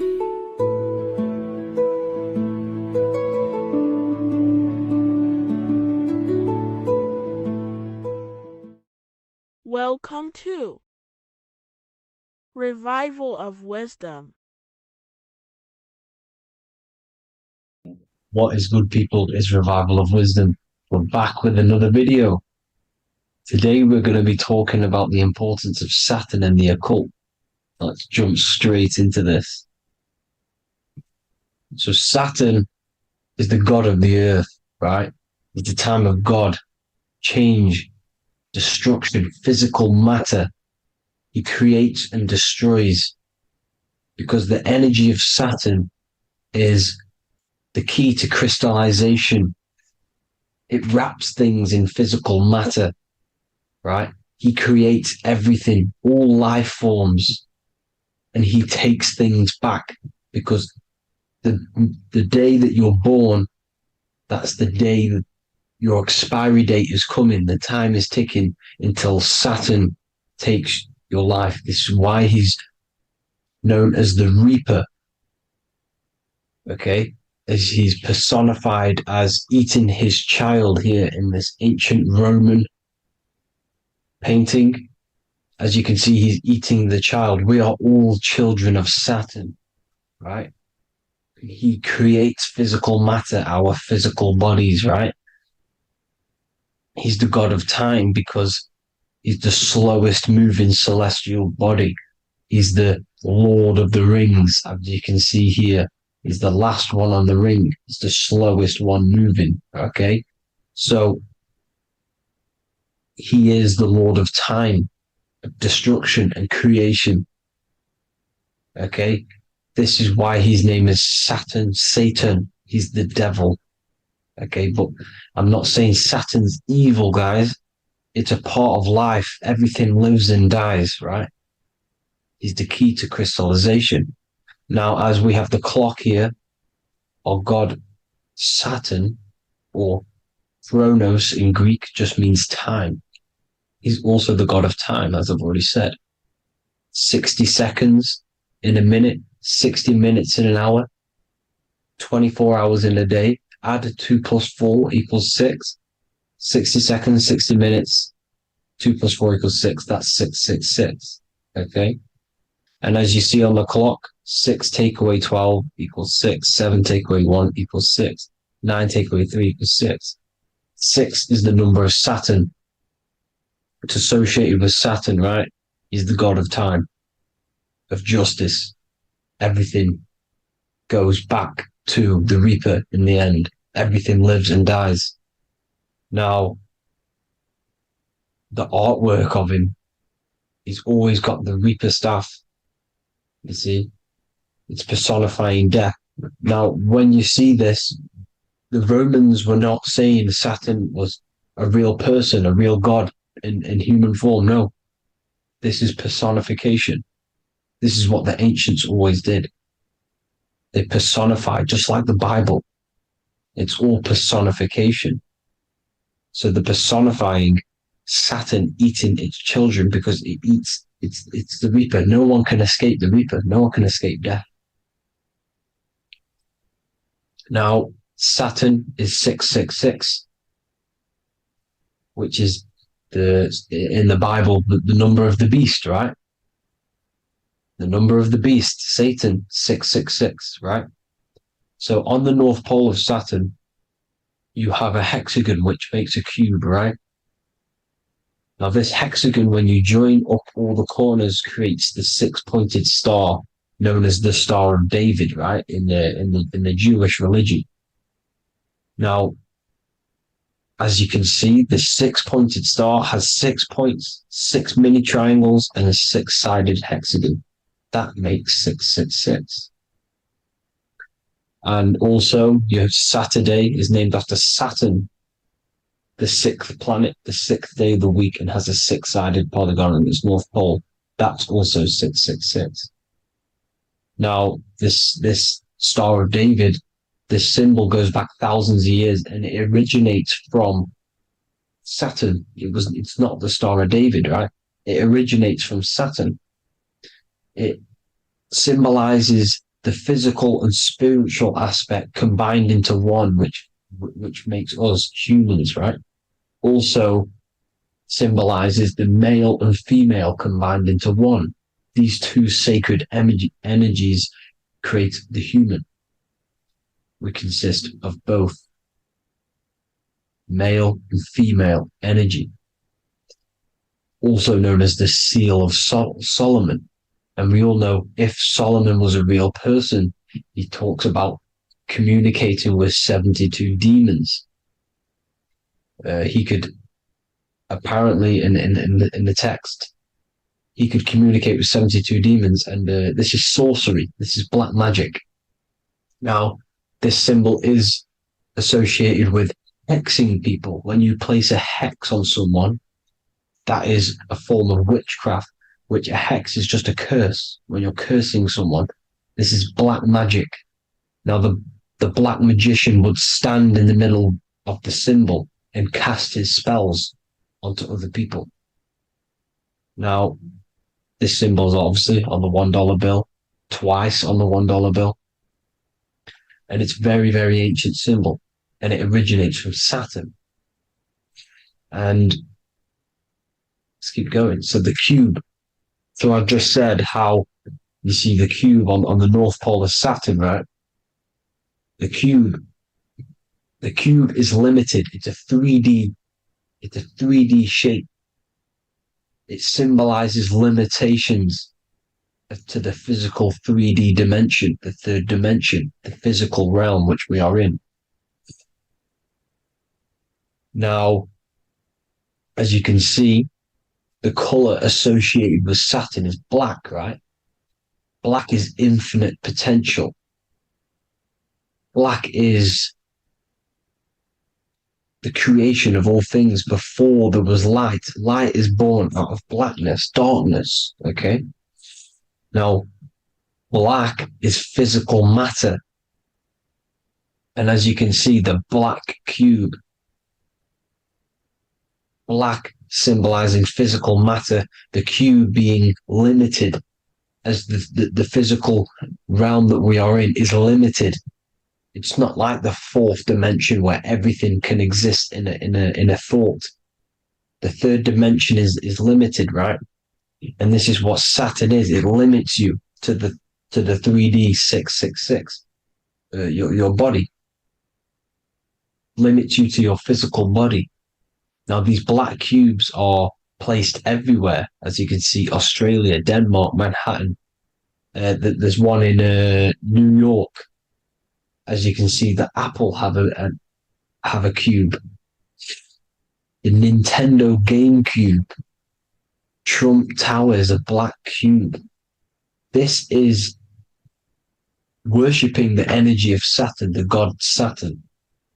Okay, it's not a god; it's a celestial energy.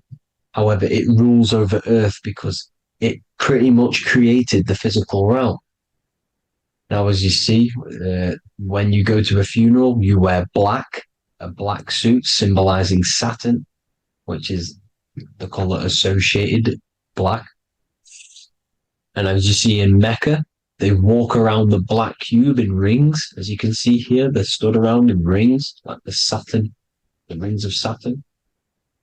The Mercedes symbol. You probably wouldn't notice that, but yes, it's Saturn. And when you graduate from university, you wear a black cube on your head. This is all symbolizing Saturn. Okay. Now, as you can see, the Jews here have a black cube on their third eye whilst they pray. Notice how he's shutting his eyes into blackness, darkness, and he's wrapped around a black strap around his arm. This is symbolizing the wrapping of physical matter, of how physical matter wraps things into existence. And as we all know, the Star of David is a Jewish symbol. So he has the black cube and the Star of David, right? So all of these religions are secretly worshipping Saturn. Okay, this is all Saturn worship, Kronos, the god of time and destruction, the physical reality. Now, as you can see, it's symbolized everywhere in all major corporations. Pepsi, internet, that's obvious. NASA, of course, NASA. NASA means to deceive in Hebrew. Universal, Walkers, that one's so obvious. Nike, Toyota.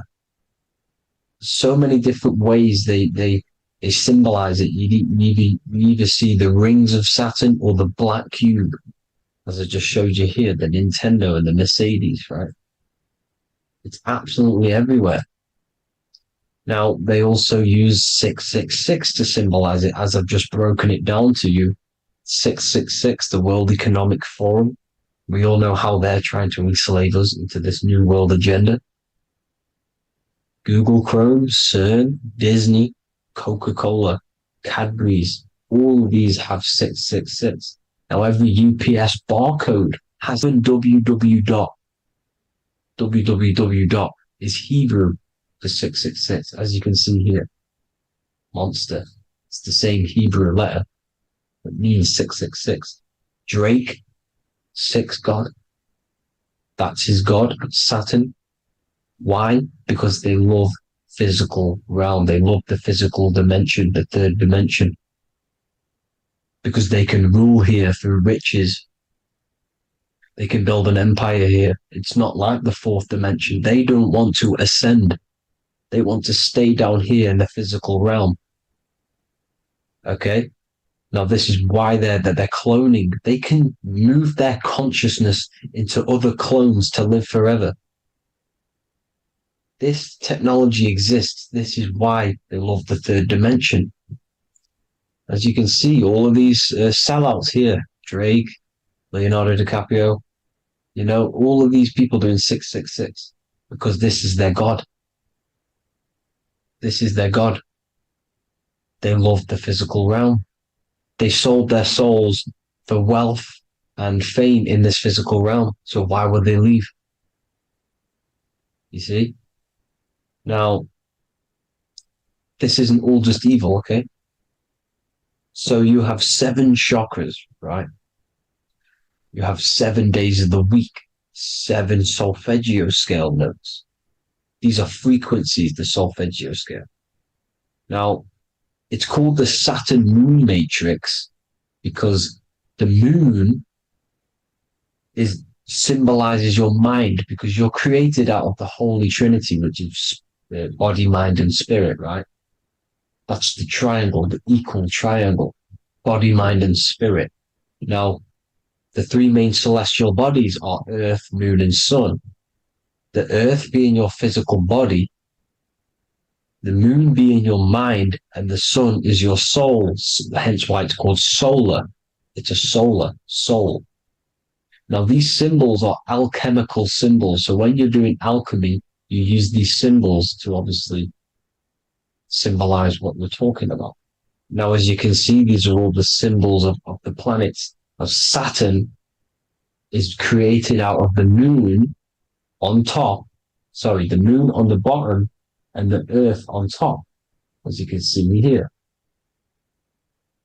You see? And this creates the number 5. Now, with the moon being your mind and the earth being your physical body, this is mind over matter, because the earth is your body's matter. This is matter over mind. You don't want to be matter over mind. This is low states of consciousness. You won't be mind over matter. You see, to manipulate matter, to create your own reality. Now, obviously, we all know Saturn is associated with the lowest chakra, which is the root chakra. This is to deal with your animal instincts. When you're down here, you identify as the physical body. You don't know anything spiritual. You have a pure physical mind. You don't believe in anything spiritual. This is survival mode, consumption. They want you trapped down here, which is matter over mind. They don't want you to create your own reality, which is mind over matter. You see? Now, that's what Jupiter is. Saturn is the moon on the bottom and the earth on top. But Jupiter is the moon on top with the earth on the bottom. That's mind over matter, you see? So, these chakras are an ascension process from matter, physical matter to spiritual. This is the ascension. This is the stairway to heaven. This is Jacob's ladder. You see? Now, the number 5, which is obviously associated with Saturn as well, which create the symbol for Saturn, created the number 5. You have 5 senses, 5 elements, 5 physical elements. As we all know, Saturn crystallizes everything into physical matter out of the 4 elements. 5 fingers and toes, 5 points of man. Okay, the number 5 is the number of justice. Saturn holds things back. He restrains things from you, makes you learn the lesson. Now, 666 is not all evil. 666 is the atomic structure of the carbon atom. 6 protons, 6 electrons, 6 neutrons, right? We are carbon-based life forms. All life forms are based on the bonding properties of the element carbon. Because Saturn crystallizes everything into physical matter. Now, the Masons symbolize this with the checkered boards. They have the black square, which is obviously matter. As I just said, the black cube. And spirit is the white square. Because white is eternal light. White and light. You see? Black is physical matter. Now, this is what we are. The point of our soul is to transmute from matter to spirit. But these are interchangeable.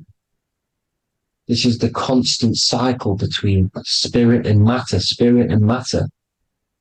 High vibrational matter turns into spirit. Low vibrational spirit turns into physical matter. You see? Now, we are carbon-based life forms. This is what 666 is, the number of the beast. When I say we, the physical body is the beast. It's the animal. It's the carbon suit to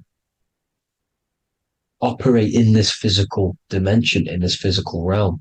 See? It's the vehicle used to operate in this physical realm. But your mind isn't from this physical realm, you see? The brain is the physical manifestation of the soul. Okay? So, as you can see here, the spine is an extension of the brain. Everything goes back to the brain. This is literally what your physical body is. You see, this is the nervous system, and everything reports back to the brain, and everything's controlled from this control center. And this spinal column, at the top of the spinal column, is your third eye, which is known as the pineal gland. And this is the seat of consciousness. It's the center of consciousness. That is your true self, pure consciousness. This body is just a physical body. This body is mortal. This body runs out, but your consciousness lives forever. They don't want you knowing this. This is why they keep you down here in your lower chakra. They want you to believe everything is just physical. They don't want you to believe in the spiritual side of reality. Because this way they can manipulate you, right? They want you matter over mind because they know your mind creates reality. They know your mind is the root cause of reality. You manifest your own reality from the inside out. So this is why they control your perception of reality. They control your information in order to manifest their new world order.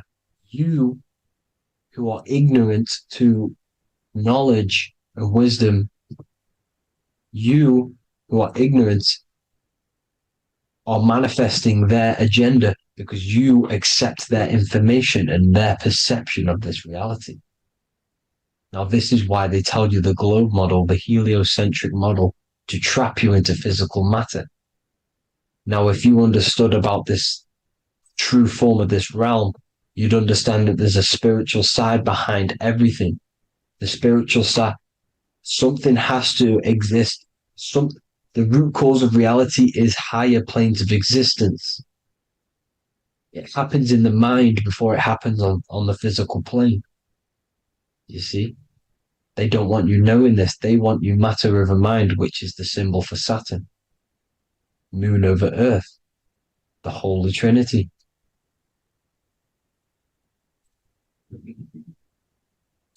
Now, as you can see, the cube also makes IXXI. This is Roman numerals. This is Roman numerals, and when it's translated from 9/11. Yes, 9/11. This is the secret code of the One World Order. The two twin towers, when the two become one. Okay, when the two become one, this is how you reach the higher states of consciousness, the physical and spiritual. Now, as you can see, the 9/11 memorial are two black cubes. It's two black cubes. This is all Saturn worship. Now, I'm not saying that Saturn is an evil celestial body, right? No, everything has a good side and a bad side, right? It's duality. The spirits of Saturn on the dark side are the most evil demonic spirits. Now, these are the spirits that these are invoking through these rituals, right? Yes, 9/11 was a massive ritual. It's a satanic ritual, okay? Now, we all know Elon Musk. Elon Musk is coming with the mark of the beast. And English gematria, this equals 666, right? 666, as I said, is the number of the beast. You are the beast, your physical body. You see how the Bible twisted things up to make things more confusing, right? But it's there. You just have to have the knowledge to be able to read the Bible properly. As we all know, we had this virus. I'm not going to say the name because I'll get flagged. This virus adds up to 666 because this is all part of the New World Order. It's all part of keeping you in this physical dimension. Okay? Now, as you can see here, Novus Ordo Secularum on the back of his shirt, on Elon Musk's shirt, this is also on the $1 bill, Novus Ordo Secularum. This means New World Order. Yes, New World Order. This is on the back of Elon Musk's shirt. And as you can see here, he owns Neuralink, which is the brain chip, which they're going to be putting into implanting this onto your brain. This is the New World Order to connect you and merge your consciousness with AI. Neuralink and Meta, he owns Meta as well, which is the metaverse. These are going to be linked in, hence why they have the same symbol, but just in a different format. It's the infinity symbol. And the infinity symbol comes from the Taurus field, as you can see here, your electromagnetic field from around your body. Now, the end goal is for this New World Order is to trap your consciousness inside of an alternative reality being projected from the metaverse. Because the metaverse will be the reality. Neuralink will be the brain chip inside of your brain, projecting your consciousness into an alternative reality while they harness your energy of your physical 666 body. Now, this stuff gets real deep, people. Now, this is the end goal of the New World Order, is to connect you with AI. This is why they're trapping you and keeping you in these lower states of consciousness in the Saturn-associated root chakra, so you don't find out about the spiritual side of reality. Because if you knew the truth of this reality, you wouldn't connect to AI. You see, you have the power within you to travel to other worlds, the astral plane, for example. You travel to different worlds when you are sleeping. Okay? They want you to know it's just a dream. However, their end goal is to trap your consciousness and feed off your energy, spiritually and physically. Okay? I don't know why these people are just pure evil. As I said, evil love bondage. They love the physical dimension. They don't want to ascend to other realms. These evil love the third dimension. This is why evil spirits will inhabit bodies, exorcisms, because they miss being in the physical realm. They miss it. Evil love bondage. So this is why they're cloning and putting their consciousness in clones to stay in this third dimension, to stay as further away from the source as possible. Okay? This is why they're doing it. And this is how it's all linked in. So I hope you all enjoyed this video. Hope you gained some wisdom. Please feel free to join the Telegram. And please leave a like and a subscribe. Thank you all, people. God bless.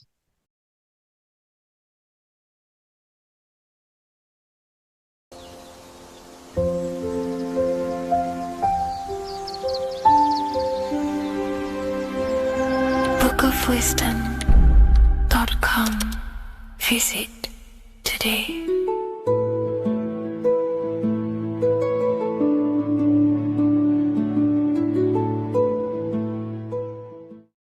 Welcome to Revival of Wisdom. Today, we're going to be talking about portals, portal symbolism, what portals are, okay, and how they show them to us, because they have to tell you the truth, guys. This is the thing with the universal law. They have to tell you the truth. And they tell you through symbols, they tell you through movies, and different things like that. But let's jump straight into this. So first, I want to talk about the Freemasonry symbols. Okay, so first we got, obviously this is some Freemasonry art, but notice how you've got the ladder with a key. Okay, so this is ladder symbolism with a key. So maybe this is talking about ascending.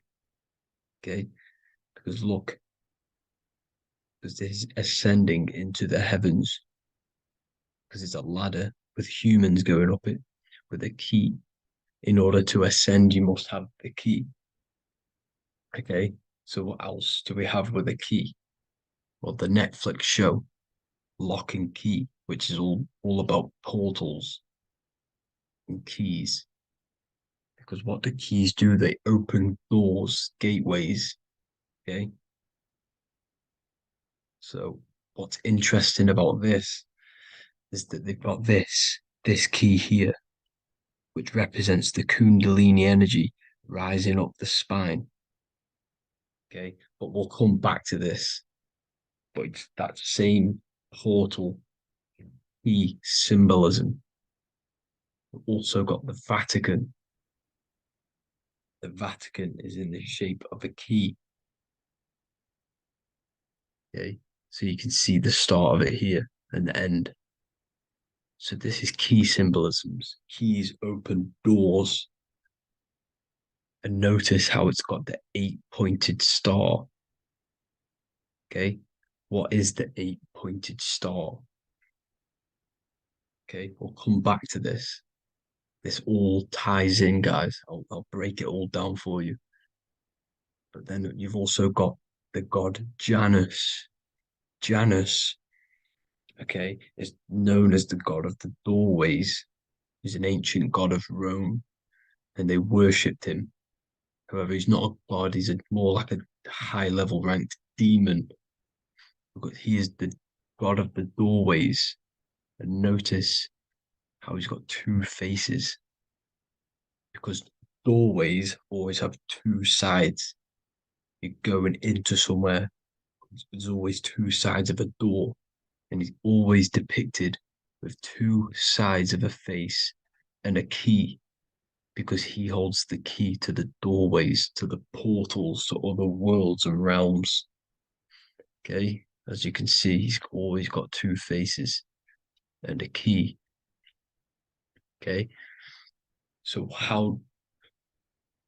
now we have the Sumerians, the Anunnaki, and they are always depicted with the two faces.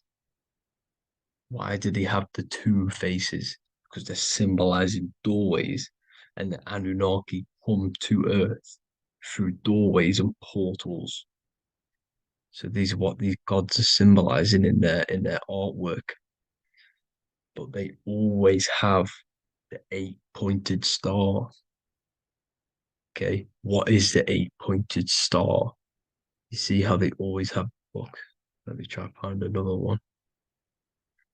It's the 8-pointed star.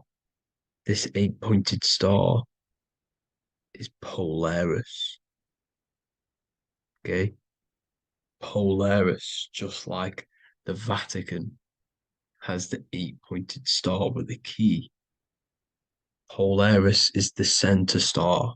Polaris is a fixed star, it doesn't move. Okay, so the Anunnaki symbol is also the 8-pointed star. So this is symbolizing the portals and doorways that they come through in order to get to the earth. But Polaris is that center star which does not move. It's always symbolized with the 8-pointed star, just like a compass. Why is a compass the 8-pointed star? Because at the center of our realm is where the most electromagnetic energy is stored. As you can see, we have an aura field, an electromagnetic aura field. So does the earth. And in the center, so like our heart, for example, is where the most energy is stored. And like the center of the earth, this is why all compasses point to the center, because this is where the most electromagnetic energy is stored. It's at the center of our realm. Okay. So like I was saying with the lock and key series, see this here? The Kundalini energy rising up the spine, just like your Kundalini energy rising up the spine. Let me try. I can't zoom in. But you know what I'm trying to say here. Let's go back to Polaris. Because at the center is where hold. Can you see the pole of electromagnetic energy? Polaris, the North Pole. It's symbolized. The truth is in the words. It's like a pole of electromagnetic energy. And this is where the aurora borealis comes from. Notice how it's got the word aura in it, because it's the Earth's aura, electromagnetic field. Just like you have an aura, also known as the northern lights, because it's coming out of this center hole in the center of our realm, where the black sun is. And this is where the electromagnetic energy is coming up from. And this is what the aurora borealis is, or the northern lights. It's just electromagnetic energy. And it's symbolized through our symbols, the original O. Okay, because it's like a pole through the middle. Polaris. So this Polaris is the sky vault. It's the portal into this realm. Because this is what the Anunnaki are always talking about. Always symbolize it with the 8-pointed star. And just like a compass, it's the 8-pointed star pointed to the center, to Polaris. Okay. See here on the Sumerian tablets with the 8-pointed star again. And how we know it's talking about portals with this 8-pointed star is because CERN 666 are opening up portals to the underworld, letting in demonic entities into this realm. How do we know it's a portal? Because their Hydra Collider has 8 points, just like the 8-pointed star. So they are creating synthetic portals to the underworld to let these demonic entities into our realm. But what is the key? Because if we're talking about ascending through Polaris, notice how here on the masonry art, this luminary here, so this is the sun, that's the moon, this is Polaris, because it's a luminary with what? 1, 2, 3, 4, 5, 6, 7, 8 beams coming off the luminary, just like the 8-pointed star. So you see the ladder with the key going up to Polaris. It's symbolizing ascending out of Earth. So what is this key that they're keeping from us? Because it's a human holding a key going up the ladder to Polaris. Well, chakras. We have 7 chakras. Okay, so this is what they are telling us in the lock and key symbolism. The Kundalini energy rising up the spine. Okay, just like they have 33 vertebrae on the back of your spine. Okay, this represents the Kundalini energy going up your 33 vertebrae, just like in Masonry has 33rd degrees. Okay, so what is the key? Your chakras. Your chakras have to be unlocked. Okay, you have to unlock your chakras, and you can't unlock this one without going through this one. You have to go through them all. It's like a ladder, just like Jacob's ladder. You can't go from the bottom to the top. You have to unlock each one. Okay, just like you have 7 chakras, you have 7 layers of your aura.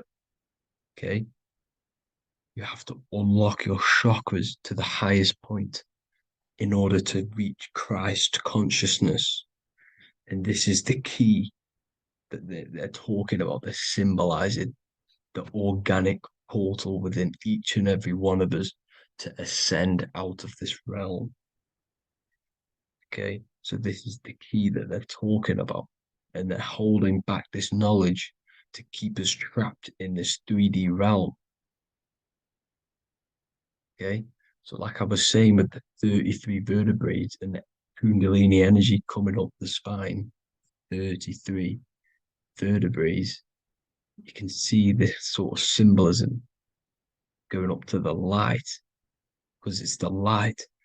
You see here, your crown chakra turns on and becomes enlightened, just like the Illuminati symbol. Can you see it? But also Jesus also died at 33. So this is symbolizing, okay, they're symbolizing the death of the ego, the body. So once you open up your chakras and reach Christ consciousness, which is your 33rd vertebrae, once your Kundalini energy goes up your 33rd vertebrae, your body technically, not physically, but spiritually dies, because you then become formless. You reach Christ consciousness. So then you can travel other worlds. Okay. This is what they're talking about with Vatican, 8-pointed star, and the key. Janus with the key. The Sumerians with the 8-pointed star. Anunnaki, the 8-pointed star. Polaris, 8-pointed star. So Polaris is the way out of this realm, which is at the center. Pole, North Pole. Okay, so the key is that they're hiding from us is the knowledge to unlock our chakras. Okay, and without this knowledge that they keep from us is trapping our souls in this reality to keep reincarnating. Okay, well, thank you all for tuning in. I'm going to leave you all there. Make sure to leave a like and a comment in the comment section. Let me know some topics to talk about so I can break it down for you. God bless you all.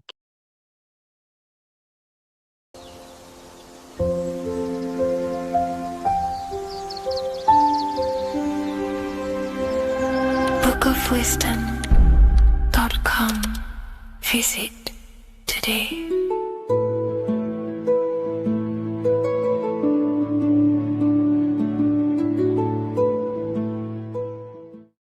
What if I told you that the seasons don't just change the external world, they also change your internal world. They have a psychological and a spiritual effect on your consciousness. If you're new to esotericism, you may not really understand this. But if you have some deep understanding of as above, so below, you already know this. But today we're going to be explaining it in great detail. So tune in, take a pen and paper, maybe make some notes. So we have 4 seasons. The sun is the main source of life on the earth, and it changes the circumstances on the earth in 4 different ways. Of course, we have spring, summer, winter, and autumn. These are the 4 states of the earth due to the sun's cycle. Not only do they take place on the earth, they also take place on you, your body, your mind, your spirit, your consciousness. They change things internally and externally. The first thing we need to understand is that we have a dual nature. We have a mind, and in that mind, we have an internal self. That's what we call the spiritual self. It is the individual that exists within their own mind, within their own consciousness. It is the self that imagines, thinks, feels. That's the spiritual self. And internally, that self is the true self. When it's detached from the false identifications, of course, such as the ego. But the true self dwells within the mind, and that's the immortal self. That's the self that will never die, never perish, that will always be there, and it always has been there. The internal self. But on the other side of the mind, the outside of the mind, we have this, what we call our physical human body. This is our external physical body. So outside of us is a physical reality, but inside of us is a spiritual non-physical reality. Inside of us cannot be measured. Outside of us can be measured. So we have an internal world and an external world. I think this is the reason why the word individual has the word dual at the end. Dual meaning opposing or two. We have a dual nature. Inner world, in the mind, and a self out the mind. And the mind acts as some sort of doorway. It is a doorway into ourself. So in esotericism, this is what it's all about. It's about we work with the internal world. We try and figure out who we are from the inside out, not who we are outside of us. Because we realize that the external world is nothing but a crystallization of what's happening inside of us. Our lives are a result of every single thought that we thought in the past. So let's not get off track here. Let's carry on. As I was discussing the seasons, we have an internal world in the mind and a self outside the mind. And this is reflected even in the cycles of the heavens. This is how you know the universe is intelligently designed, and the law of correspondence corresponds with everything. The law of correspondence is as above, so below. It's not a Hermetic principle. It's not a Freemasonic principle. The law of correspondence, as above, so below, is just the law of life of the universe. It is in everything. So the daytime, the sun, this is external impressions or expressions, should I say. We express ourselves outside the mind, in the outside world, in the material body, taking actions outside of us during this daytime. The sun represents outward expression. The daytime, this is when we wake up, we're conscious, we do things outside of our mind. But then the nighttime comes around and it becomes dark and the moon rules over the nighttime, and we return back to our internal world. We return back to the darkness. We return back to the internal self, the self in the mind. Really is fascinating. And this is as above, so below. This follows the correspondence. This follows the law. Although that the outside world has a cycle of day and night, so does our own mind have this cycle. As above, so below. As within, so without.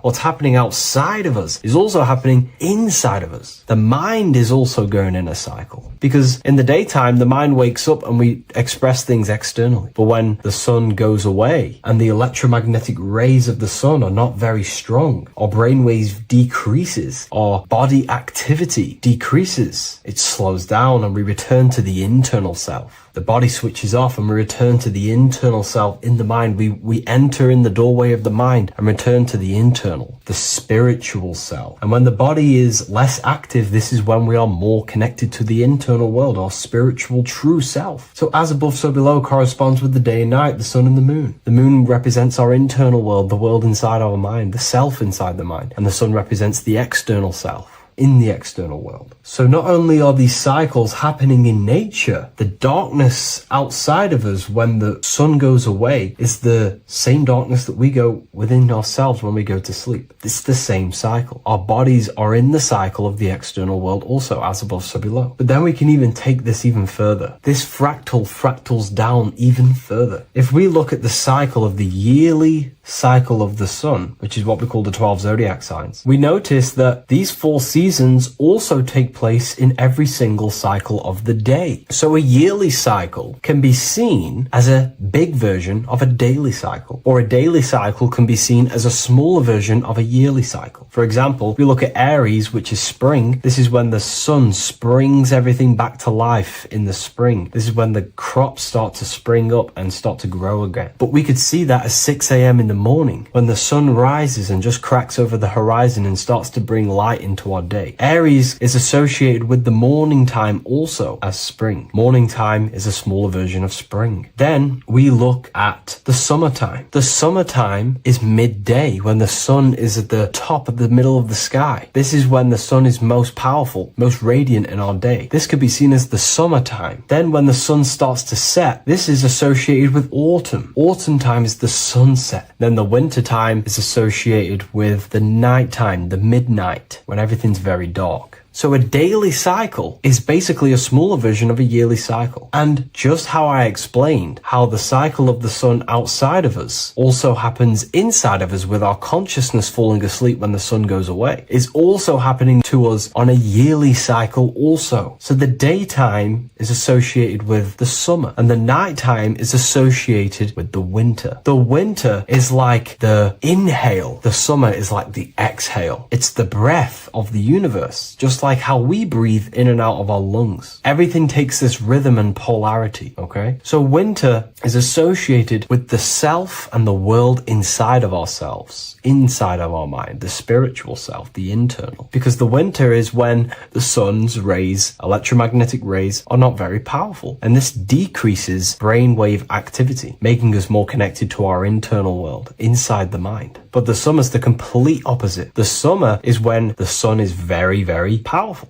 And the sun's powerful electromagnetic rays increase brain activity, making us more actionable in the physical world outside of our mind, in the external world. So summer is the daytime and winter is a big version of the nighttime. Vice versa. Just like how in the winter, we're more in the house. We're inside buildings because it's very cold outside. Animals hibernate. They go inside. They go into little places. They collect all their food and prepare for the winter. They go inside. They go in darkness to hibernate. So does our consciousness, our spirit, the self inside of our mind. We can use these cycles to our advantage, to evolve spiritually, to connect and be more balanced. You know, I've mentioned a lot of this inside the university to my members, to the family inside of there. We discussed this. We had a great discussion about this. And, you know, the live calls we have are priceless. The conversations you can have with someone when they're awake, you never forget them. You always have deep, meaningful conversations. And we discussed this deeply, and we were going into some interesting things about how we can use these types of changes in the seasons for our spiritual growth. We even discussed about spring and autumn and how they're associated with the different spiritual bodies that we have. But anyways, let's not get off track. Lucid dreaming,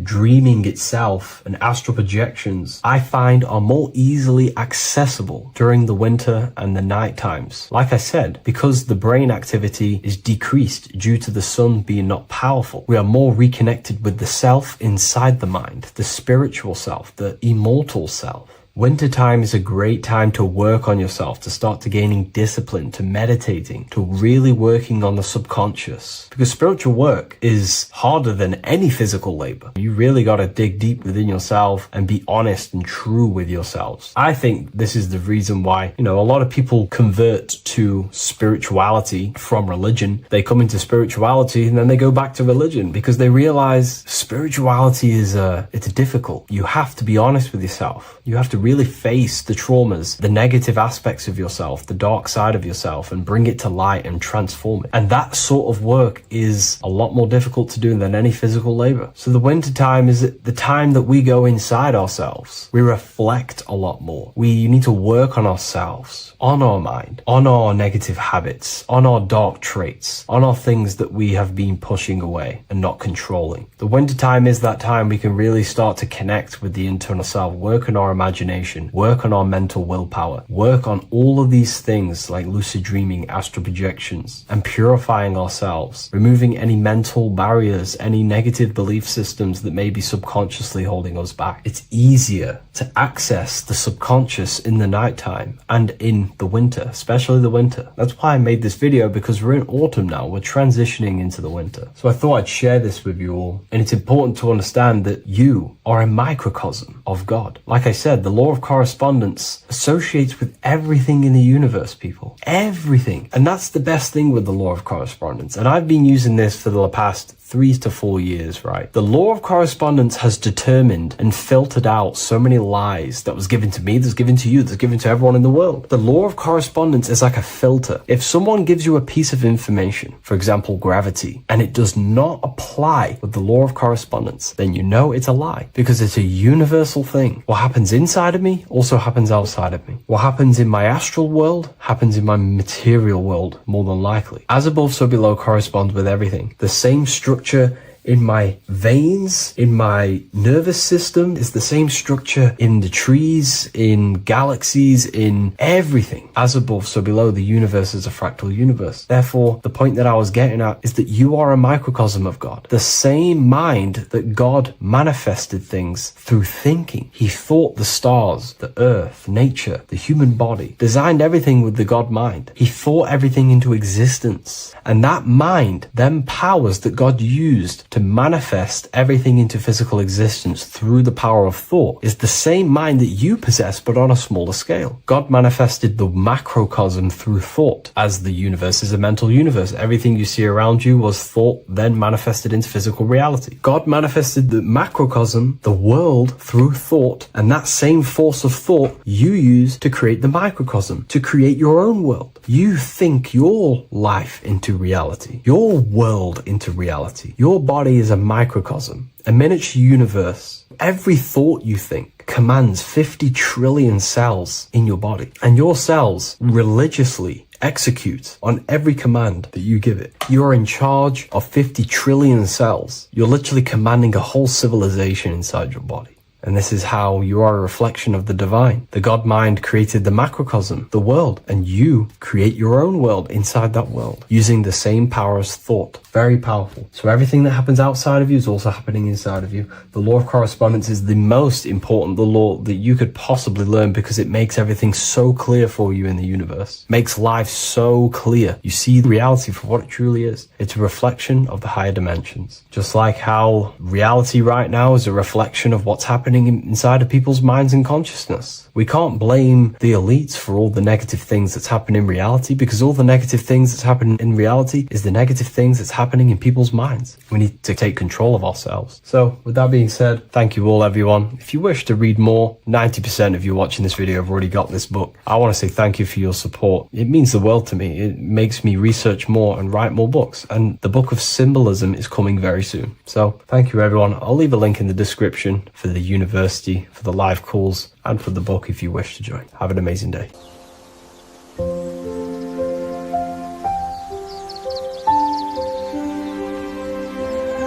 bookofwisdom.com. Visit today.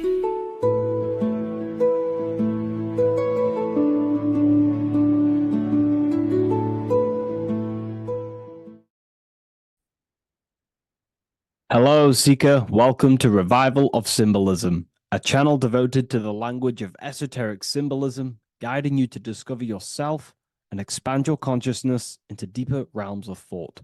I'm Harry B. Joseph, also known as Revival of Wisdom, and today we're going to be discussing this particular piece of artwork of the eye and the checkerboard together, and the esoteric teachings behind the veils of these symbols.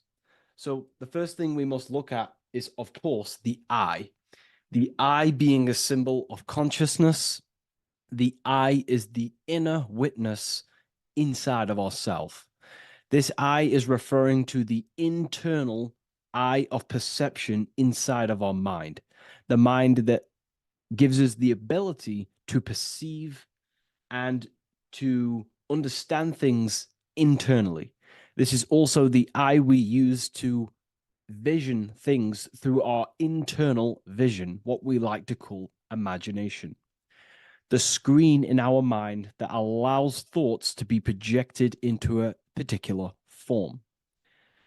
So this eye is talking about the internal eye of perception inside every single individual and form of life. Dogs, cats, squirrels, humans. Every single form of life has this internal dialogue, the inner being that no one else can listen to but themselves. This is a symbol of consciousness. And together, these two symbols reveal a grand teaching and understanding of the world and the universe, of how the universe is one consciousness, one observer. This is symbolizing the observer witness consciousness. Consciousness holds many vehicles and many dimensions that it exists in.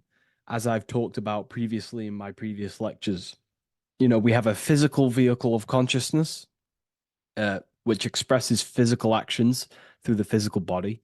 We have an emotional vehicle of consciousness, which is our emotional body or the astral plane. We have a mental vehicle of consciousness to express thoughts inside of, the thought body of consciousness. We also have a witness side of our consciousness. This internal witness, like who is the one seeing the screen of your reality right now? Who is the one seeing it? Not looking, who's perceiving the screen of reality through your eyes? Well, that would be the inner witness. And that inner witness is also perceiving your thoughts. A lot of people become identified with their thoughts, and they let the changes, the ever coming, unfolding changes in their mind, world, become a part of who they are. And they get caught up in the world and the changes that happens to them. And a great teaching that I've come across this last year is to never identify with the ever-changing circumstances that happen in life. When things are tough, when things are bad, always remind yourself that you are the witness of your thoughts and you are the witness of this reality. You are the one witnessing your thoughts, emotions, and actions. You are the one behind them. So when things get tough, try not to get too indulged in these negative things. The eye is the witness. Connect with the witness. And this is the same eye that perceives, sees the screen of your reality, and it also sees the screen of your dreams. So this witness consciousness is transcending your physical day life and reality, and it's also witnessing your dreams. It's the same observer who's observing your reality now, but also observing your dreams. So this witness consciousness transcends all forms of bodies of consciousness. It is essentially the highest aspect of ourselves. And it is literally the thought voice, the inner thinker, because you are not the external body. You are not the being outside your mind. You are the being inside your mind who is actively thinking. I like to call what you are, what we are as consciousness is consciousness in action. We are the thinking inner thinker, the inner being. And it's about becoming into contact with that inner being again to unveil who we truly are. If we sit back and truly have a thinking session of, closing your eyes and going inside yourself, and you ask yourself, who am I truly? Who am I beyond all of my beliefs, memories, my body? Who am I beyond that?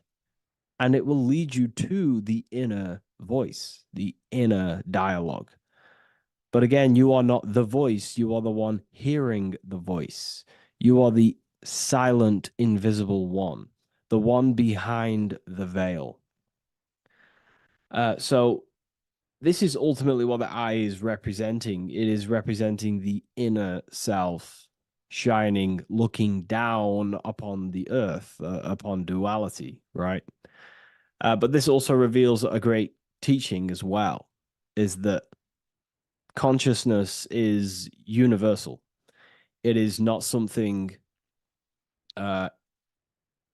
solely given to you. It is universal.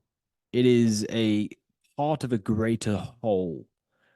Consciousness is personal and also impersonal. We have our personal sense of self. We have this inner voice. We have this sense of who we are in this world. And that is our personal sense of self. But you can also transcend the personal sense of self by turning off the mind and fading into the collective impersonal consciousness, which is ultimately what you call transcended states of consciousness, altered states of consciousness, or astral projection. When you astral project, you are simply accessing this impersonal aspect of consciousness. And this is ultimately what the symbol is representing with the checkered board floor, because the checkered board floor is duality, division. There is many, many different forms, but the I is singular. This is representing how the universe is one witness, being one consciousness, expressing itself in infinite life forms and into division. But ultimately, division is an illusion. Consciousness fades into an impersonal consciousness. So the checkered board floor and the eye above symbolizes how consciousness fractals itself and crystallizes into many different forms of personalized consciousness. The self, the sense of self, right? And this is why we always say, I am. I. If we look at the word I and the word I, so we have I, which is I am, and you also have the word I, which is like the eye you see here in the sky. The I, and if you look at the beginning of some words, you have inside. You also have internal, intelligence. All things to do with the inner self. Most words begin with an I, which is, I find, is a great connection because it's referring to the inner intelligence, the inner being, the inner sense of self. So the universe is essentially one being expressed in many different forms. That's also found in the word universe, uni, coming from the root word unite, meaning oneness, unification, united, and verse being a verse of a song, because we're all playing the song of consciousness, which is an ever unfolding song, an unfolding vibration, an unfolding creation. So this is simply representing how consciousness fractals itself into many different forms.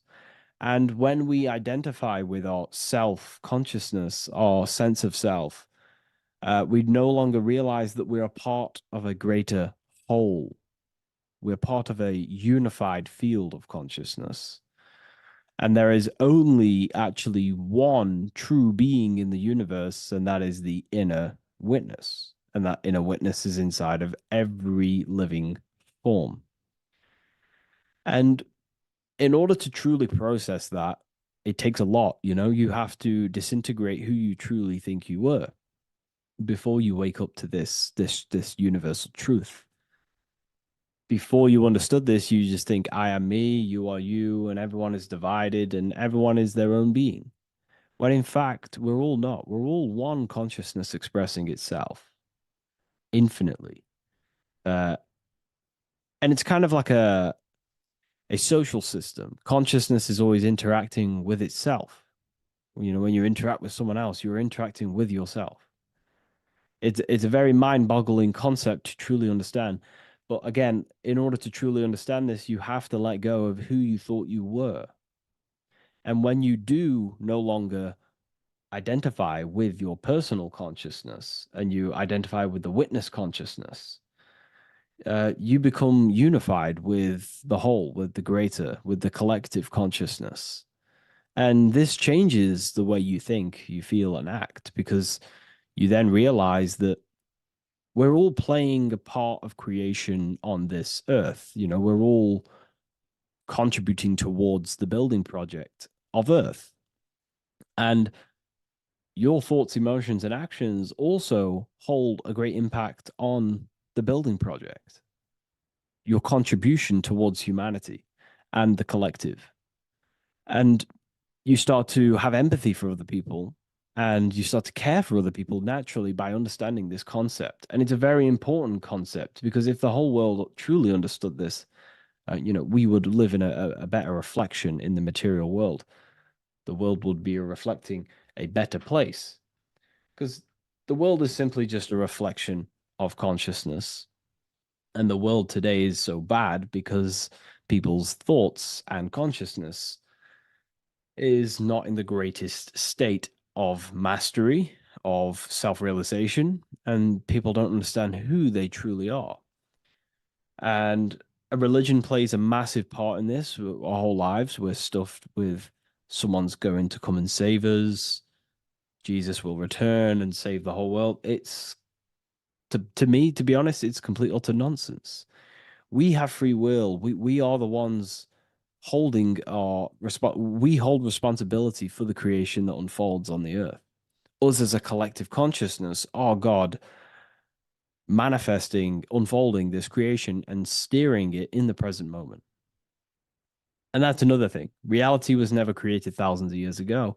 God is creating the world right now through the present moment, and it's unfolding.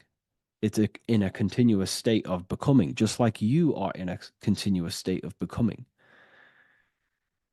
Time is evolving. Time evolves our minds. It evolves our sense of self. And we evolve over time as an individual and as a collective consciousness. And so does the earth go through this change as we change. So it's important that we are becoming more self-aware in the world so we can actually start to reflect a better world. But the checkerboard floor, again, is just reminding us of the duality and the illusion, because it looks like an illusion, a checkerboard floor. It's an illusion. The physical world, if you only look at the world through the eyes, you will live in the veils of illusion and never see the light, the higher understanding of the world. You will see everything as divided. You will see everything as I am me, you are you, and live in division. But in truth, we are all one. We all come from the same source, and we're all the same infinite witness expressed in different forms. And this brings me back to the concept of love. Love is the force that unifies consciousness. It unifies yourself. It unifies your relationships with people.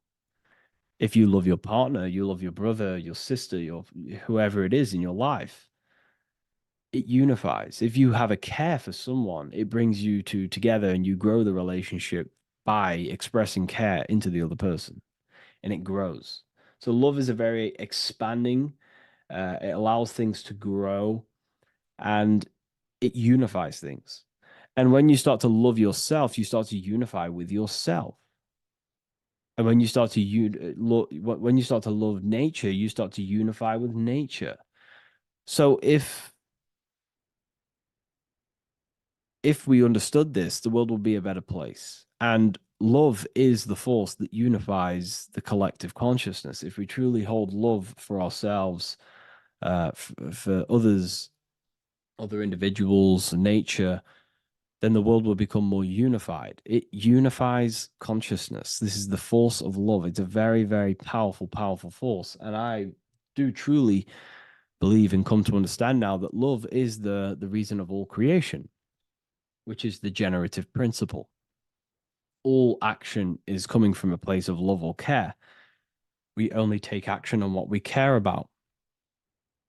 So even the sun is a symbol of love. It just expresses life, gives away all of its light, life, and energy to the earth and asks for nothing back. It is love. It is the expression of care. And that is what unifies consciousness. So again, this is just talking about the inner witness and how consciousness expresses itself in many forms. And the checkerboard floor also transcends that idea that I've just described of how it's consciousness divided in many forms. It also represents a state of an individual's mind. The checkerboard floor is symbolic of being divided, you versus me thinking, walking down the street and thinking everyone's a threat. It also represents their thoughts, emotions, and actions not being aligned, not being unified.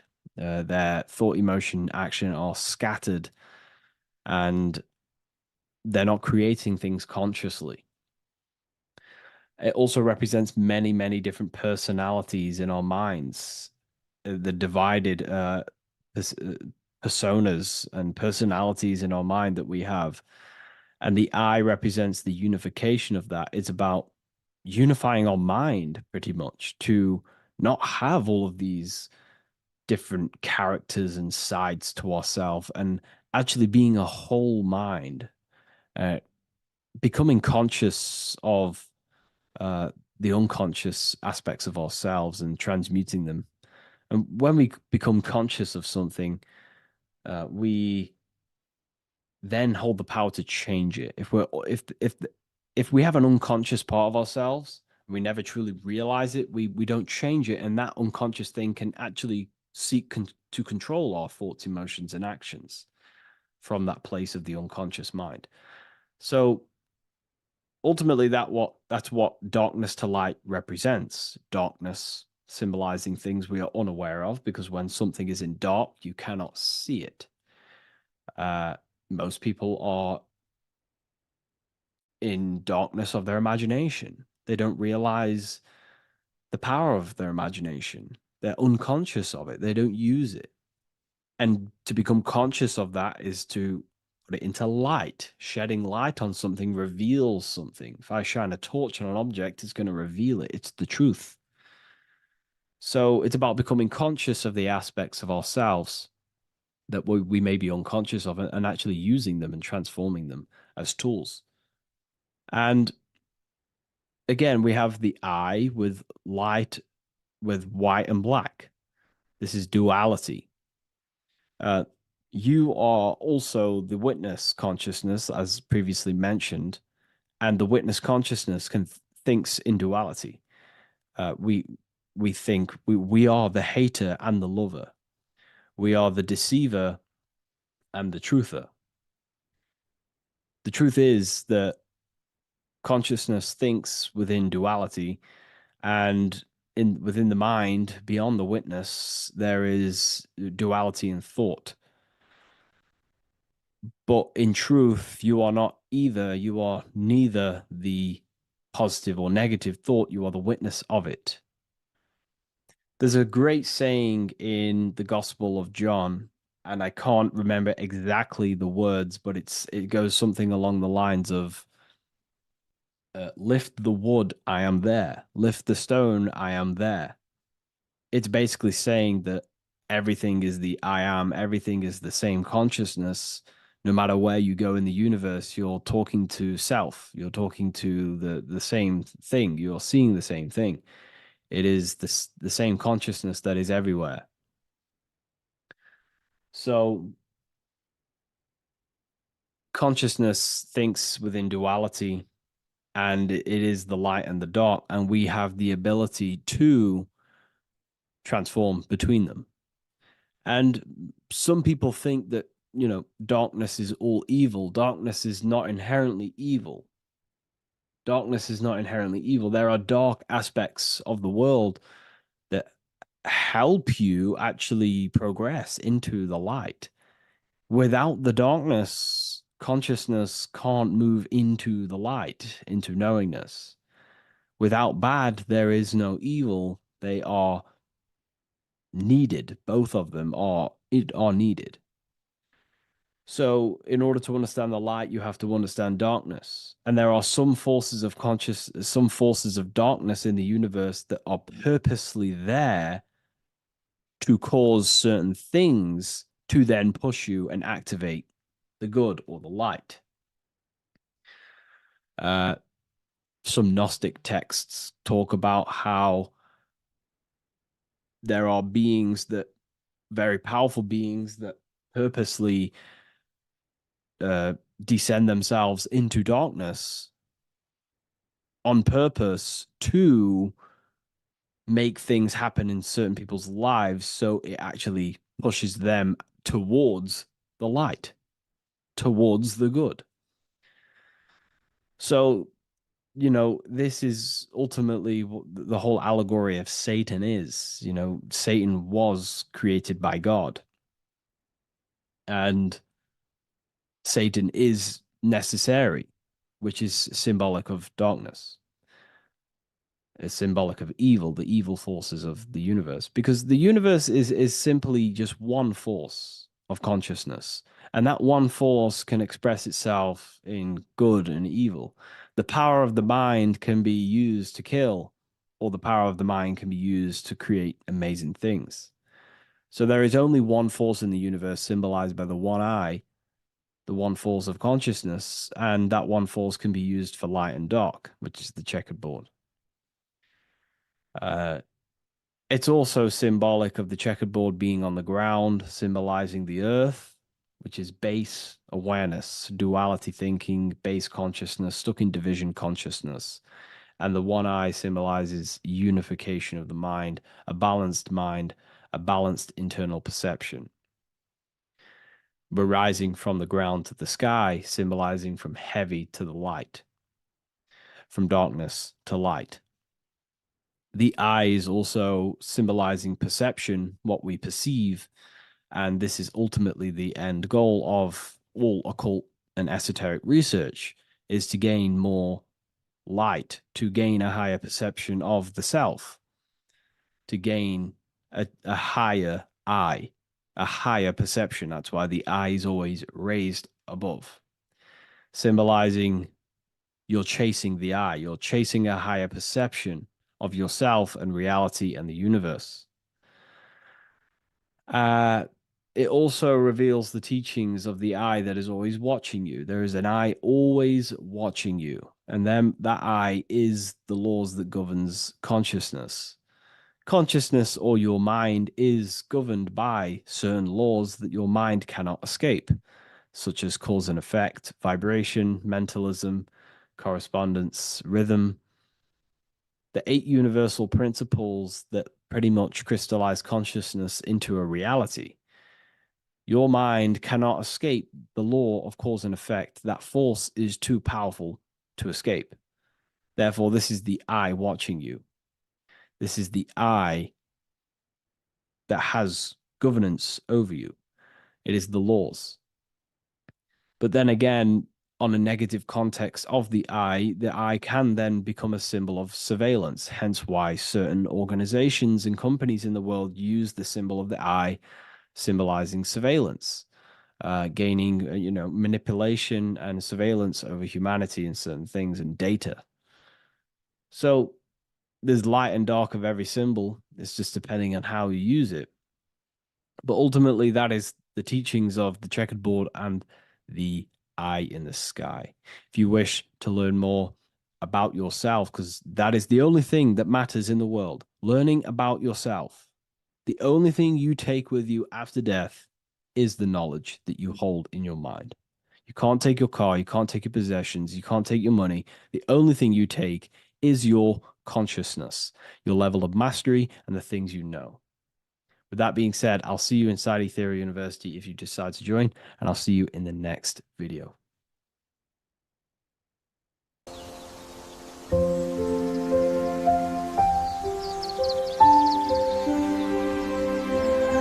bookofwisdom.com. Visit today.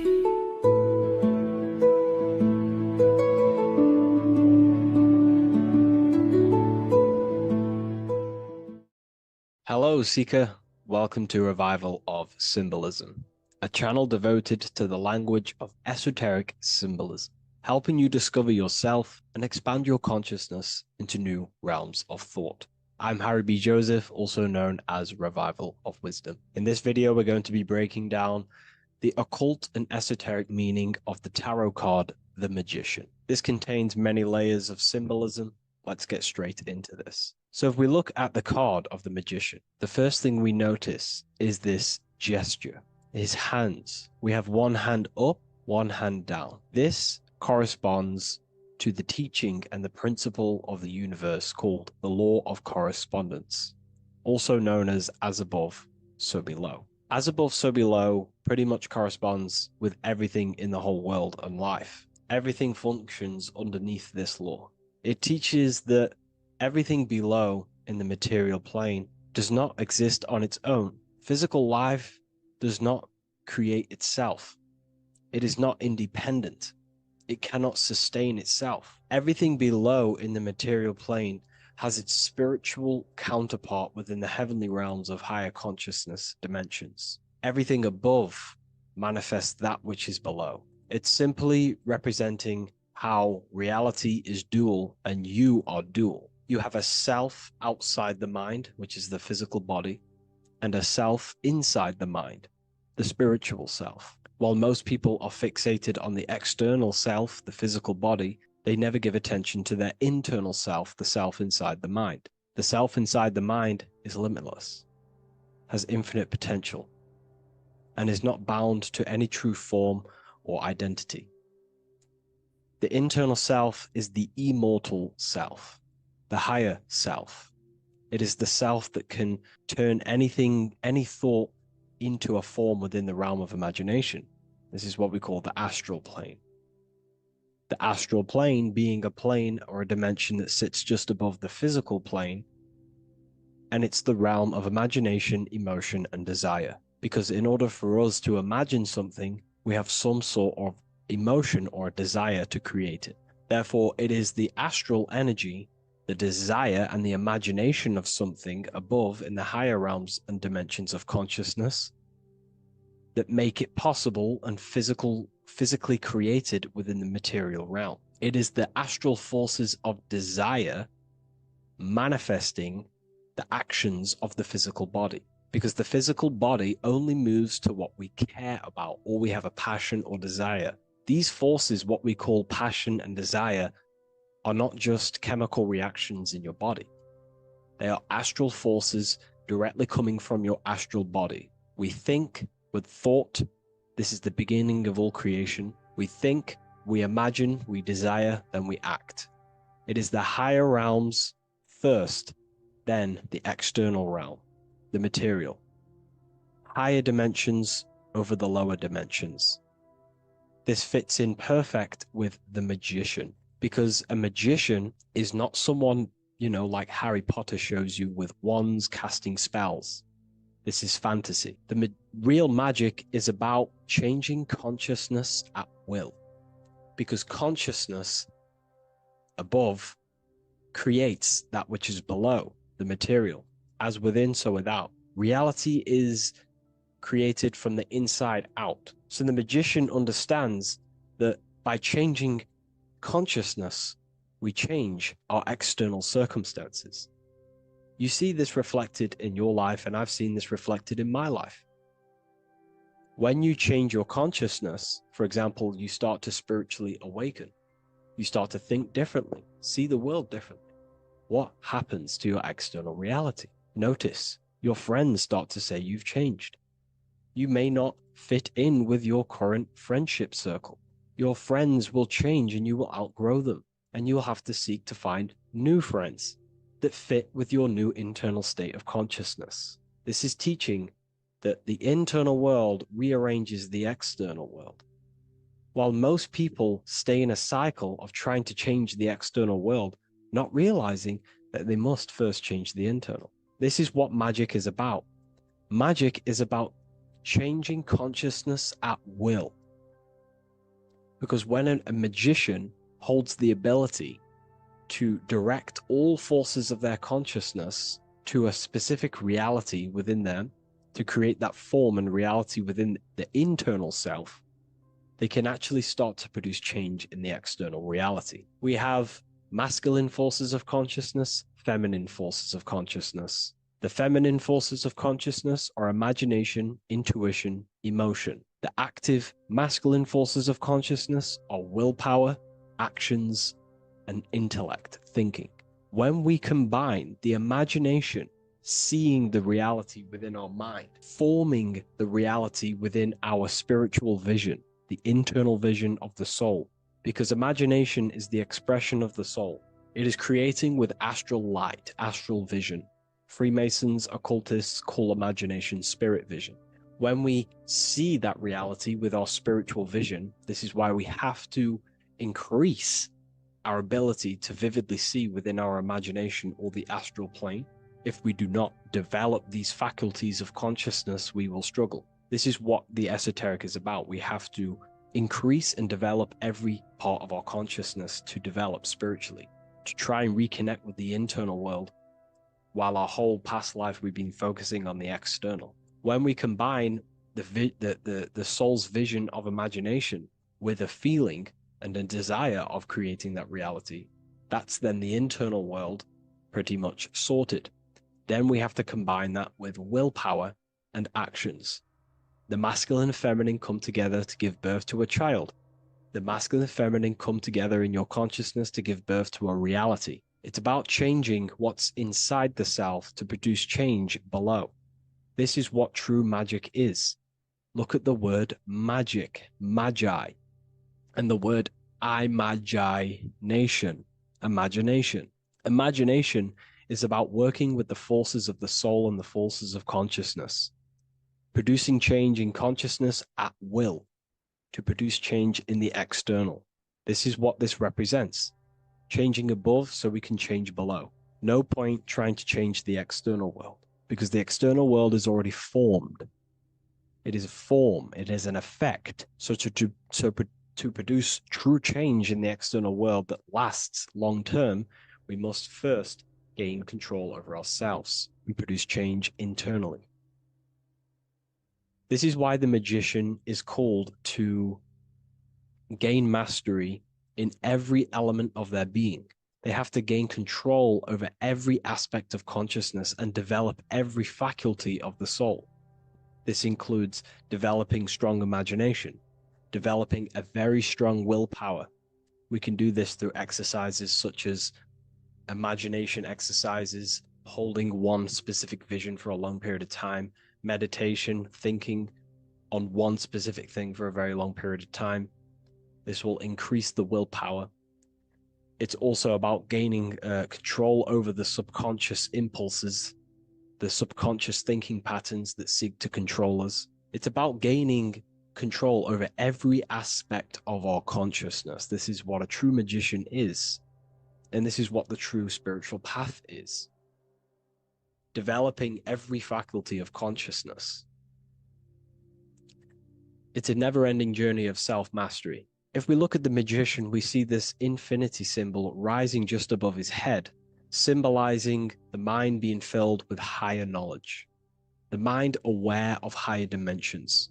You see, the mind is the cause, physical reality is the effect. We need to raise our consciousness from effect consciousness to causal consciousness, to truly become a magician and a master of our reality. What do I mean by effect consciousness? Most people live in the realm of effect and reaction. Their consciousness, their mind, emotions, and imaginations are constantly thinking, feeling, and imagining the things that have happened to them. Instead of doing this, we need to change this state. Instead of reacting, we need to become the cause. Instead of thinking and imagining and feeling the realities that's already gone past and things that have happened to us, we need to change this so we use the powers of the soul, the powers of consciousness as imagination, emotion, the intellect, as causes and not reactions. This is how we truly become a magician and apply this principle of as above, so below.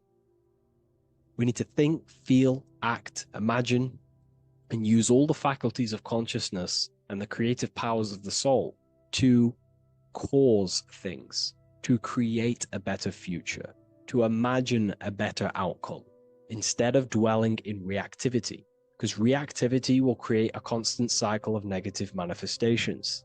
If we sit around and moan, complain, think, imagine, feel the things that have happened to us in the past, the mind is the cause. And if the mind is in that state of reactivity, it's just going to constantly create more negativity in your external reality.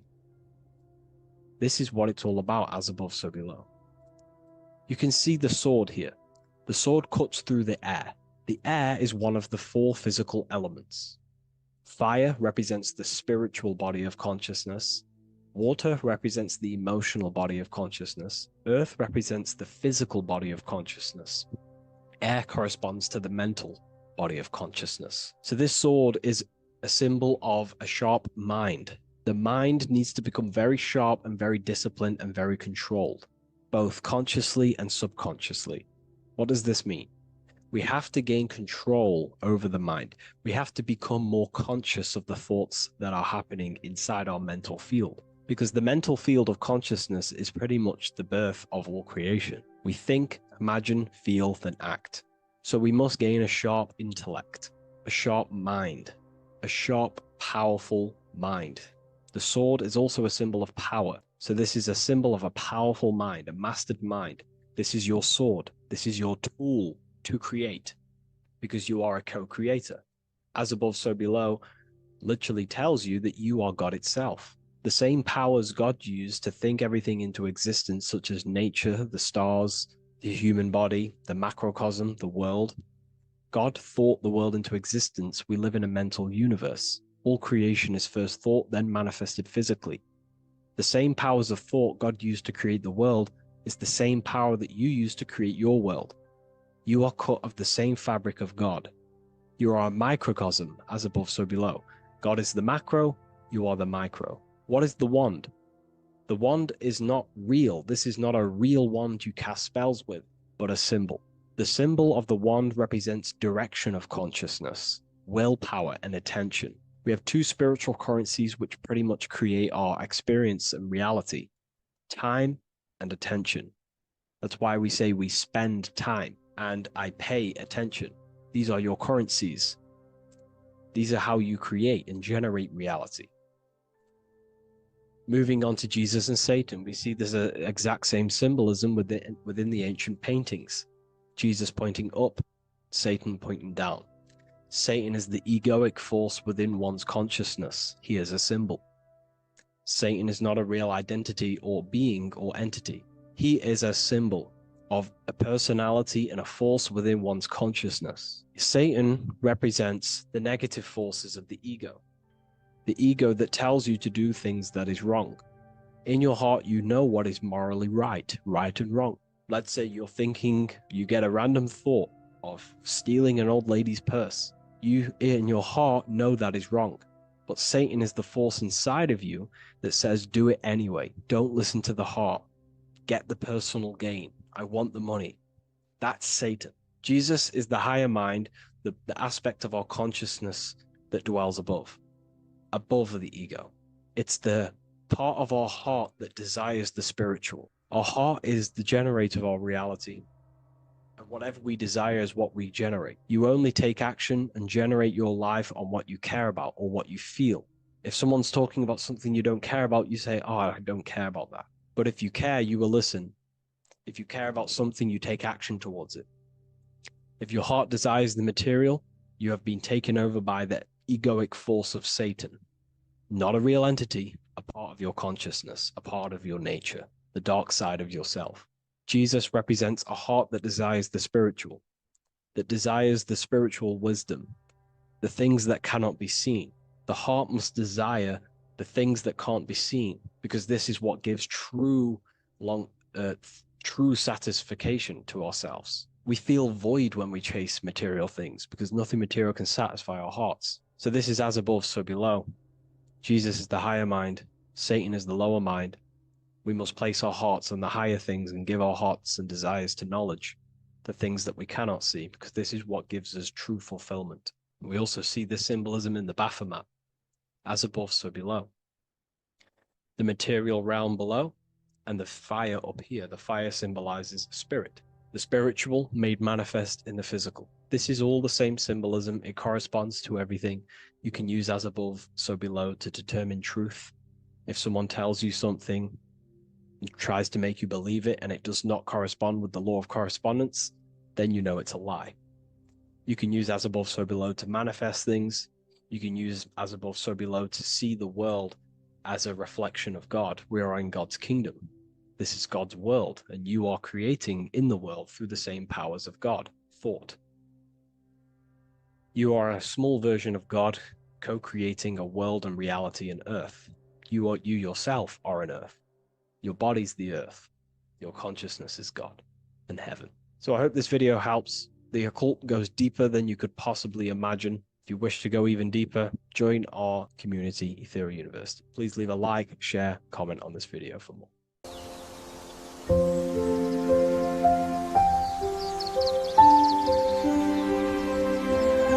bookofwisdom.com. Visit today.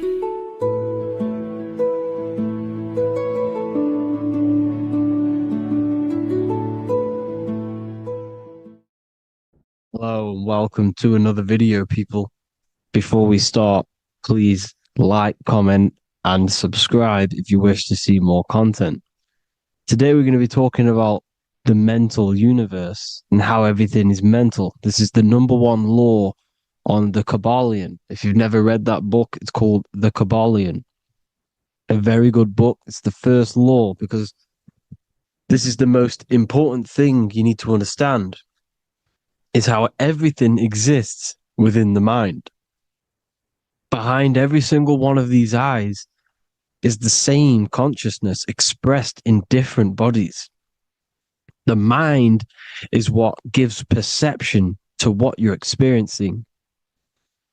Behind every single one of these eyes is the exact same consciousness, but the brain that they inhabit is giving them a different perception, a different being, a different body.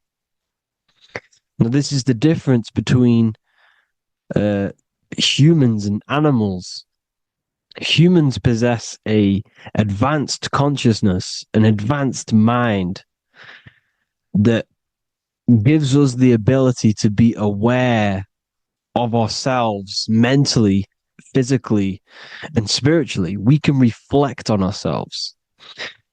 When a dog looks in the mirror or an animal looks in the mirror, it doesn't know what it's looking at. It doesn't realize it has a consciousness. It can't reflect on itself. It can't say, I want to improve in this area. It doesn't have that consciousness. We have a divine consciousness. Take away the N for divine, and you get with a D, put it with a D, you get divide, because we have a divided two-way consciousness. An animal only has one. However, it's still the same mind. We're all mind. We're all mental. We all exist within the mental plane. Look at this person walking. The body, the brain, is sending electrical signals through the 12 cranial nerves, which the 12 disciples that spread the gospel of Jesus, right? You have 12 cranial nerves in your brain. There are 12 disciples which spread the gospel of Jesus.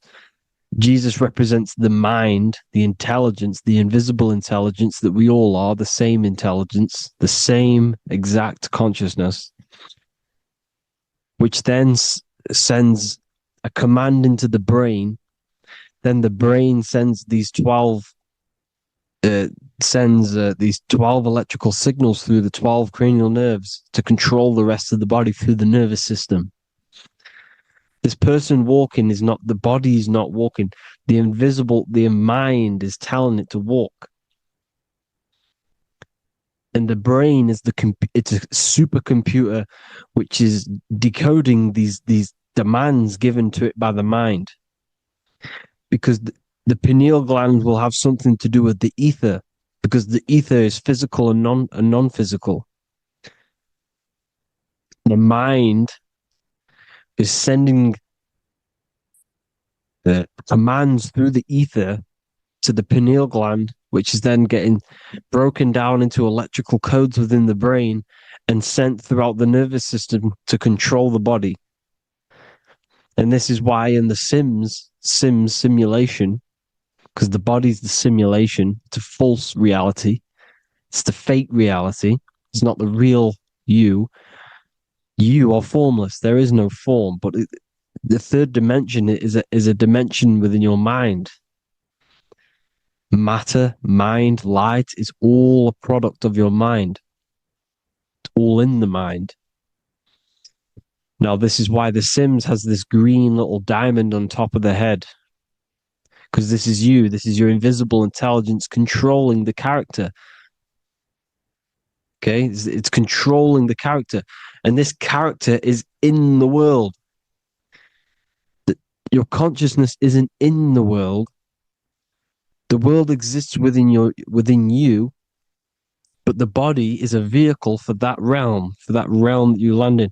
When you have a dream, your mind transcends this body into another body, duplicates your body into another universe, unite. Unite is one. We're all one. It's all one universe, expressed in many different ways, infinitely. And the vehicle that you land in is the body to operate in that realm.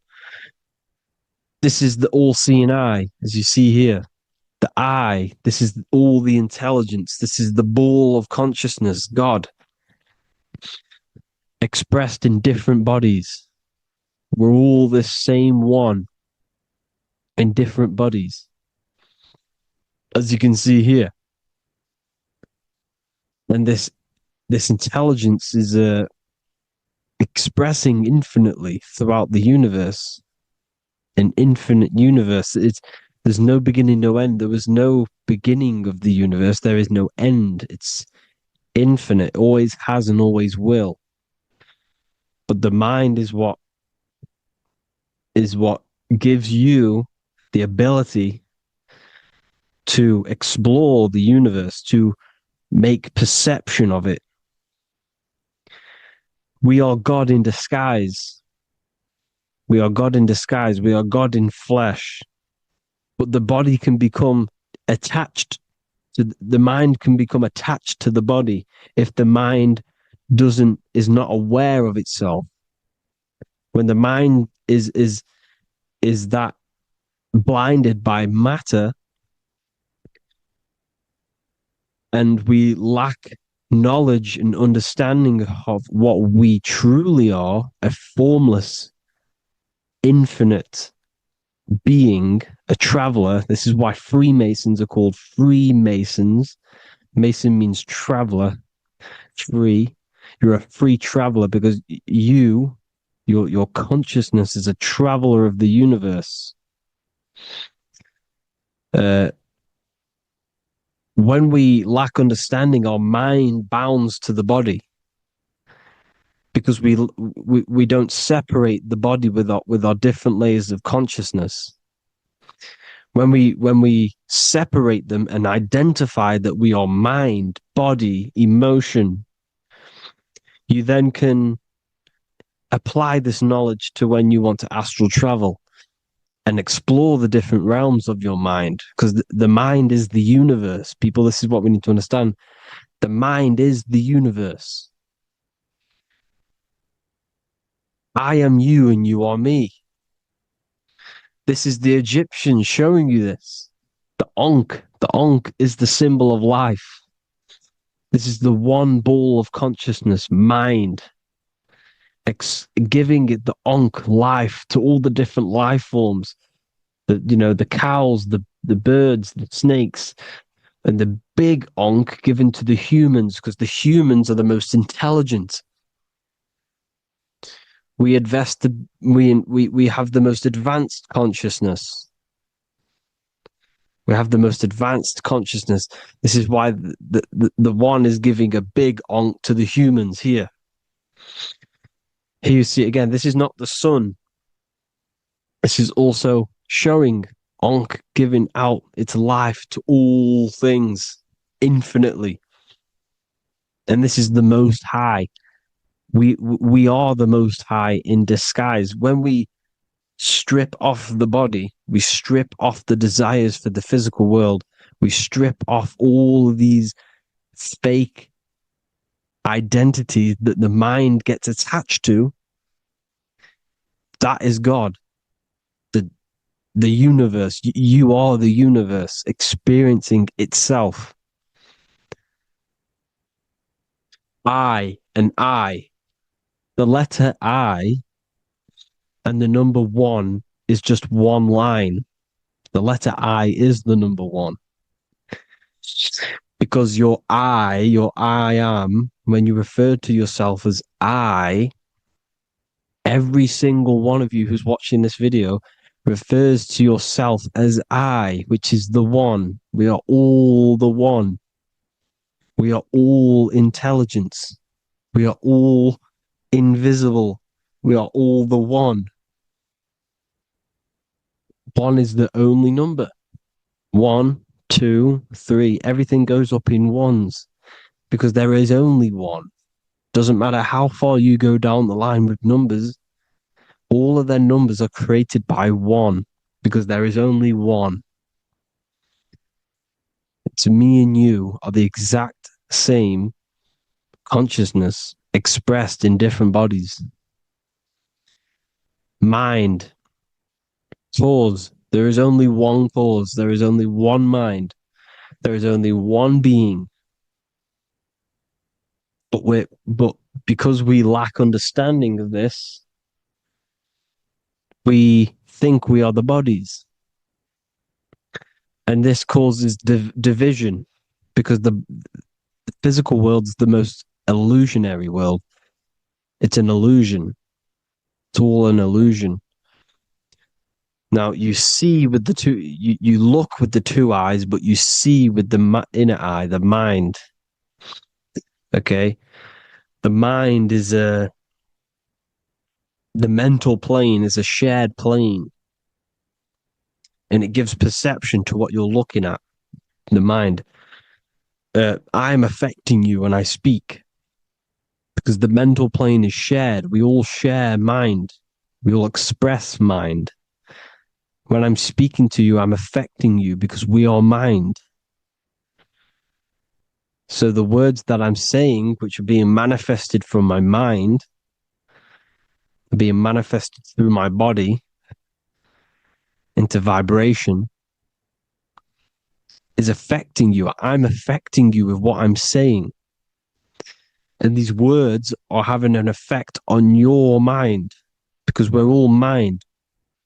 This is why you need to be careful what you're listening to, music and all sorts. Because music can also create thought loops within your mind. Because the chorus, we shouldn't be listening to choruses. Choruses are loops. And what they're saying in the chorus is being looped. And this can create thought loops within your mind. Go and listen to an old song that you used to listen to about 5 years ago, 10 years ago, 20 years ago. Go and listen to an old song and you guess what? You will get nostalgia. Why will you get nostalgia? Because that song will trigger the thoughts that you were thinking in that time of listening to that song. So songs with choruses create thought loops and they reprogram your subconscious mind. It's important why music is very powerful. Mine and mind, same word. See, language is the truth, people. This is why I use language in all of my presentations, especially the English language. It's riddled with occult truth. I is my me, I, you and me, or I, one. We are not the name, we are I. Every single one of you is I, because we are all the one, all mind. Now, the only thing that is truly mine is my mind. When you say something is mine, it's an illusion. It's not yours. The only thing that is mine is mind, my mind. Okay? It's my mind. It's the only thing. It's the same word, mine and mind. Like I said before, everything's one. Hot and cold is different degrees of the same thing, of the one substance, of degrees. The 7 colors are different frequencies of the one white light. Everything is one. There is only one. We are all one. Everything is one. Hot, cold, day, night. It's the same degree of one, which is mind. The mind's perception is what's giving it, labeling it hot or cold. The mind's perception of colors is what is giving it red or purple, hot or cold. There is only mind. The mind gives things perception. There is only one, that is mind. The conscious and the subconscious mind. The male and the female, these are married. The subconscious mind is your hidden part of the mind. Okay, it's hidden. You can't really, you can access it through different meditations and Reiki teachings and dreams or manifestations of your subconscious. This is how you know mind and matter are one, because your mind creates matter in dreams. Your subconscious manifests everything in a dream, in the astral realms. The conscious is what you're conscious of, what you're consciously thinking of. So me, I am conscious that I am speaking into this mic and creating this video. My subconscious mind is the hidden part of the mind, which is speaking to my heart, telling it to beat. It's telling my food to digest. It's regulating all my blood. It's doing everything in my body without me being conscious of it. Without me being conscious. The subconscious is the feminine. The conscious is the male. The Bible, of course. Proverbs 12:4. Helpful, not helpful, an excellent wife is the crown of her husband, but she who brings shame is like rottenness in his bones. In the same way, husbands should love their wives as their own bodies. He who loves his wife loves himself. You can take that physically, you can take that literally, or you can take it metaphysically. See, the Bible's written in such a way where you can take it as your level of realization. He who loves his wife loves himself. If you love your subconscious, if you love yourself, you speak good about yourself, because your subconscious takes everything literally. If you say, I hate you to someone, your subconscious does not know the difference between me and someone else. It only thinks me, me, me. Why? Because mind is the only thing that exists. You are mind, I am mind. If I say, I hate you, you're saying that to yourself. Your subconscious picks that up and says, I hate myself. And that's telling your subconscious that's what you want. Because your subconscious manifests 90% of your behavior. The programs within your subconscious. Tying your shoelace is a program. You don't need to be conscious of it. You can just do it because it's a program. It's deeply interwoven in the subconscious. Driving your car. texting on your phone. You don't have to think about what letter. You just do it because you know where the letters are. It's a program. Therefore, if you look after your subconscious, they are a married couple. It's your wife. Your subconscious is your wife. And it manifests 90% of your daily basis thought patterns, actions, behaviors, emotions, all the things that you all the trauma that you've experienced is stored within your subconscious, which is affecting you. So let's say you're in a car